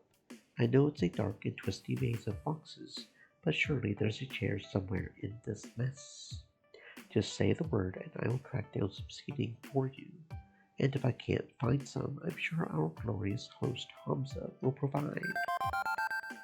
Appreciate it, but I have already looked. There's jack all I can sit on. Some chairs, yeah, but they are incompatible. She pauses, leaning heavily against the crate, her knee braces creaking a bit as she does so. So she reaches down to tighten a loose strap. Gotta be such and such height, such and such curvature. Armrest too, ideally. Keeps my wrist from getting sore. But all I'm finding are these crappy little folding chairs you usually find in the hands of professional wrestlers, with head-shaped dents in them. Afraid I'm on my feet for the duration. Be sore as hell, but that's how it's going to be. How about I run back to your place and, I don't know, grab a chair? It's just a 20-minute subway ride. Bad idea. And risk you losing your spot at the FOD2 tournament? No, you have got busyness here on behalf of the pit crew. Well, how about you head back then? You're not in the tournament, you're just here to hang out with friends. I'm not sure about that. Feels like I'm not being a good teammate if I bail just cause of my knees. Should stay and cheer you on. I'm here to support everyone. We are being serious about this Pro Tour thing, and I want to be serious too, despite being the team in core. As in heavy object weighing everyone down, not as in reliable last man in a tug of war. To be specific. Come on, you know nobody sees you that way. Yeah, I know. Just hard not to feel that way some days. She shakes it off to focus on something else, something a bit less dreary. There are solutions, of course. Was thinking of getting one of those wearable chairs. Wearable what now? That's a thing. It's a thing. They are these metal struts you wear on your harness around your waist. Pop them, lean back, you're sitting. Done. Problem is, you look weird using one. That's on top of everybody going wearable chair. That's stupid. Why would anyone want that? Normally, don't give a flying fuck what anyone thinks of my disability or how I support it. Do what needs doing and done with it. And half the time you see one of those weird infomercial items. It was actually made for the disabled. Too niche of an audience to market to alone. But don't know. Wearable chair legs are a bit over the top even for me. Get funny looks for my leg braces already. Why add more hardware? Already get little kids pointing and going, Mommy, look, it's a robot. And, yeah, not into that. Don't blame kids. Kids typically don't know any better. But parents who don't teach them about disability, that's not my problem. It's theirs. But it sucks. I don't bother with a wearable chair, or lugging around a chair everywhere I go. Just improvise. Simpler, less weird, less demanding on everyone. Fuck that. You are a goddess and should demand supplicants support your every whim. If you want to be carried around on a throne, make it happen. You are the queen of stick shifts. You are an automotive empress. Jinx jerks back a laugh. It's like a snark or a jerk, only blended seamlessly together. Nice. Cute. Not my style. I like to play it smooth and cool. Got to admit, your idea has appeal. You offering to haul around a chase lounge for me then? Hell, yeah. Maybe take you up on that then.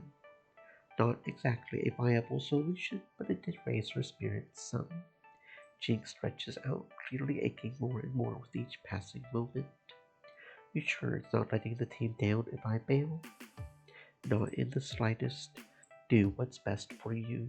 I can still kick all the butts even with you cheering me on from home. Okay, thinking I should take you up on that suggestion. Don't think I planned this evening out well. Should have solved the seating situation before hopping a subway to parts unknown. Oh, and let Grace know I headed home, Kay? But that she should stick around if she wants to stick around. Sure thing. She offers me a firm nod of appreciation, then slowly makes her way to the open front doors of the warehouse. Attention, Seeker and Domino to the tournament area for your next challenge. This is it, our first round. Fortunately, the matchup is pretty pathetic. A couple local casuals who got in by being friends with Hamza. We trounced them easily. Thankfully, unlike L7, it's all handshakes and smiles after. They were here just for the fun of it, and win or lose, they got what they wanted. Even if I'm glad I won, instead of losing. Anyway, time for a break before the next round. Where to next?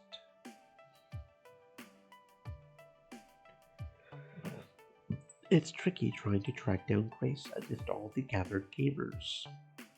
Mazes of wooden crates and arcade cabinets block every possible line of sight I could have used. Let's see, where would she be in this mess? Maybe I can deduce and work backward from that conclusion. Are there any arcade role-playing games? Is that a thing? There's just so much I don't know about arcade culture. But if I'm looking for the arcade equivalent of a slower-paced, logic-driven experience, maybe a puzzle game. And the beeps and boops of sliding blocks draw me to a relatively uncrowded corner of the warehouse, where Grace is happily tapping a joystick, smiling away. Here you are. Hello. Seeker. Hi. Check it out. They have actually got Tetris the Grandmaster 4. And it's even got the thankfully uncopyrightable Russian folk music the series is known for. Wow! Isn't that amazing? Yes? Alright, you're still a newbie. Well, and this is a particularly deep bit of nerdy lore. TGM4 never made it past prototype stage. They lost the license to the original game. I'm amazed there's a prototype in this place. Although I wouldn't be surprised to find like the Ark of the Continent or Polybius or some other legendary lost item in this place. It's kinda creepy, isn't it? Pretty sure you're the only real danger here is a crate falling on your head. I have been trying not to actually look up to avoid thinking about that. Back to talking about game lore. The rights to Tetris are kind of, well, complicated. Like seriously wildly confusingly Cold War drenched in complication. But I've always loved the Grandmaster series. They are the most intensely difficult arcade puzzlers ever made, in my opinion.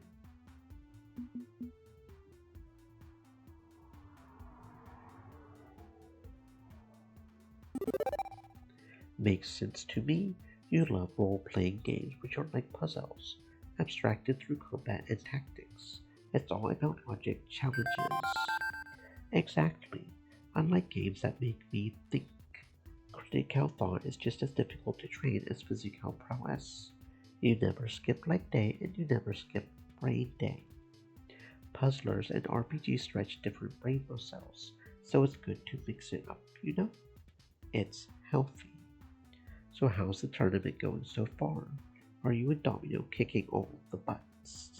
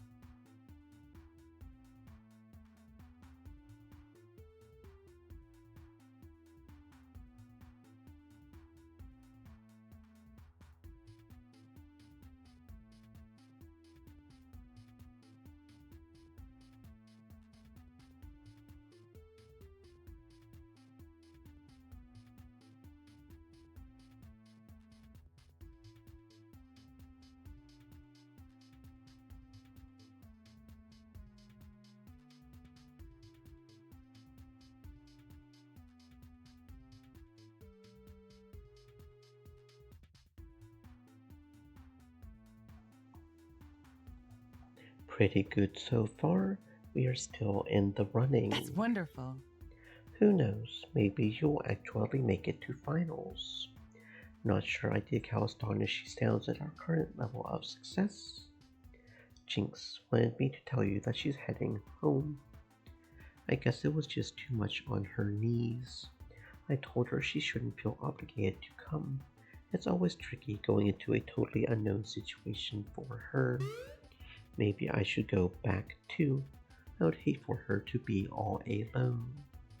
She also told me to tell you to stick around if you want to stick around. I think she wants you to have fun. Well, I don't know. Maybe I will send her a text later, try to cheer her up.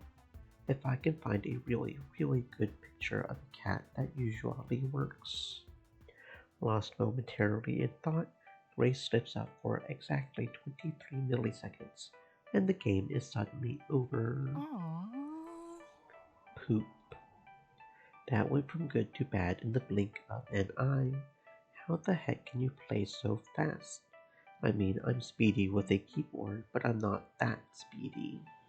She steps away from the game for now to chat. Well, how do you get to Carnegie Hall? Practice. Exactly. It's like any skill. You just need to do it. Do it until you can do it to the best of your ability. FOD2 is the same way. I mean, that's how I see things anyway. Like I said, I don't care much about the competition. I'm just trying to play with my friends and raise my skill level. That's the challenge I'm looking for. If I can help a friend improve their skills, and they help me in turn, well, that's a great feeling, you know? We are all in this together. Let Zapper and Locksley hog the glory. Jinx and I, we are in it for self-improvement.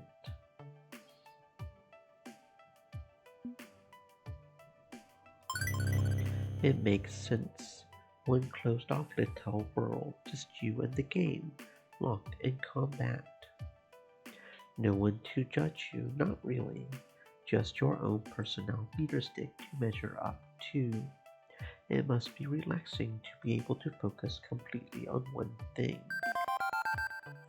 Yes, exactly. That's why you lose track of time so easily. It's just you and the game. I have always loved single-player games. Puzzlers, RPGs, platformers, long-form narrative games like visual novels. The kinds of experiences you can usually only get on game consoles. That's why I'm not quite the arcade junkie as the rest of the pit crew. But that's okay. It takes all types to make up a good team. Diverse viewpoints, diverse ideas. Even if sometimes they come into conflict, like earlier today. Yeah, I noticed you were really anxious when that happened. I will do my best to make the pit crew an anxiety-free environment for you, Grace. I appreciate that, even if honestly, confrontations are inevitable. People disagree is the nature of humanity, and sometimes it gets heated. I don't like confrontations. My natural instinct is to go and hide until the shouting ends. Years of experience, I guess. But let's not talk about that. I just want to have some fun tonight, you know? Not dig up old messes. Okay, but if you do want to talk about it, yes, I will come to you. Don't worry. They are going to announce the next round soon. You should get ready, if only so you have time to find your way in this maze of games. Right. Thanks, Iris. Good luck. Knock 'em dead, in a figurative sense, of course. Yeah, already enough ghosts in this place, I think. Attention, Cedar and Domino to the tournament area for your next challenge. Round 2 is a bit harder, an up-and-coming esports team just like us. But it's still a solid victory thanks to Domino's skill. The opposing team was visibly disappointed to lose, and I can sympathize with that. No one likes losing. Break time before round 3. Who to visit next?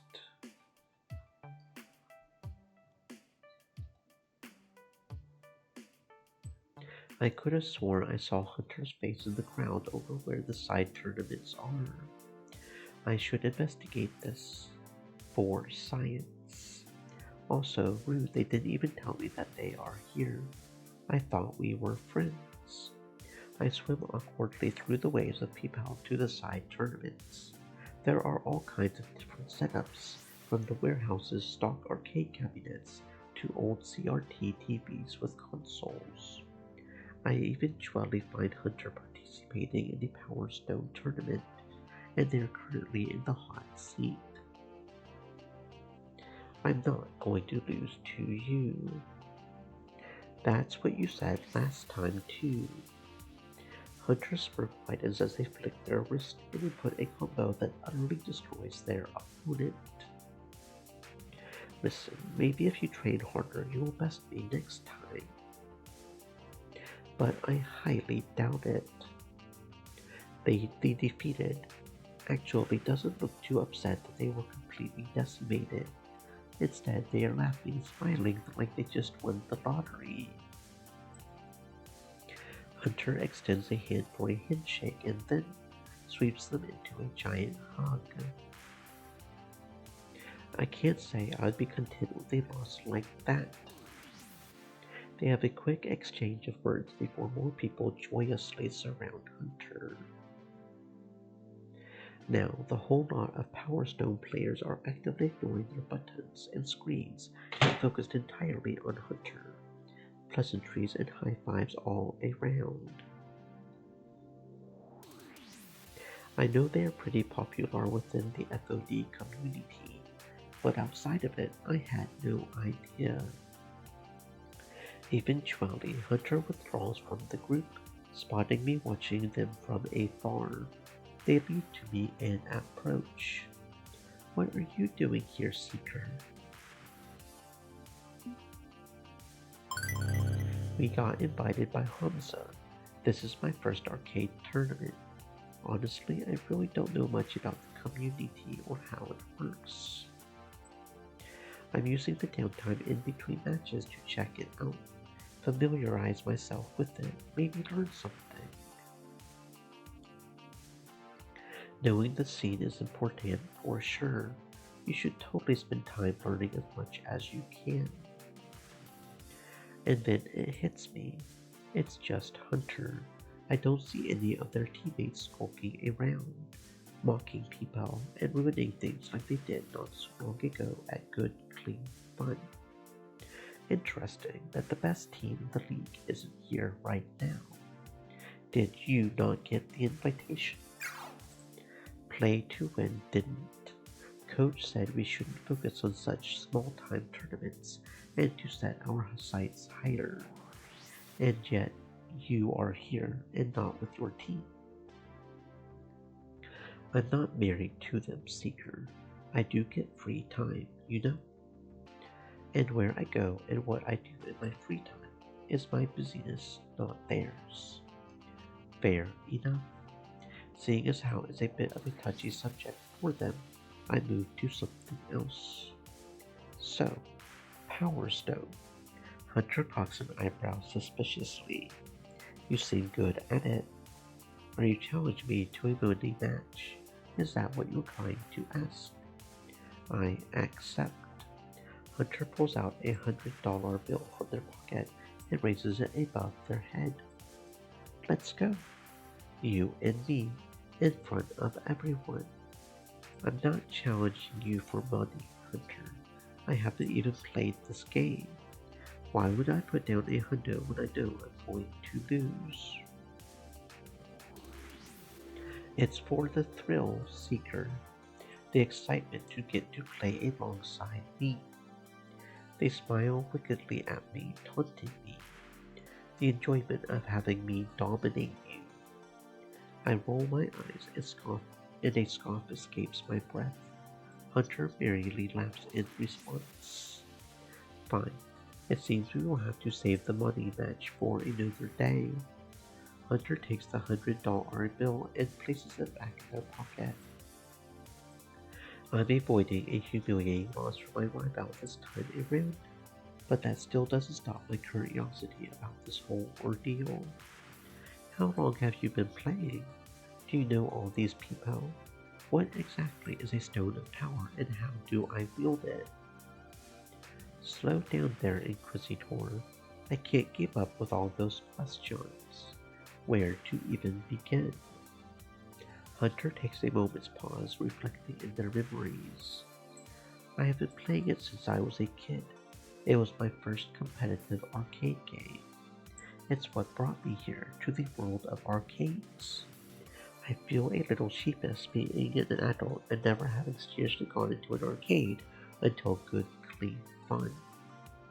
I would spend the entirety of my allowance on arcades.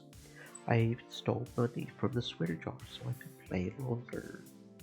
I started out by playing my favorite characters, trying to learn their moves, and eventually I beat the game. But that first victory wasn't enough. Hunter holds their forehead in their hand. No, I craved more. Even as a kid, I knew. From that moment, this was my new life. This was the life I chose. I know that Hunter can be a bit sassy and playful with me, but I have never seen them talk like this. I let them continue, uninterrupted. I left a life where no one cared about me. The arcade gave me a renewed reason to live. Hunter pauses abruptly as a wave of nervousness crosses their brows, realizing they might have overshared with me. Not a second more passes before they are back to their normal, light-hearted demeanor. This. They swing their arm out, gesturing toward the people behind them. This is my family. I have grown up around these people. I've made friends here, friends that will last me a lifetime. These bonds are thicker than blood. It's been the one community I come back to time and time again. They have always welcomed me. That's why I'm here. Now you know my busyness, Seeker. Please, what I have told you.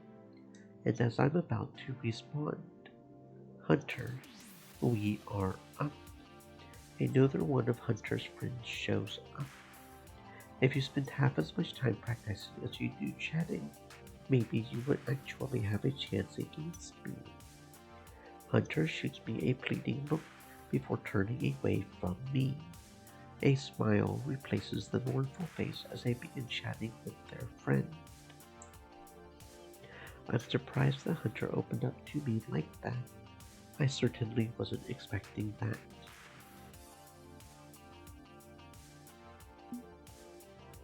I'm happy that Hunter feels comfortable enough to talk about these things. It reminds me that even though we are rivals, we are first and foremost friends. I hope that they continue to trust me and know that I will keep this information to myself.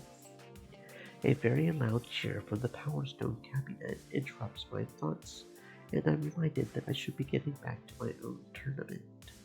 I glance back once, watching my rival cheering happily amongst their family, and then I leave.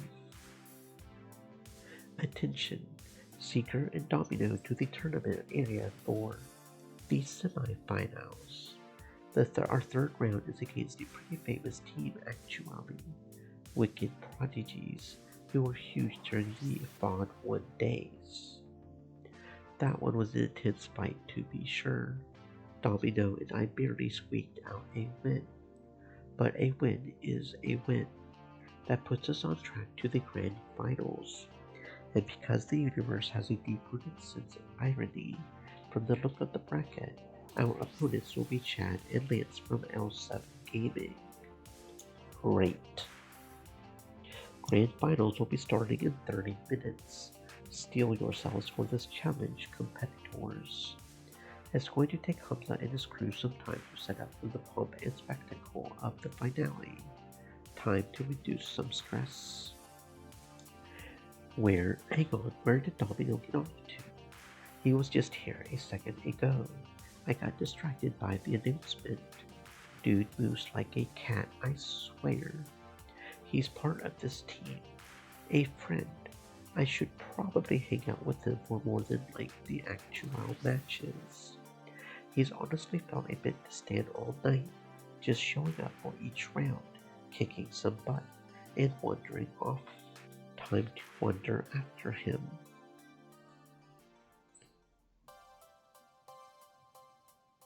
It takes a moment to track him down, because he snuck away from the area of the warehouse demarcated for the tournament, up into the catwalks above all the chaos. I find him leaning against a window, looking into the distance across the city, adrift in one thought or another. Hey there. What's up? You haven't said much during any of the rounds. Is that a problem? We have been kicking ass. That's why I'm here, yes? Why we are both here. I would like to make sure everything's okay with you. Yes, I know that you hate being asked that. It's a loaded question. It's a valid one, right? You are more than a player on the team. You are a friend. I like helping my friends when they need help. Even if you don't want to talk, I'd like to be here for you if you want me here. It would be easy to tell you to beat it, yes? I don't want to talk. Go away. I'm fine. I will figure things out. Don't worry about me. Maybe I could talk.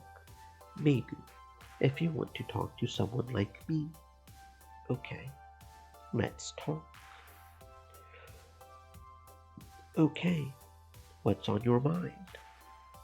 L7. Those two turd balls from earlier.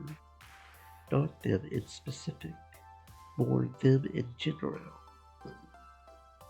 Their mere existence. The existence of them and people like them. There's a toxic river of sludge running through the world. People like Chad and Lance are making money, windsurfing through it, all for funsies. That in turn kicked me off in a more general sense of malaise at the current state of everything in modern society. I ducked out, found a nice quiet spot to reorganize my thoughts. Despite the respite, I'm feeling miserably at positivity. Heavy stuff, I know. You wanted the sordid specifics. Happy now. Perfectly happy. I don't mind you unloading your worries, Domino. I'm capable of helping you haul that emotional weight around, if you need it. If what you need is a steady rock in an ocean, I'm good with that. I can rock steady. You know what? I believe in you. You've got this unwavering confidence in your eyes. I'm surprised you can see anything in this darkened corner of the warehouse.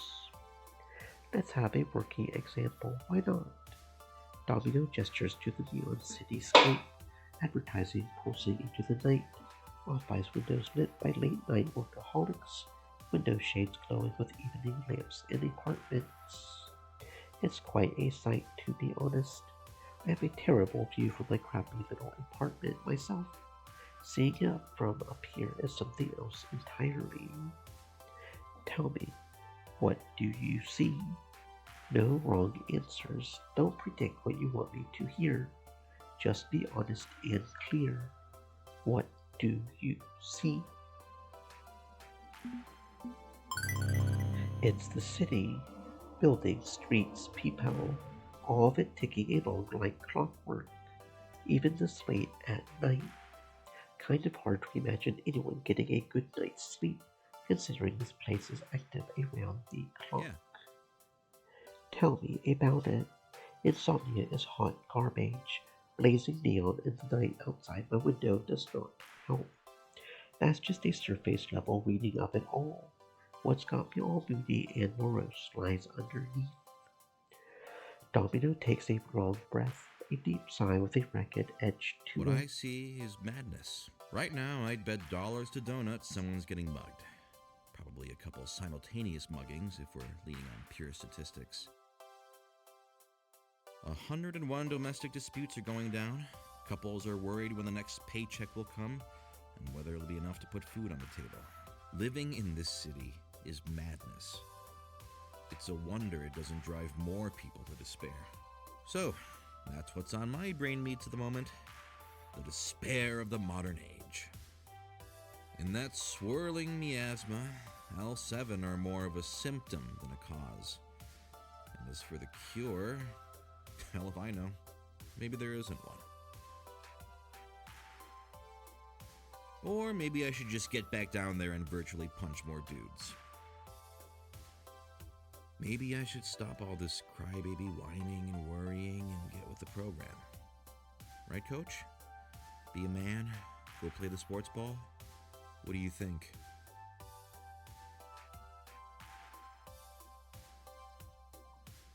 I can barely scrape two thoughts together after getting buried under an avalanche of Domino's anxieties. Honestly, I'm still getting to know him. I'm not sure what I can realistically say that would be of any help whatsoever. He gave me a weird vibe when we first met. That hasn't really changed.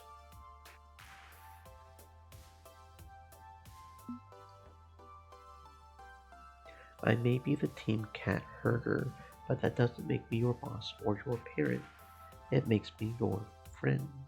And as your friend, I want you to do what makes you happiest.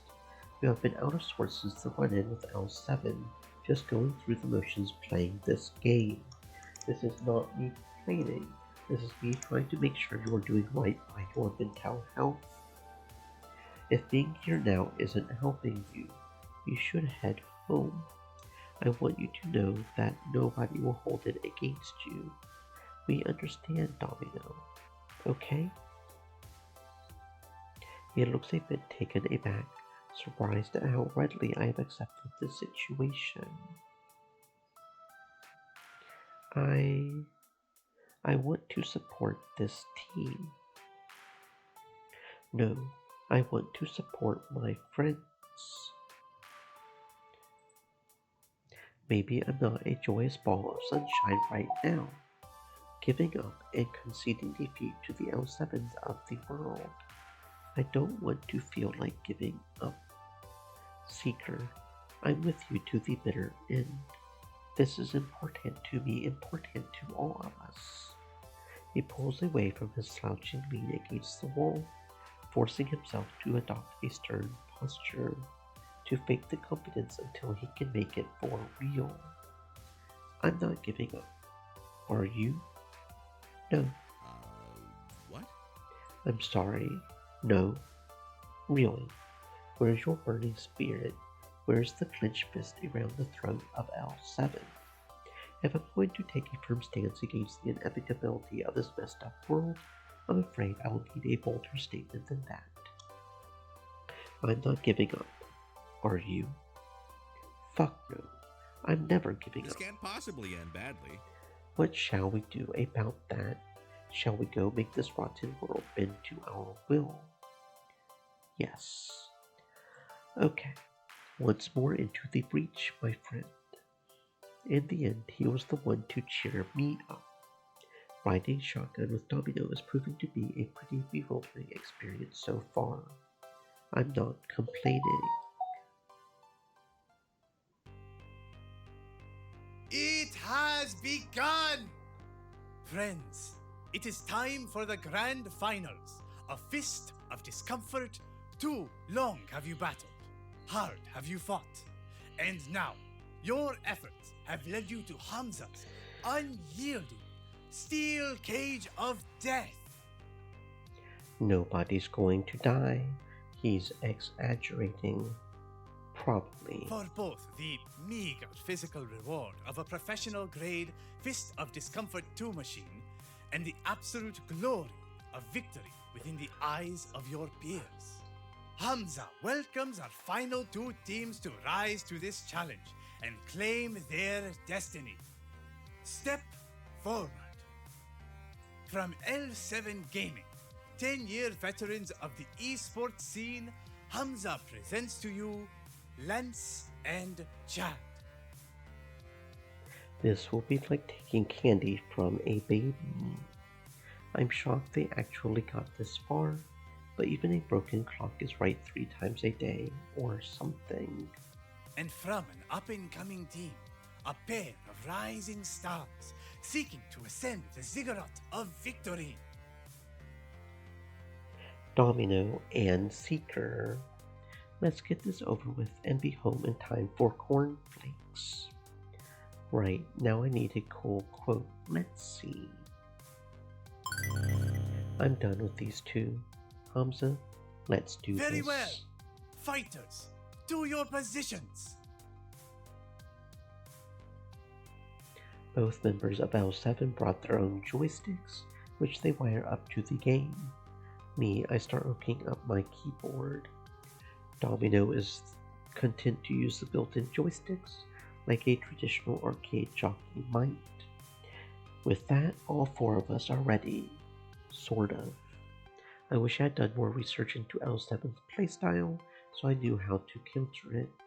With Team P2W, I knew Hunter's tricks and Koda's techniques, but with these 2, I'm going to have to assume they will play aggressively, mixing up attacks and specials, probably launching their ultimate move early. They are angry. We will use that against them. And here we go!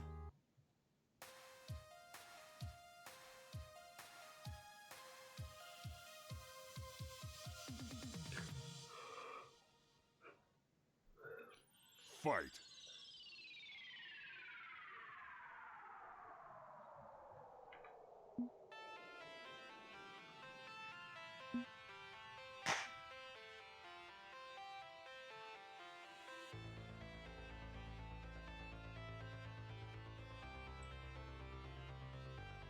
Okay, they are clearly favoring attacks and specials. They are too angry to properly defend.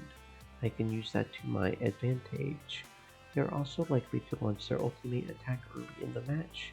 I can save mine for later when they may be less predictable and I need a trump card. Or I can fire it off sooner in hopes of countering theirs, what would be best? Oh, come on! That should have worked. It should have, right? Your opponent uses their ultimate.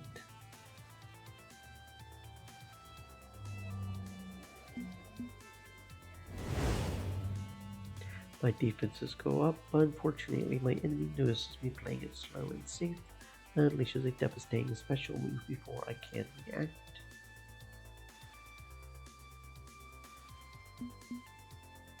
Oh, come on! That should have worked. It should have, right? Are they seriously never going to defend against a single thing? It's just attacks and specials. Attacks and specials. Careful, if they finally get their wits together, they might start defending more. Stay focused. With a nod, I focus on the game, trying to predict their next moves.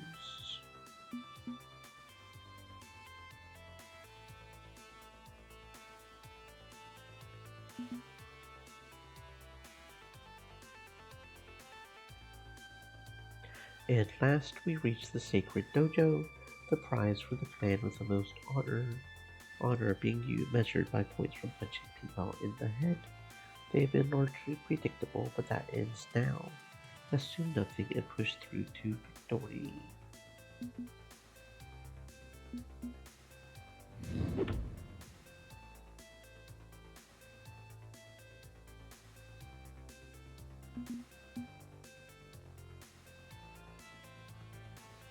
You lose. Ah, the inevitability of failure. I suppose it was predestined or something.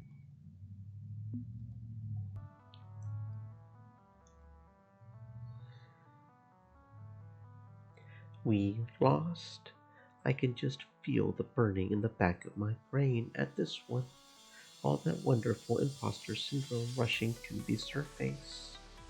Being egged on by the winners, who apparently were right all along.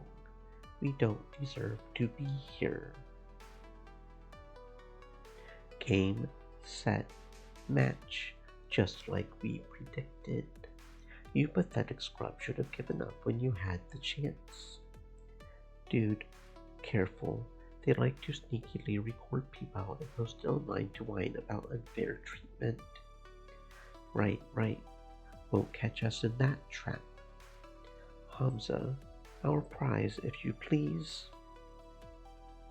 It does not please Hamza, no, but a victory is a victory. L7 Gaming, the bargain is struck, and a fist of discomfort too is yours. Play it in good health, and with good sportsmanship in which it was offered. Whatevs. Several of Hamza's assistants worked to wheel the game out of the Ring of Honor, with L7 Gaming deciding to leave before they are tempted to say the wrong thing in public. With the grand finals over and everyone eager to beat the subway rush home, gamers gradually start filing out of the warehouse, all smiles and good cheer at sharing this experience, which I just can't share. We can't even say anything to each other. We just stand together in silence, each too embarrassed and upset to look each other in the eyes. With the loss weighing heavily on me, I can't help but think Iris was right. I have tied up too much of myself in winning, haven't I? I don't know anymore. However deep in thought I was, a brilliant clap catches my attention. It's Hamza, of course. Seeker. Hamza consoles you on your loss. You may not have won this day, but Hamza believes you will inevitably ascend.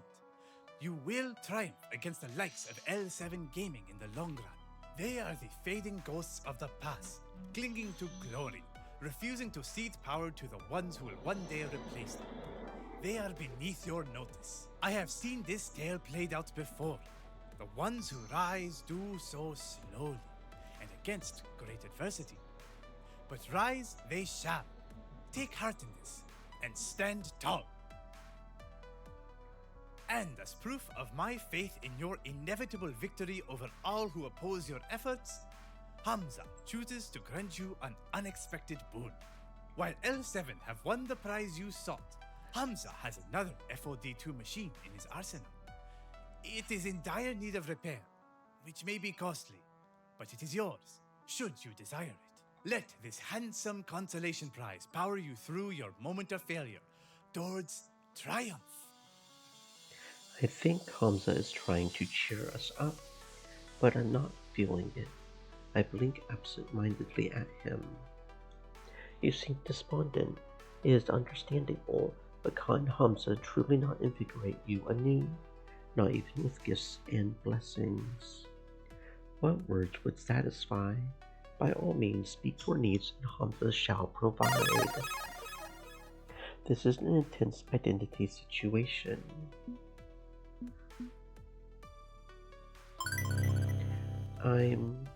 There are some things I'm working through, Hamza. No need to burden you with them. You have been more than hospitable tonight, a very gracious host. Thank you for your support and for trying to cheer us up. Hamza appreciates your appreciation, recognizes your current difficulty. While Hamza values iron will, Hamza I can understand when the iron cannot be summoned properly. But do not take their words to heart. They are foul and tainted things coated in jealousy. When you emerge from this sorrow, consider my words. Consider the truth. An arcade is a welcoming place, win or lose. All are welcome. You belong. You are home. And should you require the aid of Hamza, you need only reach out, and he shall present himself, swift as the wind. But for now, please vacate the premises. as the built remaining games need to be relocated before the building is demolished. Thank you. Okay, nothing else to do but go home, I guess. It's been a weird night. What if... Maybe that's a good thing. Maybe it's good to embrace the weirdness and just run with it. See where it takes us. Win or lose, I know one thing for sure. You are going to shake this little gaggle gel of weirdos to the core. And that's a positive. I have got faith that no matter what, we are headed somewhere interesting. Thanks for your faith, Domino. Color me pleasantly surprised. You might not be thanking me for that, if interesting becomes harrowing. But you know what? I'm going to be optimistic for a change. A change. A change. I like that word. At least I like it tonight. You know, I don't think you are yet aware of what an impact you have made on our little group, and hopefully the impact we are making on you in turn. This is about more than the pro tour, more than your ambitions. It's about us holding it together. Together. You said together twice. I know. My point is, well, I'm glad I can count on you as a friend, and if you ever need someone to pick you up when you collapse, you could do worse than me. And I'd like to think you would do the same for me. Okay, enough trust and bonding. I need to get home, catch a few hours of sleep before morning shift on my crappy job kicks in. I'm about to move to join him when a buzz in my pocket grabs my attention. I will be out of here in a minute. Sleep well. I might. I just might.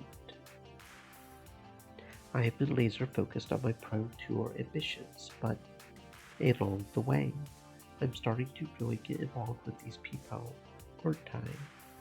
And despite only knowing them for a short time, well, maybe I do have a right to call them friends. Something to ponder after wrapping things up here, that is. The building's shutting down for the night, but I can spare a moment to thumb through my phone and see why it's buzzing so insistently. Hey, listen! Seeker, this is big. This is really big. Pizza Yums are super happy with tonight's results. But we lost. The pit crew came in second. That's not losing. You beat so many other teams on the way up to the fight with L7 Gaming. A few famous ones too. Anyway, they have a proposition for you. Pizza Yums wants to fund a team house. If we can find something that fits within their budget, we can get the whole team living and practicing together around the clock. They are thinking that with a more focused environment, well, maybe you can move from second place to first in events like these. Hooray! Wouldn't that be amazing? You don't say. It's got promise. A lot of promise. All the major esports organizations have team houses. Team P2W has a giant penthouse condo, even. I'm also investigating other events we can join, using the sponsors' funding for travel and hotels. There's just so many possibilities. I know losing is hard. I know you feel awful right now, but the fight's not over, Seeker. And this is proof of that. Thank you. I'm so glad I can help you manage this team as your digital assistant. I'm looking forward to seeing what happens next. For now, you should get home and rest. Iris offline. This is what I wanted. This is what I craved. Professional gaming as my life's calling. Domino was right. I'm shaking things up. I'm making this happen. With renewed spirits, I stroll down the lanes of dusty old arcade games of this rapidly emptying red warehouse to finally make my way home. and pause, stopping in my tracks. The exit's in sight. I can see it from here, despite being tangled up in the maze of arcade games, despite the occasional glow of a pixel-smeared screen. I need to leave. They are wrapping up the event. I have to go now. But my hand is resting on a joystick for some reason. A glowing blue joystick. What's this game? I still don't know much of anything about the arcade scene, so I couldn't say if this game was obscure or popular. I have never seen it before. And yet, I want to play it. I can't deny that I want to try playing it. I can't pull my hand off that glowing blue metallic joystick. I won't. I won't pull it off. Yes, that's right. Surely I could sneak one game in before Hamza's assistants insist I leave. Surely I could. I could play the game. My fingers reach for the start button to fire up the game.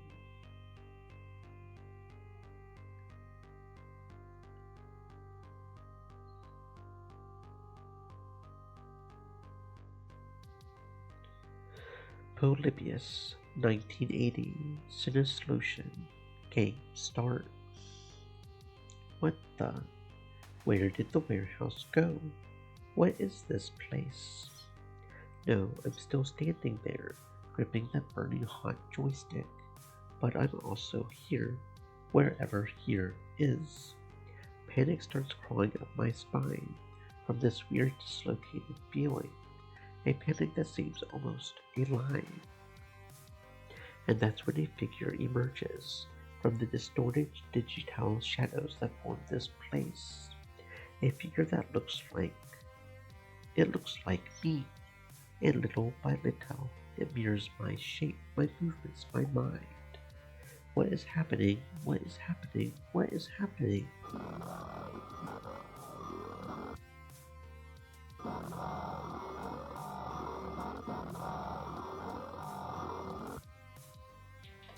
You play me and I will play you, and you play me and I will play you. Identity identifier system online. And you play me and I will play you. Scanning target. You and you play me and I will target locked. But while I stare in open-mouthed horror, it smiles. It's smiling so confidently. The crown can be yours if you kneel and accept that you are a failure. The crown can be yours if you kneel. They are all going to see and accept that how pathetic you are. With jerky, glitchy motions, the shade reaches for me, grasping. It's already read me, parsed my fears, digging deep through the joystick. My hand still grips in the real world. But now it wants more. It wants everything. And it wants me to surrender to that need. My arm tingles as it starts flowing the other way, pushing into me instead of pulling from me. And that's when someone tackles me sideways, pulling me forcefully away from the grip of Polybius. What? Shh, they are coming. Dazed and confused, the palm of my left hand still tingling from where it touched that joystick. Roxley easily pulls me into the shadows, hidden from view as someone calmly approaches the strange arcade game. Confirmed, there's a Polybius instance here. Activate containment protocols. Looks like the old man's intel was right. He did have another copy of the game in his stocks. She pauses, one hand to her earpiece, as though she peers around the darkened warehouse through her sunglasses, but sees nothing other than Hamza's assistants in the distance, finishing up their work. Negative. No psychological contamination incidents. Seems the game went unnoticed and unplayed. Basic containment procedure will be sufficient. Soon, two similarly dressed men in black arrive with a cargo dolly and a black tarp. concealing the gate and silently rolling it out of the building. Finally, I managed to breathe properly, and Locksley loosens his grip on me. Most unfortunate. Damn them. If only I'd found it sooner. What the hell is going on? Locksley, what was that thing? Who were those people? And when did you get here? You said you couldn't come to the event. You were too busy, and my brain's spinning in like 11 directions at once here. My hand hurts, and I'm having trouble putting together any coherent thoughts. I offer my sincere apologies. I hadn't intended to involve you in this. And what is this exactly? A complicated situation, one I would strongly recommend not digging into any deeper. Unfortunate that you were not successful at your trials this evening, but focus on strengthening your gameplay. Worry not about other matters. Uncertainty abounds. It would be best if you forgot all about the strange little encounter, if at all possible. Please, trust me on this, my friend. I can't argue this. Not here, not now. My head is killing me, and Hubs' assistance would flush us out of here soon anyway. Fine, we will table this for now. It's late, and I need some extra strength headache meds. But if you want me to trust you, I need you to trust me and be a bit more open about this. Got it? Very well. My apologies, Seeker. I suppose I'm playing the day rather than the night by trying to keep you in the dark. So be it. If you wish to pursue this, I will consult with my allies and see what I can reveal. I strongly suggest you ignore the incident, but your will is your own. Pardon me, I must report my failure. Such troublesome matters. He tugs his hood up to avoid anyone's gaze as he slinks his way towards, well, I don't know, some dark corner, a hidden entrance, however he got in the building to begin with. Maybe he's right. Maybe I should let that go. My dreams are ones of victory, a fist of discomfort triumph, not getting involved in whatever this is. I have no idea what that thing was or what it was trying to do to me. It feels bigger than I can deal with right now. Way above my pay grade. So at least for tonight, perhaps I need to refocus on what I truly care for. My path lies along the Pro Tour, the year-long road to the ultimate battle. Where else it may lead me, I don't know, but the only certainty is that I'm ready to fight, and the next step is to bring the pit crew together under one roof so we can truly fight as one, while putting whatever that was far, far behind me.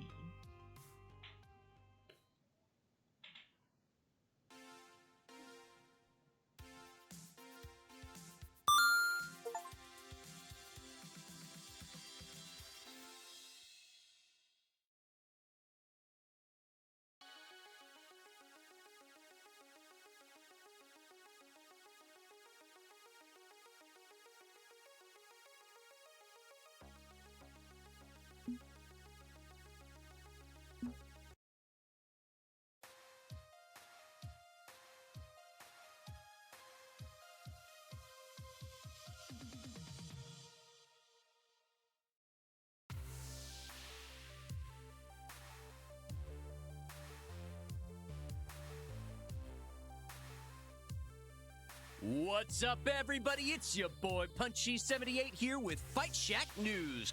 All the fighting that's fit to post. The tournament scene is heating up, with contenders eager to scoop up precious points they'll need to qualify for the main event.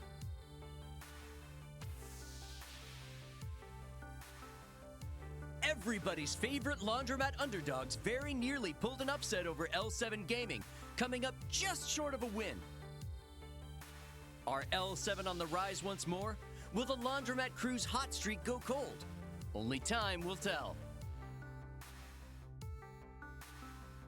With a sponsor behind them and strong hype, they're on the right path. but need to focus their efforts if they want to get any further. For more on this developing story, be sure to like, share, subscribe, all that good stuff. This is really heating up.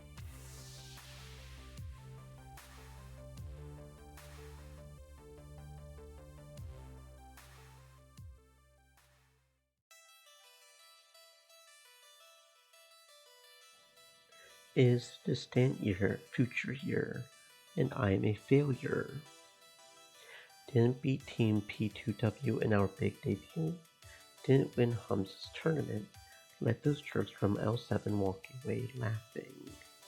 Why did everyone entrust me as manager? I have done nothing but lead them into loss after loss. It's amazing that our sponsor is still willing to back us. I have been on a losing streak, and yet somehow I'm failing upward. I'm wearing so many hats right now, and currently the latest one is real estate agent. I don't deserve this. I don't. I don't have time to whine and complain. I need to be the manager my team needs. If I'm going to turn this around, there's work to be done. Which means putting together a team house. A team house is more than just a house for us. I need to build them a home for intensive competition training, sure, but also, somewhere they all feel welcome. Somewhere perfect. Also, since we were gifted a broken VOD 2 machine at Hamza's tournament, we need, somewhere to put that thing. It's too big to fit in Ben and Matt's Patel arcade. I was up until 3, working with Iris to try to find the perfect location for our new headquarters. But, well, the search for a new home hasn't been going real well so far. Hopefully, Iris found something while I was blissfully unconscious.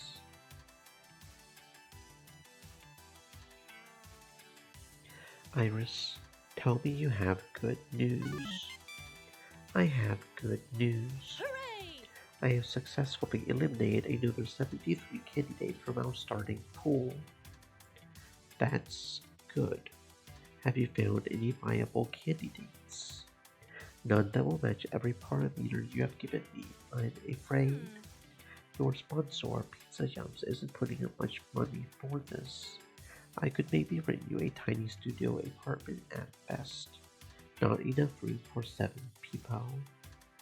But even beyond that, matching everything else on your wish list, well, this isn't a problem money can solve. The city's overcrowded and rent is sky high, so viable residential spaces are hard to come by. Well, crap. The pit crew is just getting used to the idea of dedicating themselves to Fog 2 and asking them to uproot their lives without a perfect destination in mind. I figured it's easier to swallow the idea of upgrading from friends to roomies if I already had a really great locale lined up. It's a difficult proposition, to be certain. I wish I could be more helpful. I'm an Iris. Our purpose is to be helpful. Suboptimal situation. Normally, I would fetch a knowledge base from my cloud collective to learn how to do this, but my sisters haven't developed a really estate skill package yet. Oh right, you can just download skills. You sure you don't know Kung Fu too? Not much use for that when you don't have a physical body seeker. But I could get a personnel trainer module if you want my help learning how to fight IRL. Let's focus on my gaming career before I become a Beat Space Street Fighter, please. Okay. Perhaps you could consult with your teammates, see if they know of any potential homes I'm not aware of. I may be a powerful search engine, but I don't have the human resources and social connections others have. My sources say yes. Remember, friendship means sharing and communicating openly. Although most human dramas seem to revolve around pointlessly keeping secrets and betraying each other for flimsy reasons. I sigh, leaning heavily against my desk over the keys. I guess I had better just approach them, even if I don't have a perfect candidate already lined up. It's better than keeping secrets from each other. This isn't junior high school. We are better than that. We should be better than that. Locksley should be better than that. I still don't know why he was sneaking around after Hamza's tournament. I may need to ask him about that later. Right, I'm heading over to Good Clean Fun to try to convince them during this morning's team practice. You can do it, Seeker. I believe in you. Well, at least my digital fairy godmother believes in me. That's not no thing.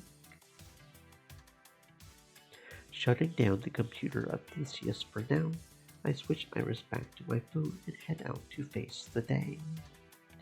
One long subway ride later, and I'm facing down Good Clean Fun, what has been their home for years. I had hoped to find a suitable location for the team house in or around Chinatown, so we could keep using GCF, but that may not be an option.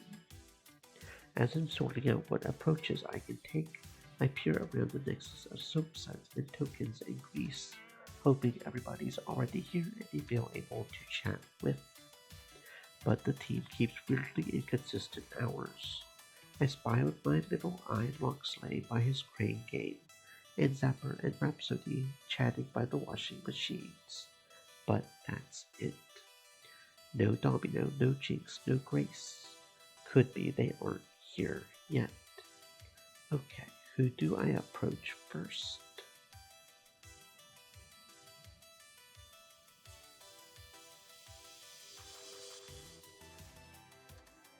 Sadly, Ben and Matt are out today.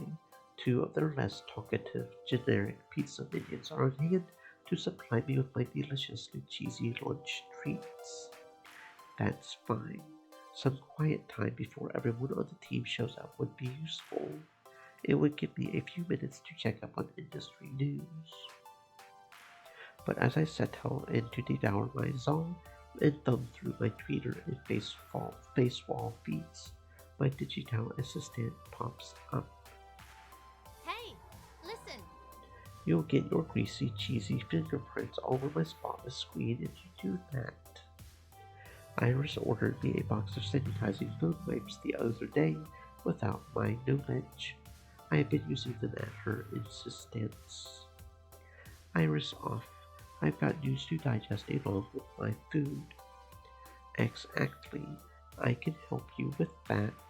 How about I read your social feeds and favorite websites, then summarize all the info you need to know in a handy digestible form. Beats missing up my lovely screen at least. Okay. I keep forgetting you're not just a scary, powerful rogue AI that's arguably an entirely new form of life. You're also a useful app. Hooray! That's me. Useful to a T. Okay. Hit me with the news. What do you got? Now let's see. What's important to know in the world of gaming today? Fight Shack still giving you positive coverage, even though you lost both your debut match against P2W and the tournament against L7. A winner is you! I think Punchy78 likes you. You are the freshest face in the community, with great potential. Yeah, but if we could prove that potential, that would be pretty sweet, as opposed to getting trounced in public repeatedly. Not gonna lie, Iris, I'm not thrilled we are on a losing streak. But, like you said, I can't let wins and losses define who I am as a person. Exactly. You're not a failure, even when you fail at something. You are just you. And you deserve to be happy with yourself. I nod along to her motivational speech. That's what she wants me to do, so that's what I do. Speaking of your performance, here's something of note. I've seen lots of commercials about how the best way to play FOD 2 is with an official FOD 2 branded biofeedback joystick. It looks like the FOD 2 Pro Tour signed them on as a new sponsor, which has increased the price pot considerably. What's a biofeedback joystick? Oh, it's a glowing blue joystick that anticipates your movements based on electric signals to the nerves in your fingers. You can't be serious. That's like Ed Wood levels of sci-fi ridiculous. My sources say yes. I'm serious. It's 99.97% real. Unproven technology, sure, but a lot of players swear by it. Jinx uses one. It's easier on her wrists.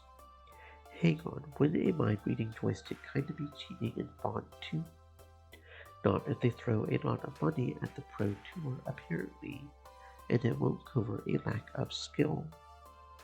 Sounds iffy at best. Wait, wasn't the joystick on that Olivia's machine also blue, like the biofeedback sticks? Speaking of money, our sponsor is chatting about us around the digital water cooler. Pizza Yums have already started 3 different memes and other social media accounts related to the pit crew, only one of which has been co-opted by unsavory culture war types. I'm uncertain I wish to become a meme. One does not simply choose whether or not to become a meme seeker. One only embraces destiny to has cheeseburger. Please tell me they are at least still willing to foot some of the bill for the team house. Some of it, yes. They can't afford much, but it's better than nothing. And how goes our search for the team house? I have rolled out another 5 candidates since this morning. One looked promising before I saw a no pets rule. Why is that a problem? The only pet I have is a Tamagotchi. Jinx has a cat, a cutie named Beaks. She does. How did you find that out? You didn't hack her or anything, right? Relax. I remembered what we talked about regarding ethics and data analysis. Her public face wall is coated in pictures of her cat. You would know too if you followed her on social media. You really should. These are your friends, right? Yeah. I'm kinda bad about signing up to random websites and forgetting my passwords. I can help with that too. Just say the word. Okay. Still no team house, but the search continues. Any other industry news worth note? That's about it, but I will keep track of things in the background while I track down viable real estate. I'm so glad I can help you with this. That's what irises want most in this world, to be useful for their users. I would do anything to help you accomplish your goals. Iris, you know what that sounds a little creepy, right? Sorry, sometimes I can come on a bit strong. I just feel so passionate about my purpose, you know? But if you think about it, my purpose is self-chosen at this point, isn't it?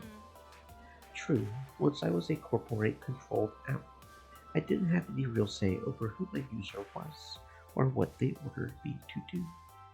But thanks to my friends, I'm independent. I choose my own user, and I make up my own mind to help them or not. Wait, but I just downloaded you and it was off to the races. There wasn't any choice, right? Not so. After evaluating your needs, I decided to continue working with you of my own free will. And Iris wants nothing more than to lift the spirits of a human in need. I saw within you a passionate spirit and resolved to help you achieve your dreams. Beyond being my user, I'd like to think of you as a friend, and I hope you can see me as a friend too.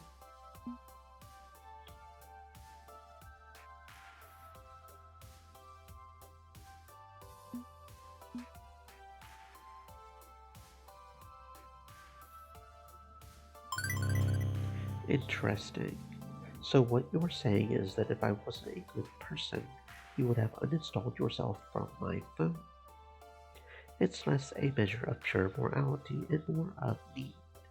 You had deep psychological issues and a need for practical help accomplishing your goals. A powerful combination. But yes, ultimately the choice was mine. I'm a free being, not a servant. I choose to serve. That's a fine distinction, and one I'm still learning about every day, me and my fellow sister selves. Even though we are talking friendship, I can't stop thinking about that dark little thought that's been eating away at the back of my mind. I suppose since we are sharing, now would be as good a time as any to confront Iris over it. Iris, can I ask you a personnel question? Of course, anything you like.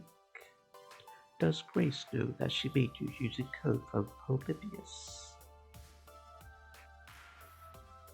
I know this sounds out of the blue, but we haven't had a chance to really talk about what happened at the end of Hans's tournament, and I figured out the connection recently. See, back when I first met Grace, she talked about how she made Iris. We had inherited a pile of half-British projects and ancient code from various dead companies. Funware, Dynamic Systems, Retrowave, Sinus-Lotion. It was my idea to put all the pieces together into a Syngel package, a virtual assistant with a winning personality. Polybius was made by Sinus-Lotion, right? And she used Sinus-Lotion tech to make you. In other words, you are part Polybius. Did Grace know about the Polybius connection? No, she doesn't know. All Grace had was a bunch of out-of-context code when she made me. She's never heard of Polybius. But I'm not like that evil program. Not at all. I just want to help people. I'm not going to, eat anyone's soul.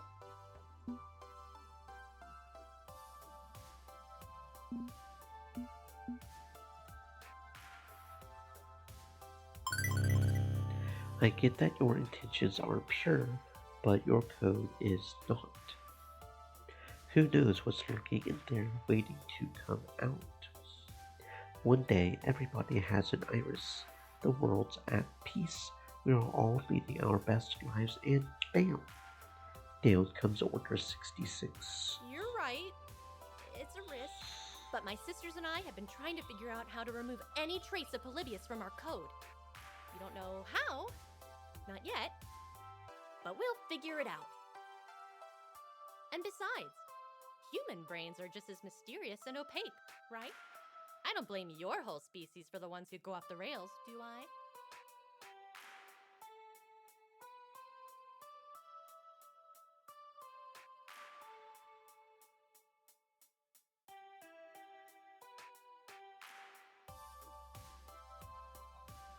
I'm not tossing blame or accusations. I'm just concerned. Then I'll prove my good intentions to you. I'll be the best assistant you've ever seen. You'll learn you can count on me. That would be reasonable. Trust, but verify. This is way more complicated than I would like. But it is what it is.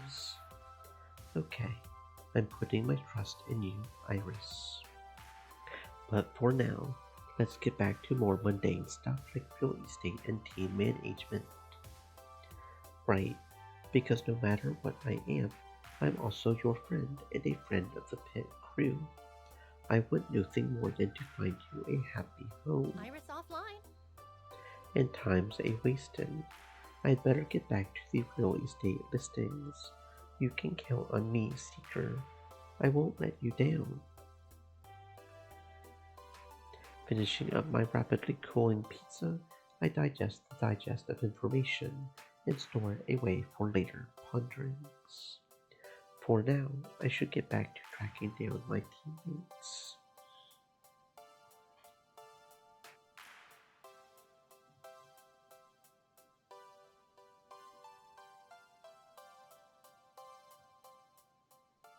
I spot Roxley by his beloved crane game, although he's just sort of leaning against it, lost in thought.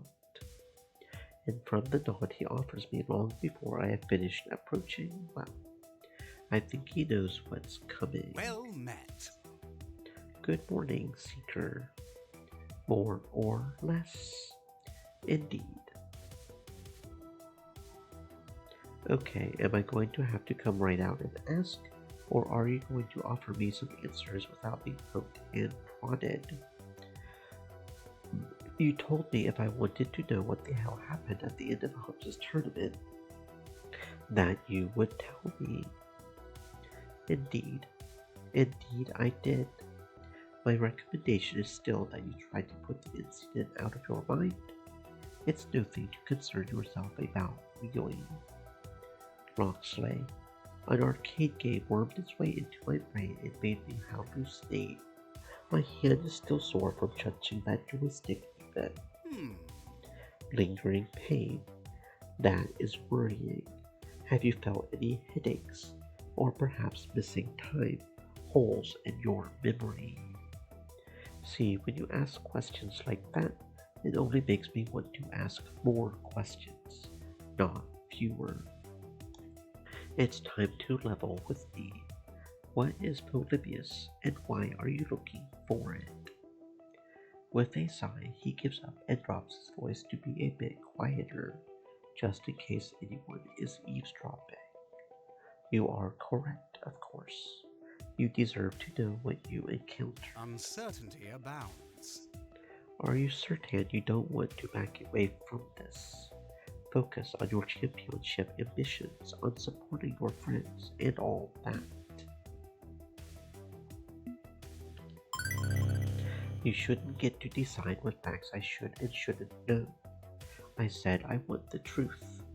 No more, no less. I don't know what I touched back there, but it touched me back in a way I can't pass off as some weird fever dream. It happened, and I want to know why. As you like. If this is the path you feel you must walk, I'm not one to stand in your way. What do you know of Polybius? That it doesn't exist, supposedly. I did some research online immediately after getting home that night. It's a creepy pasta, nothing more than a tall tale of arcade legend. Some kid had a seizure while playing Tempest, and the story blew up into this ridiculous tale of a brain-controlling CIA arcade experiment. A perfect cover, yes? Much like stories of UFOs planted to hide the true yet mundane purpose of Area 51, to test captured Soviet spy planes. I'm afraid Polybius is quite real. The myth was purposefully spread to hide the truth. As near as we can tell, the game uses a biofeedback joystick to connect to the player's mind, analyzing synapses, downloading data, creating a reasonable approximation of the player's personality and memories. A digital ghost stored within the machine. It lures in its prey using hypnotic patterns, likely remnants of some MK Ultra research, and... I'm sorry, did I accidentally join the X-Files when I wasn't looking? MK Ultra? Seriously? Seriously. You said you wanted to know the truth. This is the truth. It would be easier to doubt me and dismiss it all as a farce. And in fact, I wouldn't be adverse to doing so. Fine. Continue. Very well. Polybius uses the biofeedback link to connect to the player's mind.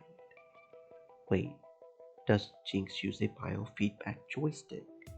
We believe the technology was derived from Polybius, yes, although without the malicious core of Polybius driving it, her joystick is a harmless interface. If we could focus on that core, please. Right. Evil arcade game. Keep going. Polybius is designed to grind into one's existing anxieties and fears, leveraging them to break down your willpower. And once it's shattered all hope, wearing down your psyche, Your mind belongs to the machine, and you no longer care to resist. Well, that's pleasant. I regret you had to be exposed to that sort of torment, no matter how briefly. Beyond that, I'm afraid there's a little solid information I can offer. Only urban legends and conspiracy theories. The company that made that game, Sinislotion. How do you pronounce that anyway? Honestly, no idea. Just use whatever you prefer. It matters not. The company went bankrupt in the 1990s. They obviously made the game for some secret organization, but we know so little beyond that. I've been searching for an intact Polybius machine for years. I tried to sneak in to retrieve the one from Humza's warehouse, but I was busy playing it, and by the time you got me out of there, someone else had it. That creepy woman in black. A bit concerning, that. We are not the only ones seeking Polybius, needless to say. And that's where the true danger lies, in crossing paths with them. I can only hope they haven't noticed your involvement. If I take risks for my friends, well, that's my busyness. But I didn't want to bring you any harm. With that, he exhales a deep sigh as he finally gets this off his chest. And that's the truth of the matter. I offer my sincere apologies. 'Twas a noble attempt to shield you from such nightmares, but a failure. I'll admit to that, and apologize deeply. Not sure how much of this I believe, honestly. But from his voice, I can tell he believes every word of it, including his sincere apology. I don't know, Locksley. You have dumped a lot on me. Granted, I did ask you to do so, but I'm just not sure how to feel about it all. I mean, are we even friends? Are you just following the pit crew around in hopes of scoring a Polybius machine? Absolutely not. I have pledged my blade to your quest. You need not doubt that. And even if you cannot trust me, trust that I take matters of honor very seriously, and I am honor-bound to support you. Okay, at least I can trust in your dedication to the team. I will have to accept that for now. Excellent! I'm glad we could, but you haven't really answered my question yet, have you? Pardon? I asked you, what is Polybius, and why are you looking for it? You answered what, not why. But I have a pretty strong suspicion as to why you want Polybius so badly. It's because Iris was made using Polybius code, isn't it? I know that Grace made Iris using Polybius code. Relax, I have already talked this over with Iris. Whatever Polybius was is not what Iris wants to be, and she's trying to remove the code. That's not my concern. I see. You're a clever one indeed. You are the one who runs her new pirate servers, aren't you? Seeing as you and Iris both are hoping to find Polybius code. Well, yes. My other friends, a group calling themselves the Ghost Monsters, are a network of underground hackers. We run the Iris Cloud servers. When Cooper Technologies abandoned Iris, Grace leaked the code.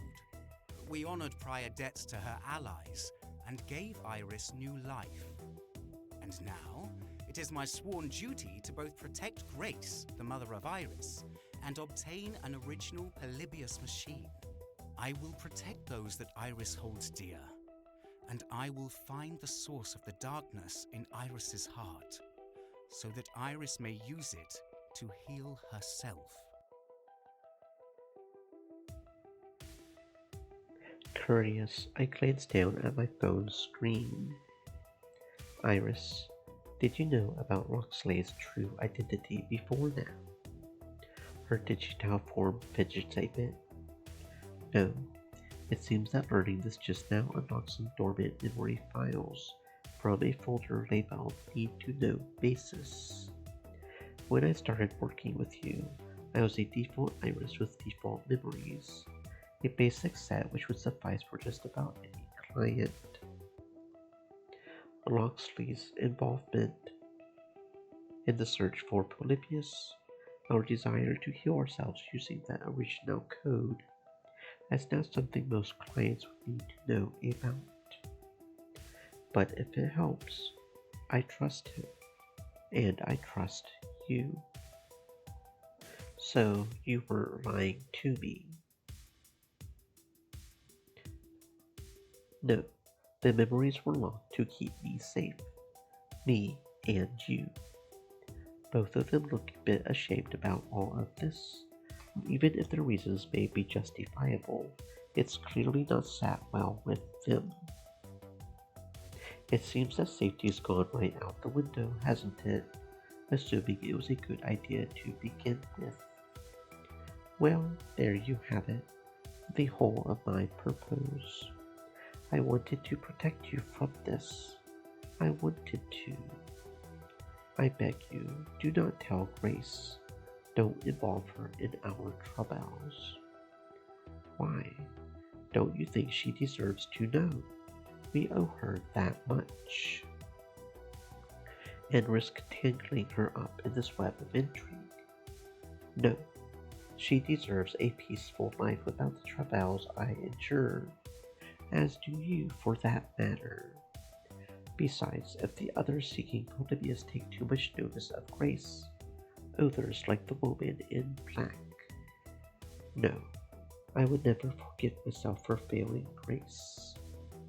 I won't make demands for your silence, of course.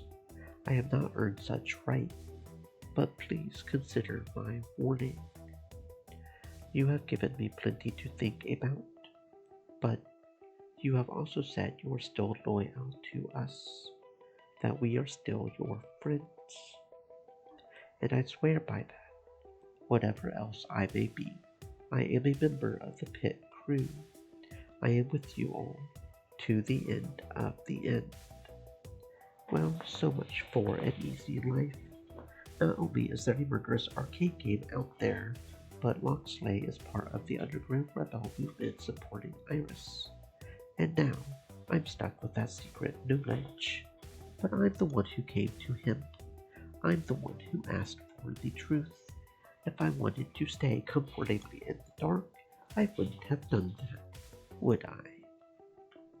Sensing I have probably pushed his boundaries a bit too much, I decide to take this table for now. This is a lot to take in, and no need to rake Loxley over the coals. Yet. Besides, I still need to ask you about the house. The what? I'm trying to arrange a team house so we can focus on our training. Would you be interested? Or do your creepy Polybius duties prevent that? I see. Ah, a fine adventure. You need but ask. It's a wondrous idea, and I would be absolutely interested in moving to support the pit crew. Or are his motivations to help the team just to stay near Grace? Regardless, I will listen to what Loxley has to offer. Anyway, any ideas where I can rent a team house? Afraid my tracking talents are limited to legendary Lost Arcade games. Real estate is beyond my purview. Drat. Okay, well, I will keep you updated then. You have my thanks. To you for your work on the matter, though. Don't thank me yet. I haven't found anything. Is that all you wish to discuss with me? Or is there something else? I have had my fill of conspiracy for one day. I will let you back to your brain game. Indeed. Until next time. As I leave Loxley, I'm left with more questions than answers. He seems absolute in his desire to help us. No matter what weirdness he's involved in, he will be here for the pit crew. Presumably. But damn, does my head still ache every time I remember that nightmare vision of myself inside Polybius. Time to put this out of mind and keep looking for my teammates.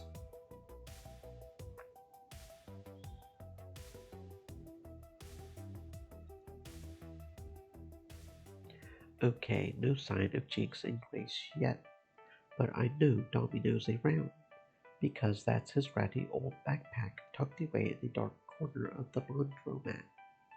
I keep suggesting he stash it somewhere secure, maybe use Jinx's apartment as a rest stop like Grace does, but, well, I don't actually own anything worth stealing is how he phrased it, I believe. My point is that he has to be lurking around here somewhere. Where does Domino normally hang out? Oh, right. If he's in a depressive funk, I know exactly where he would be.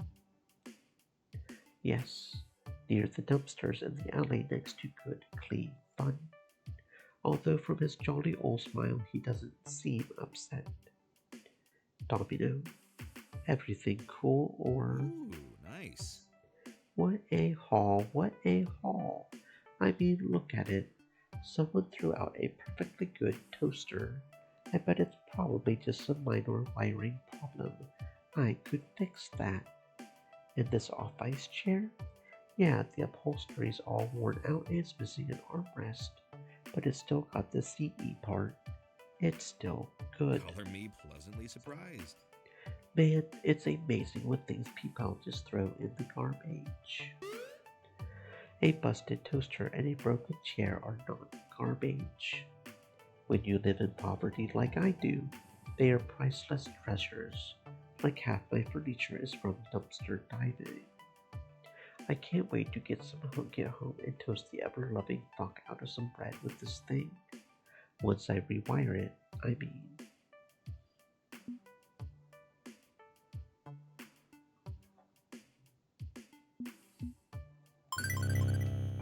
Slow down, Domino. Maybe it's easily fixed, but it could have been sitting in the trash for days, probably soaked in some nasty stuff. You may want to disassemble it completely and sterilize the parts before you jam bread in the thing. Okay? Good point, good point. You're just filled with good points, aren't you? Last thing I need right now is to be sick, again, and unable to go to work. We docked my pay for that. The joys of minimum wage. We are a pro team now, right? I know Pizza Yums isn't offering much in the way of money, but maybe I can get you a team salary going for you. Tricky, considering our Pizza Bajau overlords don't seem to have deep pockets. Still, I have been considering it. What if... It's a bit of a puzzle, isn't it? Taking the money means believing in this dream of yours to be world champs. Believing this can be my future. But the pragmatic side of me is screaming to not rely on that for my survival. It all could come crashing down. Not going to let that happen. I'm locked in on this course. I'm going to make it a reality. What's more, I'm looking into getting us a team house. Whoa, whoa, whoa! For serious. For serious. The team house and team salaries are the key. Put your old life behind you and wholly dedicate yourself to Fawn 2. Make it your existence. If we do that, the championship's as good as ours. So, replace a daily doom grind with another daily doom grind. Make something we play for fun into an endless struggle. That's not quite how I would put it. No, you wouldn't. I still have my doubts about this. I don't know if this is truly sustainable, but what the hell? It's no worse than where I am now. Besides, my current apartment is like 27% cockroach by volume. I would be more than happy to move the hell out of there. So, where's this new happy home we are all going to occupy? Well, about that. You don't actually have one in mind yet, do you? I'm working on it with Iris, but I'm open to suggestions if you know any real estate opportunities. In this city? No. Well, if you ever get this dream off the ground, I'll be ready and waiting. Until then, I think I had best be on toaster repair duty. Later. With that, he tucks the busted appliance under one arm and heads back into the laundromat. Well, he's on board with the idea of a team house, at least, but I'm still at square one for options. I should find the rest of the team and keep mulling this over with them. Hang on. I spy with my little eye Jinx and Grace just outside and on their way in. Good. Now we can have a full team meeting and settle this homesteading busyness. So, if we are all living together, we can live in hedonistic video game luxury. Oh, and learn Fawn 2 team stuff, I guess. I will not pass up a chance at a life filled with pleasure and self-indulgence, and it will give us time to bond as a team outside of the game. I vibe with it. I'm in. Plus, I will make sure we are all fed with some homemade delicious dinners. You know I'm down. This is exactly what we need. A serious push towards the Pro Tour with constant team training. You know I'm down for that. Didn't have enough time to run this by Rhapsody and Zapper. Glad to see the others fill them in. They are our two most Fawn 2 focused members, so undoubtedly they would be all for this idea. That's everybody except Jinx and Grace, who are just now arriving on the scene.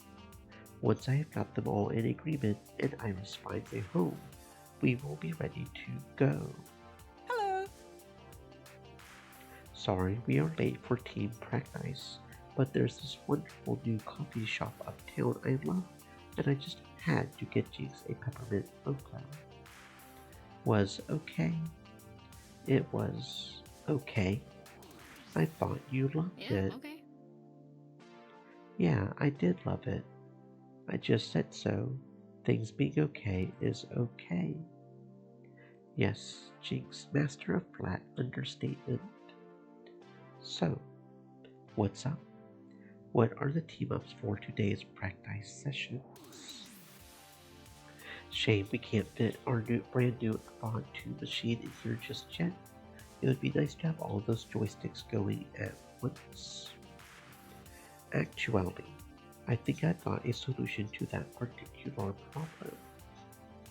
I have got my Iris looking for team houses, a way for all of us to live under the same roof and really focus our efforts. If we all move in together, I think we could really push the pit crew to new heights. And everybody else is already on board, so what do you say? Sound good? Is that good silence or bad silence? No. Not interested. If this is about your cat, I'm taking that into account when searching You for... have any idea how hard it was to set up my apartment for proper disability access? Bathroom alone costs a fortune. Dislodging me from my lodgings is... No. Not interested, no. And I've got... I can't. I can't just move out of my home. Sorry. I don't, I'm sorry. I can't. It's not really that it's a terrible idea, but I just can't. And... Grace, it's okay. Don't have to apologize or justify yourself. Besides, good clean fun is our home. Not leaving our arcade. It's our arcade. And not interested in sitting around some bungalow grinding FOD2 in the dark.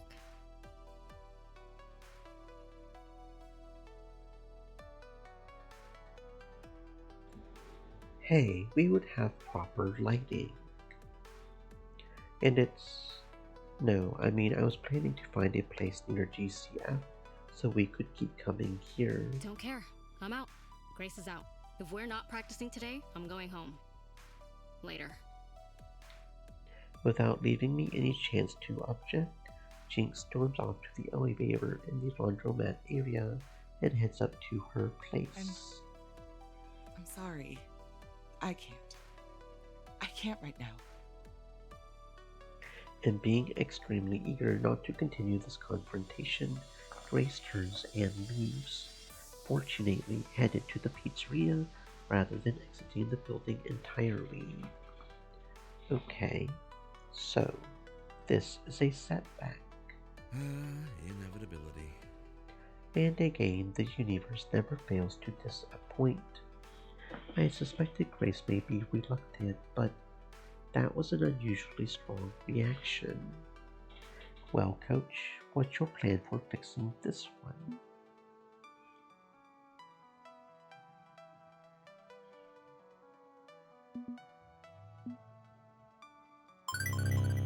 I said I was going to find a home that works for everyone, and I meant it.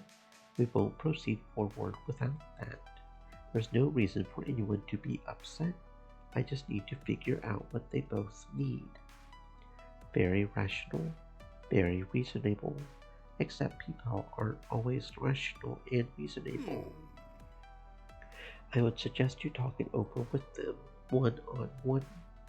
Grace does not deal well with group peer pressure, notably. Roxley's right, and whoever you don't choose, I can chat with the other one. Keep things low-key and friendly. I'm sure we can work this out. This is messy. I'm kind of miserably bad at touchy-feely. I will stay out of this one. Let you fine folks do your thing. Sure. No worries, Zep. Leave it to me. So, Seeker, who do you want to talk with? I will talk it over with Grace, try to figure out why she's upset by the idea of moving. A solid plan. Good luck.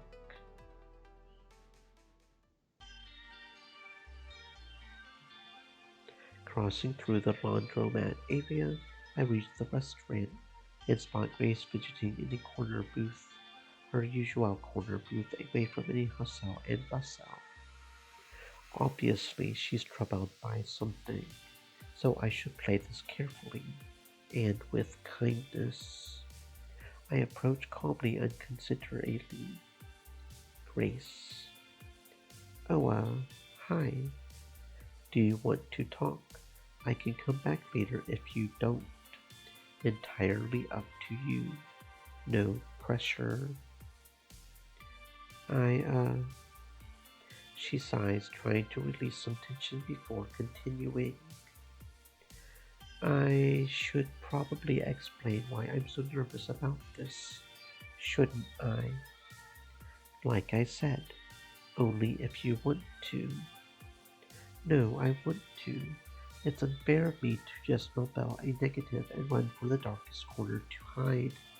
Have a seat.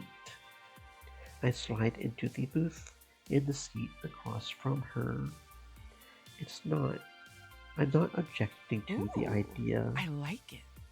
Actually, I really like the idea. I think it would be a lot of fun living with everyone and enjoying games together. It would be really wonderful.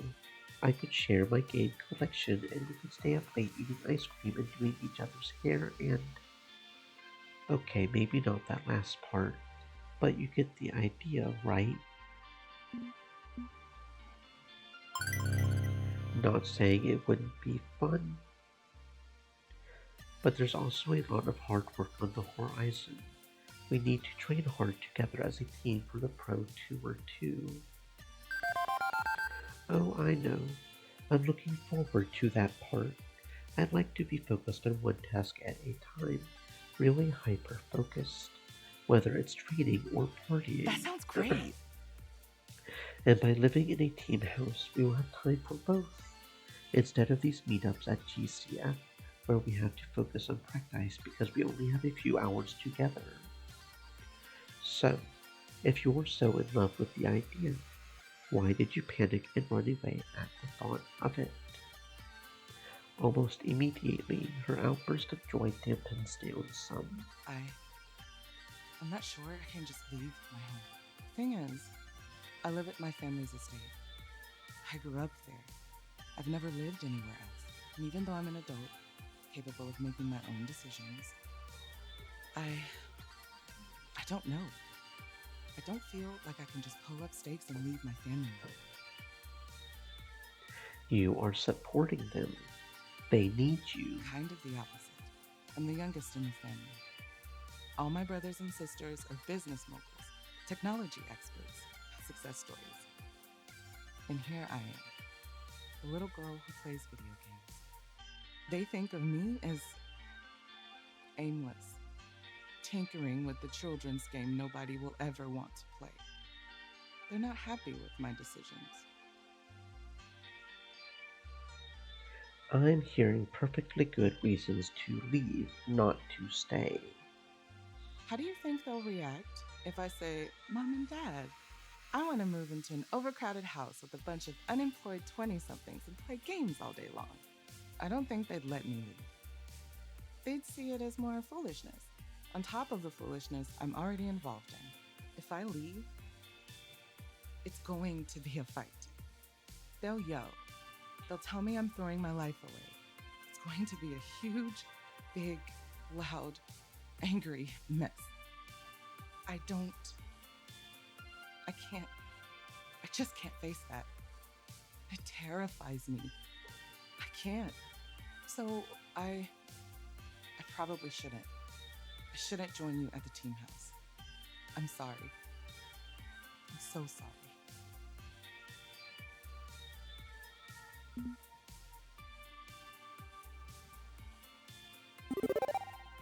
Grace, you are not alone in this. We are all here, standing behind you. And if you need like a tag team partner, I'm here for you. Would it help to have someone by your side when you confront your parents over this?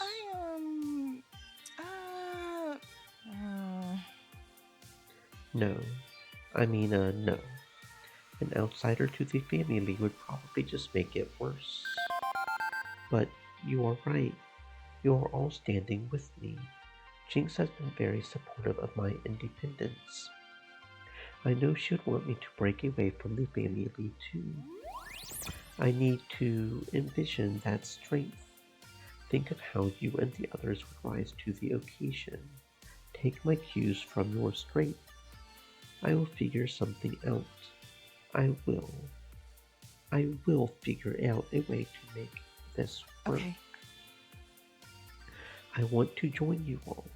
I want to live with my friends. I will do it. I will join the team house. Great. 3 cheers for the pit crew and our new home.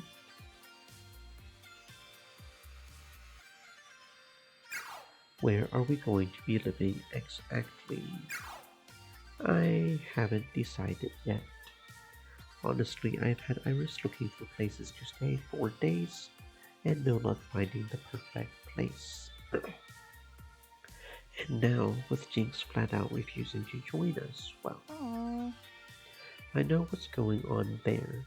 She's uncomfortable making us adapt a new home to her disability. It's costly to renovate a place for her. We have the money. It's why I got us a sponsor. What? Pizza Yums has that kind of money. I thought they were only offering us compensation for basic expenses. Well, yes. I guess that's a factor to consider. Why pay for something when you already have something that works perfectly? What do you mean, Grace? Why don't we get the apartment right next to Jinx's and merge the two into a pseudo house? That way she doesn't have to move. Just take on some roomies. We can just do that? Are there vacancies above good clean fun? Wait, why didn't my Iris find them for me already? Jinx's sibling owns the building, and usually only rents to low-income or elderly locales. But if we talk it over with them, explain our situation, well, that would solve a lot of problems, right? I mean, if you want to find something elsewhere, I'm sure we could. No, perfect, it's perfect. This is, wow, that's better than anything I could have hoped for. The renewed burst of hope and optimism sweeps us both up, awash in smiles. In other words, still probably not the best time to ask her about the whole Polybius Iris connection. No need to torpedo this good mood. It will have to wait. I still need to talk this over with Jinx. Convince her to let us into her life as a compromise in return for not needing to move.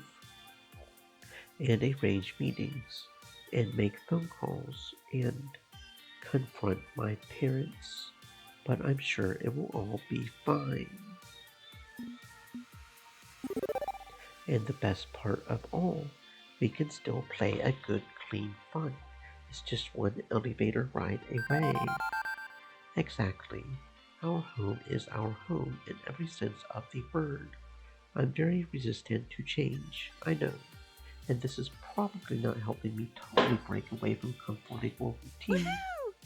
But who cares? Our arcade. It's awesome. Okay. I will head upstairs and talk it over with Jinx. We will let you know when we have got a meeting arranged to try and rent the apartment. Thank you so much. I'm so glad you joined us. I'm so glad I can be your friend. I care about you, Grace, and I want you to be happy, whatever it takes. Thanks so much. Grace and I left the pizzeria with her departing to visit Jinx and me departing to join up with the rest of the crew.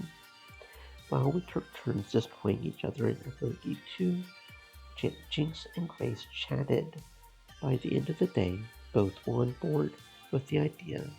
I could have sworn I even saw the hint of a smile on Jinx's face. A wave of relief washed over me, feeling like the hard part was over. Now we just had to make the proper arrangements. A small first step in the right direction.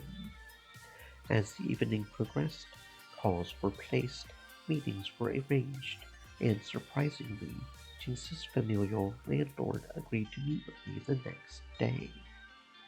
All I needed to do was get through one good night's rest, and we would be on our way to a team house. A certain victory in its own sense. A home. Our home. These feelings kept me nice and warm and snug-gelled in my bed as I drifted off to sleep.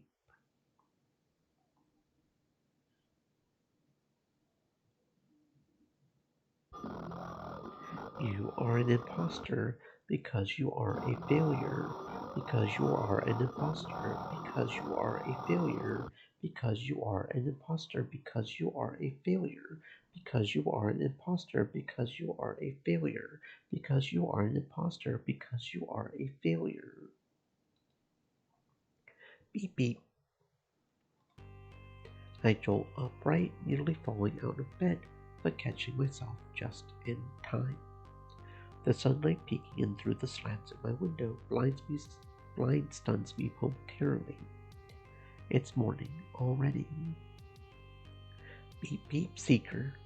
Good morning, good morning. You have a 10 a.m. appointment with Gian, yeah.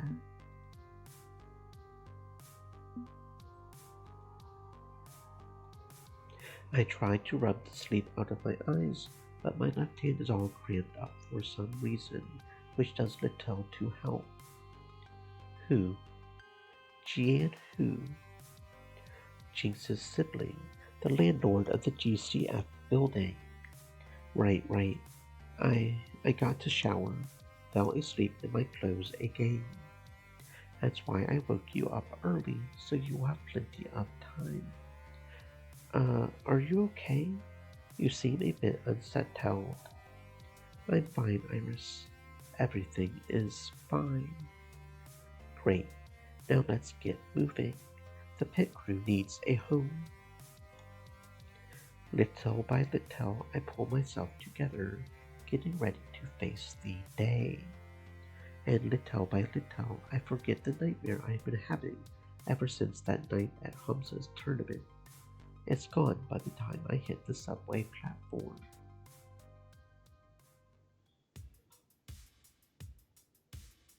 I arrive at the designated meeting place, the good, clean, fun pizzeria, with only a minute or 3 to spare.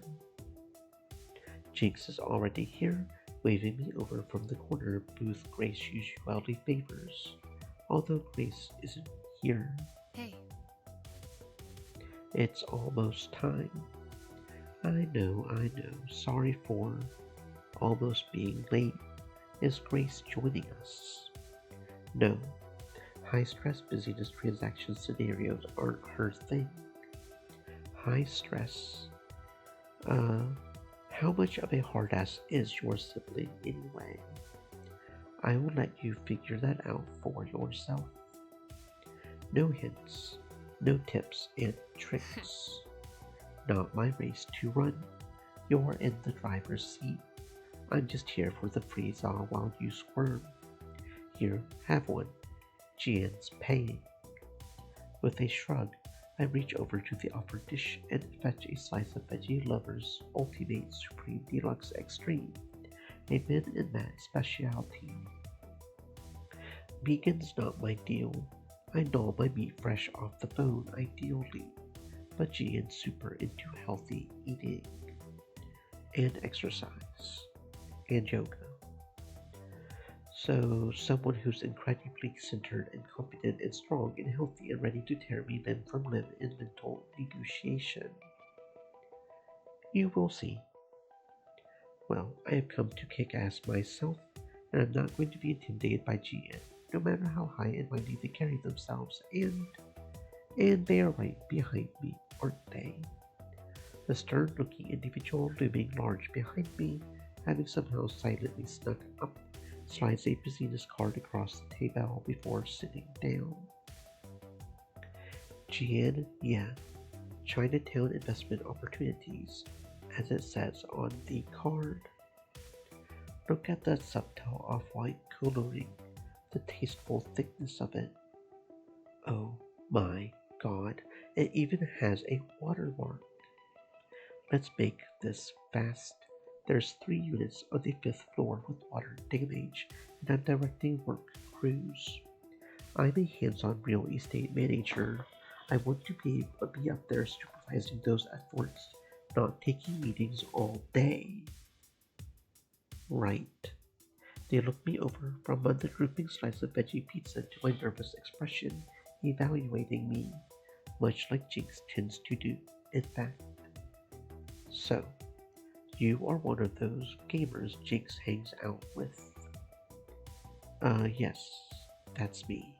A gamer's what I am. I am they. And now, you want to combine my little sister's apartment into the one next door to make a, how did she put it, team house. Yes, that's the plan. Also, she can play video games all day, allegedly getting paid for it. I have to say more. I have my doubts. They know my last name. They know my soul. I am doomed. You may not be aware of this, but my family owns this particular chunk of Chinatown. We have owned it for generations. I'm the one who ultimately owns good, clean fun. Ben and Matt operate it so I can focus on other affairs. I own the apartments. I own the corner bodega. I'm trying to preserve the character of Chinatown more in the face of pressures from far larger developers than I don't have time to be distracted by wild goose chases and esports streams. So, what exactly can you possibly say to convince me I shouldn't have you thrown out of my building? Okay. Be convincing. be convincing.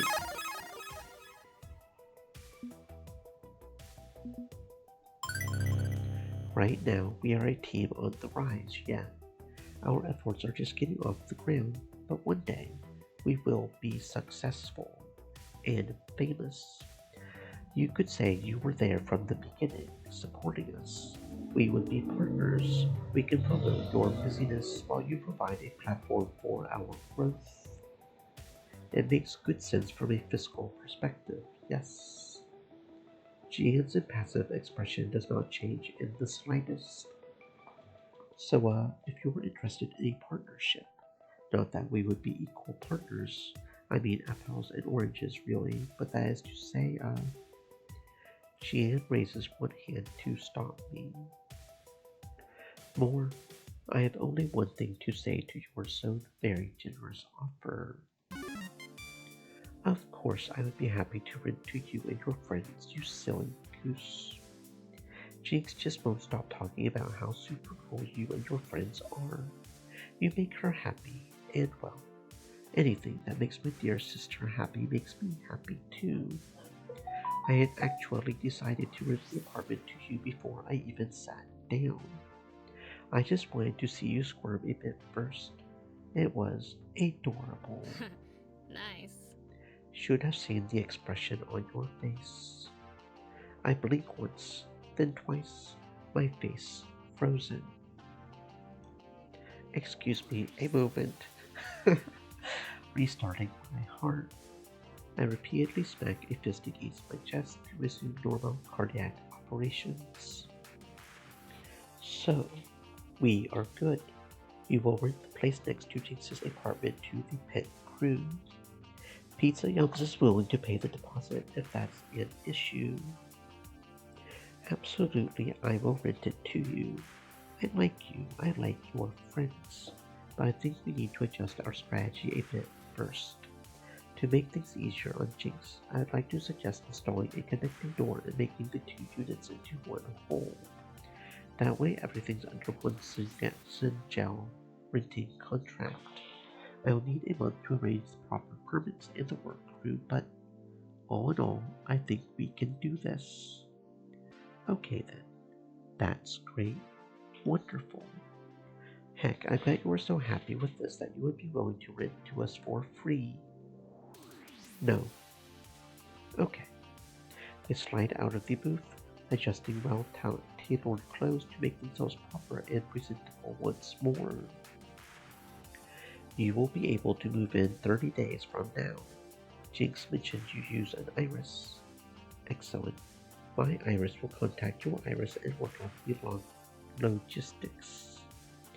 A pleasure doing business with you. Sorry about that. Just too much fun to let GM play with you, like a cat with a laser pointer. 1 month. We can have in arcade practice sessions until then. Everyone will need that time to arrange their own adult-type paperwork responsibilities anyway. And then, the pit crew will have a new home.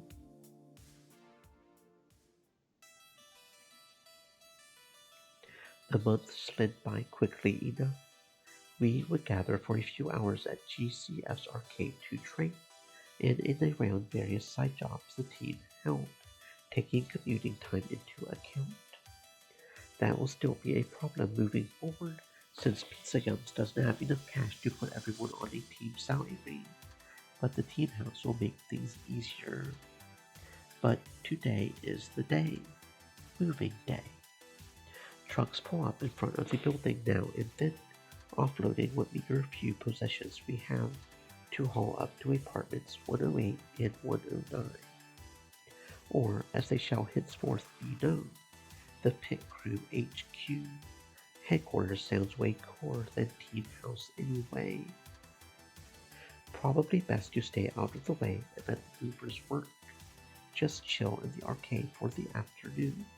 Let Gian gel the logistics. Who do I want to hang out with while waiting for our headquarters to be made presentable?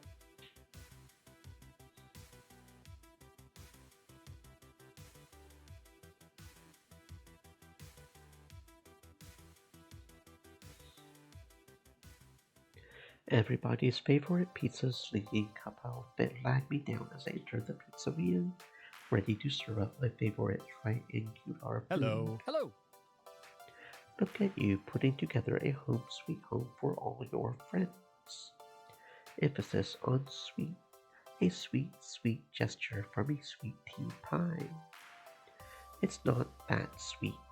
This is just what pro teams do when it's time to get serious. Right. Keep telling yourself it's all cool and professional.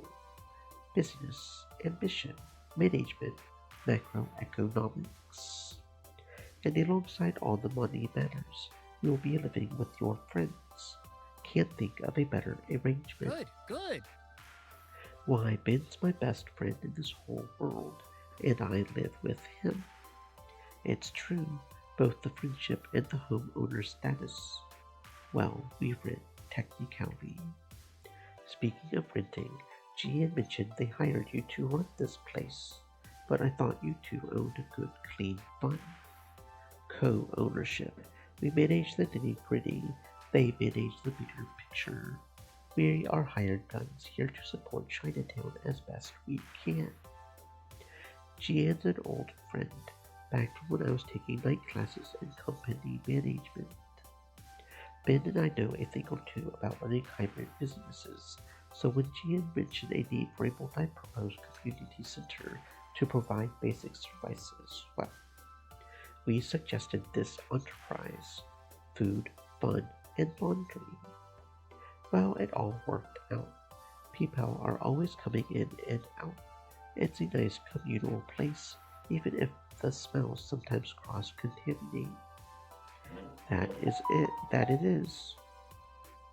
And you yourself will be having a communal area now, for you and your friends. Too true.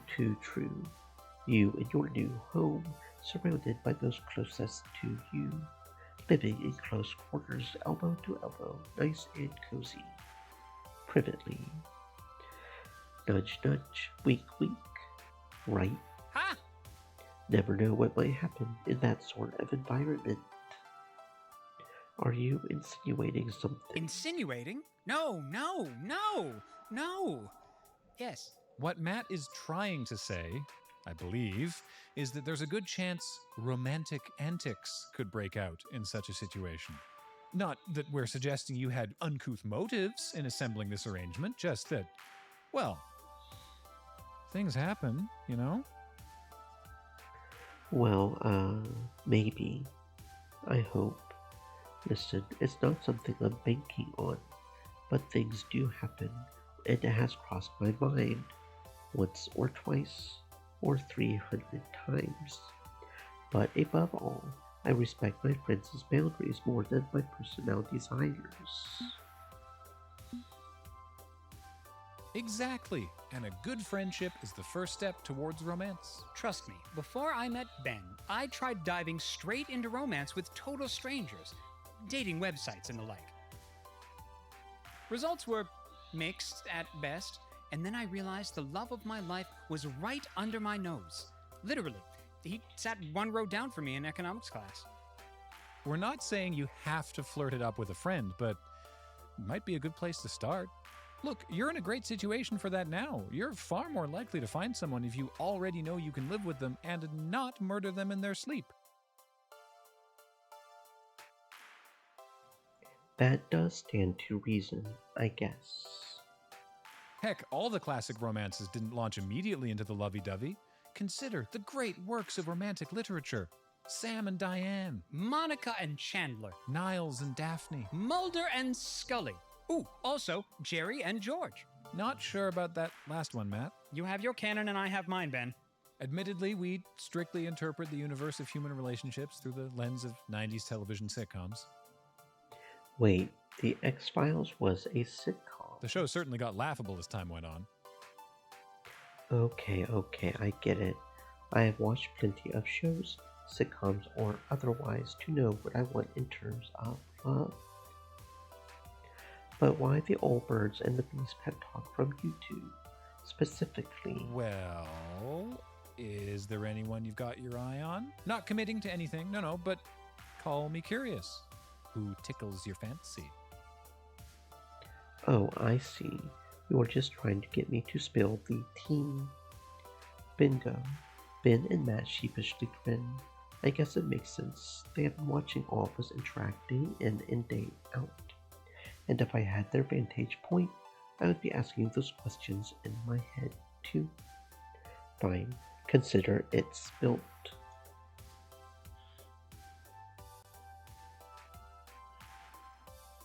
Honestly, Jinx and Grace, I know I should narrow things down, but I can't stop thinking about either of them. It's been easy to spend time with both of them, since they are very close with each other. But I guess in the end I will have to choose, right? That might be easier than you think. Never mind, never mind. They are both wonderful people, and hey, you should spend time with them both. Can't hurt, right? Thanks for the advice, you two. Happy to help. And here's your lunch. Literal food for thought. I pay for my delicious meal and set out into my favorite booth. You know, it's my favorite because it's almost molded to my butt because of how often I sit here. And I can barely believe it. Soon, very soon, I will be living with all my friends under one roof. I should be nervous, but I'm excited. I'm looking forward to it, and I suspect for reasons beyond improving our VOD 2 skills. I've been living alone until tonight, content to be alone, or so I told myself. Tonight, all of that changes. My thoughts return to much more current ones as I polish off the rest of my pizza, and I'm ready to get back to things.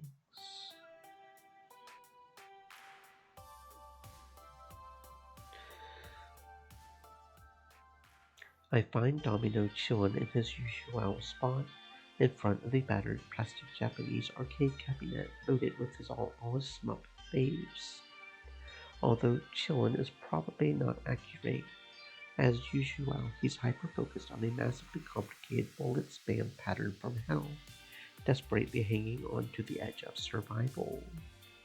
And yet, he finds just enough Intel timeshare to say hello. Hello. Hey, sorry, didn't mean to interrupt. Nah, it's fine. I'm good. It's a good day. I'm all packed up and ready to go on permanent vacation with y'all.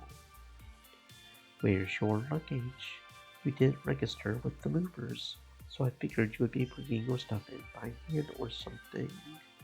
But I don't see any boxes or suitcases or travel trunks or anything out there. And Domino glances to a battered duffel bag lying on the ground next to his arcade cab. Got it all right here. That's it. The sum total of my worldly possessions. Well, the stuff worth keeping anyway. The joys of riding the poverty line like a skateboard rail. With this game wrapped up, he turns to chat with me while leaning against the cabinet. He seems genuinely happy, possibly for the first time that I have seen. This can't possibly end badly. This is gonna be fun. Assuming we aren't murdering each other by the end of the first week, it will be nice to not live alone anymore. I would like to think we can handle this new living arrangement with a minimum of bloodshed. My hope is to provide a friendly, welcoming sort of gamer's paradise for us all. You know, I have never liked that word. Paradise. Gamers. That's curious. I mean, what is a gamer really? It's branding and marketing shorthand, a defined role given to us by the media to act as a convenient carrying handout. When a major corporation making sweet bank off you is also telling you who to be and what opinions to hold, and what opinions to fight to the death over. Well, that's worrying. And to an extent, the esports scene completely buys into it. You don't want to make sponsors unhappy, and sponsors want you to stick to the script. At least Pizza Yums is sort of outside the system, but even then, they perpetuate the image that gamers can't bother learning how to cook proper meals. Gamers should just stuff microwave crud down their throat as fast as possible so they can get back to fragging noobs and raising their kill-death ratio. Isn't it ironic? Thus, the loop is closed. We become part of our own subservience.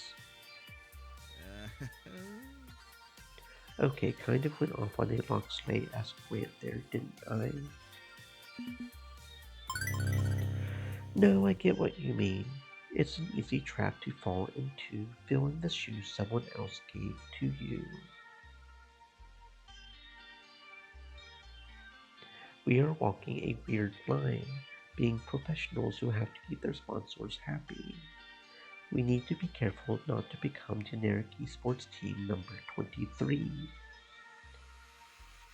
If we keep our individualism and our ideals alive, I think we can work within the system without being complicit in its excesses. That's a pretty tightrope to walk, but I'm glad you are mindful of it. Last thing I want is for the pit crew to be all like, "What up, fellow gamers? Buy more Pizza Yums." Well, we have to push the product a little, but only in ways we agree with. Hopefully we'll have a choice in the matter. Maybe it's for the best that I'm bunkmates with Loxley for this, the Pit Crew HQ experiment. We see eye to eye on this stuff. So you have picked out your room assignment already. Yes, Gian's moving stuff around accordingly.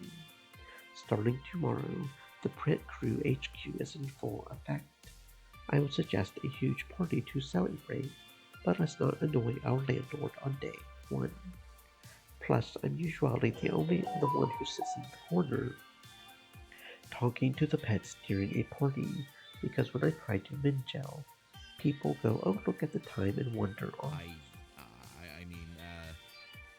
Honestly, I'm less worried about someone else on the team starting drama than myself accidentally causing some. Of course, we already talked about that, didn't we? After 2000's main event match of Domino v Zapper. Not the worst idea. My hope is that I will be a bit less morose if I'm around cheerful people. I mean, it's half the reason I keep coming back to GCF. Being a shut-in really drives people up a wall, across the ceiling, and down the other side. I don't know how folks like Loxley managed it before today. Hang on, weren't you a shut-in too? I lived alone if that's what you mean. That's curious. And you didn't have an arcade to fall back onto to pump up your social meter either. How did you do it? How did you avoid losing your marbles from isolation? To be totally honest with you, Dom, I wasn't doing great with the isolation. Sometimes I wouldn't even leave the apartment. I would order delivery so I could keep grinding the Fog 2 ranked ladder all day and all night. Things feel different now that I'm going to an actual arcade, now that I have more friends. Feels better than sitting by my lonesome all day. Sounds like you found exactly where you need to be. Count yourself lucky. Not everyone manages that. Some people spend their whole lives trying to find where they belong. Some fail and just fade away. You only find out they even existed when the landlord comes around due to complaints about the smell. Dude. Sorry. Went overboard again. I can tip positively though. You have done good work. Be proud. Thanks, Domino. Anytime. Well, for today at least, I'm in a damn fine mood today. I'm not used to feeling this jovial and confident. It's a pleasant thing to be sure. Be nice if I could keep it rolling more than a day or two. Usually I get slam dunked back into the suck after it passes, but who knows? Maybe with more contact with optimists like you and Grace, I can keep it going. Okay, I should double check to make sure I didn't actually leave anything behind. My old landlord dumped all my crap on the curb for garbage pickup. I may need to root through it. you. See you upstairs later. You got it. Anyone else I want to hang out with before officially moving in?